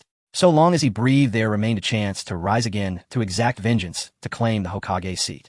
For if he died now, everything ended. Utter oblivion. Genyo, my son Kekkei once taught you. Seeing Genyo remain silent, Danzo switched tactics, appealing to sentiment. If you slay me, how will you face my son's memory? That holds a certain logic. Genyo tilted his head, thoughtful, eyes glinting faintly. There's hope. Recognizing Genyo's emotional nature, Danzo forced a brittle, hopeful smile. Then for Kekkei's sake, spare this old man. No. Genyo shook his head, solemn and unwavering. On second thought, Kazakazensei must be rather lonely down there. Sending you to keep him company, I imagine he'd be delighted. Hyuga Genya, you dare mock me? Danzo froze, then erupted in white-hot fury. In that instant, he understood Genyo had never intended mercy. This entire spectacle, every feint, every pause, had been crafted solely to deepen his despair. You're correct. Genyo raised his fist, then brought it down with lethal precision across Danzo's face. So die well, Danzo Shimura. If only I had acted against Hinata Genya earlier. Tuanzong thought with a hint of regret. Whether to eliminate him early or bring him under my wing, my fate would have been 100 or 1,000 times better than it is now. But it is also not Tuanzang's fault. Who would have thought that a somewhat talented, ordinary member of the Hinata clan would suddenly leap to become one of the strongest in the ninja world? Boom! As he watched the fist approaching him, Shimizu Tuanzang's pupils suddenly constricted, and a flurry of images flashed uncontrollably in his mind. In the sunlight, he and Sarutobi Hiruzen chased and played in the woods, sitting on the shadow rock and discussed. Hiruzen was sitting beside him, pointing to the nearby woods, and said with a face full of longing, "Where the leaves dance, the fire also burns endlessly. The firelight will illuminate the village and allow the new trees to sprout." In the night, he and Hiruzen argued in front of their teacher Tobarama, competing to sacrifice themselves to act as bait. Teacher Tobarama pressed down on their shoulders, solemnly advising, "The moment of sacrifice will always come. Before that, preserve your own life." Tuanzong was stunned. Just as Uchiha Itachi said, no one can truly see their real self until they are on the brink of death. Before dying, Tuanzong suddenly awakened from his selfish and arrogant dreams. He realized he had been twisted by desire, becoming a monster he hardly recognized. At that moment, time began to flow again. Tuanzong looked at Hyuga, in front of him a hint of determination flashing in his eyes. Hinata, Hyuga acts recklessly. He will surely become a great threat to Konoha in the future. Even if it costs me my life, I must eliminate him. Whoosh. Tuanzong instantly tore open his shirt. A black curse mark appeared on his chest. For Konoha, I absolutely cannot let you live. Hyuga. He did not understand how Tuanzong reached this conclusion. If he hadn't subdued the Reikage, the Cloud Village wouldn't have reached an agreement with Konoha so quickly. If he hadn't stopped the Nine Tails incident, Konoha's elite forces would have suffered great losses. And where was Shimizu Tuanzong then? I have done so much for Konoha, but how did the higher-ups treat me? Just because I'm not under Monkey's control, I became Konoha's tumor and should be targeted. This is truly absurd. Inner Four Symbols Sealing Technique. Pure black blood sprayed from the curse mark on Tuanzong's chest. Densely packed black marks connected together like an impenetrable web, suddenly shrouding Hyuga. Shinju. Forewarned, Hyuga instantly disappeared. After all, Tuanzong sacrificing himself to seal half a bridge was an impression he would not forget. Only a fool would fall for it. Unfortunately, I ultimately could not become Hokage. With no one in front of him, Tuanzong slowly closed his eyes, and the image of him and Hiruzen running under the sunset reappeared in his mind. You are the leaves basking in sunlight. I am the root deeply embedded in darkness. What do you think of me? Hiruzen, for you, what am I? Pop. The inner four symbols sealing was completed. A rapidly expanding void black sphere instantly enveloped Tuanzong. His voice abruptly stopped, and all objects within 100 meters were completely sealed. The grievances of the past transformed into darkness, becoming a lethal technique.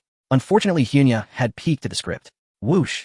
Hyunya's figure reappeared, looking at the half-spherical depression in the ground with a speechless expression. Last time sealing half a bridge, this time sealing a patch of earth. Shimizu Tuanzong, you really are something. But it's fine, that saves me from dealing with the corpse. Hyuga shrugged, feeling that the pressure in his heart had significantly lessened. I must say, the monkey has this kind of magic.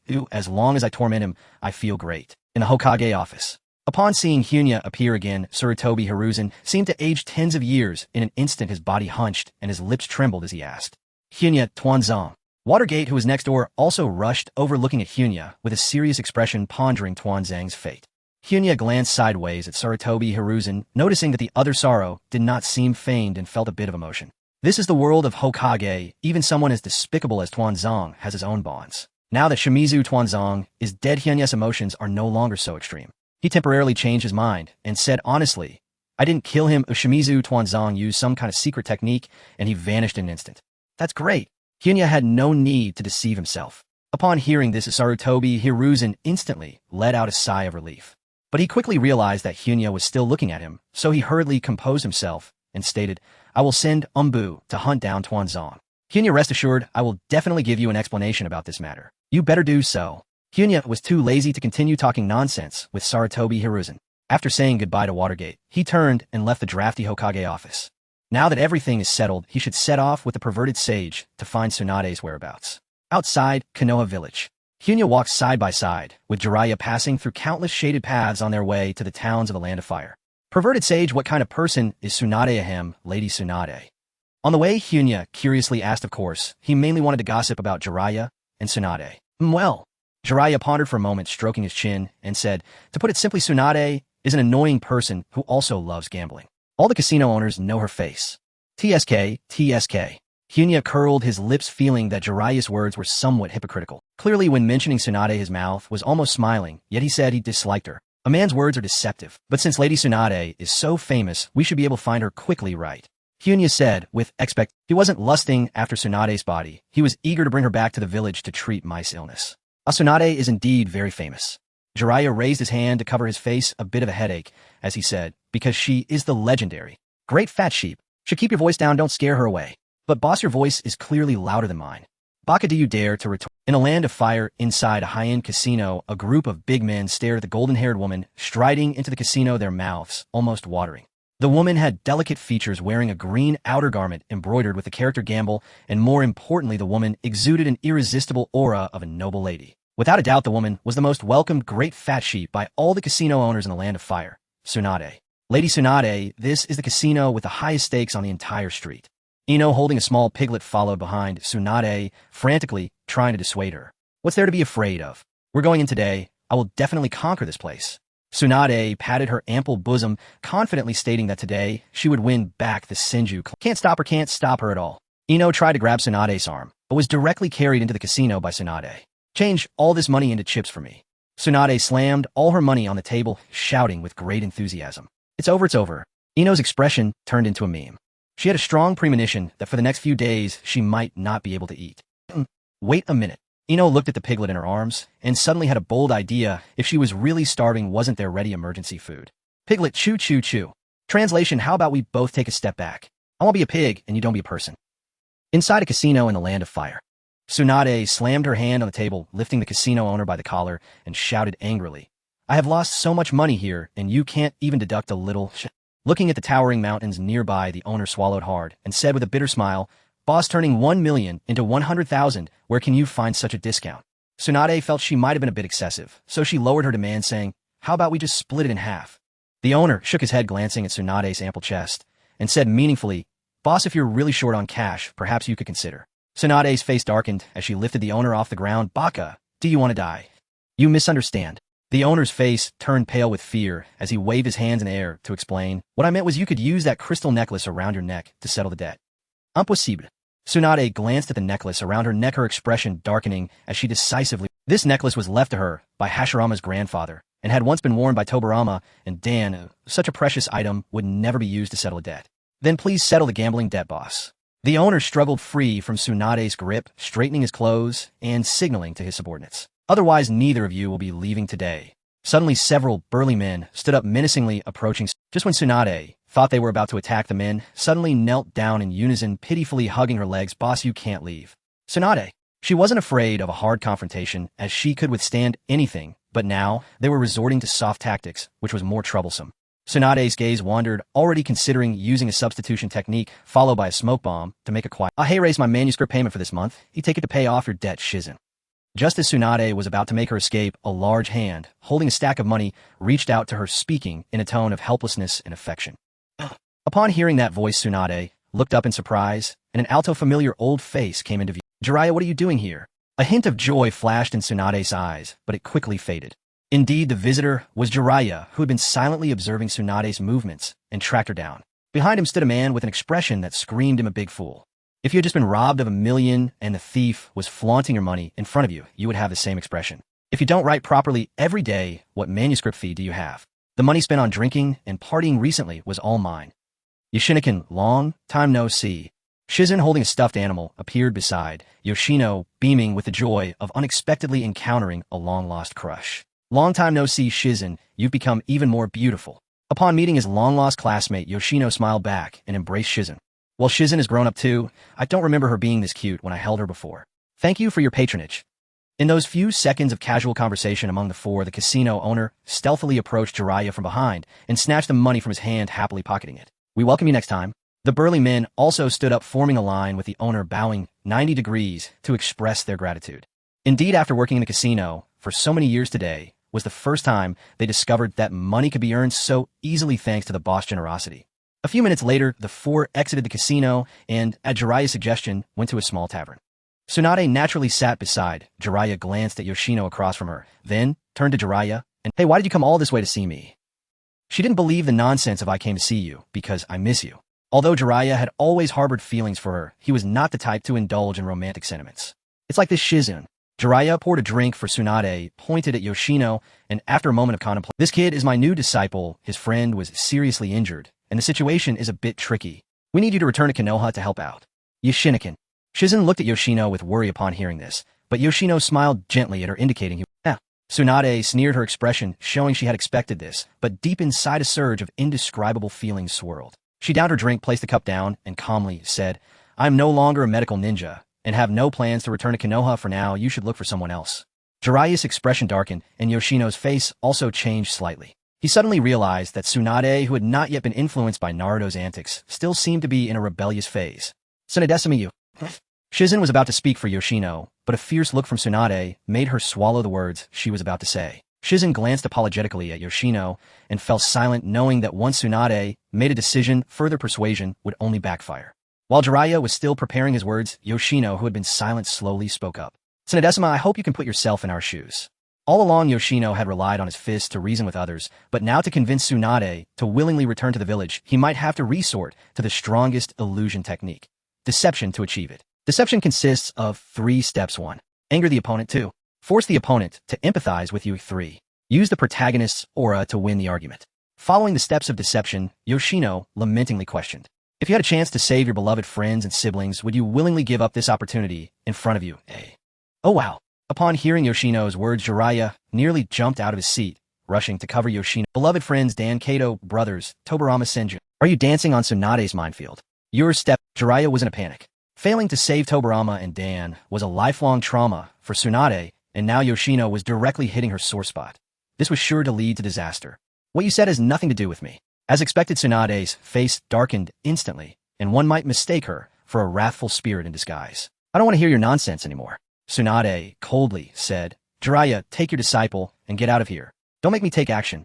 Jiraiya glanced at Yoshino, who stood frozen in place, and then at Tsunade, who was glaring at him, feeling utterly helpless and bitterly smiling. Even the cunning Jiraiya found himself at a loss. Should he leave? It would be hard to find Tsunade again next time.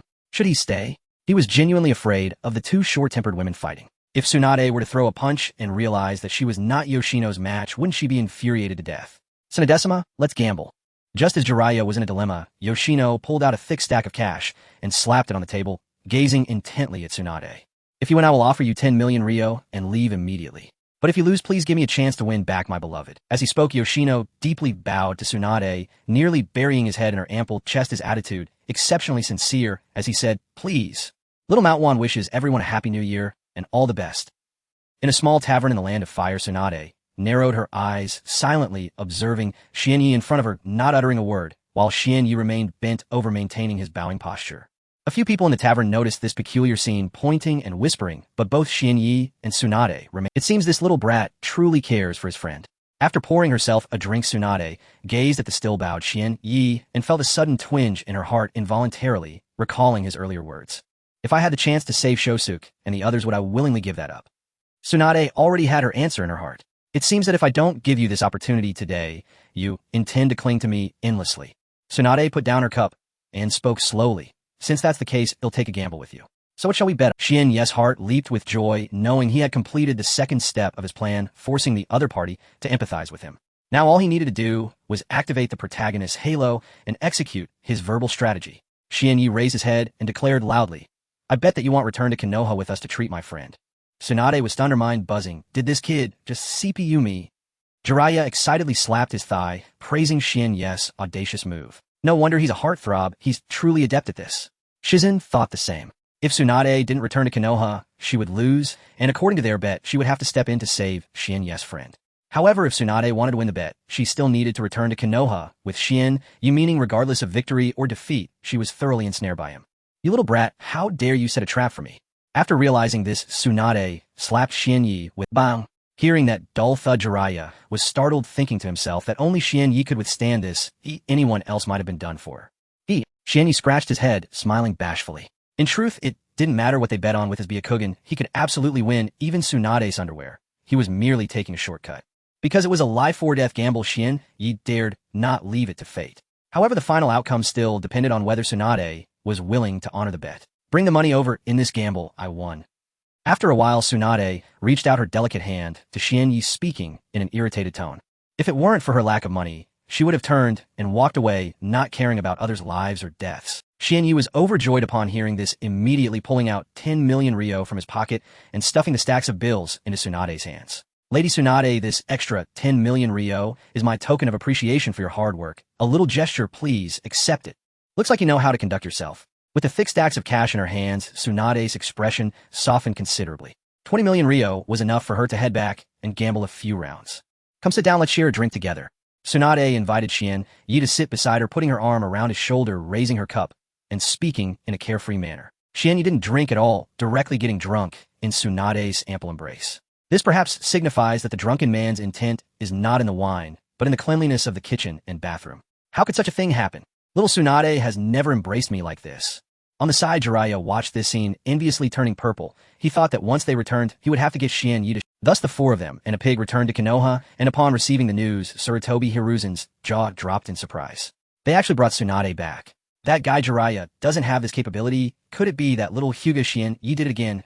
Slap. Sarutobi slapped himself, looking back at the crystal ball on the table, wondering how he could be distracted when... Konoha Hospital. Lady Tsunade, how is Mai's condition? Surrounded by friends, Shien Yi anxiously asked at the bedside. How can I tell you the situation without examining her slowly? Tsunade turned to glance at the crowd, irritably saying, What are you all doing here? Get out, don't waste my time treating. All right, Lady Tsunade. Except for Noera Rin, who was interning at the hospital, the others awkwardly left the ward. Shien Yi, come with me for a moment. Just outside the ward, Obito grabbed Shien Yi's hand, mysteriously pulling him aside. What's wrong? What is it? Shien Yi looked at Obito, who had a sly expression, ready to hear what he had to say. Shien Yi, why do you think girls don't like me, as they do you? Obito immediately started to vent his grievances. After years apart, Shizen was still captivated by Shien Yi. Obito felt there must be some other difference between himself and Shien Yi aside from looks. Hence, to win over Rin as soon as possible, he decided to seek advice from Shien Yi. Shien Yi pondered for a moment and replied thoughtfully, Perhaps it's because you haven't turned 18 yet. Obito was speechless, feeling that Shien Yi was brushing him off. What does age have to do with this? Besides, after the new year, he'll be 18. Shien Yi shook his head, saying, I'm not talking about age. Obito was momentarily stunned, then shocked, his mouth forming an O. You actually have. PFF, who says I don't? Shien Yi silently pointed at his own eyes without saying a word. Obito, is there no other reason besides these natural traits? Obito hugged himself, trembling slightly as he asked.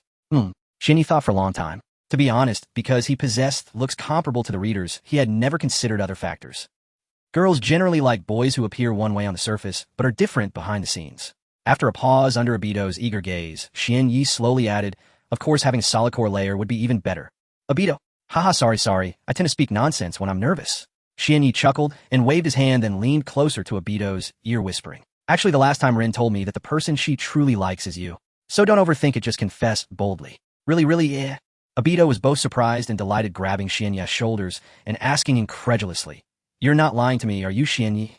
He had been tricked by Shien Yi and Asuma since childhood, and now he was left with psychological trauma. Obito was both surprised and delighted, grabbing Shien Yi's shoulders and asking incredulously, You're not lying to me, are you, Shien Yi? Perhaps as people grow up, they begin to discern the difference between admiration and affection. Perhaps Obito's meticulous care and companionship had long opened Rin's heart. Shien Yi didn't know, but he was genuinely happy for Obito. Having the one you like reciprocate your feelings is perhaps the greatest happiness in the world. Woo, Shien Yi, I love you to death. Obito hugged Shien Yi tightly, as if embracing Rin, not caring that they were in a hospital, openly sobbing. Shien Yekuin, Mei has woken up. Meanwhile, Rin joyfully ran out of the ward and then, upon seeing the two, deeply embraced. Her smile instantly vanished, shifting to Asuma's face. Rin, I know you misunderstood, but please don't misinterpret. It's not what you think. Obito hurriedly got off Shien Yi, flustered, as he explained. Rin remained silent, her little face hanging, not knowing what to think. It's over this time, it's all messed up. Shien Yi and Obito's relationship can't be hidden any longer. Asuma gleefully fabricated a story nearby. What, Shien Yi and Obito? Guy was stunned by Asuma's words, feeling as if he had lost two close friends in one day. TCH, childish. Kakashi rolled his eyes, initially disinterested in this kind of play, but suddenly found Guy's reaction amusing and coughed twice. Guy, actually, Asuma was just joking with you. The one truly with Shien Yi is me. What? Guy's worldview crumbled, completely despairingly clutching his head and squatting down. He felt as though he had lost two dear friends in just one day. Kurenai sighed, face-palming. Guy's physical skills were fine, but who knew his brain was also like this? You guys are really enough. Shien Yi was at a loss for words towards his group of troublesome friends, instantaneously vanishing and Shien Yi. Upon seeing Shien Yi, Mei revealed a delighted expression, weakly opening her mouth. It's so good to see you again. Shien Yi gently embraced Mei, tears in his eyes as he said, I'm sorry, Mei, it's my fault that you suffered. Tsunade turned her head aside, quickly wiping the corner of her eyes. As one ages, it's easy for dust to get in. It's okay, Shien Yi, I don't blame you. Mei tightly hugged Shien Yi, her face radiating a happy smile. At this moment, Mei was still unaware that Shien Yi had slaughtered the entire Root organization for her. But as she said, being able to see Shien Yi again was enough for her. In Konoha, at the Uchiha clan grounds in the dim south, he shrined flickering candlelight, illuminated pairs of crimson eyes, gazing at the instigator of this secret meeting. The current clan head of the Uchiha clan, Uchiha Fugaku. Inside the south he shrine. A pair of Sharingan eyes lit up from the darkness, indicating the unease of the Uchiha clan present. Did you summon us this time to take action against Konoha clan leader? Great! I've finally awaited this day, Uchiha R.A. Me too. The hawkish Uchihas cheered excitedly.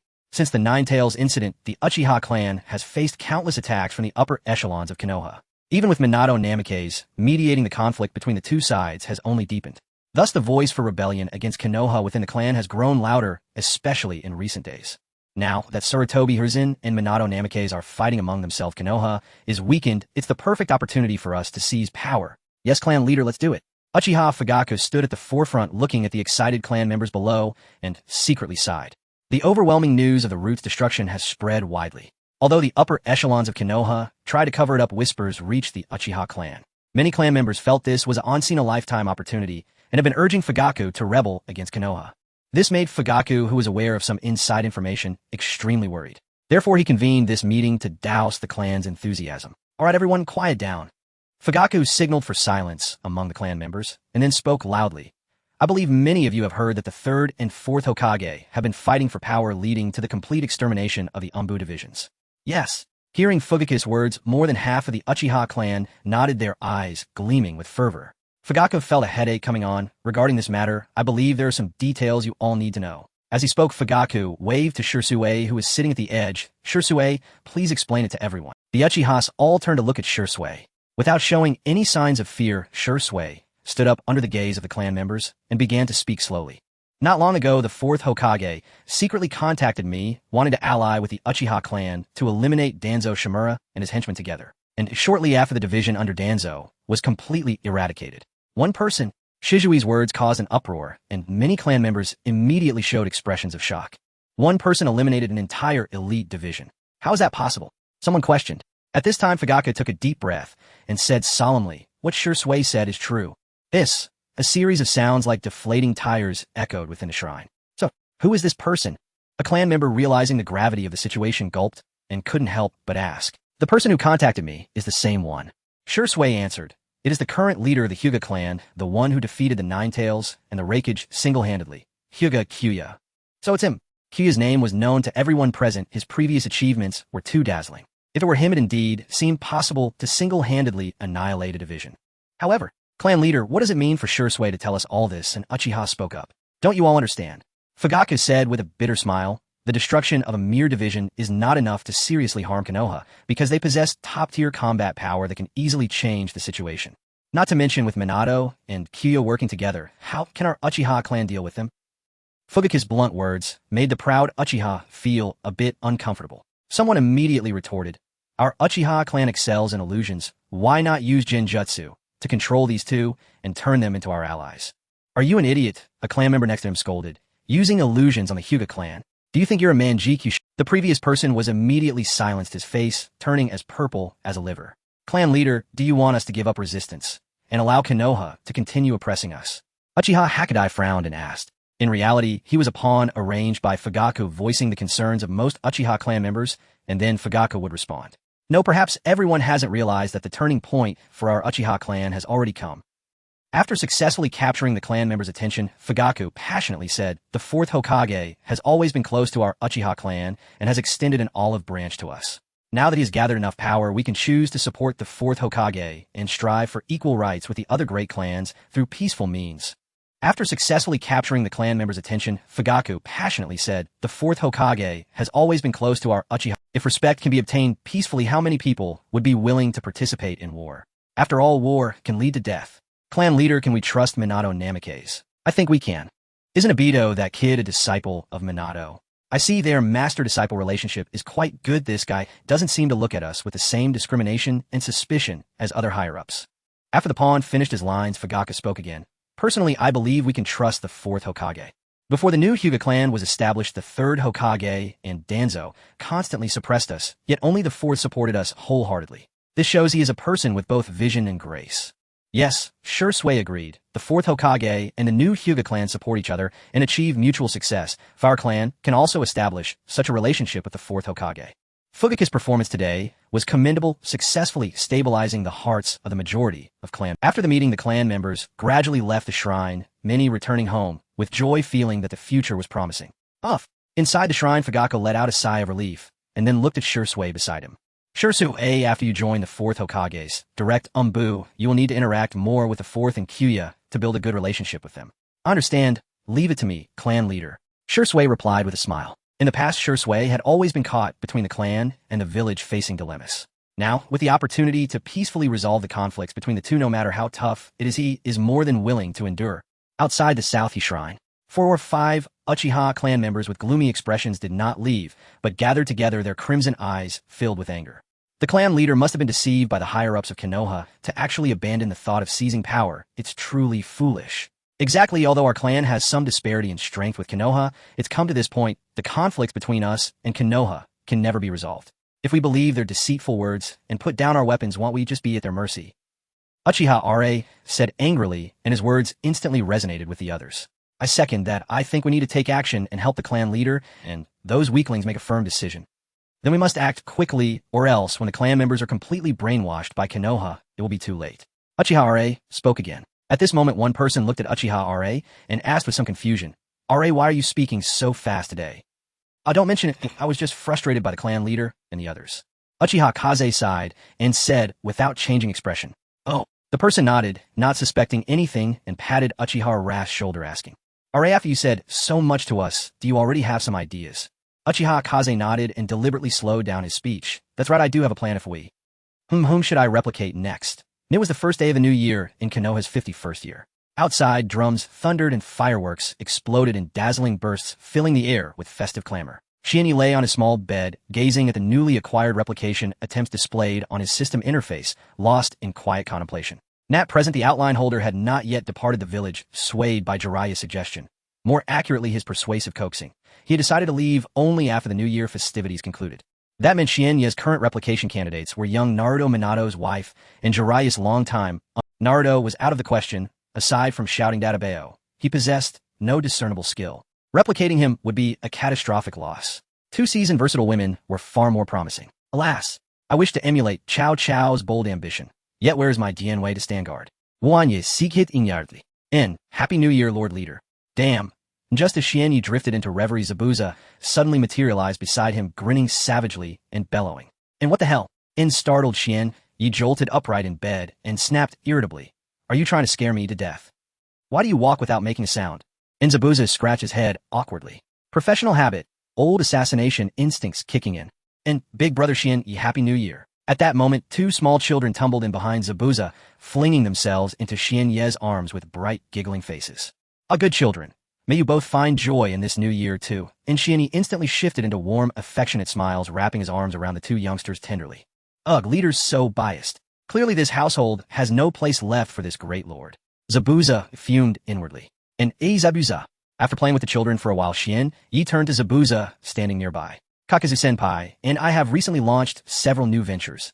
I'll be raising your salary this year. Thank you, Lord Leader. And Zabuza's grin widened into a delighted feral smirk. He knew deep down that Leader truly held him in esteem. And, by the way, let me ask you something, Zabuza. Shienyi paused as if struck by sudden inspiration. Suppose a minor conflict were to arise between me and either Senpai Minato or Sage Jiraiya. Who among them could you realistically hold off? Zabuza fell silent. And after a long pause, he murmured bleakly, Lord Leader, perhaps you'd better not raise my salary. This money would sit heavy on my conscience. And knock, knock, knock. At that very moment, the estate's main gate echoed with urgent, forceful knocks. A black-stockinged maid hurried in and bowed low. In, Lord Shienyi Uchiha Shursui requests an immediate audience. He says it is urgent and requires your personal attention. Let him in. And Shienyi gently released the 2 children and rose from his bed. In, yes, my lord, the maid replied. And moments later, Shursui entered under her guidance. And upon seeing Shienyi offered a wry, troubled smile. Senior Shienyi, something grave has occurred. Please accompany me to the Hokage's office at once. And without hesitation, Shienyi followed Shursui out the door. En route to the Hokage Tower, he asked, What's happened? Shursui's expression twisted with anguish. Lord Minato's son has been kidnapped and what? My Naruto is gone. The Hokage's office. In, Shienyi, you're finally here. Minato Namikaze paced restlessly inside the office. The instant Shienyi stepped through the doorway, he seized his arm urgently. I need you to assemble several trusted Hyuga clansmen immediately and coordinate with my ENBU forces to conduct a covert, thorough investigation across Konoha to locate Naruto. Covert. And Shienyi caught the nuance instantly. Senpai Minato, Is there more to this kidnapping than meets the eye? Minato glanced at Shursui before lowering his voice, his face darkening. Obito just informed me. The shinobi I assigned to guard Naruto all fell victim to Jinjutsu. In Jinjutsu cast by the Sharingan. Xianyi stiffened. Now he understood why Minato insisted on secrecy. The mere rumor, an Uchiha has kidnapped the Hokage's son, would ignite irreparable fire between Konoha and the Uchiha clan. Only mutual annihilation would likely follow. Shursui paled dramatically and hastily interjected.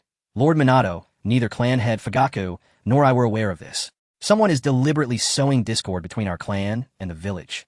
Umph. Minato snorted coldly, his sharp gaze locking on a Shursui for a tense silent moment before he spoke, voice edged with frost. Then you and Obito will handle the Uchiha side. I demand Fugaku give me answers, and bring forth whoever orchestrated this treachery. Can I trust you, Uchiha? Shursui. Minato demanded, voice ringing with authority. You may, Lord Minato. Shursui answered without hesitation. In my heart the village stands above all else and good. Now go, act swiftly and yes sir. After Shursui departed, Xianyi frowned and asked, Senpai, you seem unwilling to suspect the Uchiha outright. Are you deliberately containing the fallout? Indeed, Minato sighed. Kidnapping Naruto brings the Uchiha no advantage, only peril. It risks pushing their relationship with the village past the point of return. This feels less like clan ambition and more like deliberate provocation. Could this be some final scheme laid by Danzo Shimura before his death? And no, enough. He's gone. That burden won't rest upon Danzo's name. Xianyi stroked his chin thoughtfully. Senpai, could this be the work of the same mysterious figure who launched the night raid on Konoha and unleashed the Nine-Tails rampage? We've reached the same conclusion, Xianyi, Minato replied grimly. But first, we must find Naruto. Minato's hidden safeguards on Naruto had all been neutralized, an unsettling fact that gnawed fiercely at his paternal dread. Fugaku, Uchiha's residence. Fugaku pointed furiously at several clan members before him, trembling with rage.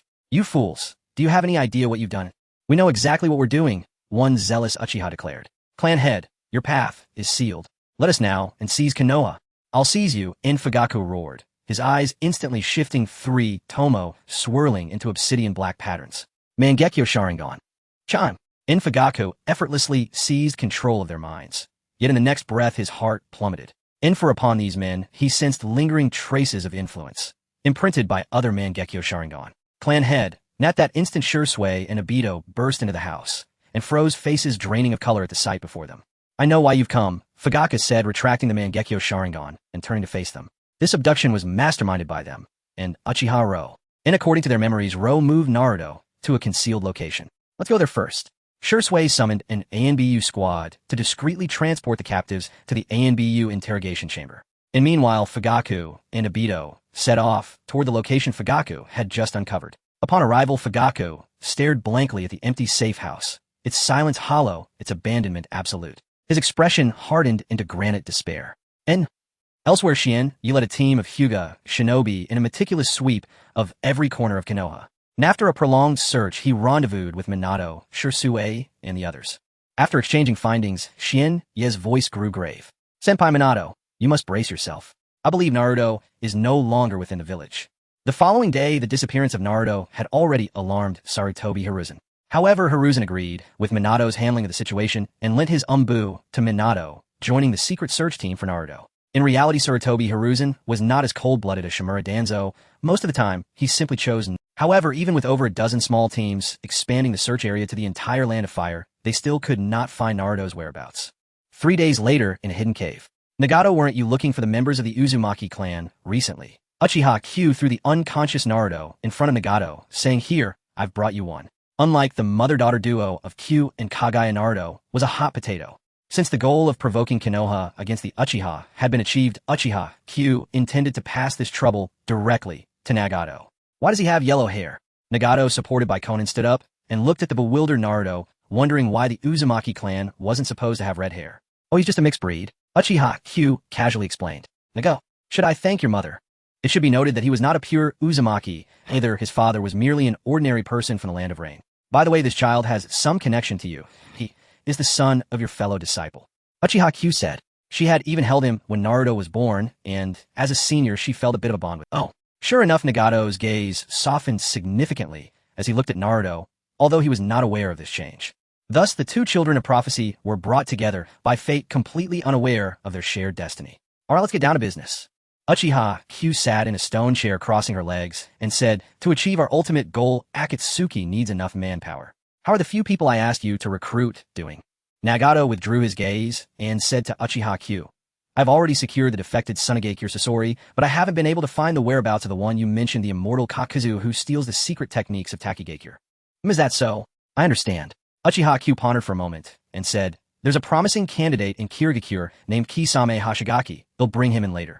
Also, one of the legendary Sannin Orochimaru seems to be looking for Akatsuki recently.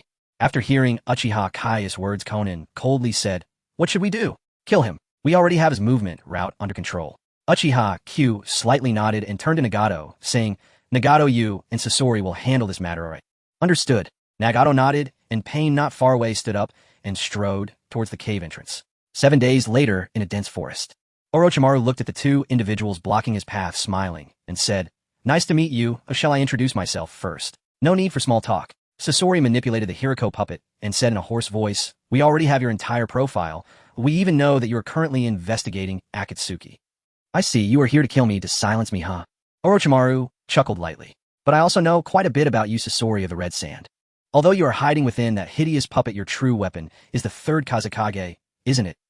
Orochimaru remarked. Puffed. The next moment a cloud of smoke appeared, and the real Sasori stepped out of the smoke, a contemptuous smile on his handsome face. I shouldn't have leaked any information about the Kazekage, should I? Yeah. I always like to dig deeper into interesting things, Orochimaru replied, placing his hands on his waist and laughing. His gaze shifted from Sasori to Pain, and as he looked into the deep purple eyes of the latter, a hint of greed flashed in his eyes. I didn't expect that legendary pair of eyes to be hidden within Akatsuki. Orochimaru extended his long tongue, licking his lips with a fervent expression, and said, and now I'm filled with curiosity about Akatsuki, though I really want to explore it. Sasori took out a scroll from behind and coldly said, I don't care what you're interested in, you are destined to die. That's hard to say. Orochimaru shrugged and said with a grin, it's also possible that I catch you and obtain information about Akatsuki from you, don't you think? If you have some guts. Sasori twirled the scroll in his hand and glanced at Pain, saying, they'll handle him, you're not allowed to intervene. All right. Pain shrugged, took a step back, and began to disconnect his consciousness to chat with Konan, who was dressed in dual sim and joy, seamless connectivity. Boom. The show is over. Sasori retracted the puppet of the Kazekage he had just released, looking at Orochimaru, who had collapsed on the ground and lost his breath, and smugly muttered to himself. What, that was quick. On the other side, Nagato had just taken off his pants when Sasori's side had already concluded. He hurriedly switched his consciousness back.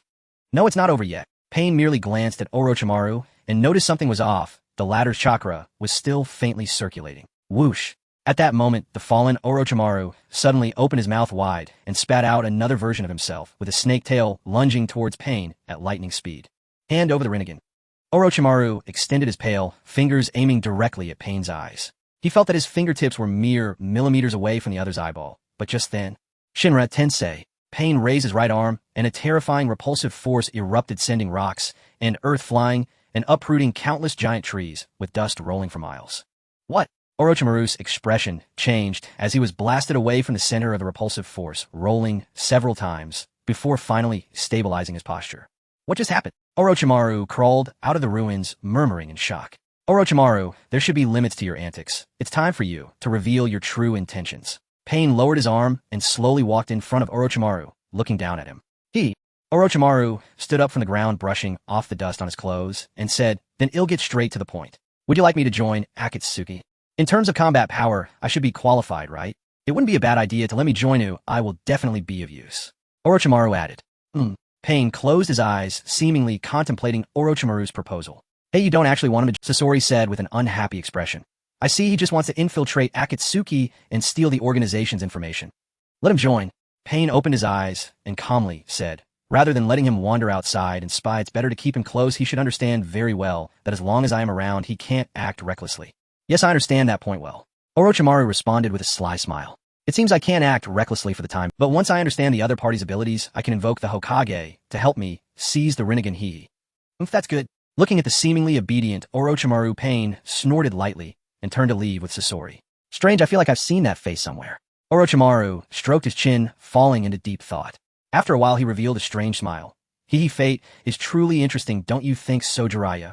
Konoha Hokage's conference room. Minato Namikaze sat in the main seat with a gloomy expression. Kushina sat beside him, sobbing uncontrollably, and the other faces in the room were also not looking good. A week had passed, and Konoha's elite had been dispatched, yet they still could not find Naruto's trace, which made them feel quite embarrassed. Their young master was kidnapped from the headquarters, and they couldn't even find a single clue about the kidnapper. If this got out, they would be ridiculed by their peers, who would dare to seek Konoha's help in the future. This also confirms my and Genya's suspicions. Minato spoke with a dark expression. The one who kidnapped Naruto is likely the mysterious Uchiha powerhouse, who previously instigated the Nine-Tails incident. The opponent possessed the Mangekyo Sharingan capable of covertly influencing radical Uchiha clansmen and had the ability to move swiftly, easily shaking off Konoha's pursuit. If that's the case, Genya rubbed his brow and began to think seriously. Assuming the opponent was a pawn chosen by Uchiha Madara, a replacement for Obito, then the trajectory of the opponent's actions should be nearly identical to Obito's original. Following this reasoning, as long as they found Uchiha Madara's base or located Akatsuki, they might be able to trace the lead and rescue Naruto. Uchiha Madara's base was isolated and impossible to find, but as long as Akatsuki operated in the ninja world, they would undoubtedly leave clues. It seems the plan to infiltrate Akatsuki needs to be expedited. Genya had previously considered the idea of mingling into Akatsuki as the sixth member, but now it seemed it was time to take concrete action. In a land of rain within a tower that overlooks the entire capital, Uchiha Kasha gazed out at the continuous downpour, turning her back to the two and asking, "Has there been any movement since Orochimaru joined us?" "He has been quite well behaved, no issues at all," Pain replied expressionlessly.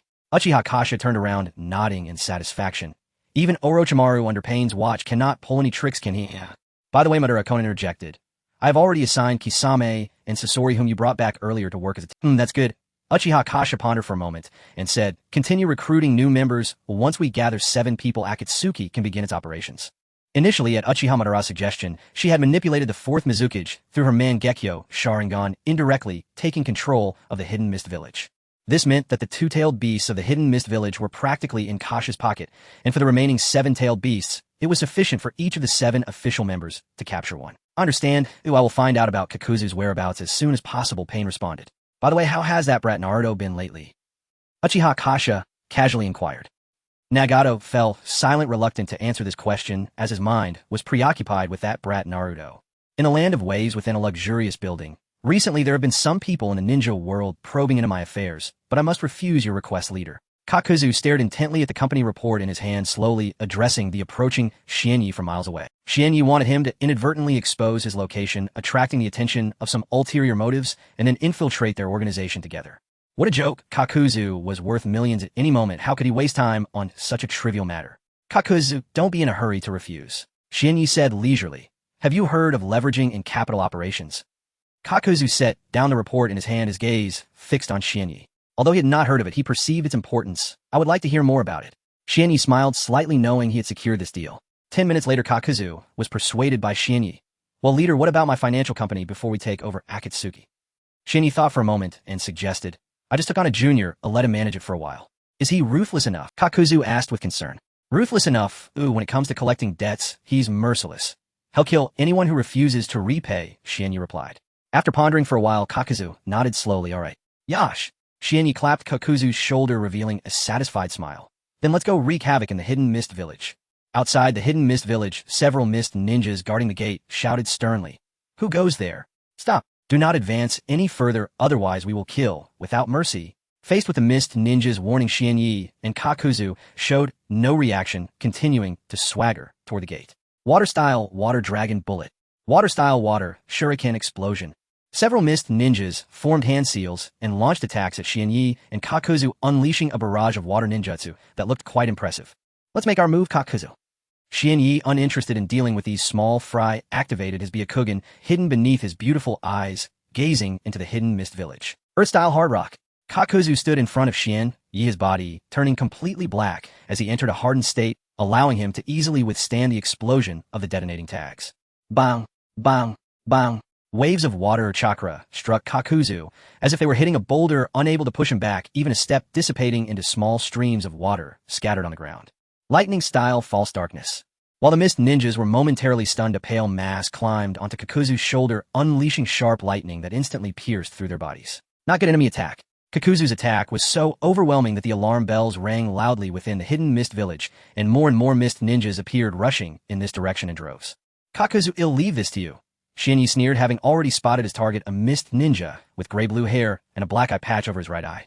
This person's name is Ao, a veteran jonin of the Hidden Mist Village who obtained a Byakugan during the third. Shien's purpose for coming to the Hidden Mist was twofold. First, to see if he could directly lure out that Uchiha, and second, to take Ao's Byakugan to conceal his own identity. Whether through sealing or other means to hide the Byakugan, it could not escape Nagato's Rinnegan. Shien planned to turn the tables, directly proving the origin of his Byakugan by seizing it. Though it sounded somewhat absurd, Shien had already devised a series of daring maneuvers. Swish! Shien's figure flickered, instantly appearing behind Ao, within his line of sight, delivering a powerful punch to his back. Not good. Water-style water surge. Ao felt a chill, piercing his back. As a seasoned ninja, he instinctively turned around, forming hand seals to release ninjutsu. Gentle fist collapse.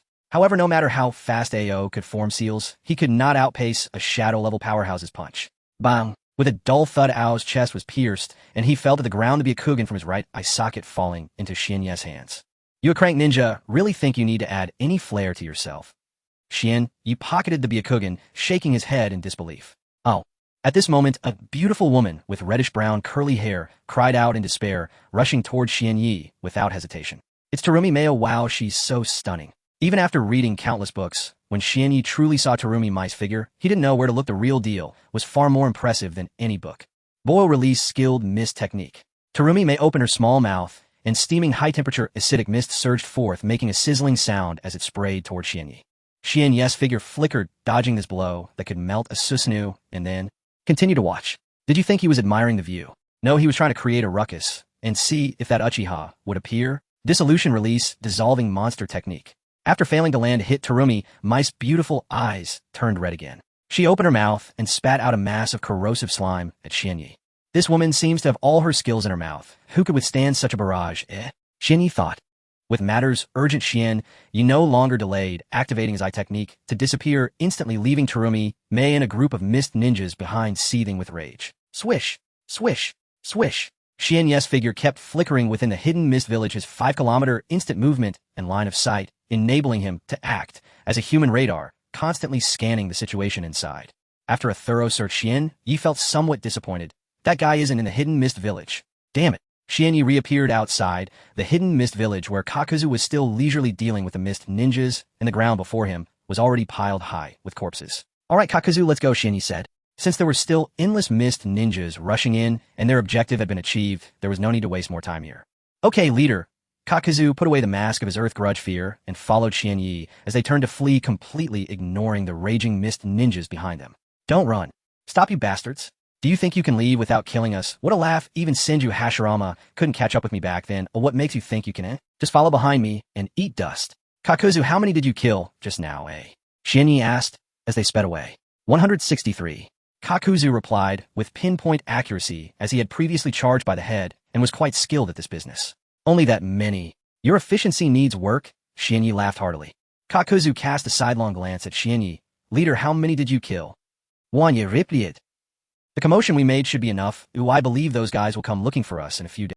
A week later, as Shien and Kakuzu were leisurely wandering in the wilderness, a figure appeared before. A Pain with orange hair walked slowly toward the two, expressionless, as he said, Kakuzu of the Land of Water, I have come to welcome you to join Akatsuki.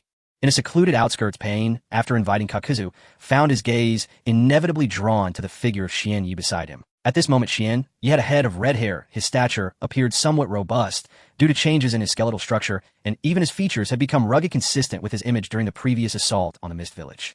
The only difference was that he now openly revealed his pure white eyes, even applying nail polish, making his appearance resonate with Pain. Akatsuki, Shien said in a deep voice, I've never heard of this organization. If you want to recruit my companions, you should at least have a more impressive name, right? Companions. Pain frowned slightly. Earlier intelligence indicated that Kakuzu attacked the Mist Village alongside an unknown powerful figure. Could be this guy before him. Akatsuki exists to achieve true peace. Pain slowly spoke. And you, who are you?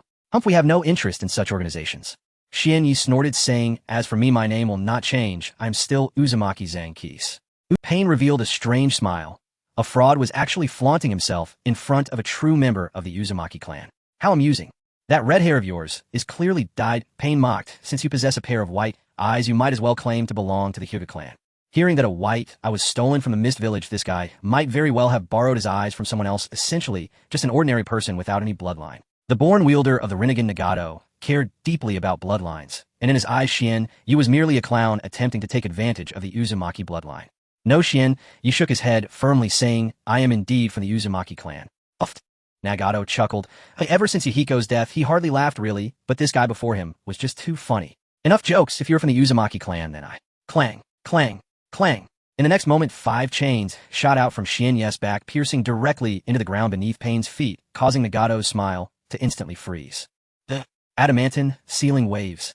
Nagato was momentarily stunned. This was a sealing technique possessed only by those of pure Uzumaki bloodline, with a complete inheritance, and even he could not perform it.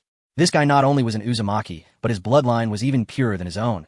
Nagato was initially taken aback, but soon a look of intense joy erupted in his deep gaze. This was a delightful surprise. An Uzumaki who mastered the adamantine sealing waves. This was a pure beast capture tool. He never expected this recruitment would be a buy one, get one free. Uzumaki Zankis, why not join Akatsuki? Pain stated matter-of-factly, regardless of your interest, you must become a member of Akatsuki. Humph, you really can boast. It seems you're just another idiot who doesn't know the heights of heaven and depths of earth. Kakuzu. Shienyi also wore a cold smile, saying, if you want to subdue us, you should consider your own abilities. I am not someone who will bow down to others. As he spoke, Shienyi walked boldly towards Pain, teasingly, saying, how about you first show us your strength? Shienyi genuinely wanted to have a match with Pain. If he could take down Pain, why would he bother infiltrating Akatsuki? Directly eliminate Pain, follow the clues to find Nagato, and dig out his Rinnegan. Naturally, Uchiha Obito would come knocking. Sometimes it's not that Shienyi doesn't think things through, but when strength permits, the simplest methods are often the most. Challenging a god is inherently foolish. Pain closed his eyes, chuckling softly, but that's fine. If I win, I'll take you back to join Akatsuki. Nagato possessed absolute confidence. As the savior of this world endowed with godly powers, he was inherently invincible. Whether it was Sasori or Orochimaru, or these two before him, they would ultimately succumb to the power of the god and bring peace to this world under his guidance. Both of you come at me together. Pain opened his eyes again and waved to Shienyi and the other. Next, I will show you the power. Ninjutsu, Flame Wind Wave. Kakuzu did not hold back against Pain. After suffering a defeat at Shienyi's hands last time, he was determined not to trip over the same stone again and immediately unleashed a composite ninjutsu. Raging, raging, raging. 2 ghastly white masks crawled onto Kakuzu's shoulders, simultaneously unleashing scorching flames and high-pressure wind balls. The surging sea of fire surged in a towering waves of 3 to 4 meters high, instantly crashing towards Pain. Jean Profiste d'explosion. At the same time, Shienyi suddenly rushed out, his figure almost turning into an afterimage as he slammed a powerful fist towards Pain's heart. He was not afraid of the gentle fist being recognized after so many modifications by the system. Even if the creator of the gentle fist, the Hyuga ancestor, were resurrected, he wouldn't recognize it as the gentle fist. Spicy Heaven's Block. Pain's lips curled slightly. He raised his right arm and released Shinra Tensei towards the 2. Boom! A terrifying, repulsive force surged forth. The raging sea of fire was instantly altered by the invisible force, and even Kakuzu, who was anchored to the ground by the earth grudge fear, was instantly flung away. However, Shienyi was not so easily dealt with. Adamantine sealing waves. Under the premise of not planning to reveal his ocular technique, Shienyi released 5 golden chains deeply embedded into the ground, stabilizing his posture even after being repelled 1 meter. Jean Profiste d'explosion. Once the repulsive force subsided, Shienyi utilized the pulling power of the chains to propel himself forward, launching another punch at Pain. He actually used this method to withstand Shinra Tensei. It seems this Zankis is quite formidable after all.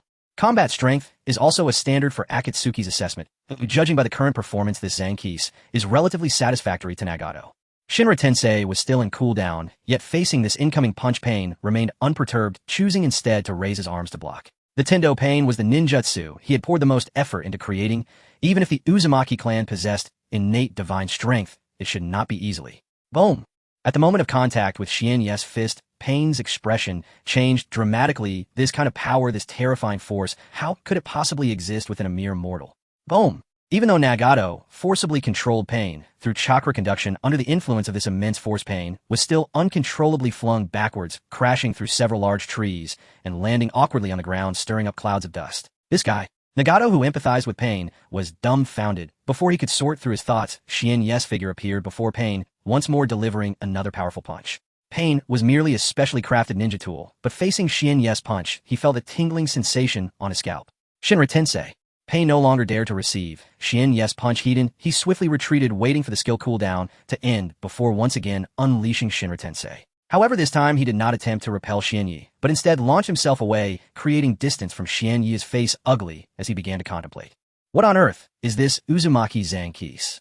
If Pain were not a mere puppet, that punch, just now, would have likely obliterated him. Damn, even a fully tailed beast, transformed Jinchuriki, should not be able to unleash such terrifying power, right? Xianyi watched Pain flee, moving his wrist a bit, and smiled, saying, "You're right, it challenging a god is indeed foolish. But I believe that with the power of the system, I am the true god. Now who is the one being foolish? A mere mortal." Pain's figure briefly hovered in the air, gazing down at Xianyi with a face as dark as a stormy sea.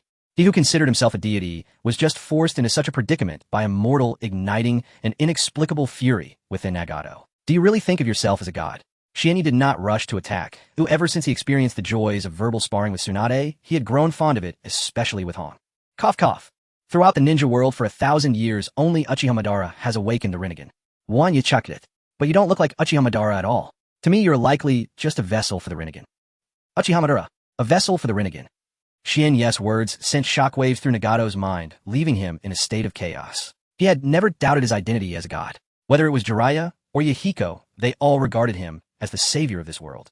At first he was frightened, but gradually he accepted this identity, taking it upon himself to bring true peace to the ninja world.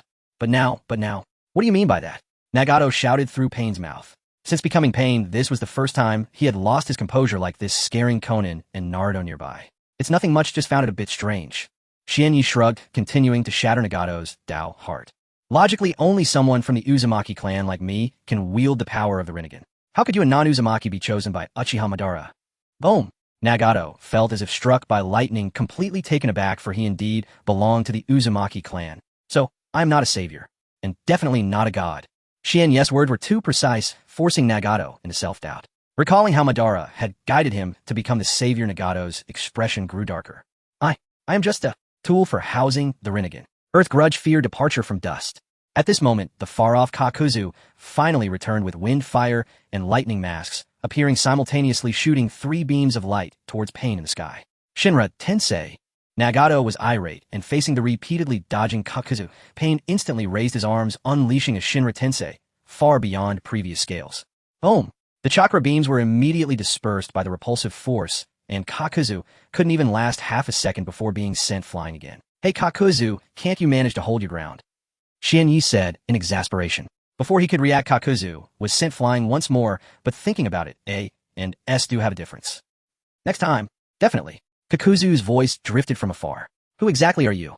After knocking Kakuzu away, Pain fixed a fierce gaze on Xianyi, asking, "How do you know all this?" "Oh please, any clan with a bit of lineage in the ninja world knows this alright. It's just that you lack knowledge.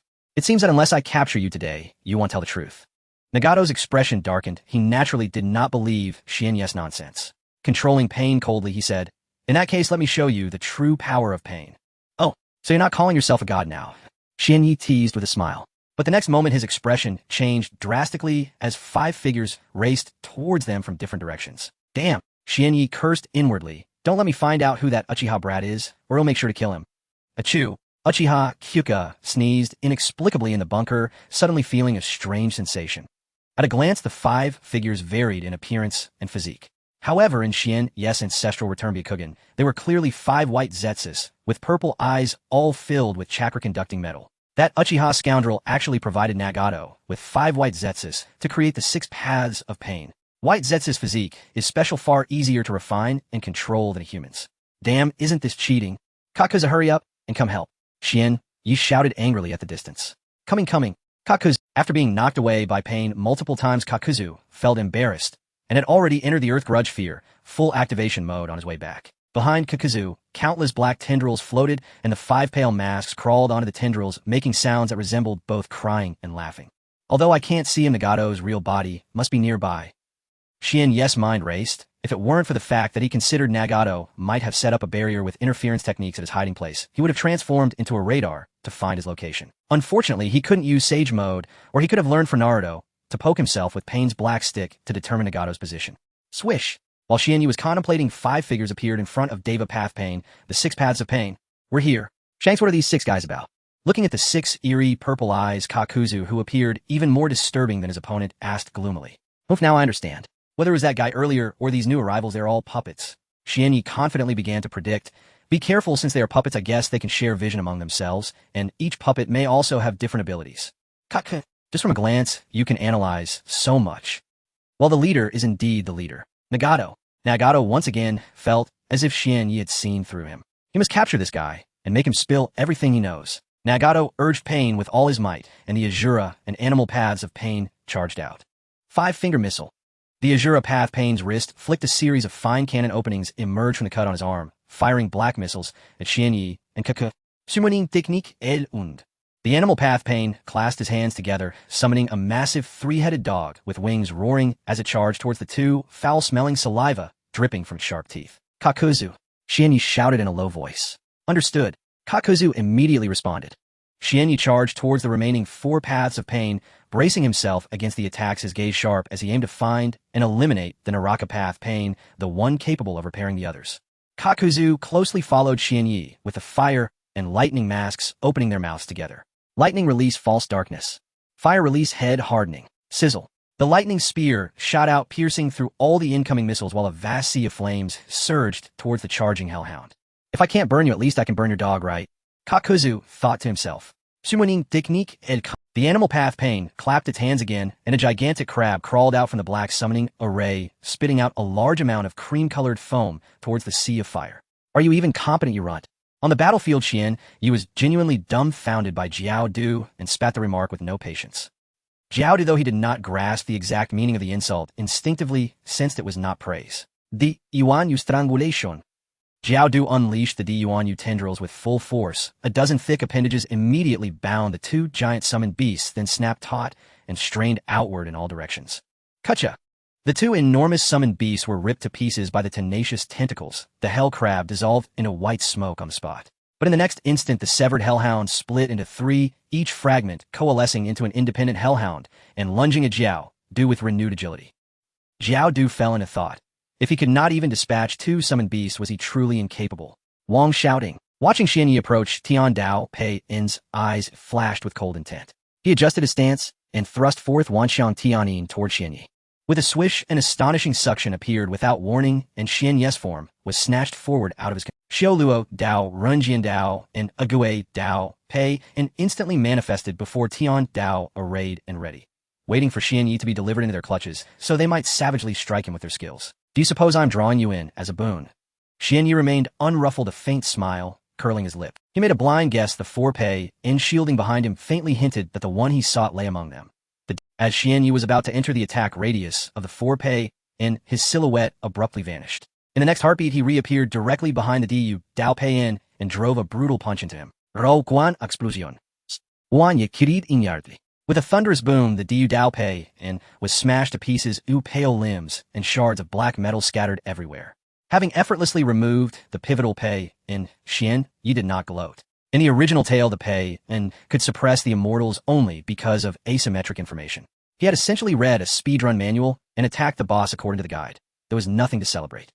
Chang Men's pupils contracted sharply. That Xiang Keisai would immediately single out the Du Dao Pei. Was it coincidence? No, it could not be. Coincidences repeated become inevitabilities. This man must know something. This was plainly the first unveiling of the six Pei, and how on earth had he known? Even if Chang Men racked his brains, he could not fathom it. Xian Yi had seen the script beforehand. Otherwise, Chang Men would never have revealed the Du Dao Pei, the four paths. Apart from the biased path, which continued to summon creatures and desperately stall Jiao, do the remaining four Pei and surged toward Xian Yi. Xiao Luo Dao full unleashed. Xiao Luo Dao surged to the fore, his garments split as he transformed into a three-headed six-armed horror, and a broad retractable serrated blade unfurled behind him, biting through the air to strike Xian Yi. Xian Yi did not meet the saw directly. He instantaneously slipped aside and reappeared behind Renjian Dao, intending to end that relatively frail Pei in a single stroke. Clang! To his surprise, Renjian Dao reacted, swiftly whirling about as black rods sprang from both sleeves, implements designed to disrupt chakra, thrusting toward Xian Yi. At the same time, Tian Dao and Agui Dao arrived, black rods in hand, closing in from left and right. Yin Gang Xial. Xian Yi stamped the ground and vaulted back, spitting 5 Vajra chains from his body that shot toward the nearby Xiao Luo Dao to bind him. Purgatory, laser. Xiao Luo Dao stood his ground and allowed the chains to draw close. His head burst open like petals. A compact laser emplacements rose, and a blinding white beam cut toward Xian Yi. Man, Xiao Luo Dao's aesthetic is utterly out of place among shinobi. Wan Yi Kuipit, surrounded on all sides by four Pei, and he chose to evade by brief folding movement. Du triple, Li Chen. At that moment, Jiao Du found a perfect angle and pierced the biased path's skull with a chakra beam. The summoned creatures it had called vanished with it. Xiang Keisai, I got you back. Having dealt with his opponent, Jiao Du rushed toward Xianyi. He still depended on Xian Yi to earn a living after all. Could he afford to slack? Xin La Tian Sai. Tian Dao Pei spun and unleashed Shenluo Tanzheng at Jiao Du, yet this time Jiao Du was not blown away by the fearsome repulsive force. Earth release, rock. With Du Yuanyu in full bloom, the tentacles behind Jiao Du drove into the earth like hardened rebar. At last he bristled to his feet. Lightning release, pseudo-dark. Water release, water curtain. The lightning and water mass behind Jiao Du drifted up in unison. A rolling thunder and pressurized water torrents burst forth, howling toward Tian Dao Pei. Agui Dao, sealing absorption mark. The Agui Dao Pei abandoned the chase after Xianyi and stepped before Tian Dao, raising both hands to form a transparent shield. For in Changmen's heart, Yin always came first. With a thunderous impact, the combined storm of lightning and water struck the transparent barrier, but failed to even ripple its surface. The assault was absorbed entirely. Rokuan Explosion. Seizing the moment the two Pei-in were entangled, Xian Yi slipped past Rinjian Dao and reappeared beside Shou Luo Dao, swinging his fist in a furious barrage. By damn, it'll make you flare, it'll make you fire, it'll make you burst, and strip you bare. Bang, bang, bang. Amid a cacophony of clashing metal, Shou Luo Dao was utterly disassembled, reduced to a jumbled scatter of components. Damn, why did a rifle just drop? My apologies, rude of me. Xian Yi rubbed his reddened knuckles, and smiling at the Pei-in whose faces had soured, said, Now you have only 3 Pei-in left. Who exactly are you? Pei-in asked the question again. You knew I would come for Jiao Du, didn't you? Changmen was no fool. He had realized he was trapped, but he could not fathom how Xian Yi had foreknowledge of everything. This overwhelming confusion and incomprehension was driving him nearly mad. Yes, Xian Yi admitted calmly. I know far more than you imagine. I know the whole truth. So take me to meet your true body and we will talk. I will tell you everything I know. Upon hearing Xian Yi's words, Changmen flickered with a momentary hesitation, but his expression soon hardened once more. He was unwilling. Even he did not know precisely why. Was it because he fancied himself a god, and yet felt best? Was it because he saw himself as a savior only to realize he had been nothing but a tool used by others? Or was it because he had believed everything unfolded by fate only to discover that every twist had been deliberately engineered by human hands? Changmen did not know, but he refused to accept defeat. He refused to bow to Xian Yi. He refused to bow to fate. I, Changmen, have never been anyone's instrument. I am myself. Inspired by me, Yin willing to sacrifice all to save the ninja world. I have not lost yet, Pei-in said in a cold tone. If you wish to see my true body, first defeat me. Tian Dao Pei-in tore away his tattered shirt, clasped his hands together, and a terrifying wellspring of energy swelled within him. Ultra, Shenluo Tianzheng. Bearing the body of Yahiko, I cannot lose. Realizing that Xian Yi possessed the ability to teleport, Nagato chose not to use multiple Gekitatsu Earth Explosion Star, instead opting for the ultra-powerful Shinra Tensei. Nagato speculated that Xian Yi's teleportation ability must have a range limitation, while the striking range of Shinra Tensei is vast. Holy crap. Jiao Du, run. The moment Xian Yi spotted the incarnation of pain, he was drenched in cold sweat and shouted towards Jiao Du. In the anime, Nagato's Shinra Tensei directly flattened the entire Konoha, which is significantly larger than the range of his ocular techniques. Jiao Du is his beloved comrade, his brother. Most importantly, he can help him earn money, and Xian Yi does not wish for Jiao Du to die here. However, his ocular technique cannot carry anyone, so I'll be on my way first, promise me. You'll survive, okay? Love you, moi. Jiao Du. It's not that Xian Yi disregards his teammates, but the organization can do without Jiao Du, but cannot do without him as the soul of the group. So he bid farewell. Sijan. Xian Yi pushed his ocular technique to the limit, his figure flickering as he instantly crossed nearly 20 kilometers. Boom! Just as Xian Yi prepared for a fifth teleportation, a terrifying repulsive force far exceeding the previous Shinra Tensei surged towards him, crashing heavily into his back. Holy crap, I've run so far, and it can still hit me, eh? Xian Yi's body was instantly sent flying by the repulsive force. He gritted his teeth in pain and used his ocular technique to transport himself to a safe area on the ground. Bang! The teleportation did not negate the force applied by Shinra Tensei, and Xian Yi crashed heavily to the ground, rolling several times before finally coming to a stop. Cough, cough! Xian Yi felt a sweetness in his throat and unexpectedly coughed up a mouthful of crimson shock evident in his eyes. As expected of pain, he was actually able to injure me. Xian Yi hadn't sustained such a serious injury in a long time, and he estimated it would take at least 2 days to recover from such a wound. 2 days, which means he won't be able to play some risky games with Hong during this time. It hurts too much. However, it's not without benefit. His previous opponents were too weak, and Xian Yi was unclear about how strong he truly was. Now he roughly understands that he can already contend with mid-level bosses of the Hokage. Although his large-scale destructive techniques and flashy moves are not as good as Pain's, he excels in mobility and durability. Pa! Xianyi spat out the blood from his mouth and activated his ocular technique. Once more this time, it couldn't be in vain. He needed to go back and collect some heads. The once mountainous terrain with stones and trees was now completely leveled to dust, settled, revealing a giant pit resembling a meteor impact. Phew, did I take care of that guy? Pain knelt on the ground. The remaining 2 Pains also appeared lifeless. That last strike had nearly drained Nagato of all his energy, more severe than Conan's usual absorption. Top, top, top. At that moment, a figure appeared, and Pain raised his head only to see Xianyi looking down at him calmly and saying, "You lost. Take me to see your true body." After a brief silence, the 3 Pains stood up and shouted in unison, "No, I haven't." Before the word lose could fully escape Xianyi transformed into an afterimage, delivering a punch to each of the 3 Pains. Bang, bang, bang. Except for the sturdiest Pain, who remained somewhat intact, the other 2 Pains were directly obliterated by Xianyi, their parts and limbs scattering all over the ground. "Sorry, what did you just say?" "I didn't catch that," Xianyi said, placing a hand to his ear, his expression unchanging. Nagato felt as if struck by lightning. The last thread that sustained his pride and dignity had completely snapped. No, it was severed mercilessly by Xianyi. Nagato was unwilling to admit defeat, unwilling to accept his fate, but Xianyi forcefully tore away his fig leaf, making him confront the harsh reality. He is not a destined person nor a savior. He is merely a pathetic tool, thoroughly used by others. At this moment, countless negative emotions surged like a tide. The weight on Nagato's shoulders, pushing him deep into the sea. He felt as if he was about to suffocate. "How that feels good." Looking at the silent Pain, Xianyi let out a deep breath. He had seen many people like Nagato, always full of themselves, believing they are the protagonists of this world. No, even the great sage equal to heaven eventually made it to shore. "Why are you being so stubborn?" "I want to indulge you." "Boss, boss." At that moment, a weak voice came from not far behind Xianyi. "Holy crap, Jiao, you're still alive." Xianyi turned around in surprise, only to see a small pool of black tentacles on the ground with a cracked mask buried beneath. Jiao Du. He felt bitter. If he hadn't reacted quickly enough to bury a piece of the mask deep underground, he would have really been done for this time. It was too dangerous. He would never trust the boss nonsense again. "Jiao Du, when will you recover?" Xianyi walked over to Jiao Du, looking at the nearly non-existent black threads with some pity. "I need to devour a large amount of flesh and blood," Jiao Du said intermittently. "Why didn't you say so earlier? There's a ready supply right here." Xianyi slapped his forehead, stood up, immediately grabbed half a white zetsu from the side, and placed it on the black threads. "Eat this for now. Oh, if it's not enough, there's more over there. Go get it yourself later. By the way, while you digest, help me check if this thing has self-awareness." In the original plot, white zetsu can act as a surveillance device, and Xianyi needs to know if his conversation with Nagato was overheard by that Uchiha brat. They have no consciousness. At that moment, Nagato, who had been silent, finally spoke. "When creating Pain, I completely erased their consciousness. You need not worry about that." "Oh, so you're willing to talk now?"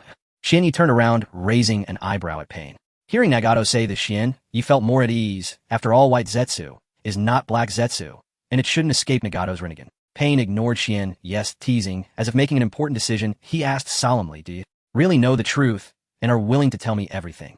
Xianyi shrugged. "Since it has come to this, do you think I have any reason to deceive you?" Pain fell silent again, and after a long time he said with difficulty, "I will take you to see my true body."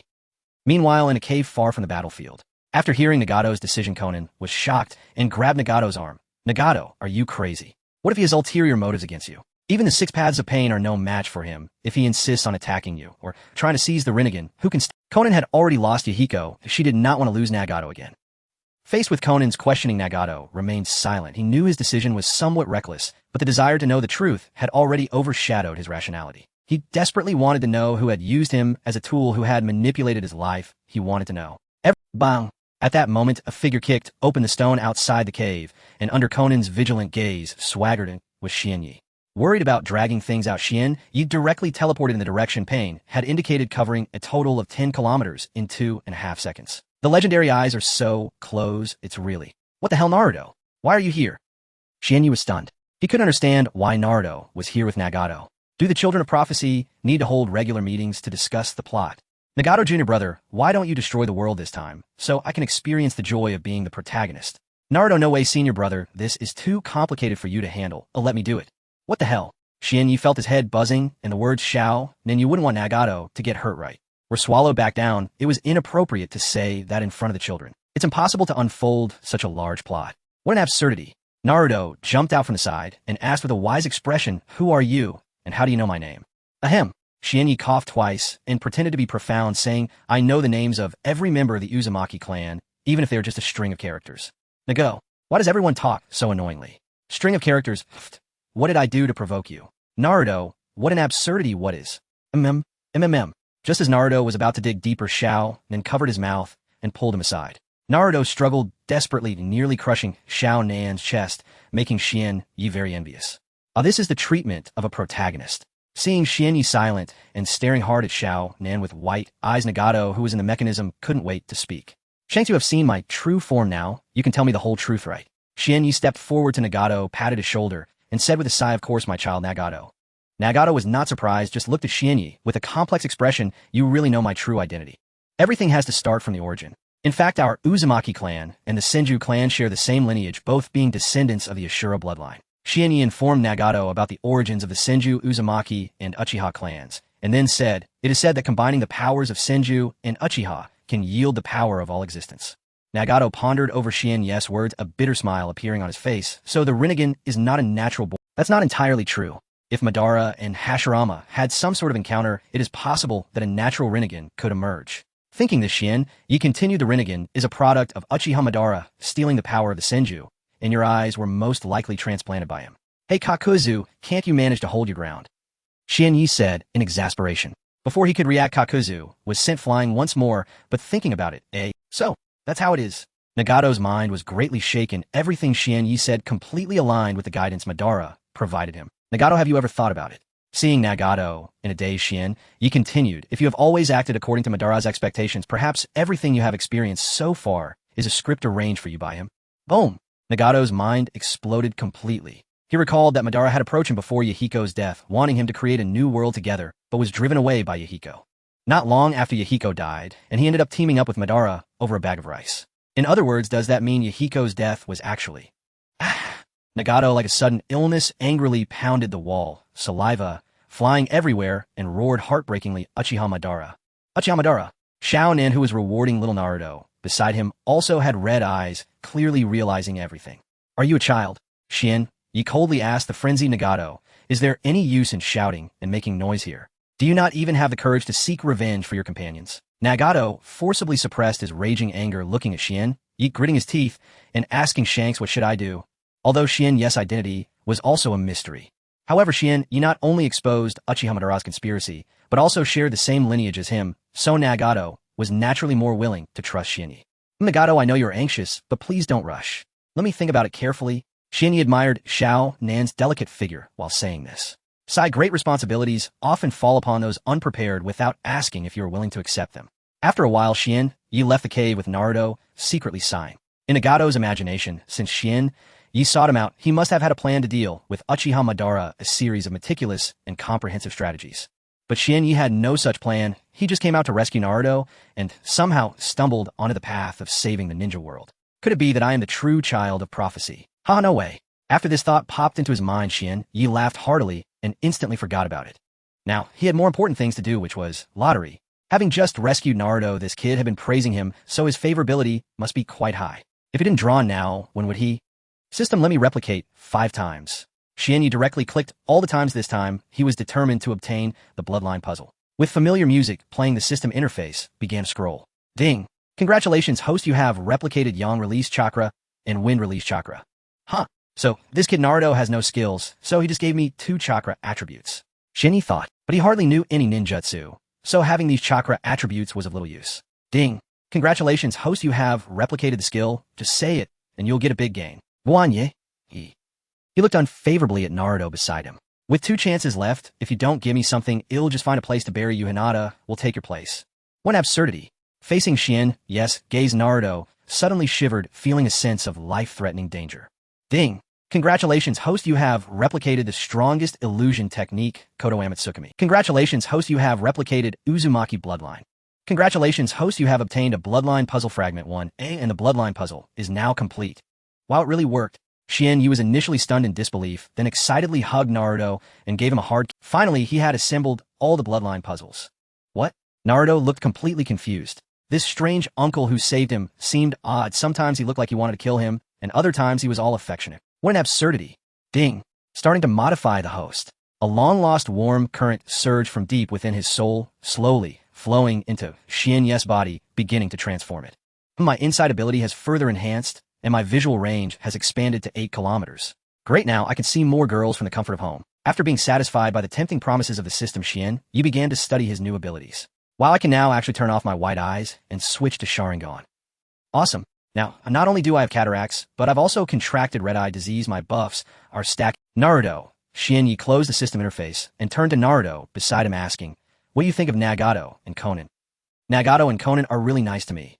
Naruto replied without hesitation. Even though they never let me go home, Nagato tells me stories every day about when they were kids learning skills from a toad spirit.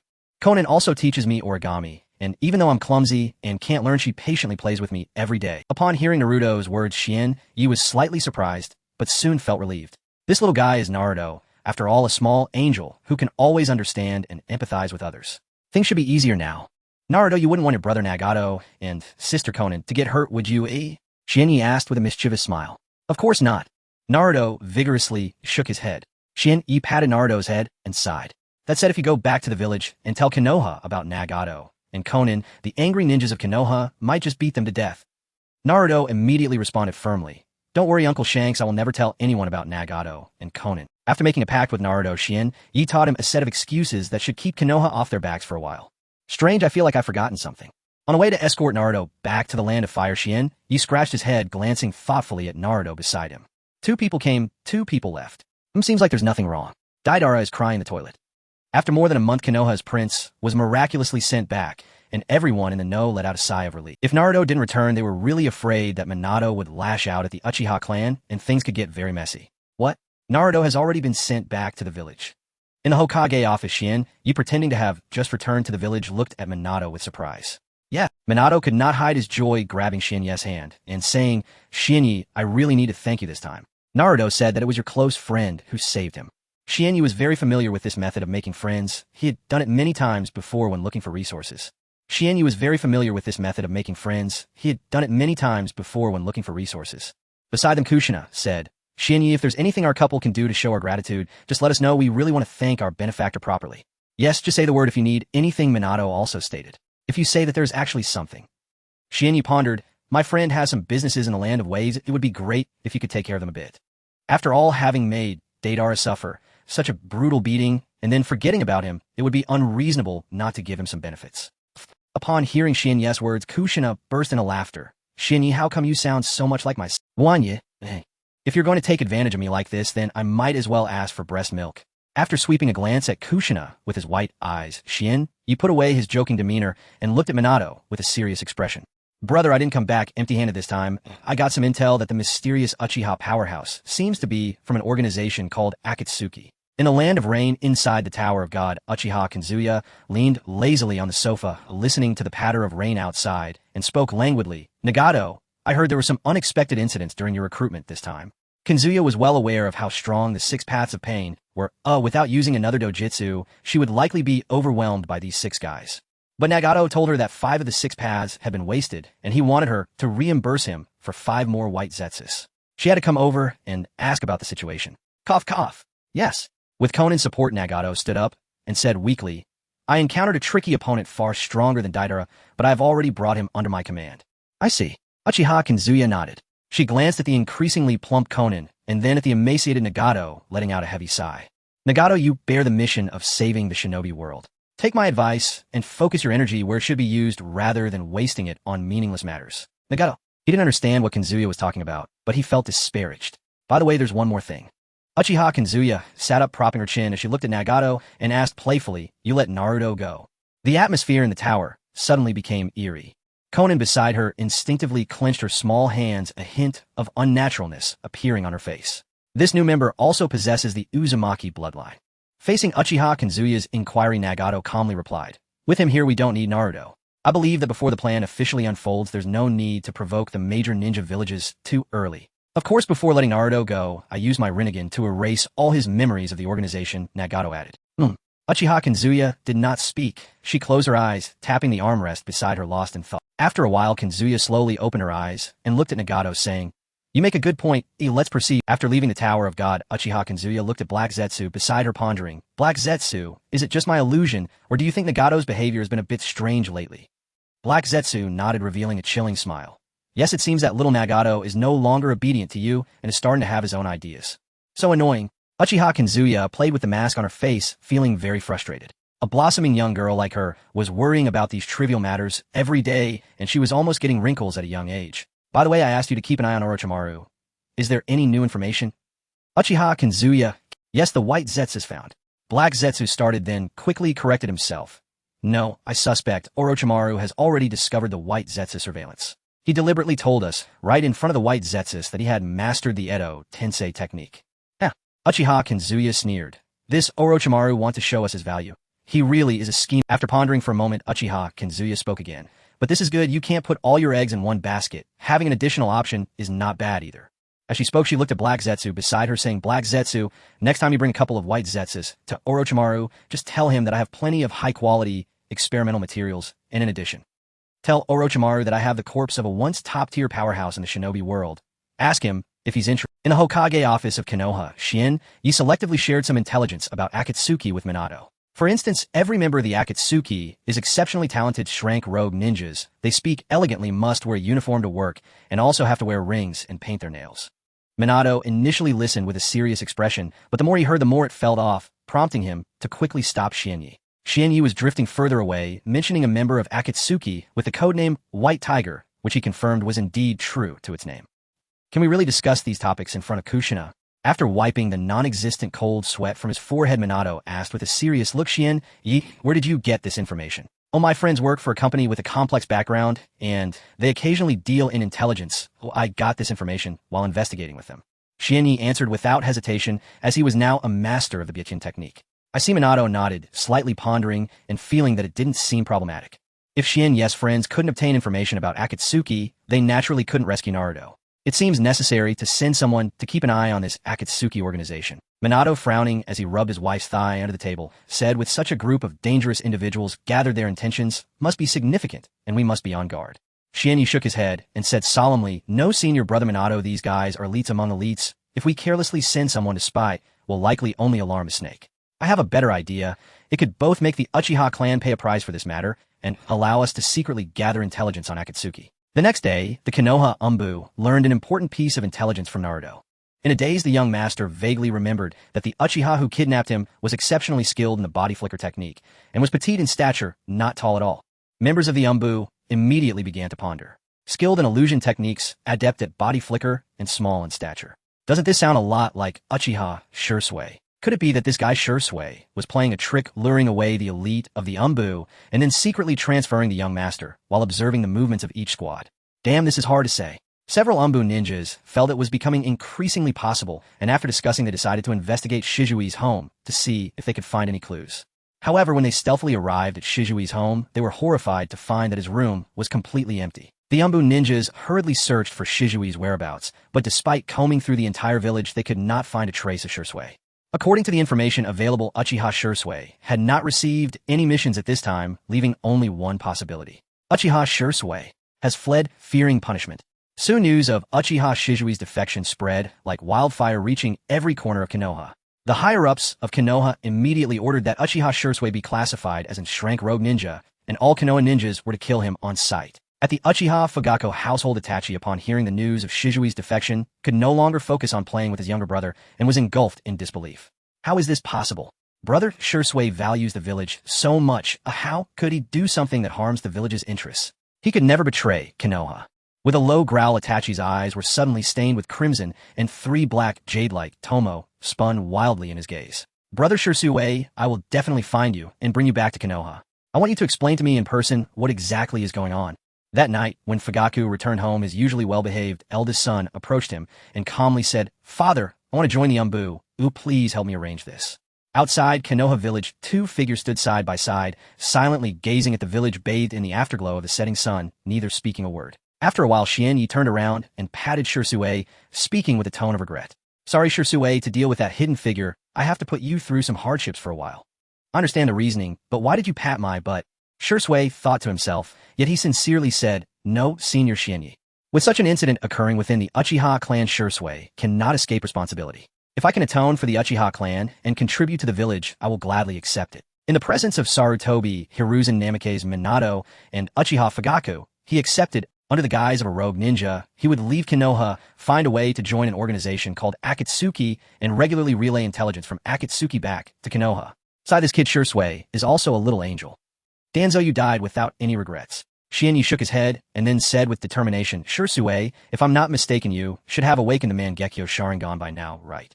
Yes, Senior Shienyi. At this time in Itachi's true account, Shursui had already awakened the Mangekyo due to the death of his close friend. Shizui's heart trembled, and after a moment of silence, he slowly nodded, saying, I have awakened a pupil technique called Byakugan Shun. Oh, Shienyi raised an eyebrow, remaining silent. He knew this earnest child would surely reveal his ability. As expected, Shursui quickly confessed, this technique allows me to modify the will of others without them noticing, making them believe that everything is their own desire. Even though Shienyi was already aware of the capabilities of Byakugan Shun, he couldn't help but feel envious upon hearing Shursui describe it. After all, which boy hasn't fantasized about possessing the ability to alter others' will? Whatever the common sense replacement urging. Cough cough, letting the readers urge for more chapters. If he had Byakugan Shun, he could directly change a shonen anime into an adult anime. After suppressing the indescribable thoughts in his mind, Shienyi pretended to ponder for a moment before slowly speaking. Shursui, if you can come into contact with that hidden figure, I hope you can give him this instruction. In the secret base of Uchiha Madara, upon learning of Shizui's defection from Kuroju, Uchiha Kage chuckled with interest. Haha, indeed, if I were in the higher-ups of Konoha, I would probably suspect Uchiha Shursui too. Beside him, Kuroju cautiously inquired, My lord Uchiha Shursui is quite strong. Do you think it is necessary for Nagato to absorb him into Akatsuki? Uchiha Kage casually toyed with the mask in his hand, saying nonchalantly, No, Uchiha Shizui's defection is quite timely. Let's observe for a while before making a decision. If I confirm he poses no issues, I'll personally meet him. Nowadays, that guy Nagato is unreliable, but finding another person to keep an eye on him wouldn't be bad either. Sigh. Master Lustful is truly unscrupulous. You go gallivanting with the plot weaver, yet expect your disciple to foot the bill. How exactly is that fair? Shienyi lay sprawled on his narrow cot, lips curled in complaint. Yet his face remained alight with unrestraint. After all, it was he himself who had urged Jiraiya to cling tenaciously to Tsunade. And now at last he could save her life in earnest. Lord Shienyi, the fourth Hokage, requests your presence in his office. Before Shienyi had even warmed his bedding, a slender figure clad in white mask materialized beside him and bowed slightly. Shienyi fell silent. He sat up slowly, eyes scanning the ANBU shinobi who had summoned him. Then unexpectedly his expression shifted to one of genuine astonishment. You're Uchiha Itachi. You started working already, at such a tender age. Uchiha Itachi. Itachi could not fathom how Shienyi had recognized him. The two had never crossed paths before. Yet ever reserved by nature, he chose silence. I'm quite close with Shursui. He speaks of you often, Shienyi remarked casually while adjusting his robes. At the mention of Shursui, a subtle ripple flickered across Itachi's eyes. After a pause, Itachi spoke softly. Uchiha Shursui has defected from Konoha. Yet, you bear no ill will toward him.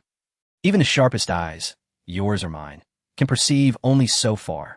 Shienyi replied enigmatically. Sometimes one must trust intuition, not be beguiled by illusions shimmering just beyond reach. The moment he laid eyes on Itachi Shienyi, he had already earmarked him as a standby asset, a potential recruit for the disreputable organization, and without thinking let the words slip out. Understand. Thank you. Itachi bowed thoughtfully, then lapsed once more into his habitual Hokage's office. Shienyi, too lazy to climb the stairs, simply teleported into the seat before Minato, and drawled, Senior brother, what's the matter? Minato had long grown accustomed to his younger brother's indolence. He set down his documents without surprise and said, Shienyi, I'd like you to lead a team to IWA. Hold on, Senior brother. Before Minato could finish, Shienyi rolled his eyes and cut him off. He still had to tend to his Akatsuki alias, and couldn't even accompany the Toad Sage across the shinobi world, let alone take on missions for Konoha. All Shienyi wanted now was rest. Pure, uninterrupted respite. Minato sighed softly. Brother, you see, this matter stems directly from Shursui's defection. Wanya stayed Sipikidis. So now that Danzo was gone, he had become the second Hokage of scapegoats. Minato, you are sunlight-dappled leaves, I am roots buried deep. No, spit it out. That's an ill omen. Seeing his younger brother's exasperated silence, Minato suppressed a quiet chuckle, then assumed recent upheavals in Konoha have stirred unsettling ambitions in Iwagakure. They seek to renegotiate the balance of power across the shinobi world. Iwagakure. Shienyi nodded slowly, a thoughtful glint in his gaze. During the Third Shinobi World War, IWA and Konoha had forged bitter enmity, and now sensing Konoha's instability, Iwa's bold challenge came as no surprise. Pirejisiri Wanye. Minato inclined his head. I wish you to lead a delegation to a Wagakure. To make it unmistakably clear, Konoha is not weakened, is stronger than ever. Oh fine. Xianyi sighed, knowing escape was futile, and asked resignedly, so, what do you expect me to do, senior brother? Minato paused, then instructed quietly, handle it as you see fit, just exercise some restraint. He dared not omit the warning. He feared Xianyi might overextend and demolish Iwagakure outright. Wanye, What on earth did that mean? As if he were some reckless hothead. Meanwhile, in the Iwagakure council chamber, Inoki, having learned of Konoha's impending delegation, was consulting with senior IWA officials on how best to respond. Terrible news, Lord Tsuchikage. Just then a flustered IWA shinobi burst into the chamber, and grimaced, Deidara just blew up the newly built academy again. That boy Deidara again. At those words, several council members winced in shared dismay. That Tsuchikage's newest apprentice was utterly outrageous, wreaking havoc across the village every few days, all under the pretense of artistic expression. That insufferable brat. Inoki's nose flushed crimson with fury, his bushy brows knotted tight as he glared at the messenger. Banish him from the village immediately. Let him reflect deeply, then dispatch repair teams at once. Konoha's delegation arrives shortly. We cannot let outsiders witness our disgrace. Yes, sir. The shinobi bowed sharply and vanished from the chamber. Inoki rubbed his temples wearily, then turned to a broad-shouldered man beside him, clad in crimson armor, wearing a red mask and a wide-brimmed straw hat. Han, you'll oversee the welcoming ceremony for Konoha's delegation. Ensure they receive a proper lesson in humility. Han, the Jinchuriki of the Five Tails. Renowned across the shinobi world for prodigious strength, he subdued adversaries with unshakable composure, earning reverence as the steam shinobi, a title whispered with awe by countless elite warriors. Upon hearing Inoki's command, Han responded calmly, understood, Lord Tsuchikage. Several days later, a carriage drew to a halt outside Iwagakure. Xianyi leapt down, gazing upon the village nestled amid towering mountains, and a faint, wistful light shimmered. Now, there's foreign beauty to admire.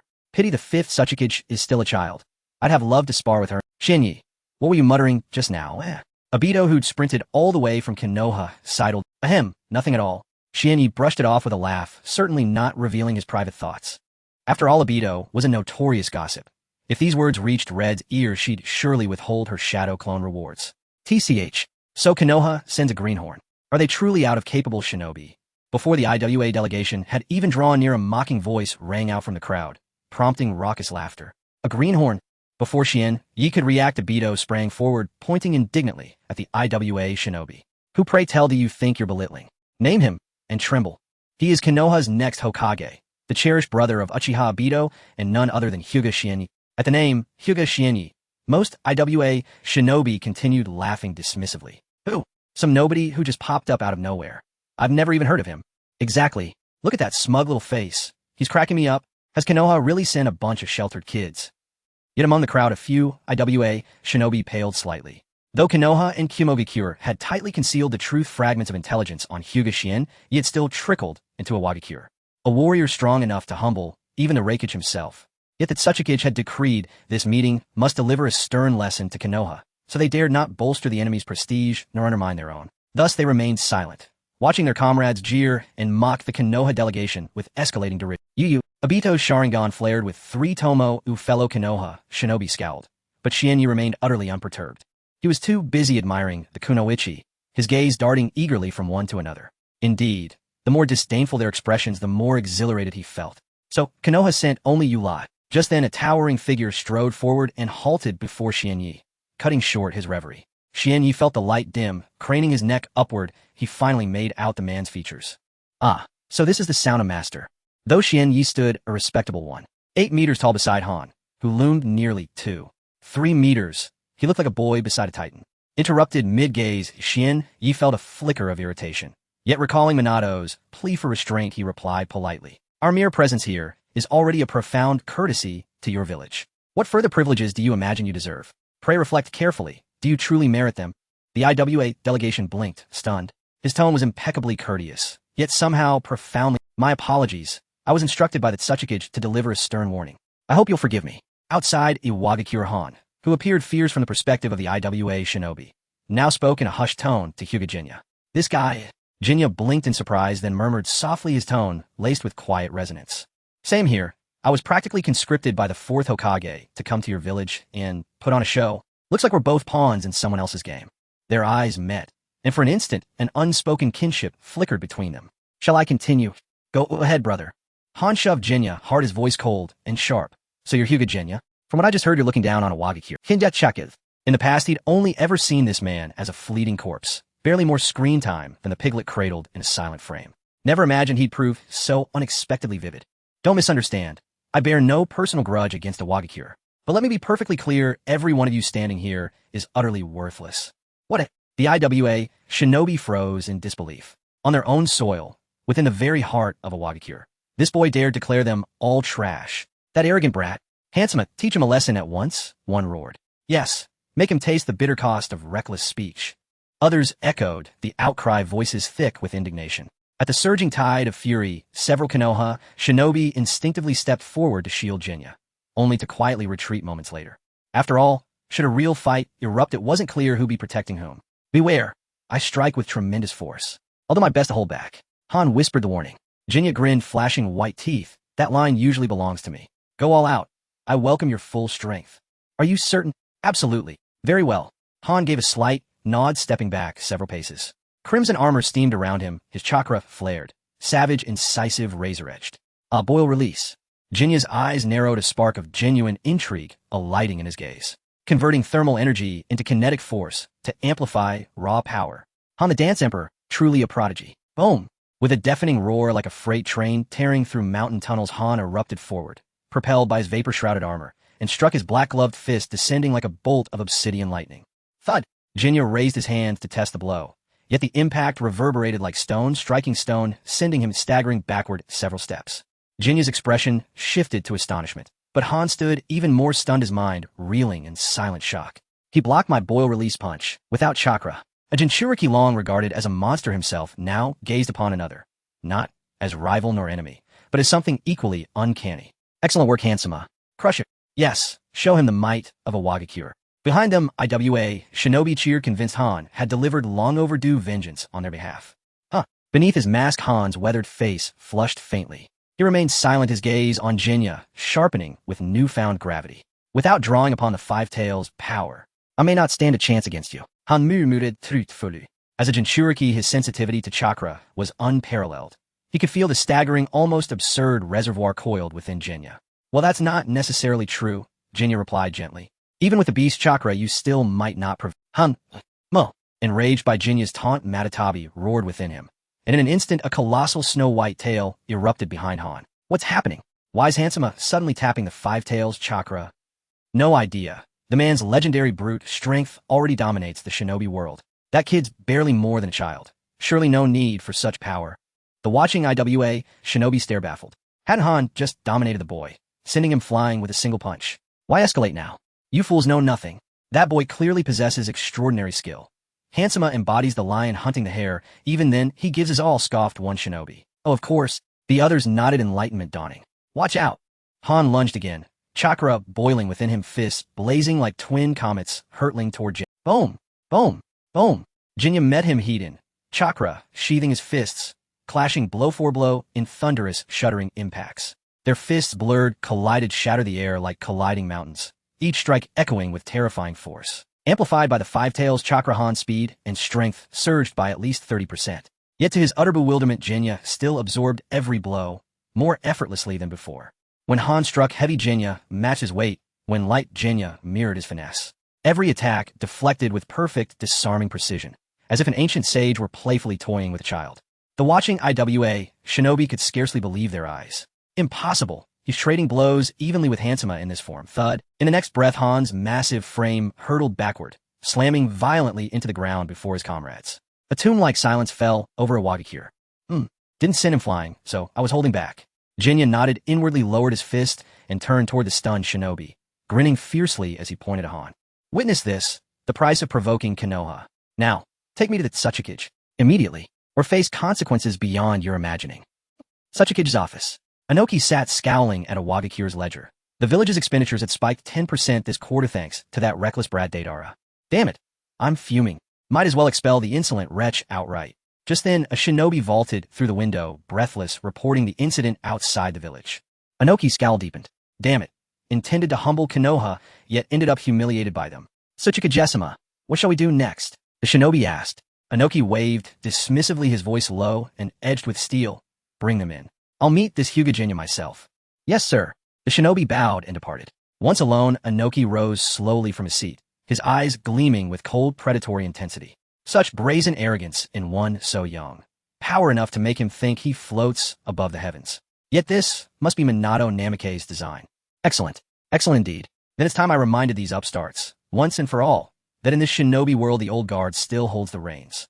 Thud. As Inoki steeled his resolve, the office door exploded inward, slamming violently against the wall. Then, unhurried, unapologetic, a figure strode in. Spotting only one chair, he seated himself squarely in Inoki's own seat. Genya propped his legs atop the desk, reclining like its rightful master, and tilted his head, meeting Inoki's stunned, wide-eyed stare across the polished surface. You're the Tsuchikage. In the office of the Tsuchikage, Inoki was momentarily stunned. He had seen madness before, but never to this extent. It was clear that this was the directive of Namikaze Minato, otherwise who would dare to act so recklessly in front of the shadow of a village. After a brief moment of astonishment, Inoki did not show any sign of anger. Instead, he smiled warmly. You must be Hyuga Genya, truly a talented individual. It's no wonder you can serve as the main agent of Konoha at such a young age. Oh, Genya was slightly surprised. He had planned to have a major confrontation with Inoki and even demolish a Wagakure, but he did not expect the other party to be so courteous. Indeed, those who can become a shadow are all shrewd individuals who know how to gauge the situation. Genya also reined in his reckless thoughts, standing up from his seat and giving a slight nod to Inoki. It is indeed Tsuchikage. I believe you're aware of my purpose for coming to a Wagakure. I heard that you wish to reallocate the share of the ninja world with Konoha. Yes, Inoki nodded, speaking with complete composure. The ninja world is fundamentally a place where the strong prey upon the weak. It is only natural for the strong to take what the weak cannot protect. Now that Sunagakure is weak, why don't our two villages join forces and carve out a piece of flesh from Sunagakure? Goodness. Hearing Inoki's proposal, Genya couldn't help but give him a thumbs up. Impressive, truly impressive. You understand the need for urgent risk avoidance. After a moment of contemplation, Genya nodded and said, all right, if your village is sincere in cooperating with us, we can discuss the details later. Let's not rush this matter for now. Inoki waved his hand and asked with a smile, Namikaze Minato sent you here to showcase Konoha's strength, right? Genya shrugged, tacitly agreeing with Inoki's statement. Since that's the case. Inoki's clouded old eyes gleamed for a moment. Before our two villages discuss cooperation, shouldn't you first demonstrate Konoha's strength to me? Genya nonchalantly replied, sure, why don't you find a place for us to spar? Inoki shook his head and said, that would hurt our feelings. We can settle this through a literary contest instead. A literary contest? Genya was intrigued. It was his first time hearing such a term. Exactly. Inoki nodded and said, next I will execute two techniques. If you can find a way to break them, then I will acknowledge Konoha's strength. Earth Release Ultra Heavy Stone Technique. Without waiting for Genyi's response, Inoki formed hand seals and unleashed his first move. Boom! A terrifying gravitational force suddenly bore down on Genya. His knees buckled, and he almost collapsed to the ground, feeling as though a mountain was crushing him. Not only that, but his skin also began to show signs of petrification, the yellow-brown earth rapidly spreading across his body. This technique, Ultra Heavy Stone Technique, can place you under 100-fold gravity. Inoki, maintaining the hand seal posture, asked, Hyuga Genya, how will you deal with this first technique of mine? Genya snorted coldly, and the chakra within him suddenly erupted. The earth and stone on him exploded, scattering everywhere. A mere 100-fold gravity. Tsuchikage, are you looking down on me? Genya instantly regained his freedom of movement and jumped right in front of Inoki, performing a shoulder dance. This kid's physical strength is likely comparable to that of the first generation of shadows. Inoki was secretly alarmed, retracting the Ultra Heavy Stone Technique. Maintaining 100-fold gravity for over 10 seconds was already the limit of this old body. Now, my second move is this. Inoki extended both hands, and an almost transparent cube of light appeared in his hands, radiating a chilling aura of annihilation. My Dust Release Original Realm Separation Technique can confine you in a barrier and disintegrate you into atoms. How will you respond to this technique? Inoki fixed his gaze on Genya, his eyes flashing with a dangerous light. Genya smiled, and he knew that if he showed any sign of being unable to withstand this move, the next moment Inoki's dust release would likely fall upon him. The so-called literary contest was merely a ploy to lower his guard. It's not difficult to break it. Saying this, Genya pulled out a flying thunder god kunai from behind his back and began to spin it in front of Inoki. Tsuchikage, you must have heard of the flying thunder god technique, right? As Minato's junior, I can do this technique as well. Impossible. Inoki immediately retorted without hesitation. The difficulty of mastering the Flying Thunder God was no less than that of Dust Release. Just as only he and his teacher could master dust release, only the second and fourth Hokage truly mastered the Flying Thunder God. Inoki did not believe that this kid before him could learn the Flying Thunder God technique. He was certainly trying to bluff using Namikaze Minato's kunai. Thinking of this, the light orb in Inoki's hand flickered more violently, as if it was about to be unleashed at any moment. Since Tsuchikage does not believe me, allow me to show you my skills. Janai smiled. Whoosh. In the next second, Janai, through the Flying Thunder God, kunai, instantly appearing in front of the kunai and firmly catching it. Sizzle. Inoki was left stunned. The dust release in his hand disappeared instantly, and he suddenly felt a tinge of bitterness in his heart. Konoha truly is blessed, with Namikaze Minato in the front and Hyuga Genya in the back. Geniuses keep emerging one after another. Meanwhile, in Iwagakure, seeing Inoki's silent, Janai asked with a smile, Tsuchikage, have I passed your assessment? Huff naturally. Inoki took a deep breath, calming his emotions, and forced out a slight smile. Inoki ordered someone to bring an extra chair, and the two sat down at the desk to genuinely discuss the issue of benefit allocation.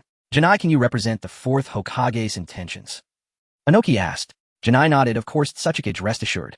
To put it bluntly, in Konoha, aside from Kushina, whatever Janai wanted, Minato would do his utmost to fulfill. His status was that high. Boom! Just as the two were bickering, a deafening explosion sounded from outside the building, and Inoki instantly showed a pained expression. Oh, isn't that Data? Janai looked out the window, revealing an amused expression, not expecting this blonde boy to be quite cute in his childhood. Bang! Not long after, the door of the Tsuchikage's office was kicked open again, and a furious golden-haired boy Hey, you old geezer, why won't you let me return to the village? Do you think they can stop me? Yeah. Unruly disciple, did you not see that I am busy? Hurry up and get out. Inoki was so furious, he could barely contain himself, pointing at the door and yelling. TCH, I'll come back to settle the score with you later, huh? Deidara pouted and swaggered out of the Tsuchikage's office, slamming the door behind him. Bang! Inoki was nearly driven to madness, pounding the desk furiously. This unruly disciple, I will definitely kick him out of the village one day. Hearing this, Janai thought, could this be a good thing? Janai hurriedly spoke up. Tsuchikage, don't be angry. This child is sometimes rebellious and disobedient. He might just not be placed in a suitable environment. Rebellion is merely because he is surrounded by normal people. If you throw him among rebellious ninjas, wouldn't he become normal too? Oh, is that so? Inoki looked at Janai, suspiciously unsure of what this kid was really up to. Indeed, Janai nodded, earnestly saying, Konoha is best at educating these delusional youths. After all, with characters like Orochimaru, Obito, and Sasuke, after attending school in Konoha, they hardly remain delusional, except for the occasional urge to flatten Konoha. Since our two villages are set to cooperate, how about I take this child back to Konoha for 2.5 years of training? Janai said with a smile. By then, I guarantee you'll have an obedient disciple back. Since our two villages are set to cooperate, how about I take this child back to Konoha for 2.5 years? With Deidara's rebellious nature, he would never be brainwashed by any talk of the will of fire. It would be quite good to bring him to Konoha to cause some havoc. First blow up the Kage Rock, then blow up the Ninja Academy, making them lose more than they gain. After pondering for a moment, Inoki cunningly said, as long as you can persuade this child, I have no objections. You said it, Tsuchikage. Janai's lips curled into a smile, revealing a look of triumph. Deidara, from now on, you will be the third official member of the Akatsuki. Such a lame name, but it doesn't matter. Oh, as long as it allows me to create freely, that's all that counts. A few days later, with just 2 sentences, Shien, you made Deidara willingly leave Iwagakure, shocking Inoki for an entire year. Art is an explosion. Ooh, I appreciate your art. Come, I will take you to a place where you can showcase your talent. In any case, it certainly wasn't Konoha. He would be sent directly to work for Kakuzu without needing to pay him a salary, just providing him with a meal each day. The ninja world returned to calm, but beneath the tranquil surface, turbulent currents were stirring. Half a year passed. Uchiha Shursui had never actively sought information about the Akatsuki. He was like an ordinary rogue ninja, occasionally taking on bounty missions and wandering the world with the rewards. Though he had become increasingly restless, Shursui still patiently awaited the Akatsuki's people to make contact with him. And that day finally arrived. In a secluded forest, Shursui gazed at the figure that suddenly appeared before him, a glint of intrigue flashing in his eyes. Cloud-patterned mask, black hair, black robe. Could it be him? Who are you, and what is your purpose in seeking me? Shursui asked coldly. Uchiha Kasa fiddled with his mask, seemingly ignoring Shursui's question, and continued speaking to himself. The Shunshin Shursui of Konoha, betrayed by the village he cherished, must feel terrible, right? Shursui placed his hand on the katana at his back, his expression growing increasingly stern. Who exactly are you? If you don't reveal your identity, I will treat you as an enemy. Uchiha Kasa chuckled lightly, revealing his Sharingan. Don't be nervous, I am your Tsukuyomi. In that moment of confirming each other's identity, Shursui did not hesitate to activate his Mangekyo Sharingan and use his ocular technique on Uchiha Kasa. Now, according to the instructions from Senior Shien, ye give him that command. Under the radiance of Tsukumi, Uchiha Kasa felt a whirlwind surrounding him, and his consciousness blurred. When Kasa's eyes regained clarity, Shursui had just drawn his katana, glaring at her with fury. Everything seemed perfectly normal. Kasa felt nothing amiss. Come with me, Shursui, Uchiha Kasa said with a smile. As a fellow clansman, I will provide you with a place to stay and an opportunity to return to Konoha or take revenge on it. Hearing Kasa's proposal, Shizui's expression shifted slightly, as if in contemplation.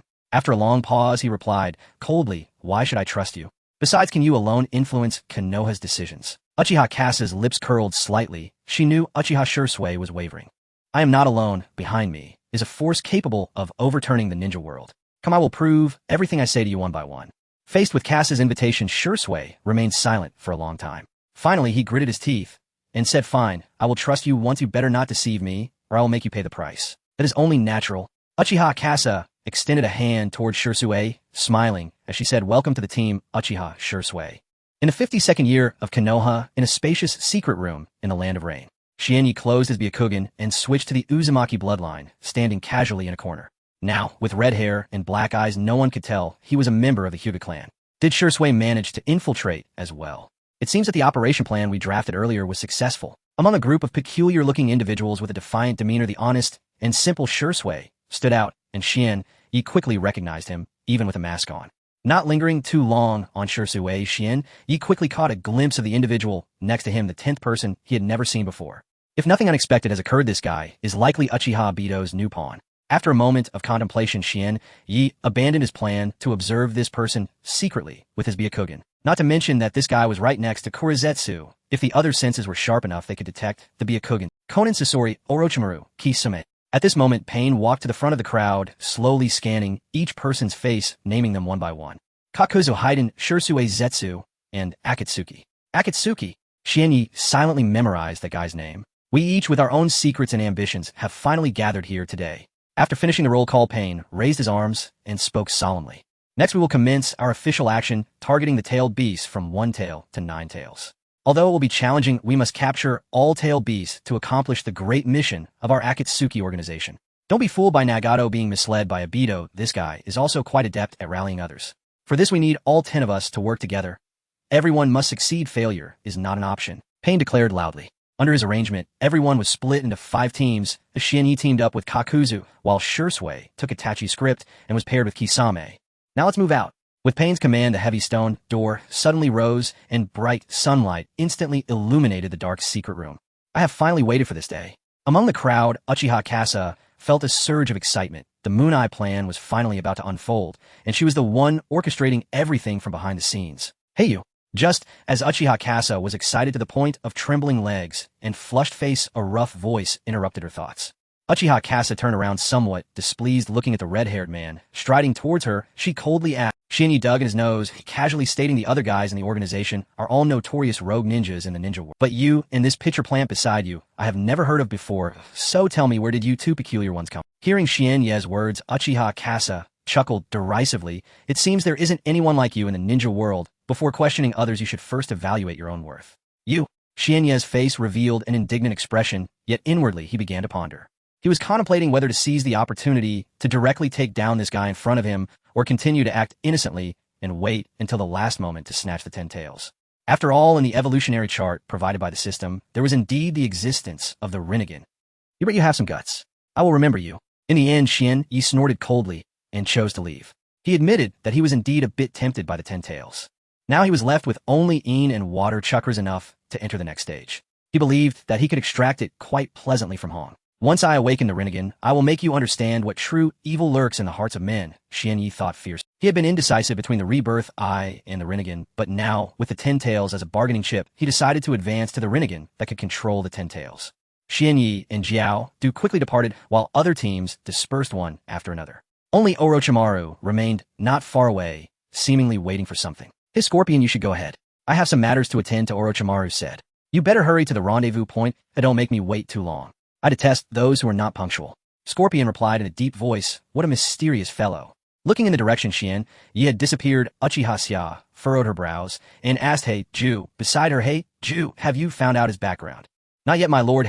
Ju shook his head and replied, but he undoubtedly has the Uzumaki bloodline. Perhaps after the fall of the land of whirlpools, he went into hiding, which is why he left no trace in the ninja world. I see. Uchiha Sia nodded, slightly glancing at Orochimaru in the distance, and then shifted her tone. Forget about him. Before capturing the tailed beast, let's see how that guy, Orochimaru, is progressing. Yes, please wait a moment, both of you. In a quiet and deserted forest, Orochimaru opened the scroll in front of Uchiha Sia, and Ju and a yellow-brown coffin slowly emerged from the technique. With a gentle push, Orochimaru opened the coffin lid, revealing a young man in purple attire and red armor, with long black hair, lying quietly inside the upright coffin. Under my meticulous craftsmanship, this body, which was long decayed, has been restored to its peak condition, Orochimaru said proudly, pointing at the young man in the coffin. The corpse provided by Uchiha Sia was indeed excellent experimental material. He had drawn considerable. After all, this corpse was the ninja world's rose. Uchiha Madara, who could dance with the first Hokage. Very good. Upon hearing this, a hint of joy appeared on Uchiha Sia's face. Then, as agreed, please grant me the method to use the impure world reincarnation with this corpse.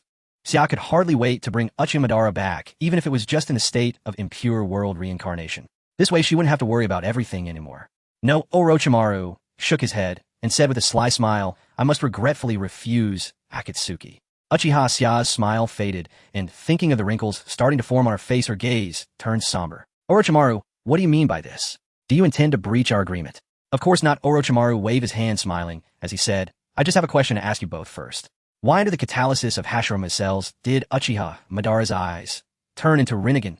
Orochimaru's gaze was intense as he stared at Uchiha Sia, and Ju a look of fervor on his face. He felt he was only a step away from the truth. This guy actually managed to figure this out, just from White Ju and Senior Madara's corpse.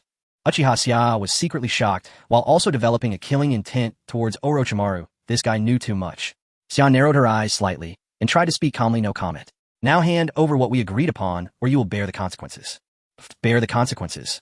Orochimaru chuckled, forming seals with his hands, and asking with a playful smile, so, Akatsuki, how do you plan to do that? Uchiha Sia's expression changed. You don't mean to? Boom!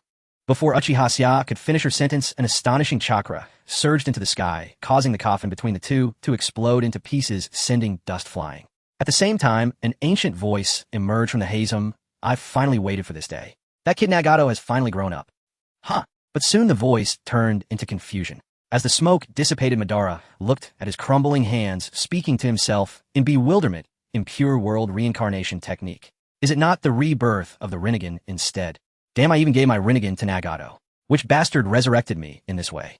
Uchiha Madara's expression darkened as he surveyed his surroundings. He recognized the grown Sia and Ju. So, the user of the impure world reincarnation is you bastard. Madara turned to Orochimaru behind him, speaking in a cold voice, each word deliberate, with chakra around him almost taking tangible form. That would be me, Lord Madara. Facing the terrifying Madara, Orochimaru replied calmly, you should thank me for restoring you to your peak condition. Oh. Madara suddenly lost his anger, revealing an interested expression. You. Have you seen my peak condition? Orochimaru rolled his eyes, too lazy to engage with the pretentious Madara. He maintained his seal position and commanded Lord Madara, please take action to subdue Akatsuki and Ju. Upon hearing this, Uchiha Sia immediately tightened her legs, but just then Madara suddenly burst into laughter. Haha, you are so naive. Madara placed his hands on his hips, his face full of mockery. Do you think the technique created by that fool Senju Tobarama could bind the peak me? Huff.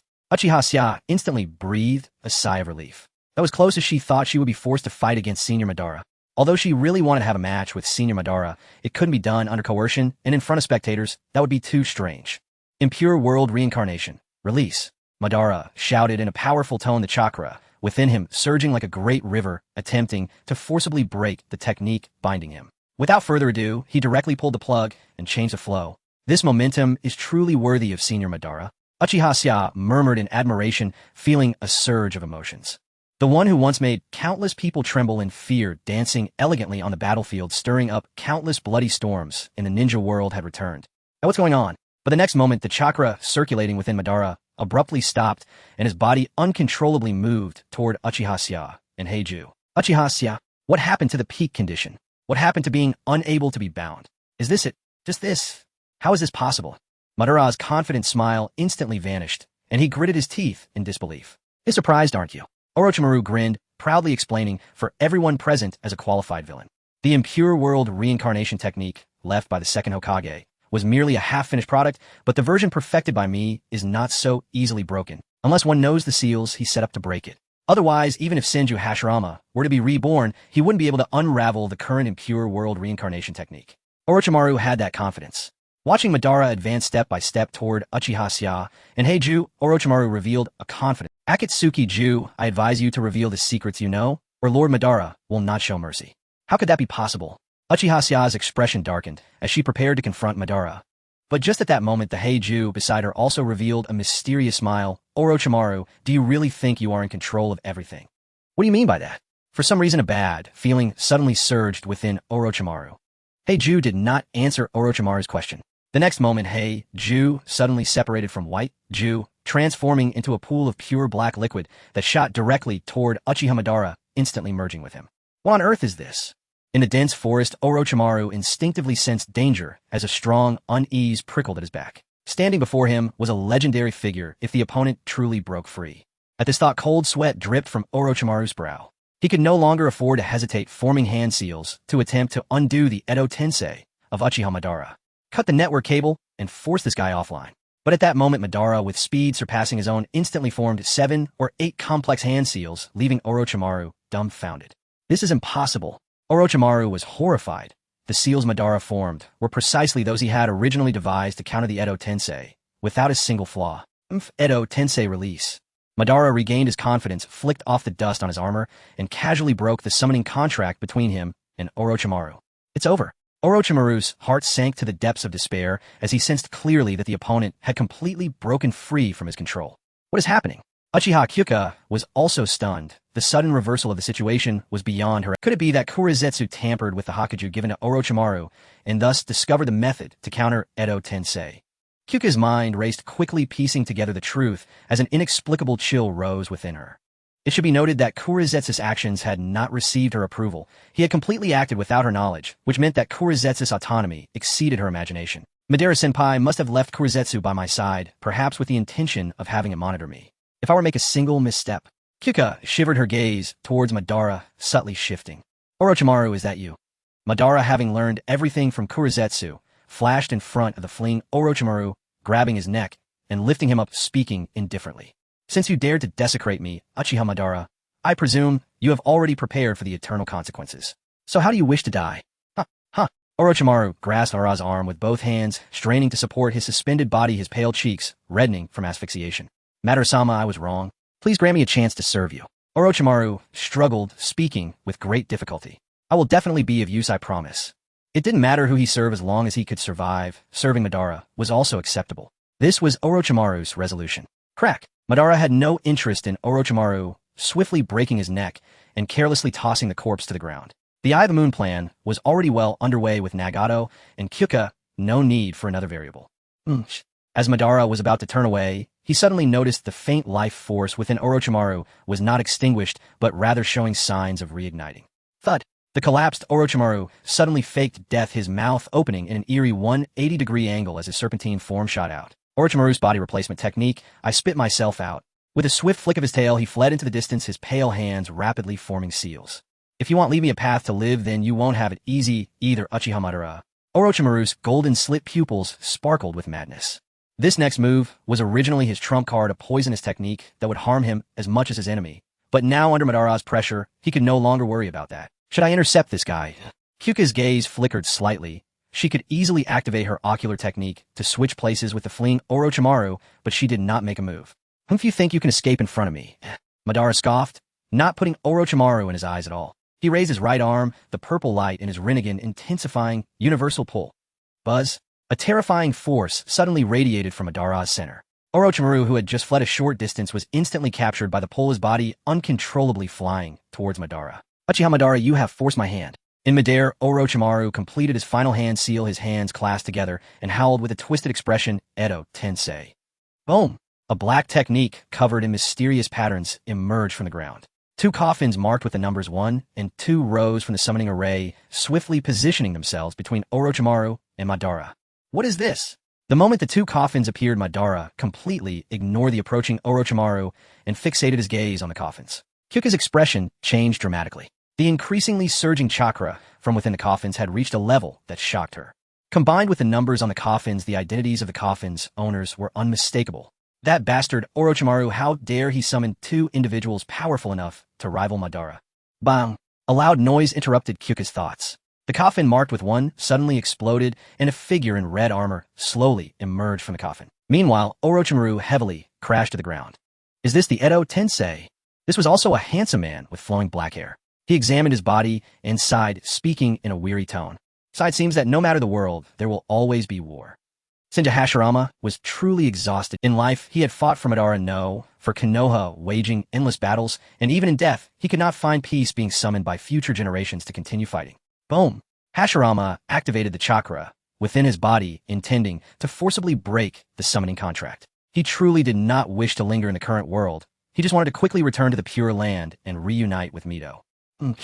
Hashirama suddenly froze, the turbulent chakra within him momentarily stalling.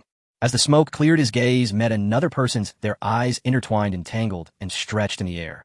Even after many years, even if their appearances had changed, Hashirama immediately recognized a man he had never been able to conquer in his entire life. Hashirama's previously despondent eyes instantly sparkled with life, and he decided to stay a little longer in the current world, postponing his return to the Pure Land. I'm sorry, Obito. I promise this is the last time. Hashirama thought apologetically. Ha ha, Hashirama.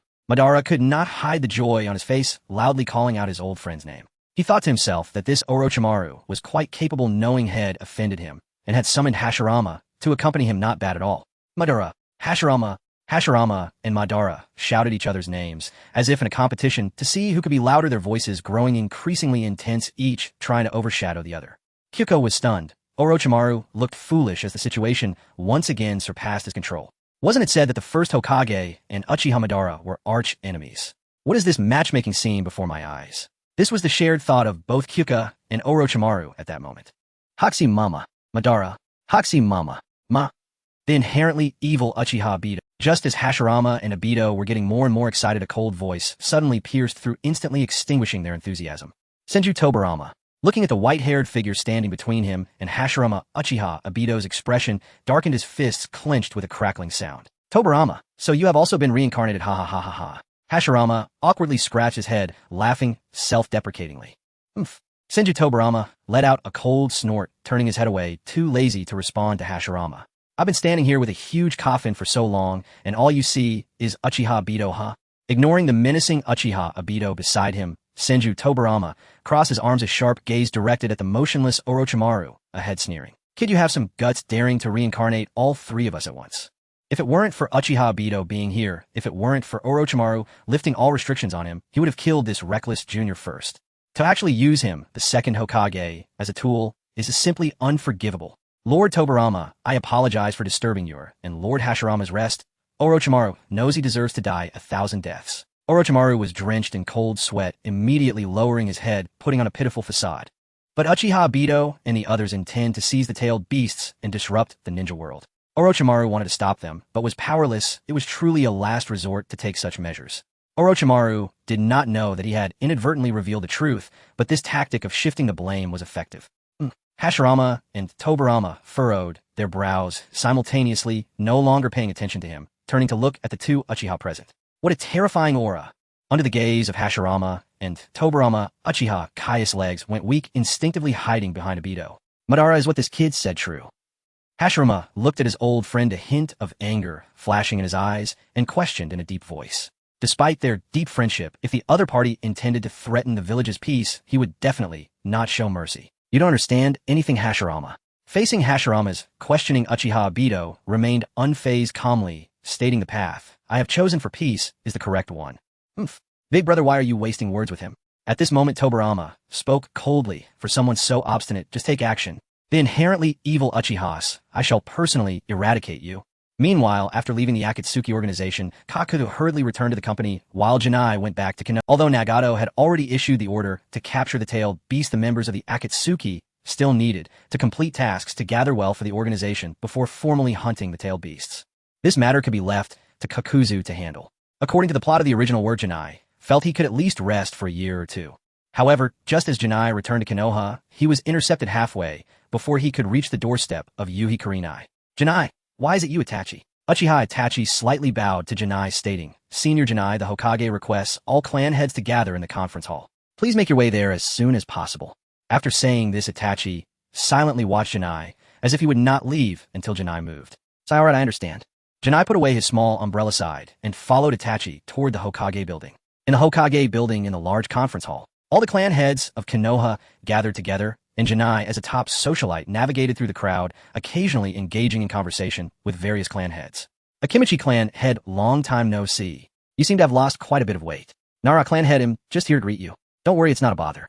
You make a clan head, how old is your daughter this year? I don't mean anything else, just asking casually. After Janai greeted everyone, Minato finally arrived late, pushing open the door and walking into the conference hall. Fourth Hokage, I wonder what you have gathered us for. Nara Shikaku rested his chin on his hand, showing a face of this is such a hassle as he asked. Minato replied, seriously, the reason for gathering everyone is to discuss a matter concerning Konoha and the ninja world. Oh, realizing the seriousness of the situation, the expressions of everyone present suddenly tensed, each waiting with grave faces for Minato to continue. At this moment, Minato, however, smiled wryly and said this matter is of great importance. It is better for the two Hokage to explain it to everyone themselves. The crowd was momentarily stunned, doubting whether this young Hokage was too nervous and had said something wrong. Excluding him, how could there be two Hokages in Konoha? Just as everyone was puzzled, the door behind Minato was pushed open again, and three figures slowly walked in. Everyone present showed expressions of shock. The Sage of Six Paths was here. What did they see? The first Hokage, the second Hokage. Alive? They just walked right in front of them. It's the reanimation jutsu. Janai said darkly from the crowd. All right, this young man is correct, my brother, and I have indeed been reanimated. Hashirama, without any pretensions of a strong person, nodded repeatedly upon hearing Janai's words. However, Tobirama, beside him, was different. Listening to Sarutobi Hiruzen's whispers behind him, his gaze toward Janai grew colder. It's you relying on your strength. You slaughtered an entire department of Konoha. The atmosphere became... They had heard about Jin's massacre of the root, but everyone had kept it secret and pretended not to know. Now, the second Hokage publicly revealed this matter and reprimanded Hyuga Genya. How was he going to take action against him? Some were gloating, secretly praising Sarutobi Hiruzen's cleverness in using a knife to kill someone.